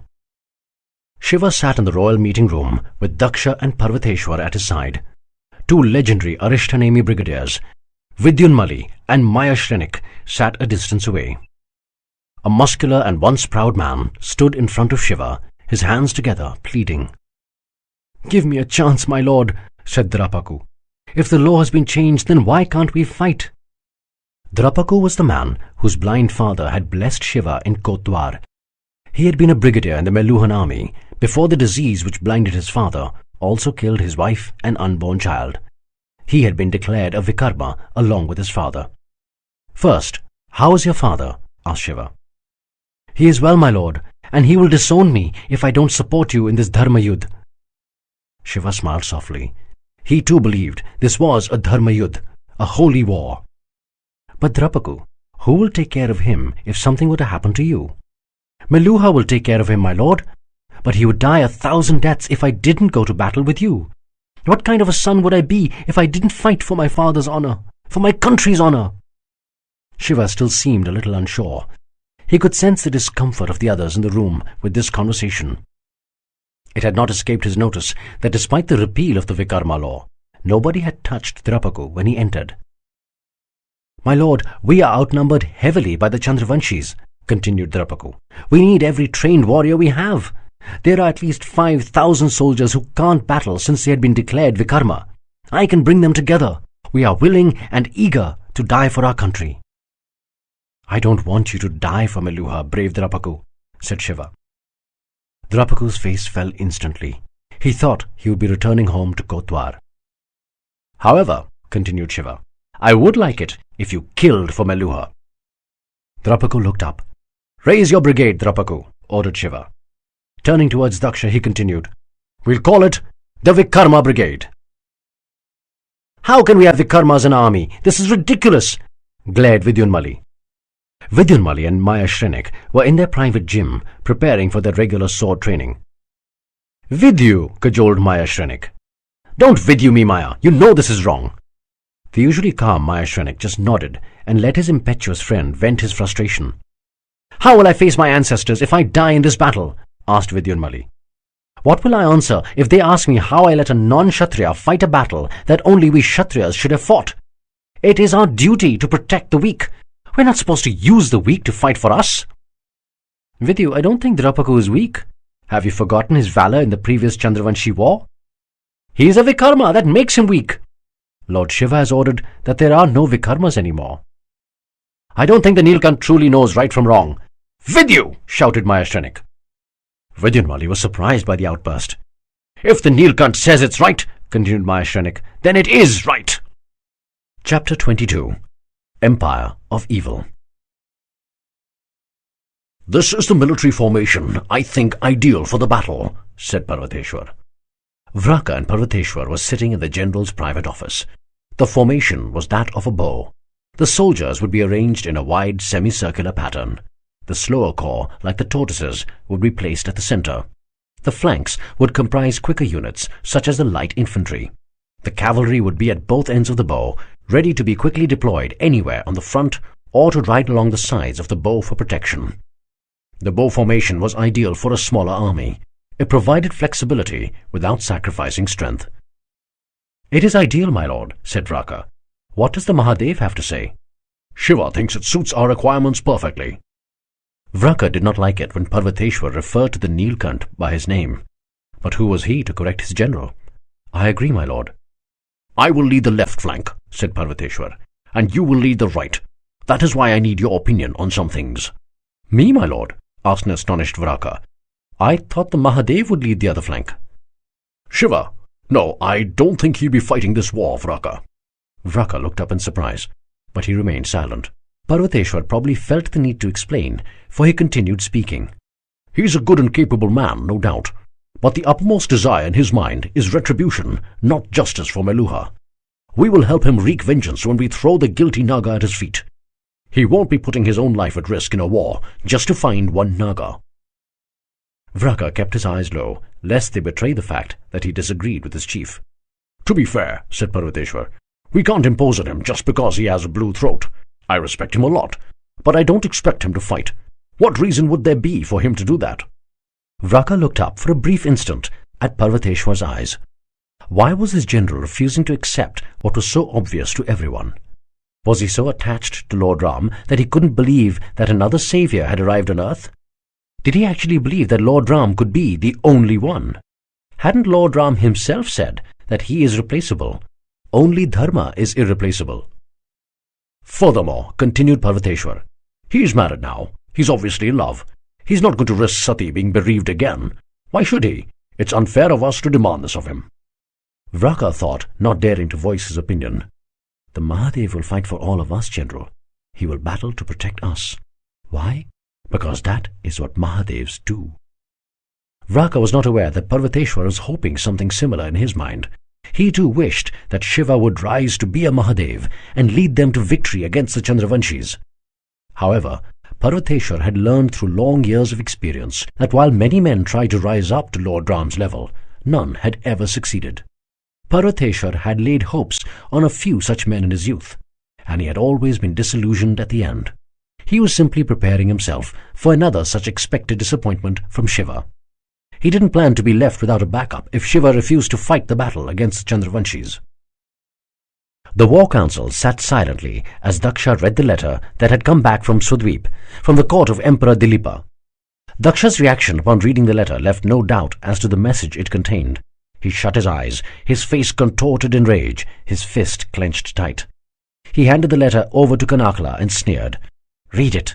Read it out loud so that the whole world may be sickened by the repugnance of the Chandravanshis." Kanakala frowned slightly before taking the letter and reading it out loud. "Emperor Daksha, Suryavanshi liege, protector of Meluha. Please accept my deep condolences for the dastardly attack on Mount Mandar. Such a senseless assault on peaceful Brahmins cannot but be condemned in the strongest of terms. We are shocked that any denizen of India would stoop to such levels. It is, therefore, with surprise and sadness that I read your letter. I assure you that neither me nor anyone in my command has anything to do with this devious attack. Hence, I have to inform you with regret that there is nobody I can hand over to you. I hope that you understand the sincerity of this letter and will not make a hasty decision, which may have regrettable consequences for you. I assure you of my empire's full support in the investigation of this outrage. Please do inform us of how we can be of assistance to you in bringing the criminals to justice."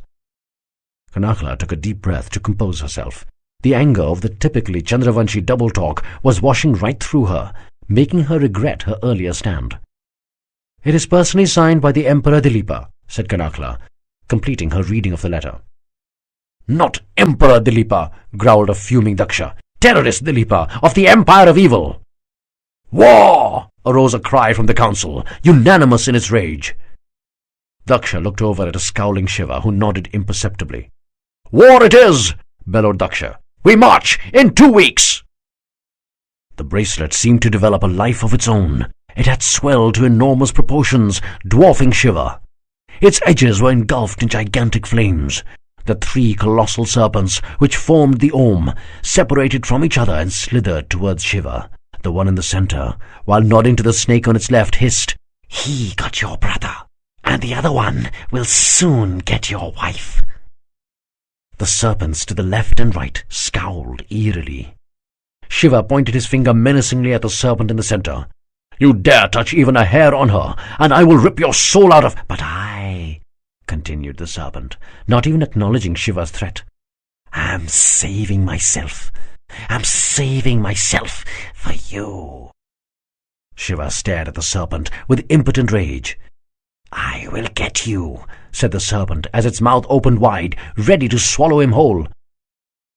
Shiva's eyes suddenly opened wide. He was sweating hard. He looked around but couldn't see a thing. It was extraordinarily dark. He reached out for Sati to check if she was safe. She wasn't there. He was up in a flash, feeling a chill in his heart, almost expecting that the serpents had escaped his dreams and transformed into reality. "Shiva," said Sati, looking at him. She was sitting at the edge of the bed. The tiny military tent they slept in could not afford the luxury of chairs. This tent had been their travelling home for the last 1 month, as the Meluhan army marched towards Swadweep. "What is it, Sati?" asked Shiva, his eyes adjusting to the dim light. He slipped the offending bracelet that he held tightly in his hands back into his pouch. When had I taken it out? "Shiva," continued Sati. She had tried to talk about this for the last 2 weeks, ever since she'd been sure of the news, but had never found an opportune moment. She always managed to convince herself that this was minor news, and it would not be right for her to trouble her husband with this, especially when he was going through one of the worst phases of his life. But it was too late now. He had to learn from her and not from somebody else. News like this did not remain secret in an army camp for long. "I have something to tell you." "Yes," said Shiva, though his dreams still rankled. "What is it?" "I don't think I will be able to fight in the war." "What? Why?" asked the startled Shiva. He knew that cowardice was a word that did not exist in Sati's dictionary. Then why was she telling him so? And why now, when the army had already marched for nearly a month through the dense forest that separated Meluha from Swadweep? They were already in enemy territory. There was no turning back. "Sati, this is not like you." Shiva," said an embarrassed Sati.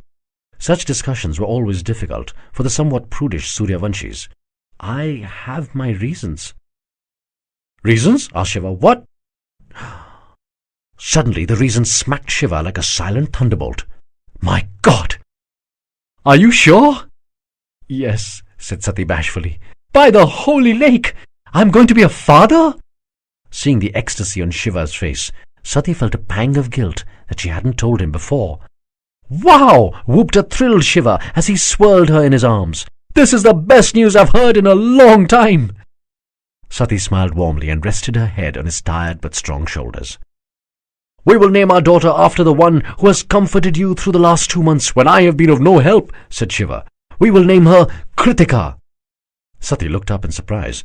She didn't believe that it was possible to love him even more, but it was. She smiled. "It could be a son, you know." "Nah," grinned Shiva. "It will be a daughter, and I'll spoil her to high heavens." Sati laughed heartily. Shiva joined in. His first spirited laugh in over 2 months. He embraced Sati, feeling the negative energy dissipate from his being. "I love you, Sati." "I love you too," she whispered. Shiva raised the curtain to come out of the tent that Sati was ensconced in. Kritika and Ayurvati were with her. A retinue of nurses attended to her every need. Shiva had been obsessive about the health of his unborn child, questioning Ayurvati incessantly about every aspect of Sati's well-being for the last 2 months of the march to Swadweep. The Suryavanshis had moved valiantly for nearly 3 months. The path had been much more challenging than expected. The forest had reclaimed its original habitat with alarming ferocity. The army was invaded by wild animals and disease at every turn. They had lost 2,000 men, and not one to the enemy. After weeks of hacking and marching, the scouts had finally managed to lead the Suryavanshi army to the Chandravanshis. The Chandravanshis were camped on a sweeping plain called Dharmakhet. Their choice was clever. A substantial and uncluttered field, it had enough room to allow the Chandravanshis to maneuver their million-strong army. The full weight of their numerical superiority would come into play. The Suryavanshi army had tried to wait out the Chandravanshis, to test if they would lose patience and attack in a less advantageous area. But the Chandravanshis had held firm. Finally, the Suryavanshis moved camp to an easily defensible valley close to Dharmakhet. Shiva looked up at the clear sky. A lone eagle flew overhead, circling the royal camp, while 5 pigeons flew lower, unafraid of the eagle. A strange sign. His Guna shaman would probably have said that it's a bad time for battle, for the pigeons clearly have a hidden advantage. Don't think about it. It's all nonsense in any case. Breathing in the fresh morning air deeply, he turned right towards Emperor Daksha's tent. Nandi was walking towards him. "What is it, Nandi?" "I was just coming towards your tent, my lord. The Emperor requests your presence.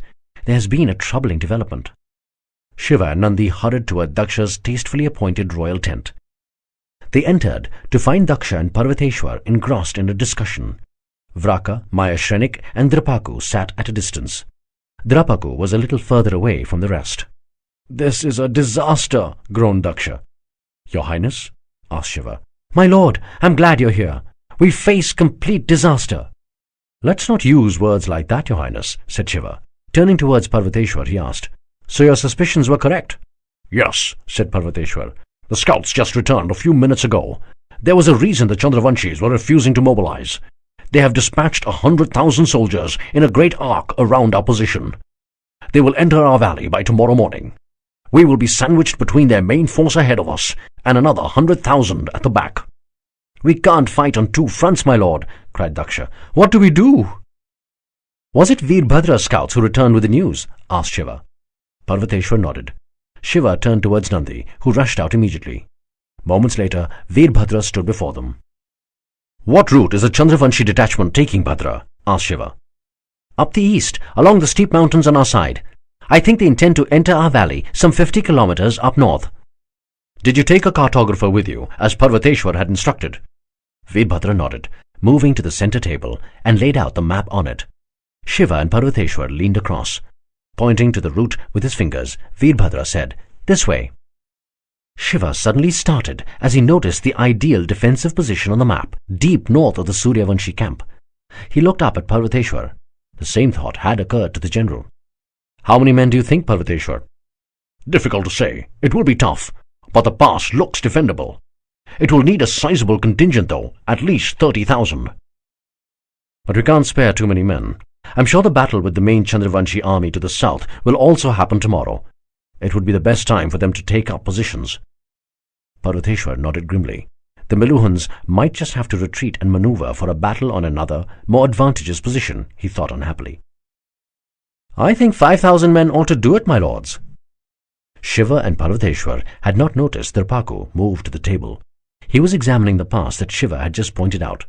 "Look here," continued Drapaku, as Shiva and Parvateshwar peered. "The mountains ahead constrict rapidly to this pass, which is not more than 50 meters across. It doesn't matter how big their army is. Each charge by the enemy into the pass cannot comprise of more than a few hundred men." "But Drapaku, with 100,000 men, they can launch one charge after another, almost continuously," said Mayashrenik. "And with the mountains so steep on the sides, you can't use any of our missiles. Victory is almost impossible."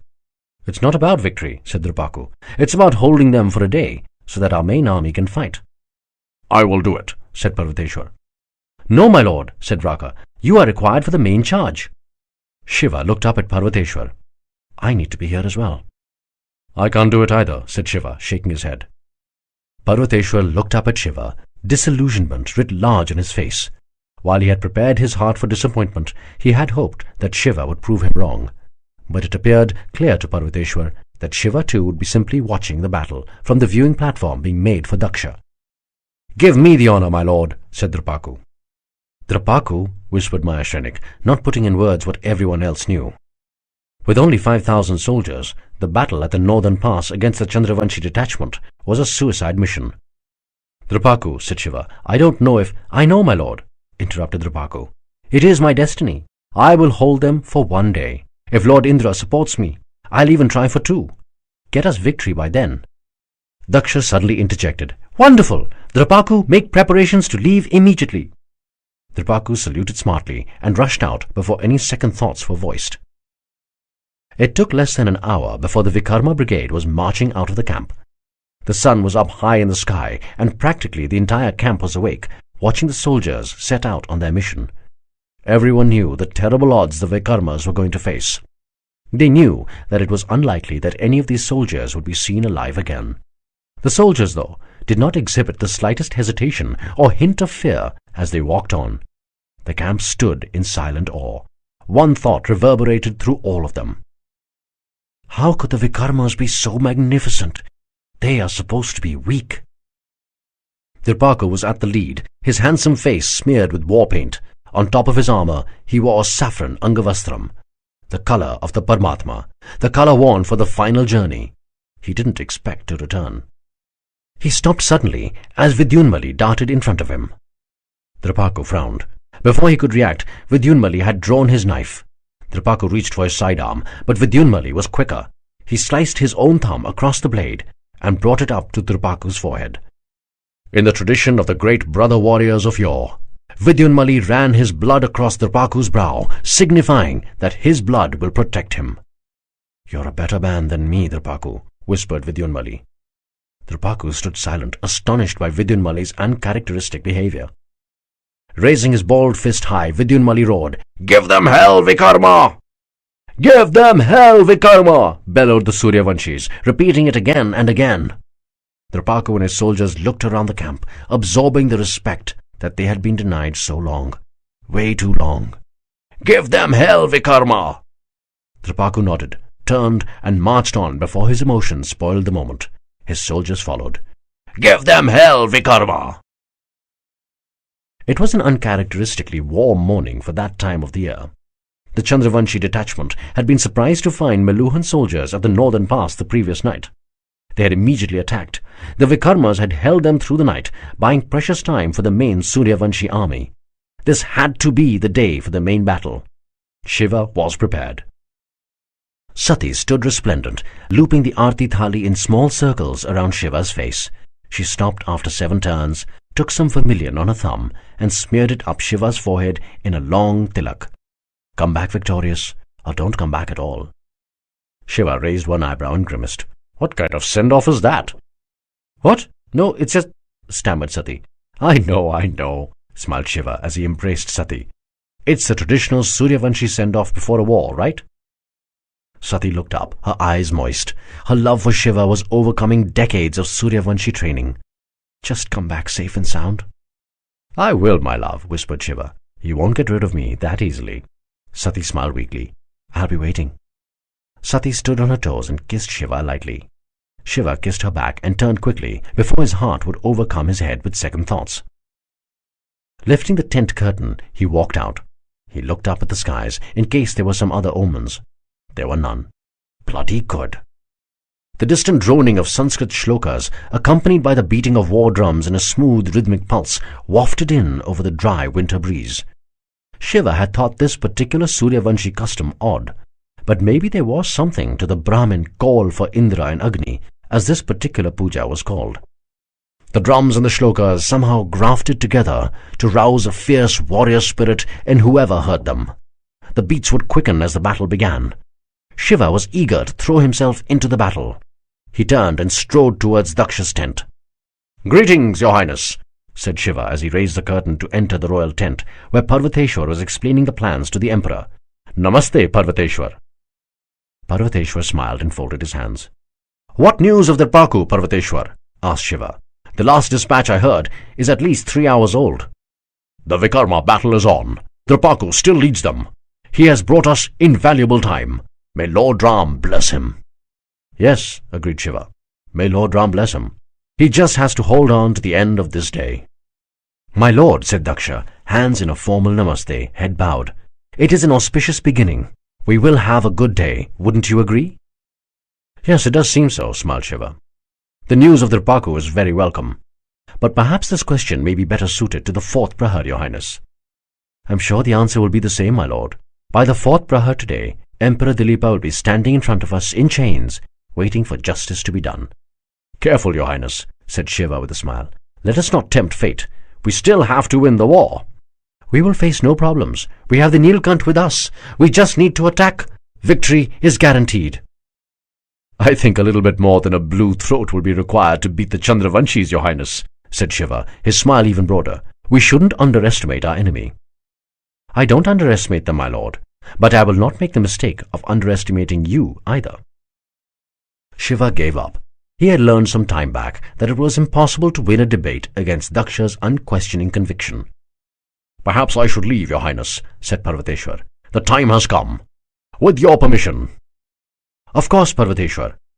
"Vijay Bhav," said Daksha. Turning towards Shiva, Daksha continued. "My lord, they have built a viewing platform for us on the hill at the back." "Viewing platform?" asked Shiva, perplexed. "Yes. Why don't we watch the battle from there? You would also be in a better position to direct the battle from there." Shiva narrowed his eyes in surprise. "Your Highness, my position is with the soldiers on the battlefield." Parvateshwar stopped in his tracks, startled and delighted at having been proved wrong. "My lord, this is a job for butchers, not the Neelkanth," said a concerned Daksha. "You don't need to sully your hands with Chandravanshi blood. Parvateshwar will arrest that Naga and throw him at your feet. You can extract such a terrible retribution from him that his entire tribe would dread your justice for aeons." "This is not about my revenge, Your Highness. It is about the vengeance of Meluha. It would be petty of me to think that an entire war is being fought just for me. This is a war between good and evil, a battle in which one has to choose a side and fight. There are no bystanders in a Dharmayudh. It is a holy war." Parvateshwar watched Shiva intently, his eyes blazing with admiration. These were Lord Ram's words. "There are no bystanders in a Dharmayudh." "My lord, we can't afford to risk your life," pleaded Daksha. "You're too important. I'm sure we can win this war without taking that gamble. Your presence has inspired us. There are many who are willing to shed their blood for you." "If they are willing to shed their blood for me, then I must be willing to shed my blood for them." Parvateshwar's heart was swamped by the greatest joy an accomplished Suryavanshi could feel. The joy of finally finding a man worth following. The joy of finding a man worth being inspired by. The joy of finding a man deserving of being spoken of in the same breath as Lord Ram himself. A worried Daksha came closer to Shiva. He realized that if he had to stop the Neelkanth from this foolhardiness, he would have to speak his mind. He whispered softly, "My lord, you are my daughter's husband. If something happened to you, she would be bereaved twice in one life. I can't let that happen to her." "Nothing will happen," whispered Shiva, "and Sati would die 1,000 deaths if she saw her husband stay away from a Dharmayudh. She would lose respect for me. If she weren't pregnant, she would have been fighting alongside me, shoulder to shoulder. You know that." Daksha stared at Shiva, broken, troubled, and apprehensive. Shiva smiled warmly. "Nothing will happen, Your Highness. And what if it does?" "Then it should be remembered that it happened for a good cause. Sati would be proud of me." Daksha continued to stare at Shiva, his face a portrait of agonized distress. "Forgive me, Your Highness, but I must go," said Shiva with a formal namaste, turning to leave. Parvateshwar followed, distracted, as if commanded by a higher force. As Shiva walked briskly out of the tent towards his horse, he heard Parvateshwar's booming voice. "My lord!" Shiva continued walking.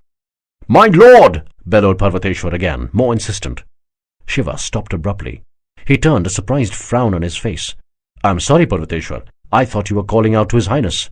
"No, my lord," said Parvateshwar, reaching up to Shiva. "It was you I called." His frown deeper, Shiva asked, "What is the matter, brave general?" Parvateshwar came to a halt in a rigid military attention. He kept a polite distance from Shiva. He could not stand on the hallowed ground that cradled the Mahadev. As if in a daze, Parvateshwar slowly curled his fist and brought it up to his chest. Then, completing the formal Meluhan salute, he bowed low, lower than he had ever bowed before to a living man, as low as he bowed before Lord Ram's idol during his regular morning pujas. Shiva continued to stare at Parvateshwar, his face an odd mixture of surprise and embarrassment.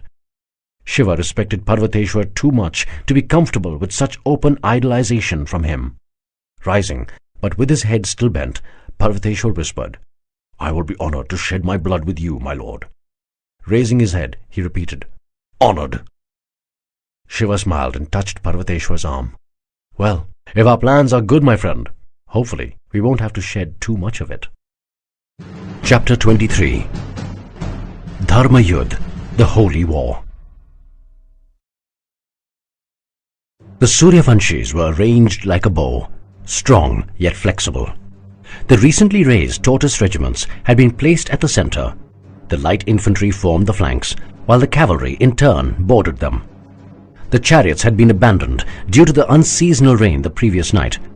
They couldn't risk the wheels getting stuck in the slush. The newly reared archer regiments remained stationed at the back.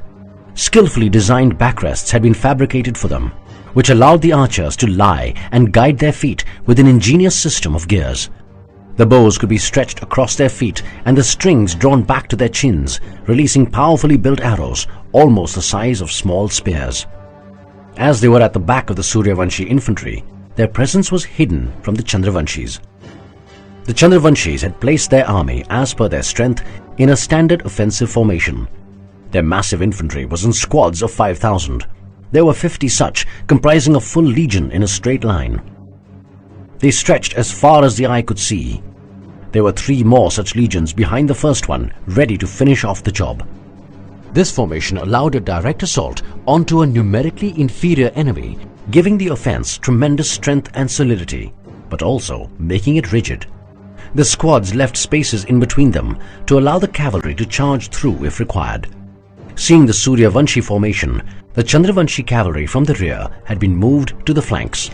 This would enable a quicker charge at the flanks of the Suryavanshi formation and disrupt enemy lines.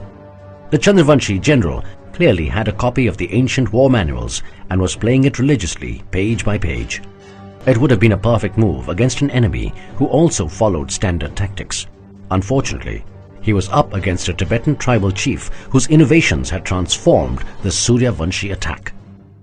As Shiva rode towards the hillock at the edge of the main battlefield, the Brahmins picked up the tempo of their shlokas while the war drums pumped the energy to a higher level. Despite being outnumbered on a vast scale, the Suryavanshis did not exhibit even the slightest hint of nervousness. They had buried their fear deep.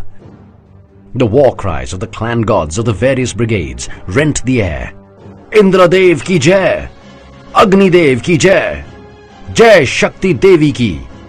Varun Dev ki jai! Jai Pawan Dev ki! But these cries were forgotten in an instant, as the soldiers saw a magnificent white steed canter in over the hillock carrying a handsome muscular figure. A thunderous roar pierced the sky, loud enough to force the gods out of their cloud palaces to peer at the events unfolding below. The Neelkanth raised his hand in acknowledgement. Following him was General Parvateshwar, accompanied by Nandi and Veerbhadra. Vraka was off his horse in a flash as Shiva approached him. Parvateshwar dismounted equally rapidly and was next to Vraka before Shiva could reach him. "The Lord will lead the right flank, Brigadier," said Parvateshwar. "I hope that is all right." "It will be my honor to fight under his command, my lord," said a beaming Vraka. He immediately pulled out his field commander baton from the grip on his side, went down on one knee and raised his hand high to hand over the charge to Shiva. "You people have to stop doing this," said Shiva, laughing. "You embarrass me." Pulling Vraka up on his feet, Shiva embraced him tightly. "I am your friend, Not your lord." A startled Vraka stepped back, his soul unable to handle the gush of positive energy flowing in. He mumbled, "Yes, my lord." Shaking his head softly, Shiva smiled. He gently took the baton from Vraka's extended hand and raised it high for the entire Suryavanshi army to see. An ear-splitting cry ripped through the ranks. "Mahadev! Mahadev! Mahadev!" Shiva vaulted onto his horse in one smooth arc. Holding the baton high, he rode up and down the line. The Suryavanshi roar got louder and louder. "Mahadev! Mahadev! Mahadev!" "Suryavanshis!" bellowed Shiva, raising his hand. "Meluhans! Hear me!" The army quietened down to hear their living god. "Who is a Mahadev?" roared Shiva. They listened in rapt attention, hanging on his every word. "Does he sit on a sad height and look on idly while ordinary men do what should be his job? No!" Some soldiers were praying inaudibly. "Does he just lazily bestow his blessings while others fight for the good? Does he stand by nonchalantly and count the dead while the living sacrifice themselves to destroy evil? No!" There was pin-drop silence as the Suryavanshis absorbed their Neelkanth's message. "A man becomes a Mahadev only when he fights for good. A Mahadev is not born from his mother's womb. He is forged in the heat of battle when he wages a war to destroy evil." The army stood hushed, feeling a flood of positive energy. "I am a Mahadev!" bellowed Shiva. A resounding roar arose from the Suryavanshis. They were led by the Mahadev, the god of gods. The Chandravanshis did not stand a chance. "But I am not the only one!" A shocked silence descended on the Suryavanshis. What did the Mahadev mean? He's not the only one? Do the Chandravanshis have a god too? "I am not the only one, for I see 100,000 Mahadevs in front of me. I see 100,000 men willing to fight on the side of good. I see 100,000 men willing to battle evil. I see 100,000 men capable of destroying evil." The stunned Suryavanshis gaped at their Neelkanth as the import of his words permeated their minds. They dared not ask the question, "Are we gods?" Shiva had the answer. "Har ek hai Mahadev." The Meluhans stood astounded. Every single one a Mahadev? "Har Har Mahadev!" bellowed Shiva. The Meluhans roared. "All of us are Mahadevs." Pure primal energy coursed through the veins of each Suryavanshi. They were gods. It didn't matter that the Chandravanshis outnumbered them 10 to 1. They were gods. Even if the evil Chandravanshis outnumbered them 100 to 1, victory was assured. They were gods. "Har Har Mahadev!" cried the Suryavanshi army. "Har Har Mahadev!" yelled Shiva. "All of us are gods. Gods on a mission." Drawing his sword, he pulled the reins of his horse. Rising on its hind legs with a ferocious neigh, the horse pirouetted smartly to face the Chandravanshis. Shiva pointed his sword at his enemies. "On a mission to destroy evil!" The Suryavanshis bellowed after their lord, "Har Har Mahadev!" The cry rent the air, "Har Har Mahadev!" Victory would not be denied, "Har Har Mahadev!" The long spell of evil would end today, "Har Har Mahadev!" As the army roared like the gods that they were, Shiva rode on towards a beaming Parvateshwar who was flanked by Nandi, Veerbhadra and Vraka. "Nice speech," grinned Veerbhadra. Shiva winked at him. He then turned his horse towards Parvateshwar. "General, I think it's time we start our own rainfall." "Yes, my lord," nodded Parvateshwar. Turning his horse around, he gave the orders to his flag-bearer. "The archers!" The flag-bearer raised the coded flag. It was red with the vicious black lightning darned on it. The message was repeated by flag-bearers across the lines. The Suryavanshi infantry immediately hunched down on its knees. Shiva, Parvateshwar, Vraka, Nandi and Veerbhadra dismounted rapidly, pulling their horses down to their knees. And the arrows flew in a deadly shower. The archers had been placed in a semicircular formation to cover as wide a range of the Chandravanshi army as possible. 5,000 archers rained death on the Chandravanshis as the sky turned black with a curtain of arrows. The hapless Swadweepans were easy prey in their tight formations. The arrows, nearly as powerful as short spears, easily penetrated the leather and wood shields of the irregular Chandravanshi soldiers. Only the regulars held metal shields. It had been just a few minutes of the ruthless massacre with arrows raining down onto the squads of the First Legion that the Chandravanshi lines started breaking. The First Legion was taking too many casualties to hold on to their position.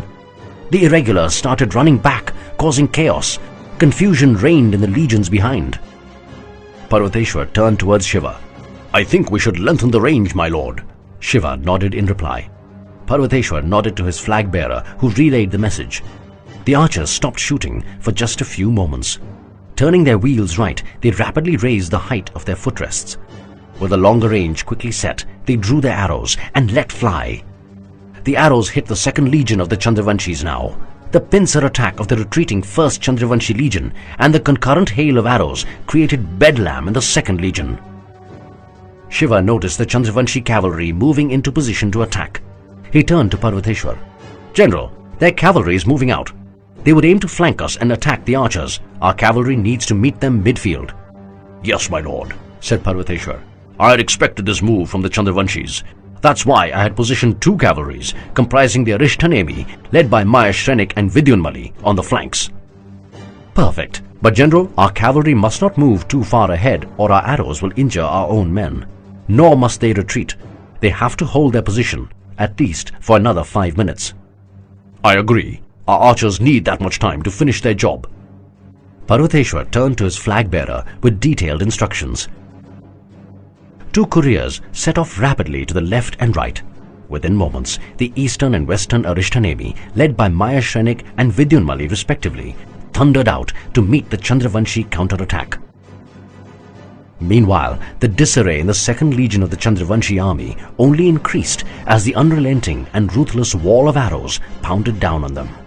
The Suryavanshi archers, unmindful of their tiring limbs or bleeding hands, bravely continued their unremitted assault. The second legion line started breaking as the Chandravanshis tried desperately to escape the ruthless carnage. "Higher range, my lord?" asked Parvateshwar, preempting Shiva's words. Shiva nodded in reply. Meanwhile, the Suryavanshis and Chandravanshis cavalries were engaged in fierce combat on the eastern and western ends of the battlefield. The Chandravanshis knew they had to break through. A few more minutes of the Suryavanshi archers' assault and the battle would be all but lost. They fought desperately, like wounded tigers. Swords cut through flesh and bone. Spears pierced body armor. Soldiers with limbs hanging half-severed continued to battle away. Horses with their riders missing attacked as if their own lives depended on it. The Chandravanshis were throwing all their might into breaking through the line that protected the archers. But to their misfortune, they had run into the fiercest brigadiers among the Suryavanshis. Maya Shrenik and Vidyunmali fought ferociously, holding the mammoth Chandravanshi force at bay. The archers, meanwhile, had begun their onslaught on the third legion of the Chandravanshis. Their legions were bleeding to death or deserting in great numbers. Some of them, however, grimly and courageously held on. When their shields were not strong enough to block the arrows, they used the bodies of their dead comrades, but they held the line. "Do we stop now and charge, my lord?" asked Parvateshwar. "No. I want the third legion devastated as well. Let it go on for a few more minutes." "Yes, my lord. We should also let half the archers raise their range a bit more. We can get the weaker sections in the fourth legion as well. If their lines are also broken, confusion would reign right into the heart of their troops." "You're right, Parvateshwar. Let's do that." Meanwhile, the Chandravanshi cavalry on the western flank, sensing the hopelessness of their charge, began to retreat. Some Arishthanemi riders moved to give chase, but Vidyunmali stopped them. As the Chandravanshis retreated, Vidyunmali ordered his troops to wait at their present positions, lest the Chandravanshis launch a counterattack. Seeing their enemy ride rapidly back to their lines, Vidyunmali ordered a withdrawal to their initial position on the flank of the bow formation. The Chandravanshis facing Maya Shrenik, however, were made of sterner stuff. Despite taking severe casualties, they fought grimly, refusing to retreat. Maya Shrenik and his men fought fiercely, holding their enemy. Suddenly, the hail of arrows stopped. The archers had been ordered to stand down. Now that their mission was accomplished without their intervention, the Chandravanshi brigadier ordered a retreat of his cavalry. Maheshtranik in turn withdrew his troops quickly to his earlier position to prepare for the main charge, which he knew was just a few moments away. "General, shall we?" asked Shiva, nodding towards the left flank. "Yes, my lord," replied Parvateshwar. As Parvateshwar turned to mount his horse, Shiva called out, "Parvateshwar!" "Yes, my lord." "Race you to the last line of the Chandravanshis." Parvateshwar raised his eyebrows in surprise, smiling broadly. "I will win, my lord." "We'll see," grinned Shiva, his eyes narrowed in a playful challenge. Parvateshwar rapidly mounted his horse and rode to his command on the left. Shiva, followed by Vraka, Nandi and Veerbhadra, rode to the right. Prasanjit geared his tortoise core in the center for the attack. "Meluhans!" roared Shiva, dismounting smoothly. "They lie in front of you, waiting to be slaughtered. It ends today. Evil ends today." "Har Har Mahadev!" bellowed the soldiers as the Meluhan conch shell announcing the Suryavanshi attack was blown.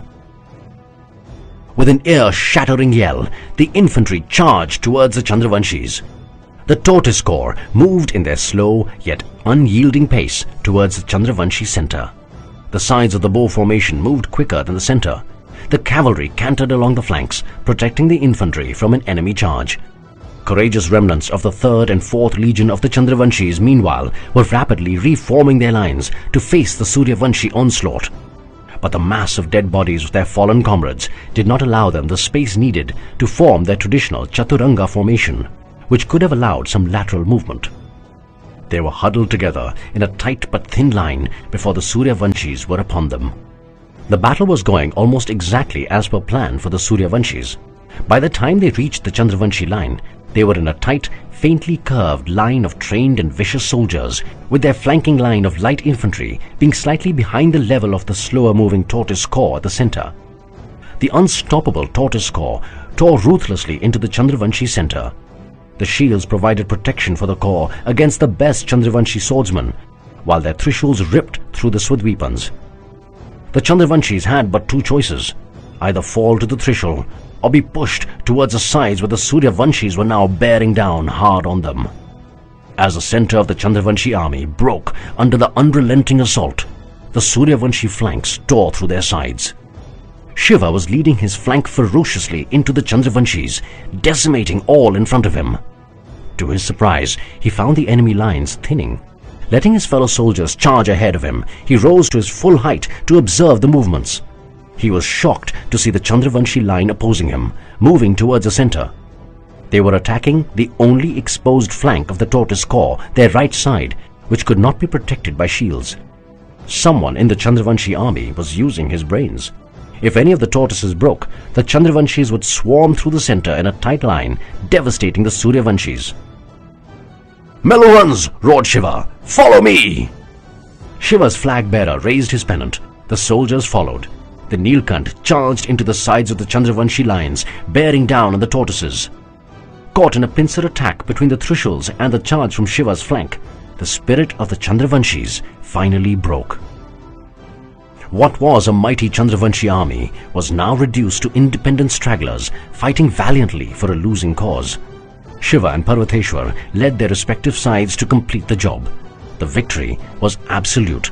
The Chandravanshi army had been comprehensively routed. Chapter 24. A Stunning Revelation. Sati rushed out of her tent, followed by Kritika and Ayurvati. "A little slowly, Sati," cried Ayurvati, running to keep up. "In your condition." Sati turned and grinned back at Ayurvati, but did not reduce her pace. She sprinted to the royal tent, where she had been informed Shiva and Parvateshwar had reached after the declaration of victory.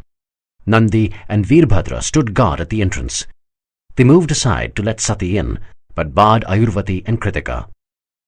"I am sorry, Lady Ayurvati," said Nandi apologetically, his head bowed. "I have strict instructions not to let anybody in." "Why?" asked a surprised Ayurvati. "I don't know, my lady. I'm very sorry." "That's all right," said Ayurvati. "You're only doing your job." Veerbhadra looked at Kritika. "I'm sorry, darling." "Please don't call me that in public," whispered Kritika, embarrassed.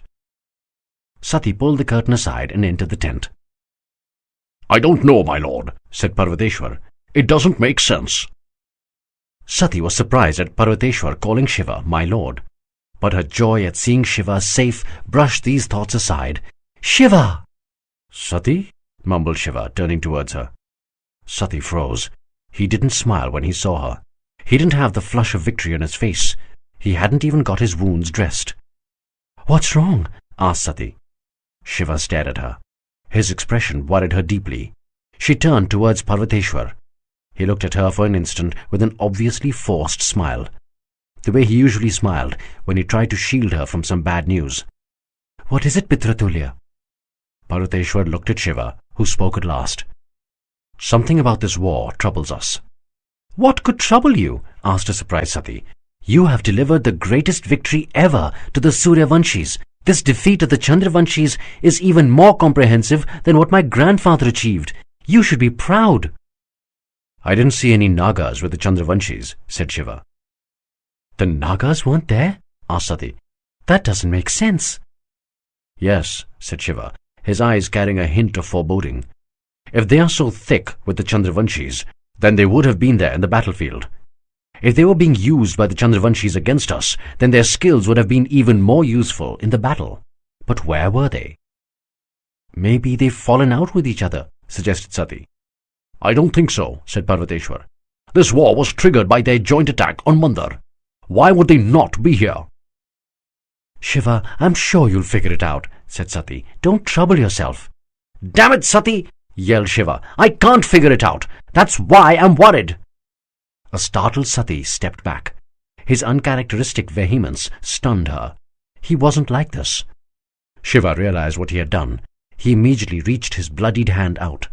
"I'm sorry, Sati. It's just that I—" The conversation was interrupted as Daksha, accompanied by an aide, raised the curtain and swaggered into the room.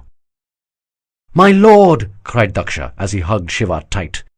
Shiva flinched. His wounds hurt. Daksha immediately stepped back. "I'm so sorry, my lord," said Daksha. Turning to his aide, he continued, "Why is Airvati outside? Bring her in. Let her tend to the lord's wounds." "No, wait," said Shiva to the aide. "I had said that I didn't want to be disturbed. There is always time to address the wounds later." Shiva turned to Daksha. "Your Highness, I need to speak about something." "My lord, if you will allow me first," said Daksha, as enthusiastic as a little boy who'd just been given a long-denied sweet.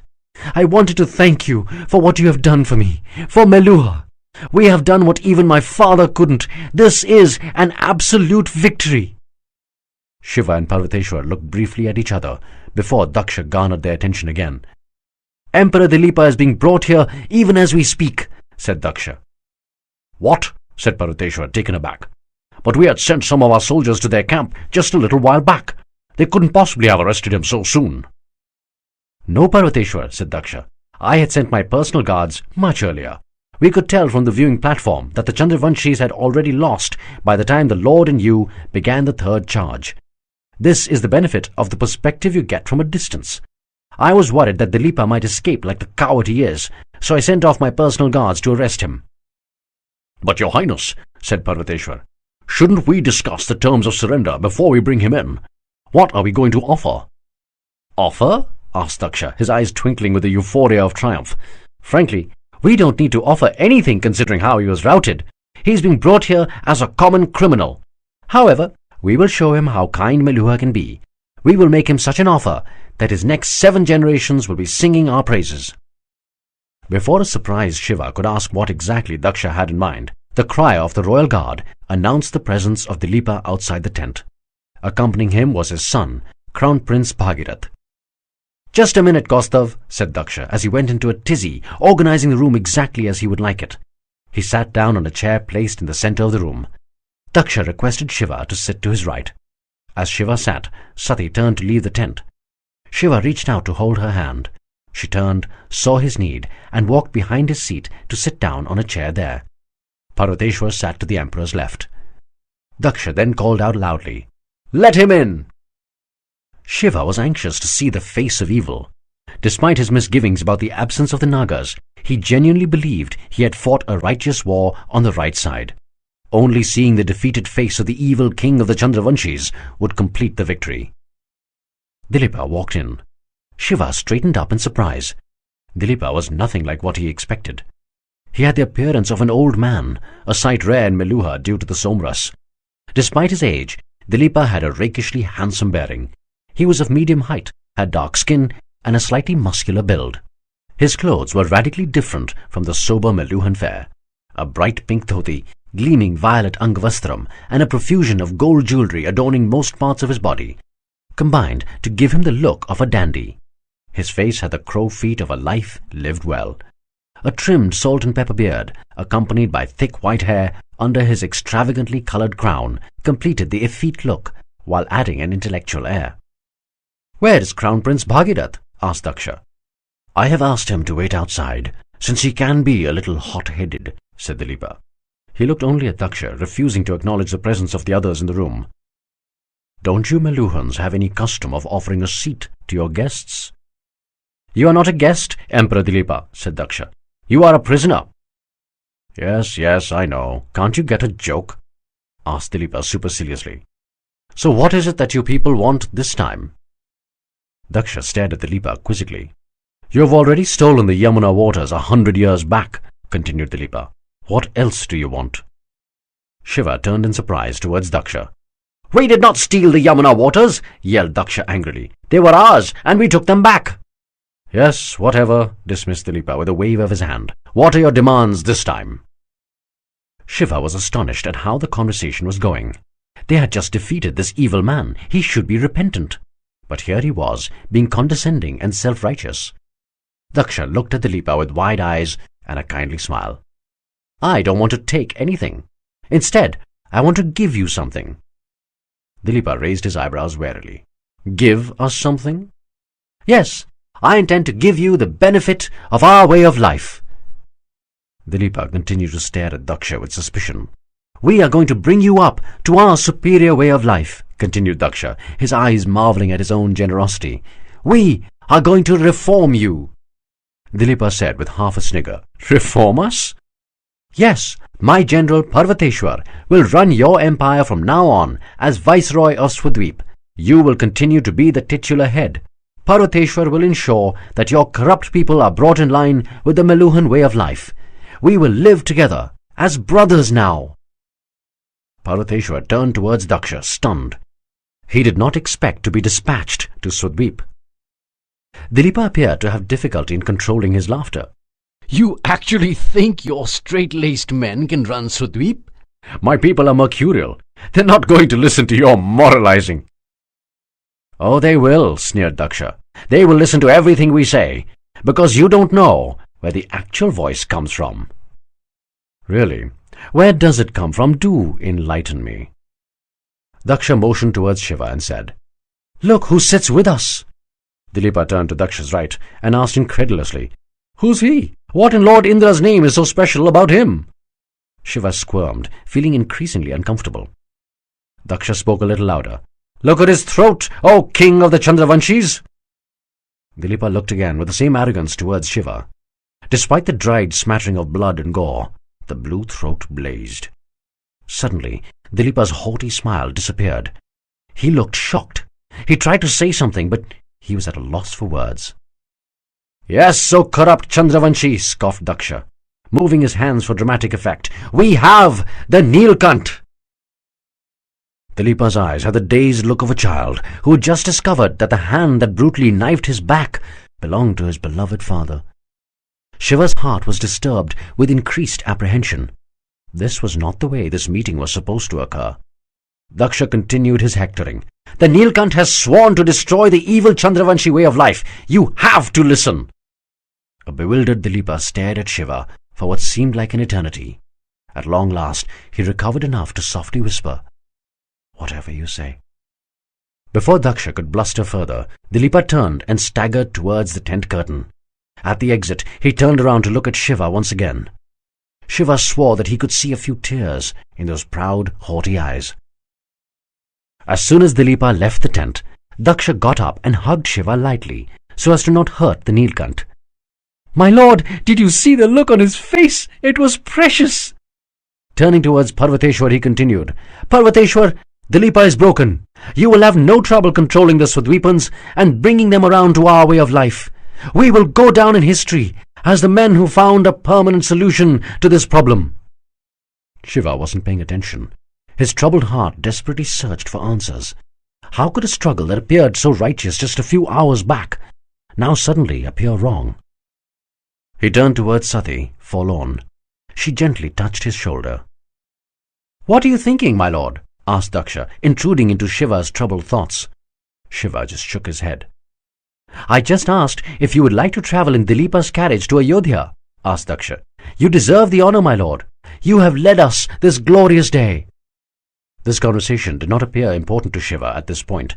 He did not have the energy to think of an answer. He just nodded in an absent-minded manner. "Wonderful! I'll make all the arrangements," said Daksha. Turning towards his aide, he continued, "Send Ayurvati in immediately to dress the Lord's wounds. We need to leave by tomorrow morning to make sure that we have control over Ayodhya before chaos reigns in the aftermath of Dileepa's defeat." With a namaste towards Shiva, Daksha turned to leave. "Parvateshwar, aren't you coming?" Parvateshwar gazed at Shiva, his face creased with concern. "Parvateshwar," repeated Daksha. Taking a quick look at Sati, Parvateshwar turned to leave. Sati moved forward, holding Shiva's face gently. Shiva's eyes seemed to droop with a heavy weight of tiredness. Ayurvati lifted the curtain carefully. "How are you, my lord?" Shiva looked up, his eyes half shut.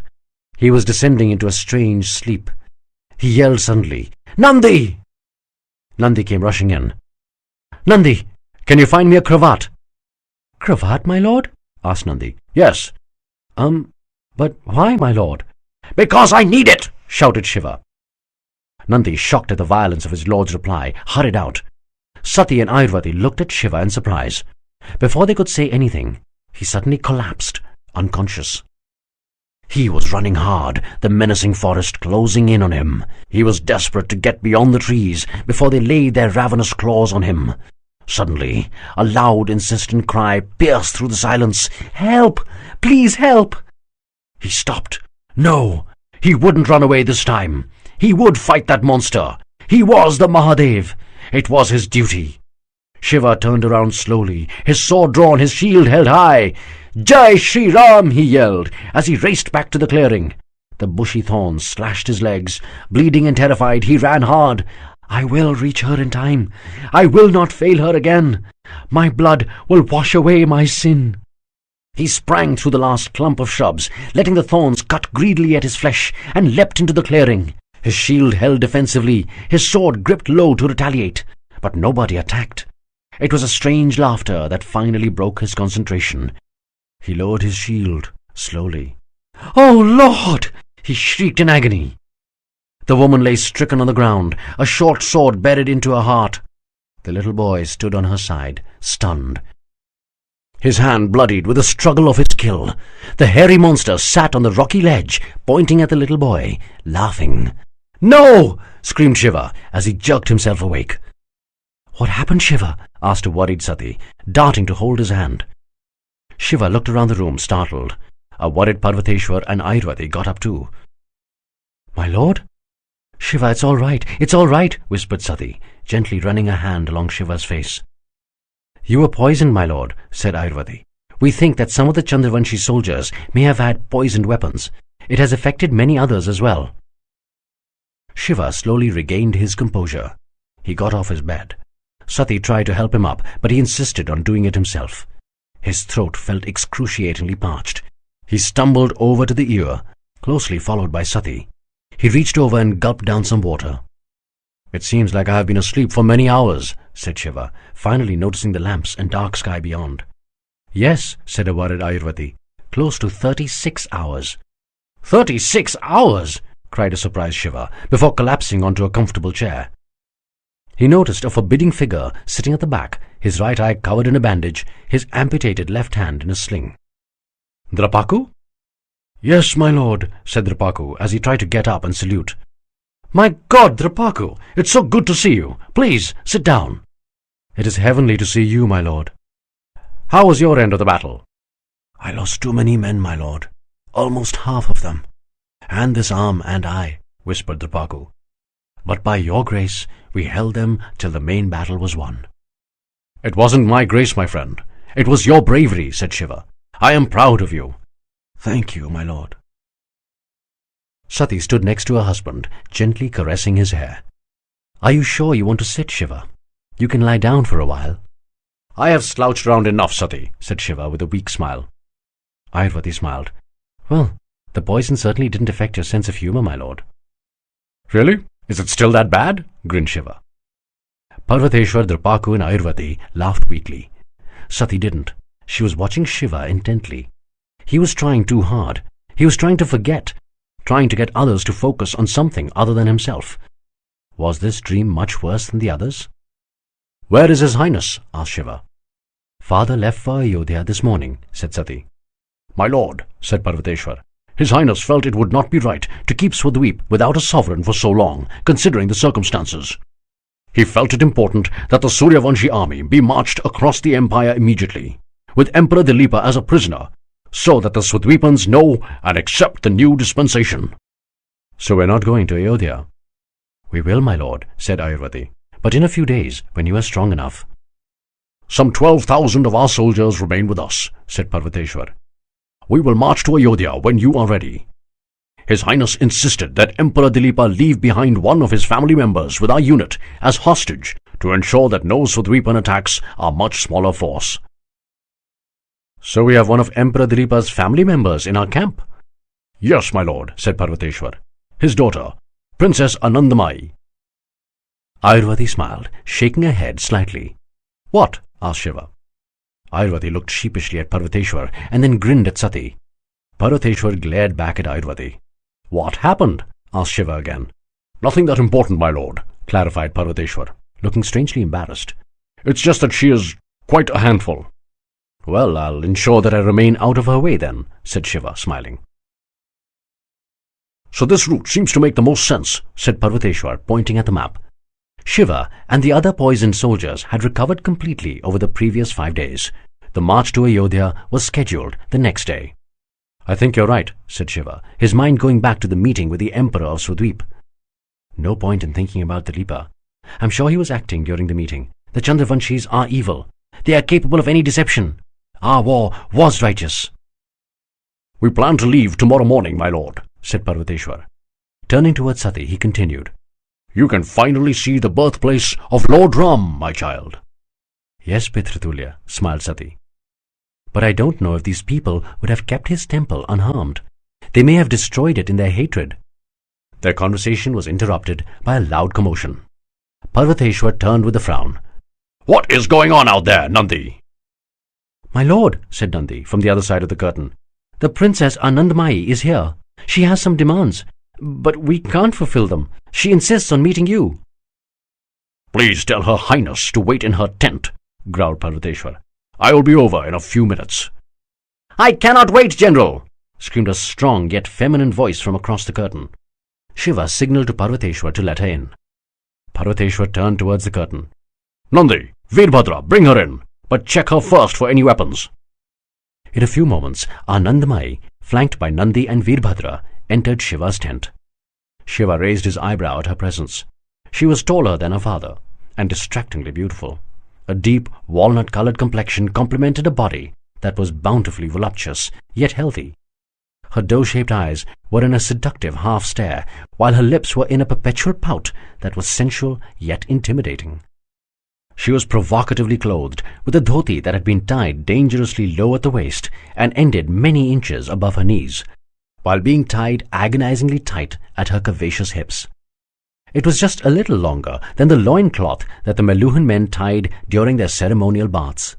Her blouse was similar to the cloth piece that Meluhan women tied, except that it had been cut raunchily on the top to the shape of her ample breasts, affording a full view of her generous cleavage. She stood with her hips tilted to the side, exuding raw passion. "You really think I can hide some weapons in this?" charged Anandamai, pointing at her clothes. A startled Nandi and Sati glared at her, while Shiva and Veerbhadra sported a surprised smile. Parvateshwar shook his head slightly. "How are you doing, Parvateshwar?" asked Anandamai, flashing a smile while scanning him from top to bottom, her eyebrows raised lasciviously. Shiva couldn't help smiling as he saw Parvateshwar blush slightly. "What is it you desire, princess?" barked Parvateshwar. We are in the middle of an important meeting." "Will you really give me what I desire, General?" sighed Anandamai. Parvateshwar blushed even deeper. "Princess, we have no time for nonsensical talk." "Yes," groaned Anandamai. "Most unfortunate. Then perhaps you can help me get some milk and rose petals in this sorry little camp you're running." Parvateshwar turned towards Nandi in surprise. Nandi blabbered, "My lord, she doesn't want just a glass, but 50 liters of milk. We can't allow that with our rations." "You're going to drink 50 liters of milk?" cried Parvateshwar, his eyes wide in astonishment. "I need it for my beauty bath, General," glowered Anandamai. "You are going to take us on a long march from tomorrow. I cannot go unprepared." "I will try and see what I can do," said Parvateshwar. "Don't try, General. Do it," admonished Anandamai. Shiva couldn't control himself any longer. He burst out laughing. "What the hell do you think you're laughing at?" glared Anandamai, turning towards Shiva. "You will speak to the Lord with respect, Princess," yelled Parvateshwar. "The Lord?" grinned Anandamai. "So he's the one in charge, the one Daksha was allegedly showing off." She turned back towards Shiva. "What did you say to trouble my father so much that he isn't even talking anymore? You don't look that threatening to me." "Be careful what you say, Princess," advised Parvateshwar fiercely. "You don't know whom you are speaking with." Shiva raised his hand at Parvateshwar, signaling him to calm down. But Anandamai was the one who required soothing. "Whoever you are, you will all be smashed when our Lord comes, when he descends to Swadweep and destroys the evil of your kind." "What?" "Take her out of here, Nandi!" yelled Parvateshwar. "No, wait," said Shiva.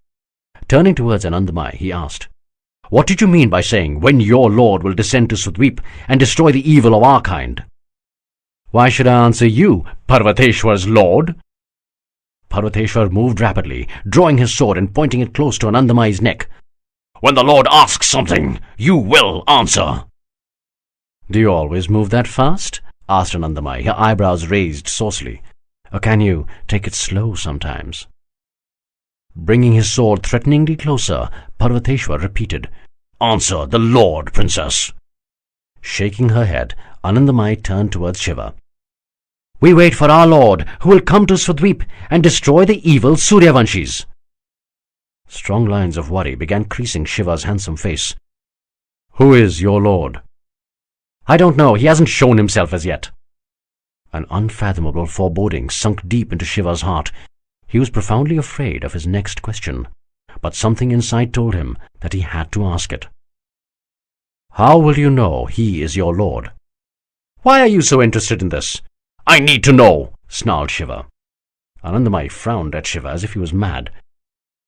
"He will not be from the Sapt Sindhu, neither a Suryavanshi nor a Chandravanshi. But when he comes, he will come on our side." Shiva's inner voice whispered miserably that there was more. Clutching the armrest of his chair, he asked, "And?" "And," continued Anandamai, "his throat will turn blue when he drinks the somras." An audible gasp escaped Shiva as his body stiffened. The world seemed to spin. Anandamai frowned, even more confused about this strange conversation. Parvateshwar glowered fiercely at Anandamai. "You are lying, woman! Admit it! You are lying!" "Why would I—" Anandamai stopped in mid-sentence as she noticed Shiva's cravat-covered throat. The arrogance suddenly vanished from her face. She found her knees buckling under her. Pointing weakly with her hands, she asked, "Why is your throat covered?" "Take her out, Nandi!" ordered Parvateshwar. "Who are you?" shouted Anandamai. Nandi and Veerbhadra tried pulling Anandamai out. With surprising strength, she struggled against them. "Show me your throat!" They held onto her arms and dragged her backwards. She kicked Veerbhadra in the groin, causing him to fall back in pain as she turned towards Shiva once again. "Who the hell are you?" Shiva stared down at the table, unable to find the strength to even glance at Anandamai. He held his armrest tightly. It seemed to be the only stable thing in a world spinning desperately out of control. Veerbhadra staggered back, held her arms tightly and pulled her back as Nandi held her by the neck. Anandamai bit Nandi's arm brutally. As a howling Nandi pulled his arm back, she screamed again, "Answer me, damn it! Who are you?" Shiva looked up for one brief instant at Anandamai's tormented eyes. The pain they conveyed lashed his soul. The flames of agony burned his conscience. a shocked Anandamai suddenly became immobile. The misery in her eyes would have stunned the bravest of Meluhan soldiers. In a broken voice she whispered, "You are supposed to be on our side." She allowed herself to be hauled out by Nandi and Veerbhadra. Parvateshwar kept his eyes down. He dared not look at Shiva. He was a good Suryavanshi. He would not humiliate his lord by looking at him at his weakest. Sati, on the other hand, would not leave her husband to suffer alone by not looking at him when he was at his weakest. She came to his side, touching his face. Shiva looked up, his eyes devastated with the tears of sorrow. "What have I done?" Sati held Shiva tightly, holding his throbbing head against her bosom. There was nothing she could say to alleviate the pain. She could just hold him.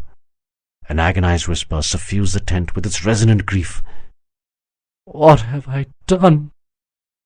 Chapter 25. Island of the Individual. It was another 3 weeks before Shiva's entourage reached Ayodhya, the capital of the Sudvipans. They had travelled along a decrepit, long-winding road to the Ganga, and then sailed eastward to the point where the mighty yet capricious river passionately welcomed the waters of the Sarayu. Then they had cruised north up the Sarayu to the city of Lord Ram's birth. It was a long, circuitous route, but the quickest possible considering the terrible road conditions in Swadweep, the island of the individual. The excitement in the hearts of the Meluhan soldiers was beyond compare. They had only heard legends about Lord Ram's city. None had ever seen it.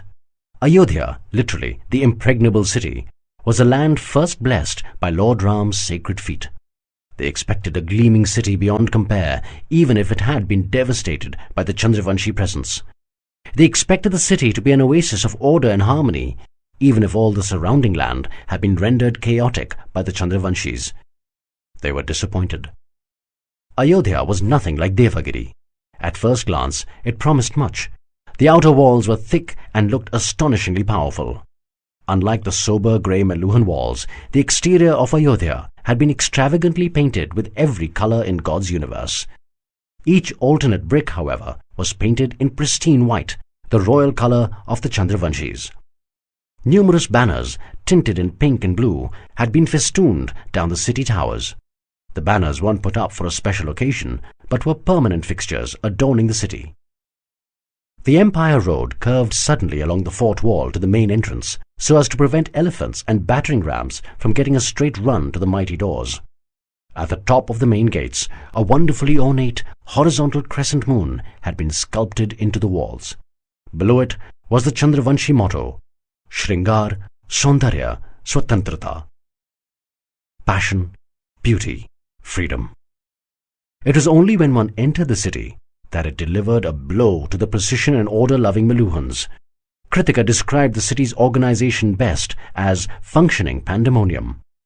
Unlike all Meluhan cities, Ayodhya was not built on a platform, so it was obvious that if the Sarayu River ever flooded in the manner that the temperamental Indus did, the city would be inundated. The numerous city walls, built in 7 concentric circles, were surprisingly thick and strong. However, it didn't take a general strategic eye to see that the concentric walls had not been planned by a military mastermind. They were, in fact, added in a haphazard manner, one by one, after the city had burst its seams and extended beyond the previous perimeter. That is why there were many weak points along each wall, which an enemy laying siege could easily exploit. Perhaps that's why the Chandravanshis preferred to take wars outside to a faraway battleground, rather than defend their city. The infrastructure was a sorry indictment of the Chandravanshi penchant for debate as an excuse for action. The roads were nothing better than dirt tracks. There was, however, one notable exception: the neatly paved and strikingly smooth Rajpath, the royal road, which led straight from the outer walls through to the opulent royal palace. The Sudvipans joked that instead of finding potholes on their road, they actually had to search for some stretch of road amongst the potholes. This was a far cry from the exceptionally well-planned, signposted, paved and tediously standard roads of Meluhan cities. There were what can only be called encroachments all over the city. Some open grounds had been converted into giant slums as illegal immigrants simply pitched their tents on public areas. The already narrow roads had been made even narrower by the intrusion of the cloth tents of the homeless. There was constant tension between the richer home-owning class and the poor landless who lived in slums. The emperor had legalized all encroachments established before 1910 BC. That meant that slum dwellers could not be removed unless the government created alternate accommodation for them. The minor problem was that the Chandravanshi government was so hideously inefficient that they hadn't managed to build even one new house for slum dwellers in the last 12 years. Now there was talk about extending the deadline further. The encroachments, the bad roads, the poor construction combined to give an impression of a city in a state of terminal decline. The Meluhans were outraged. What had these people done to Lord Ram's great city? Or was it always like this? Is that why Lord Ram had crossed the Sarayu River to establish his capital at faraway Devagiri on the Saraswati? And yet, as the initial shock of the ugliness and frenzied disorder wore away, the Meluhans started finding strange and unexpected charm about the city in constant chaos. None of the Ayodhyan houses were similar, unlike the Meluhan cities, where even the royal palace was built to a standard design. Here, each house had its own individual allure. The Swadweepans, unencumbered by strict rules and building codes, created houses that were expressions of passion and elegance. Some structures were so grand that even the Meluhans couldn't imagine what divine engineering talent could create them. The Swadweepans had none of the restraint of the Meluhans. Everything was painted bright, from orange buildings to parrot green ceilings to shocking pink windows. Civic-minded, rich Swadweepans had created grand public gardens, temples, theatres and libraries, naming them after their family members, since they had received no help from the government. The Meluhans, despite finding it strange that a public building should be named after a private family, were awed by the grandeur of these structures. A vibrant city with exquisite beauty existing side by side with hideous ugliness. Ayodhya disgusted and yet fascinated the Meluhans. The people were living embodiments of the Chandravanshi way of life. The women wore skimpy clothes, brazen and confident about their sexuality. The men were as fashion and beauty conscious as their women. What Meluhans would call dandies. The relationship between the men and women could only be characterized as one teetering on extremes. Extreme love coexisting with extreme hate, expressed with extreme loudness, all built on the foundations of extreme passion. Nothing was done in small measure in Ayodhya. Moderation was a word that did not exist in their dictionary. Therefore, it was no surprise that the emotional, mercurial and uncontrollable rabble of Ayodhya scoffed at Daksha's proclaimed intention to reform them. Daksha entered a sullen city as its populace stood quietly on the sides of the Rajpath, refusing to welcome the conquering force. Daksha, who had expected the Ayodhya residents to welcome him with showers of flowers since he had finally been freed from the evil rulers, was surprised at the cold reception he got. He put it down to enforcement by the Chandravanshi royalty. Shiva, who arrived a week later, was under no such illusions. He had expected far worse than just a quiet greeting. He expected to be attacked. He expected to be vilified for not standing up for the Swadweepans, who also believed in the legend of the Neelkanth. He expected to be hated for choosing the so-called wrong side. But while he had come to suspect that the Chandravanshis were not quite evil, he was not prepared to classify the Suryavanshis as the wrong side either. In his opinion, the Meluhans were almost without exception honest, decent, law-abiding people who could be unvaryingly trusted. Shiva was deeply confused about his karma and his future course of action. He missed Brahaspati's keen wit and advice. His thoughts weighing heavily on him, Shiva quickly disembarked from the curtained cart and turned towards the Chandravanshi palace. For a moment, he was startled by the grandeur of Dilipa's abode, but he quickly gathered his wits, reached out for Sati's hand, and began climbing the 100 steps towards the main palace platform. Parvateshwar trudged slowly behind. Shiva glanced briefly beyond Sati to find Anandamayi descending the steps quietly. She had not spoken to Shiva since that terrible encounter when she realized who Shiva was. She kept climbing with an impassive face, devoid of any expression, her eyes set on her father. "Who the hell is that man?" asked an incredulous Swadweepan carpenter, held back at the edge of the palace courtyard by Chandravanshi soldiers. "Why are our emperor and the sincere madman waiting for him on the royal platform, and that too in full imperial regalia?" "Sincere madman?" asked his friend. "Oh, haven't you heard? That's a new nickname for that fool, Daksha." The friends burst out laughing. "Shush!" hissed an older man standing next to them. "Don't you young people have any sense? Ayodhya is being humiliated, and you are joking around." Meanwhile, Shiva had reached the royal platform. Daksha bent low with a namaste as Shiva smiled weakly and returned the greeting. Dilipa, his eyes moist, bent low towards Shiva. He cried in a soft whisper, "I am not evil, my lord. We are not evil." "What was that?" asked Daksha, his ears straining to hear Dilipa's whispered words. Shiva's choked throat refused to utter a sound. Not hearing anything from Dilipa either, Daksha shook his head and whispered, "My lord, perhaps this is an opportune time to introduce you to the people of Ayodhya. I am sure it will galvanize them into action once they know that the Neelkanth has come to their rescue." Before an anguished Shiva could answer, his caring wife spoke. "Father, Shiva is very tired. It has been a long journey. May he rest for some time?" Yes, of course," mumbled Daksha apologetically. Turning towards Shiva, he said, "I am sorry, my lord. Sometimes my enthusiasm gets the better of me. Why don't you rest today? We can always introduce you at the court tomorrow." Shiva looked up at Dilipa's angst-ridden eyes. Unable to bear the tormented gaze any longer, Shiva looked beyond the Chandravanshi emperor, towards his courtiers standing at the back. Only one pair of eyes did not have a look of incomprehension. It was at that moment that Shiva realized that except for Anandamayi, nobody else in Dilipa's court knew of his identity, not even Dilipa's son, Bhagirath. Dilipa had not spoken to a soul. Clearly, neither had Daksha, possibly in the hope of a grand unveiling of the secret in the presence of Shiva himself. "My lord." Shiva turned towards Parvateshwar. "Yes," he said in a barely audible whisper. "I will lead the army out since the ceremonial march is over," said Parvateshwar. "They will be stationed outside the city in a camp for the earlier contingent. I will be back at your service within 2 hours. Shiva nodded faintly. It had been a few hours since their arrival in Ayodhya. Shiva had not spoken a word.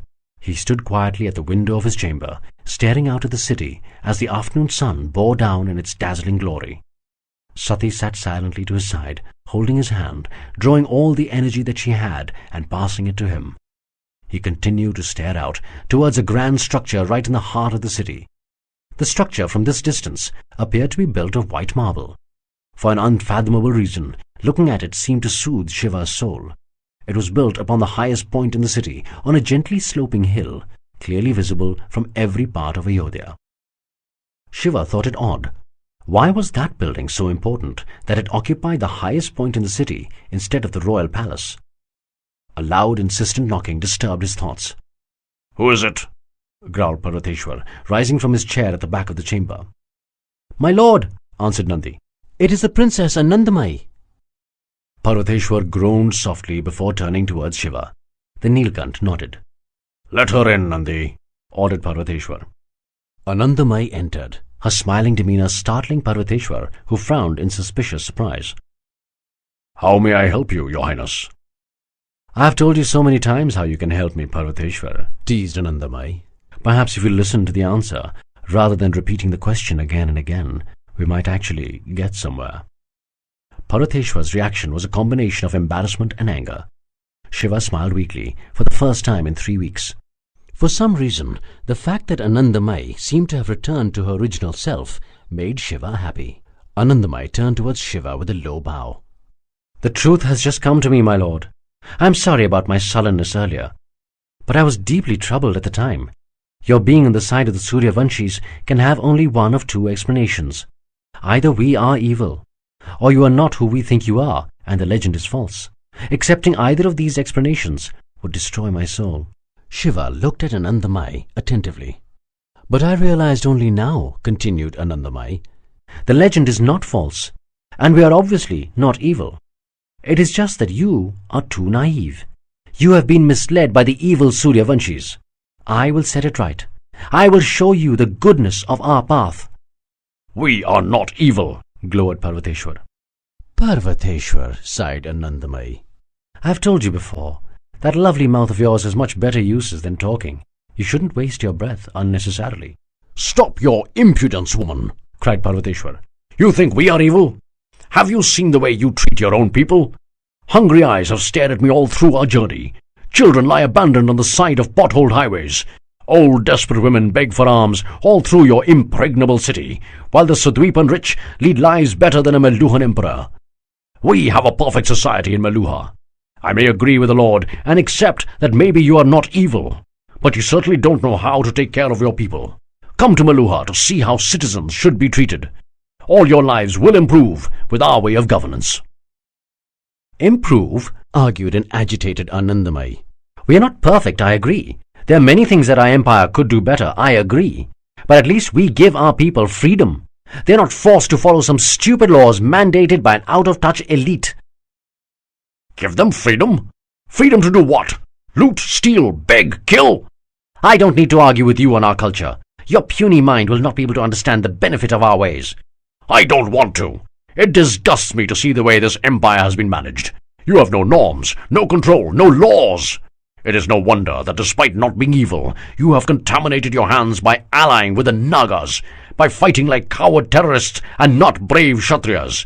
You may not be evil, but your deeds certainly are." "Nagas? What the bloody hell are you talking about?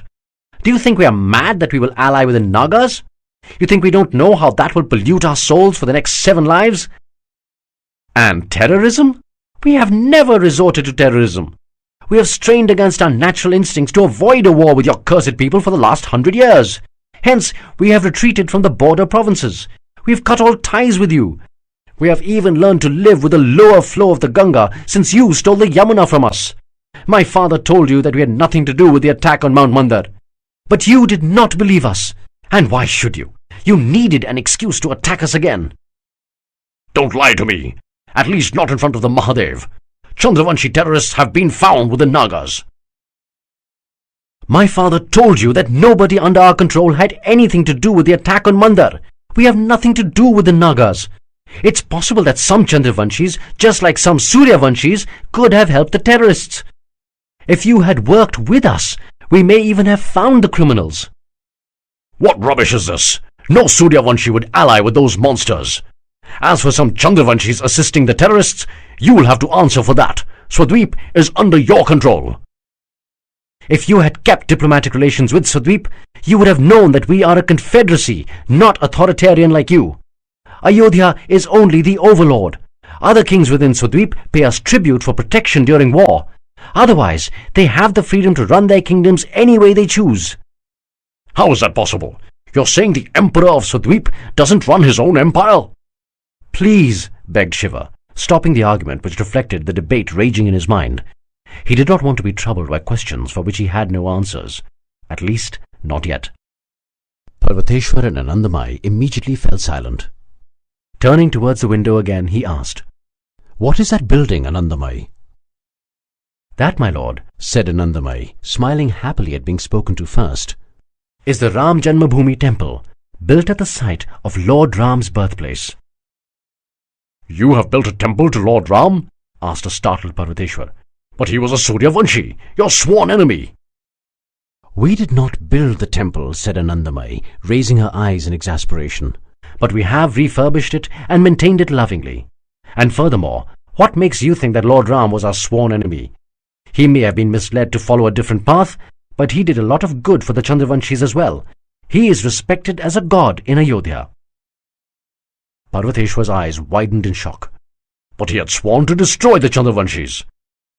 "If he had vowed to destroy us, we wouldn't exist today, would we? He left us unharmed because he believed that we were good, that our way of life deserved to survive." Parvateshwar was perturbed, out of argument. "You know what Lord Ram's full ceremonial name is?" asked Anandamai, pressing home her advantage. "Of course I do," scoffed Parvateshwar. "Lord Ram, Suryavanshi Kshatriya of the Ikshvaku clan, son of Dashrath and Kaushalya, husband of Sita, honored and respected with the title of the 7th Vishnu." "Perfect," beamed Anandamai, "except for one minor mistake. You've missed one small word, General. You've missed the word Chandra. His full name was Lord Ramchandra." Parvateshwar frowned. "Yes, General," continued Anandamai. "His name meant the face of the moon. He was more Chandravanshi than you know." "This is typical Chandravanshi double talk," argued Parvateshwar, gathering his wits. "You are lost in words and names rather than deeds. Lord Ram said that only a person's karma determines his identity. The fact that his name had the word moon in it means nothing. His deeds were worthy of the sun. He was a Suryavanshi through and through." Why couldn't he have been both Suryavanshi and Chandravanshi? "What nonsense is that? It's not possible. It's contradictory." "It seems impossible to you only because your puny mind cannot understand it. Contradictions are part of nature." "No, they aren't. It is impossible that one thing be true and the opposite not be false. The universe cannot accept that. One scabbard can have only one sword." "That is only if the scabbard is small. Are you saying that Lord Ram was not big enough to have two identities?" "You're just playing with words," glared Parvateshwar. Shiva had stopped listening. He turned towards the window, towards the temple. He could feel it in every pore of his body. He could feel it in his soul. He could hear the soft whisper of his inner voice. "Lord Ram will help you. He will guide you. He will soothe you. Go to him." It was the 3rd hour of the 3rd Prahar when Shiva stole into the chaotic Ayodhya streets by himself. He was on his way to meet Lord Ram. Sati had not offered to come along. She knew that he needed to be alone. Wearing a cravat and a loose shawl for protection, with a sword and shield for abundant precaution, Shiva ambled along, taking in the strange sights and smells of the Chandravanshi capital. Nobody recognized him. He liked it that way. The Ayodhyans seemed to live their life without even the slightest hint of self-control. Loud emotional voices assaulted Shiva's ears as if a hideous orchestra was trying to overpower the senses. The common people either laughed like they had just gulped an entire bottle of wine, or fought like their lives depended on it. Shiva was pushed and barged on several occasions by people rushing around, hurling obscenities and calling him blind. There were manic shoppers bargaining with agitated shopkeepers at the bazaar, and it almost seemed like they would come to blows over ridiculously small amounts of money. For both the shoppers and the shopkeepers, the harried negotiation wasn't about the cash itself.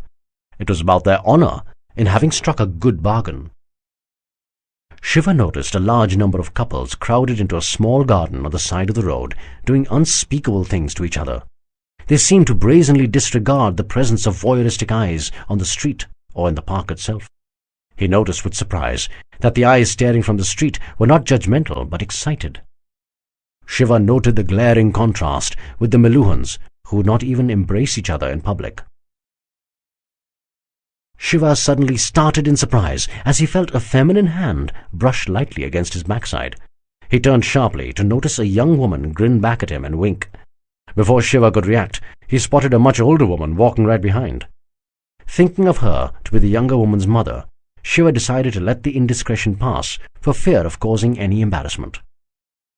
As he turned, he felt a hand on his backside again, this time more insistent and aggressive. He turned around and was shocked to find the mother smiling sensuously at him.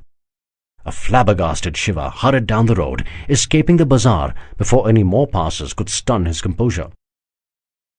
He continued walking in the direction of the towering Ram Janmabhoomi temple. As he approached, the unassailable jangle of Ayodhya dimmed significantly. This was a quiet residential area of the city, probably for the rich, judging by the exquisite mansions and the avenues.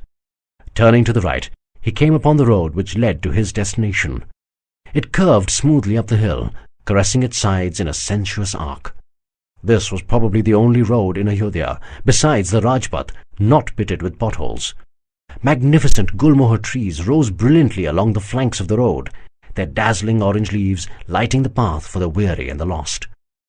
The path leading towards their answers, the path to Lord Ram. Shiva closed his eyes and took a deep breath as anxiety gnawed at his heart. What would he find? Would he find peace? Would he find answers? Would he, as he hoped, find that he had done some good? Good that wasn't visible to him right now. Or would he be told that he had made a terrible mistake, and thousands had died a senseless death? Shiva opened his eyes slowly, steeled himself, and began walking, softly repeating the name of the Lord. Ram, Ram, Ram, Ram. A little distance up, Shiva's chant was disturbed. At an arched twist of the road, he saw an old, shriveled man who appeared like he hadn't eaten in weeks. He had a wound on his ankle which had festered because of the humidity and neglect. He was dressed in a torn jute sack tied precariously at his waist and hung from his shoulders with a hemp rope. Sitting on the sidewalk, his sinewy right hand scratched vigorously at his head, disturbing the lice going about their job diligently. With his weak left hand, he precariously balanced a banana leaf which held a piece of bread and gruel. It looked like the kind of food distributed at cheap restaurants on the donations of a few kindly or guilty souls. The kind of food that would not even be fed to animals in Meluha. Intense anger surged through Shiva. This old man was begging, nay suffering, at the doors of Lord Ram's abode, and nobody seemed to care. What kind of government would treat its people like this? In Meluha, the government assiduously nurtured all its citizens.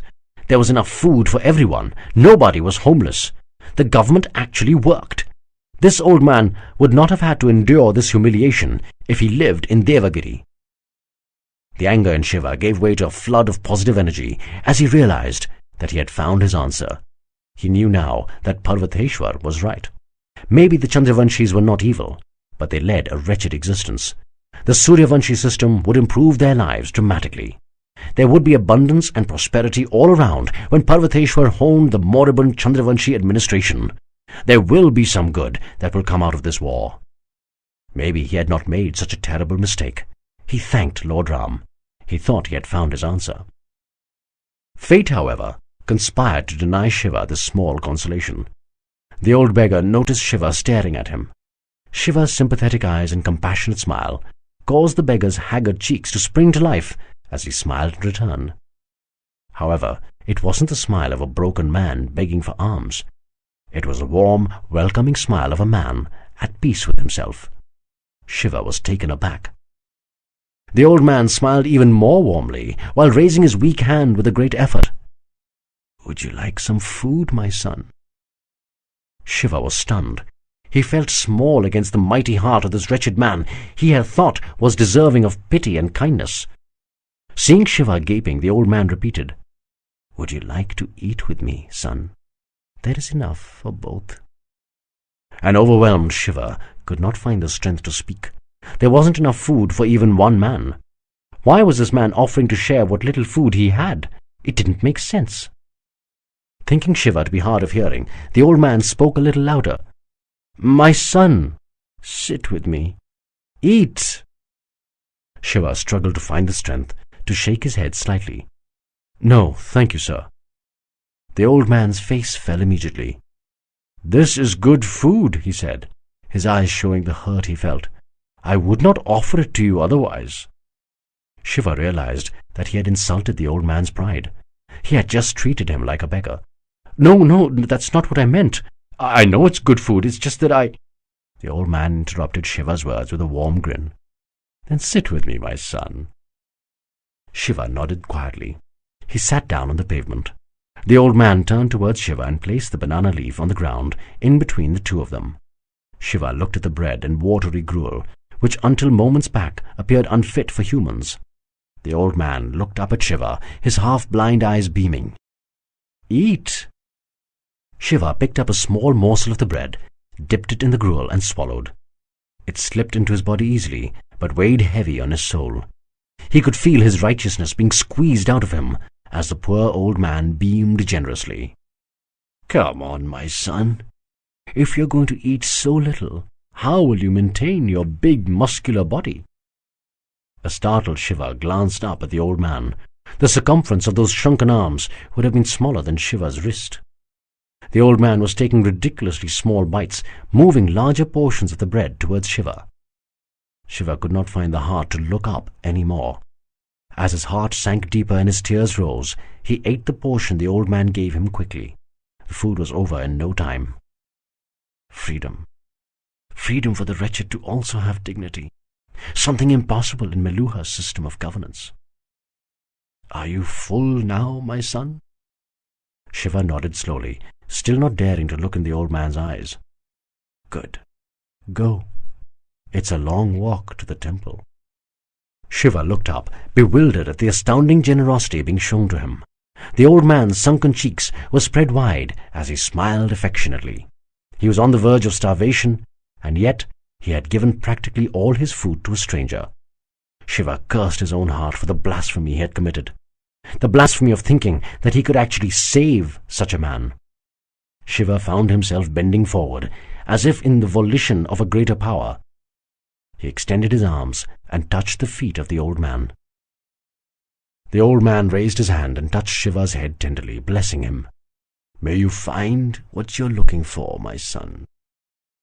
Shiva got up, his heart heavy with tears of guilt, his throat choked with the cry of remorse, his soul leaden and its self-righteousness crushed by the old man's munificence. He knew his answer. What he had done was wrong. He had committed a terrible mistake. These people were not evil. Chapter 26. The Question of Questions. The road to the Ram Janmabhoomi temple clung to the sides of a gently sloping hill before ending its journey at Lord Ram's abode.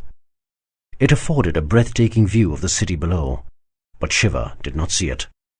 Neither did he see the magnificent construction of the gigantic temple or the gorgeously landscaped gardens around it.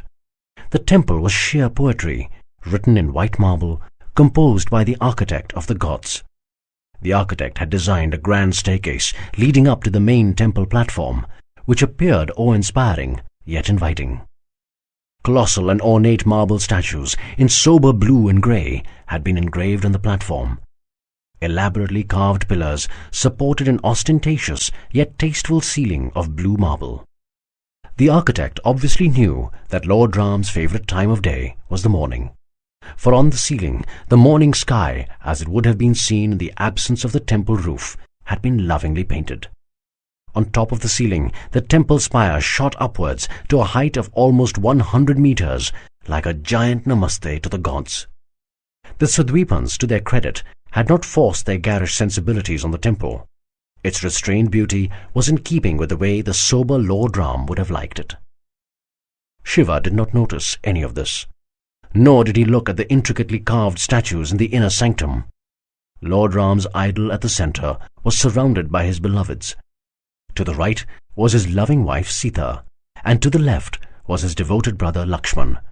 At their feet, on his knees, was Lord Ram's most fervent and favourite disciple, Hanuman, of the Vayuputra tribe, the sons of the wind god. Shiva could not find the strength to meet Lord Ram's eyes. He feared the verdict he would receive. He crouched behind a pillar, resting against it, grieving. When he couldn't control his intense feelings of guilt any more, his eyes released the tears they had been holding back. Shiva made desperate attempts to control his tears, but they kept flowing as though a dam had burst. He bit into his balled fist, overcome by remorse. He curled his legs up against his chest and rested his head on his knees. Drowning in his sorrow, Shiva did not feel the compassionate hand on his shoulder. Seeing no reaction, the hand squeezed his shoulders lightly. Shiva recognized the touch, but kept his head low. He did not want to appear weak, be seen with tears in his eyes. The gentle hand, old and worn with age, withdrew quietly, while its owner waited patiently until Shiva composed himself. When the time was right, he came forward and sat down in front of him. A sombre Shiva did a formal namaste to the Pandit, who looked almost exactly like the Pandits that Shiva had met at the Brahma temple at Meru and the Mohan temple at Mohenjo-daro. He sported a similar, extensively flowing white beard and a white mane. He wore a saffron dhoti and angavastram, just like the other Pandits. The wizened face had the same calm, welcoming smile. The only difference was that this Pandit bore a considerably more generous waist. "Is it really so bad?" asked the Pandit. His eyes narrowed and his head tilted slightly, in the typically Indian empathetic look. Shiva shut his eyes and lowered his head again. The Pandit waited patiently for Shiva's reply. "You don't know what I have done." "I do know." Shiva looked up at the Pandit, his eyes full of surprise and shame. "I know what you have done, O Neelkanth," said the Pandit, "and I ask again, is it really so bad?" "Don't call me the Neelkanth," glared Shiva. "I don't deserve the title. I have the blood of thousands on my hands." Many more than thousands have died, said the Pandit. Probably hundreds of thousands. But you really think they wouldn't have died if you hadn't been around? Is the blood really on your hands? Of course it is. It was my stupidity that led to this war. I had no idea what I was doing. A responsibility was thrust upon me, and I wasn't worthy of it. Hundreds of thousands have perished as a result. Shiva curled up his fist and pounded his forehead, desperately trying to soothe the throbbing heat on his brow. The Pandit stared in mild surprise at the deep red blotch on Shiva's forehead, right between his eyes. It didn't bear the color of a blood clot. It was a much deeper hue, almost black. The Pandit controlled his surprise and remained silent. Now was not the correct time. "And it's all because of me," moaned Shiva, his eyes moistening again. "It's all my fault." "Soldiers are Kshatriyas, my friend," said the Pandit, a picture of calm. "Nobody forces them to die. They choose their path, knowing the risks, and the possible glory that comes with it. The Neelkanth is not the kind of person on whom responsibility can be thrust against his will. You chose this. You were born for it." Shiva looked at the Pandit, startled. His eyes seemed to ask, "Born for it?" The Pandit ignored the question in Shiva's eyes. "Everything happens for a reason. If you are going through this turmoil, there is a divine plan behind it." "What bloody divine reason can there be for so many deaths?" "The destruction of evil? Wouldn't you say that is a very important reason?" "But I did not destroy evil," yelled Shiva. "These people aren't evil, they're just different. Being different isn't evil." The Pandit's face broke into his typically enigmatic smile. "Exactly. They are not evil. They are just different. You have realized it very quickly, my friend, a lot earlier than the previous Mahadev." Shiva was perplexed at the Pandit's words for an instant. "Lord Rudra?" "Yes, Lord Rudra." "But he did destroy evil. He destroyed the Asuras." "And who said the Asuras were evil?" "I read it." Shiva stopped mid-sentence. He finally understood. "Yes," smiled the Pandit, "you have guessed it correctly. Just like the Suryavanshis and the Chandravanshis see each other as evil, so did the Devas and the Asuras. So if you are going to read a book written by the Devas, what do you think the Asuras are going to be portrayed as?" "You mean they were just like today's Suryavanshis and Chandravanshis?" "More so than you can imagine. The Devas and the Asuras, just like the Chandravanshis and the Suryavanshis, represent two balancing life forces, a duality." "Duality?" "Yes, a duality that is one of the many perspectives of the universe, the masculine and the feminine.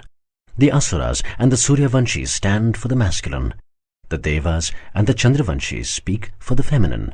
The names change, but the life forces they embody remain the same. They will always exist. There is no way that either can be destroyed. Otherwise, the universe will implode." "And they see their fight with the other as the eternal struggle between good and evil." "Exactly," beamed the Pandit, marveling at Shiva's keen mind, even in this time of distress. "But they haven't been fighting all the time. Sometimes there have been long periods of cooperation as well. In times of strife, which usually happens when there is evil, it is easiest to blame each other. A difference of opinion between two dissimilar ways of life gets portrayed as a fight between good and evil. Just because the Chandravanshis are different from the Suryavanshis doesn't mean that they are evil. Why do you think the Neelkanth had to be an outsider?" "So that he would not be biased towards any one point of view," said Shiva, as a veil lifted before his eyes. "Exactly. The Neelkanth has to be above all this. He has to be devoid of any bias." "But I was not beyond biases. I was convinced that the Chandravanshis are evil. Maybe what Anandamayi says is right. Maybe I am naive, easily misled." "Don't be so hard on yourself, my friend. You cannot drop from the sky knowing everything, can you? You would have to enter from any one side. And whichever side you entered the equation from, you would obviously be colored by their viewpoint, seeing the other side as evil. You realized your error early. Lord Rudra did not recognize it till it was almost too late. He had nearly destroyed the Asuras before he grasped the simple fact that they were not evil, just different. Nearly destroyed them? You mean some asuras still exist? The Pandit smiled mysteriously. That conversation is for another time, my friend. The point you need to understand is that you are not the first Mahadev who was misled, and you will not be the last. Imagine, if you will, what Lord Rudra's feelings of guilt must have been. Shiva kept quiet, his eyes downcast. The knowledge of Lord Rudra's guilt did not reduce the shame that racked his soul. Reading his thoughts, the Pandit continued. You took the best decision you could take under the circumstances. I know this will be cold comfort, but being the Neelkanth isn't easy. You will have to bear the burden of this guilt. I know the kind of person you are. It will be a heavy burden. Your challenge is not to ignore the guilt or the pain. You have too good a heart to be able to do that. Your challenge is to stay true to your karma, to your duty, in spite of the pain. That is the fate and the duty of a Mahadev. But what kind of a Mahadev am I? Why am I required? How am I to destroy evil if I don't even know what evil is? Who said your job is to destroy evil? A startled Shiva glared at the Pandit. He hated the irritating word games that these Pandits seemed to love. Glimpsing the anger in Shiva's eyes, the Pandit clarified immediately. The strength that evil has is overestimated, my friend. It is not so difficult to annihilate. All it takes is for a few good men to decide that they will fight it. At practically all the times that evil has raised its head, it has met the same fate. It has been destroyed. Then why am I required? You are required for the most crucial task, to answer that most important question. What? What is evil? What is evil? Yes, many wars have been fought between men, said the Pandit, and many more will be fought in the future. That is the way of the world. But it is only a Mahadev who converts one of those wars into a battle between good and evil. It is only the Mahadev who can recognize evil and lead men against it before evil raises its ugly head and extinguishes all life. But how do I recognize evil? I can't help you there, my friend. I am not the Mahadev. This is a question you must find the answer to. But you have the heart, you have the mind. Keep them open, and evil will appear before you. Appear? Yes, explained the Pandit. Evil has a relationship with you.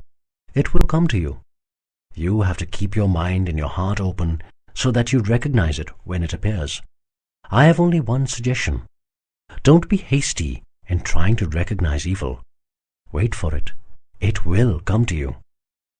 Shiva frowned. He looked down, trying to absorb the strange conversation. He turned towards Lord Ram's idol, seeking some direction.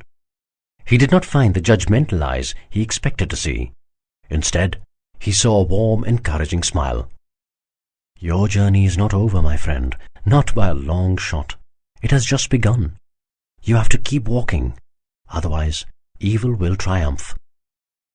Shiva's eyes dried up a bit. His burden didn't feel any lighter, but he felt strong enough to carry it. He had to keep walking to the very end. Shiva looked up at the Pandit and smiled weakly. Who are you? The Pandit smiled. I know the answer had been promised to you, and a vow by any of us is a collective vow. I will not break it. Shiva gazed at the Pandit, waiting for the answer. We are the Vasudevs. The Vasudevs? Yes. Each Vishnu leaves a tribe behind, entrusted with 2 missions. Shiva continued to watch the Pandit intently. The first mission is to help the next Mahadev if and when he comes. And the second? The second is that one of us will become the next Vishnu whenever we are required to do so. The 7th Vishnu, Lord Ram, entrusted this task to his trusted lieutenant, Lord Vasudev. We are his followers. We are the tribe of Vasudev. Shiva stared at the Pandit, absorbing the implications of this information. He frowned as one inference suddenly occurred to him. Did the Mahadevs also leave some tribes behind? Did Lord Rudra?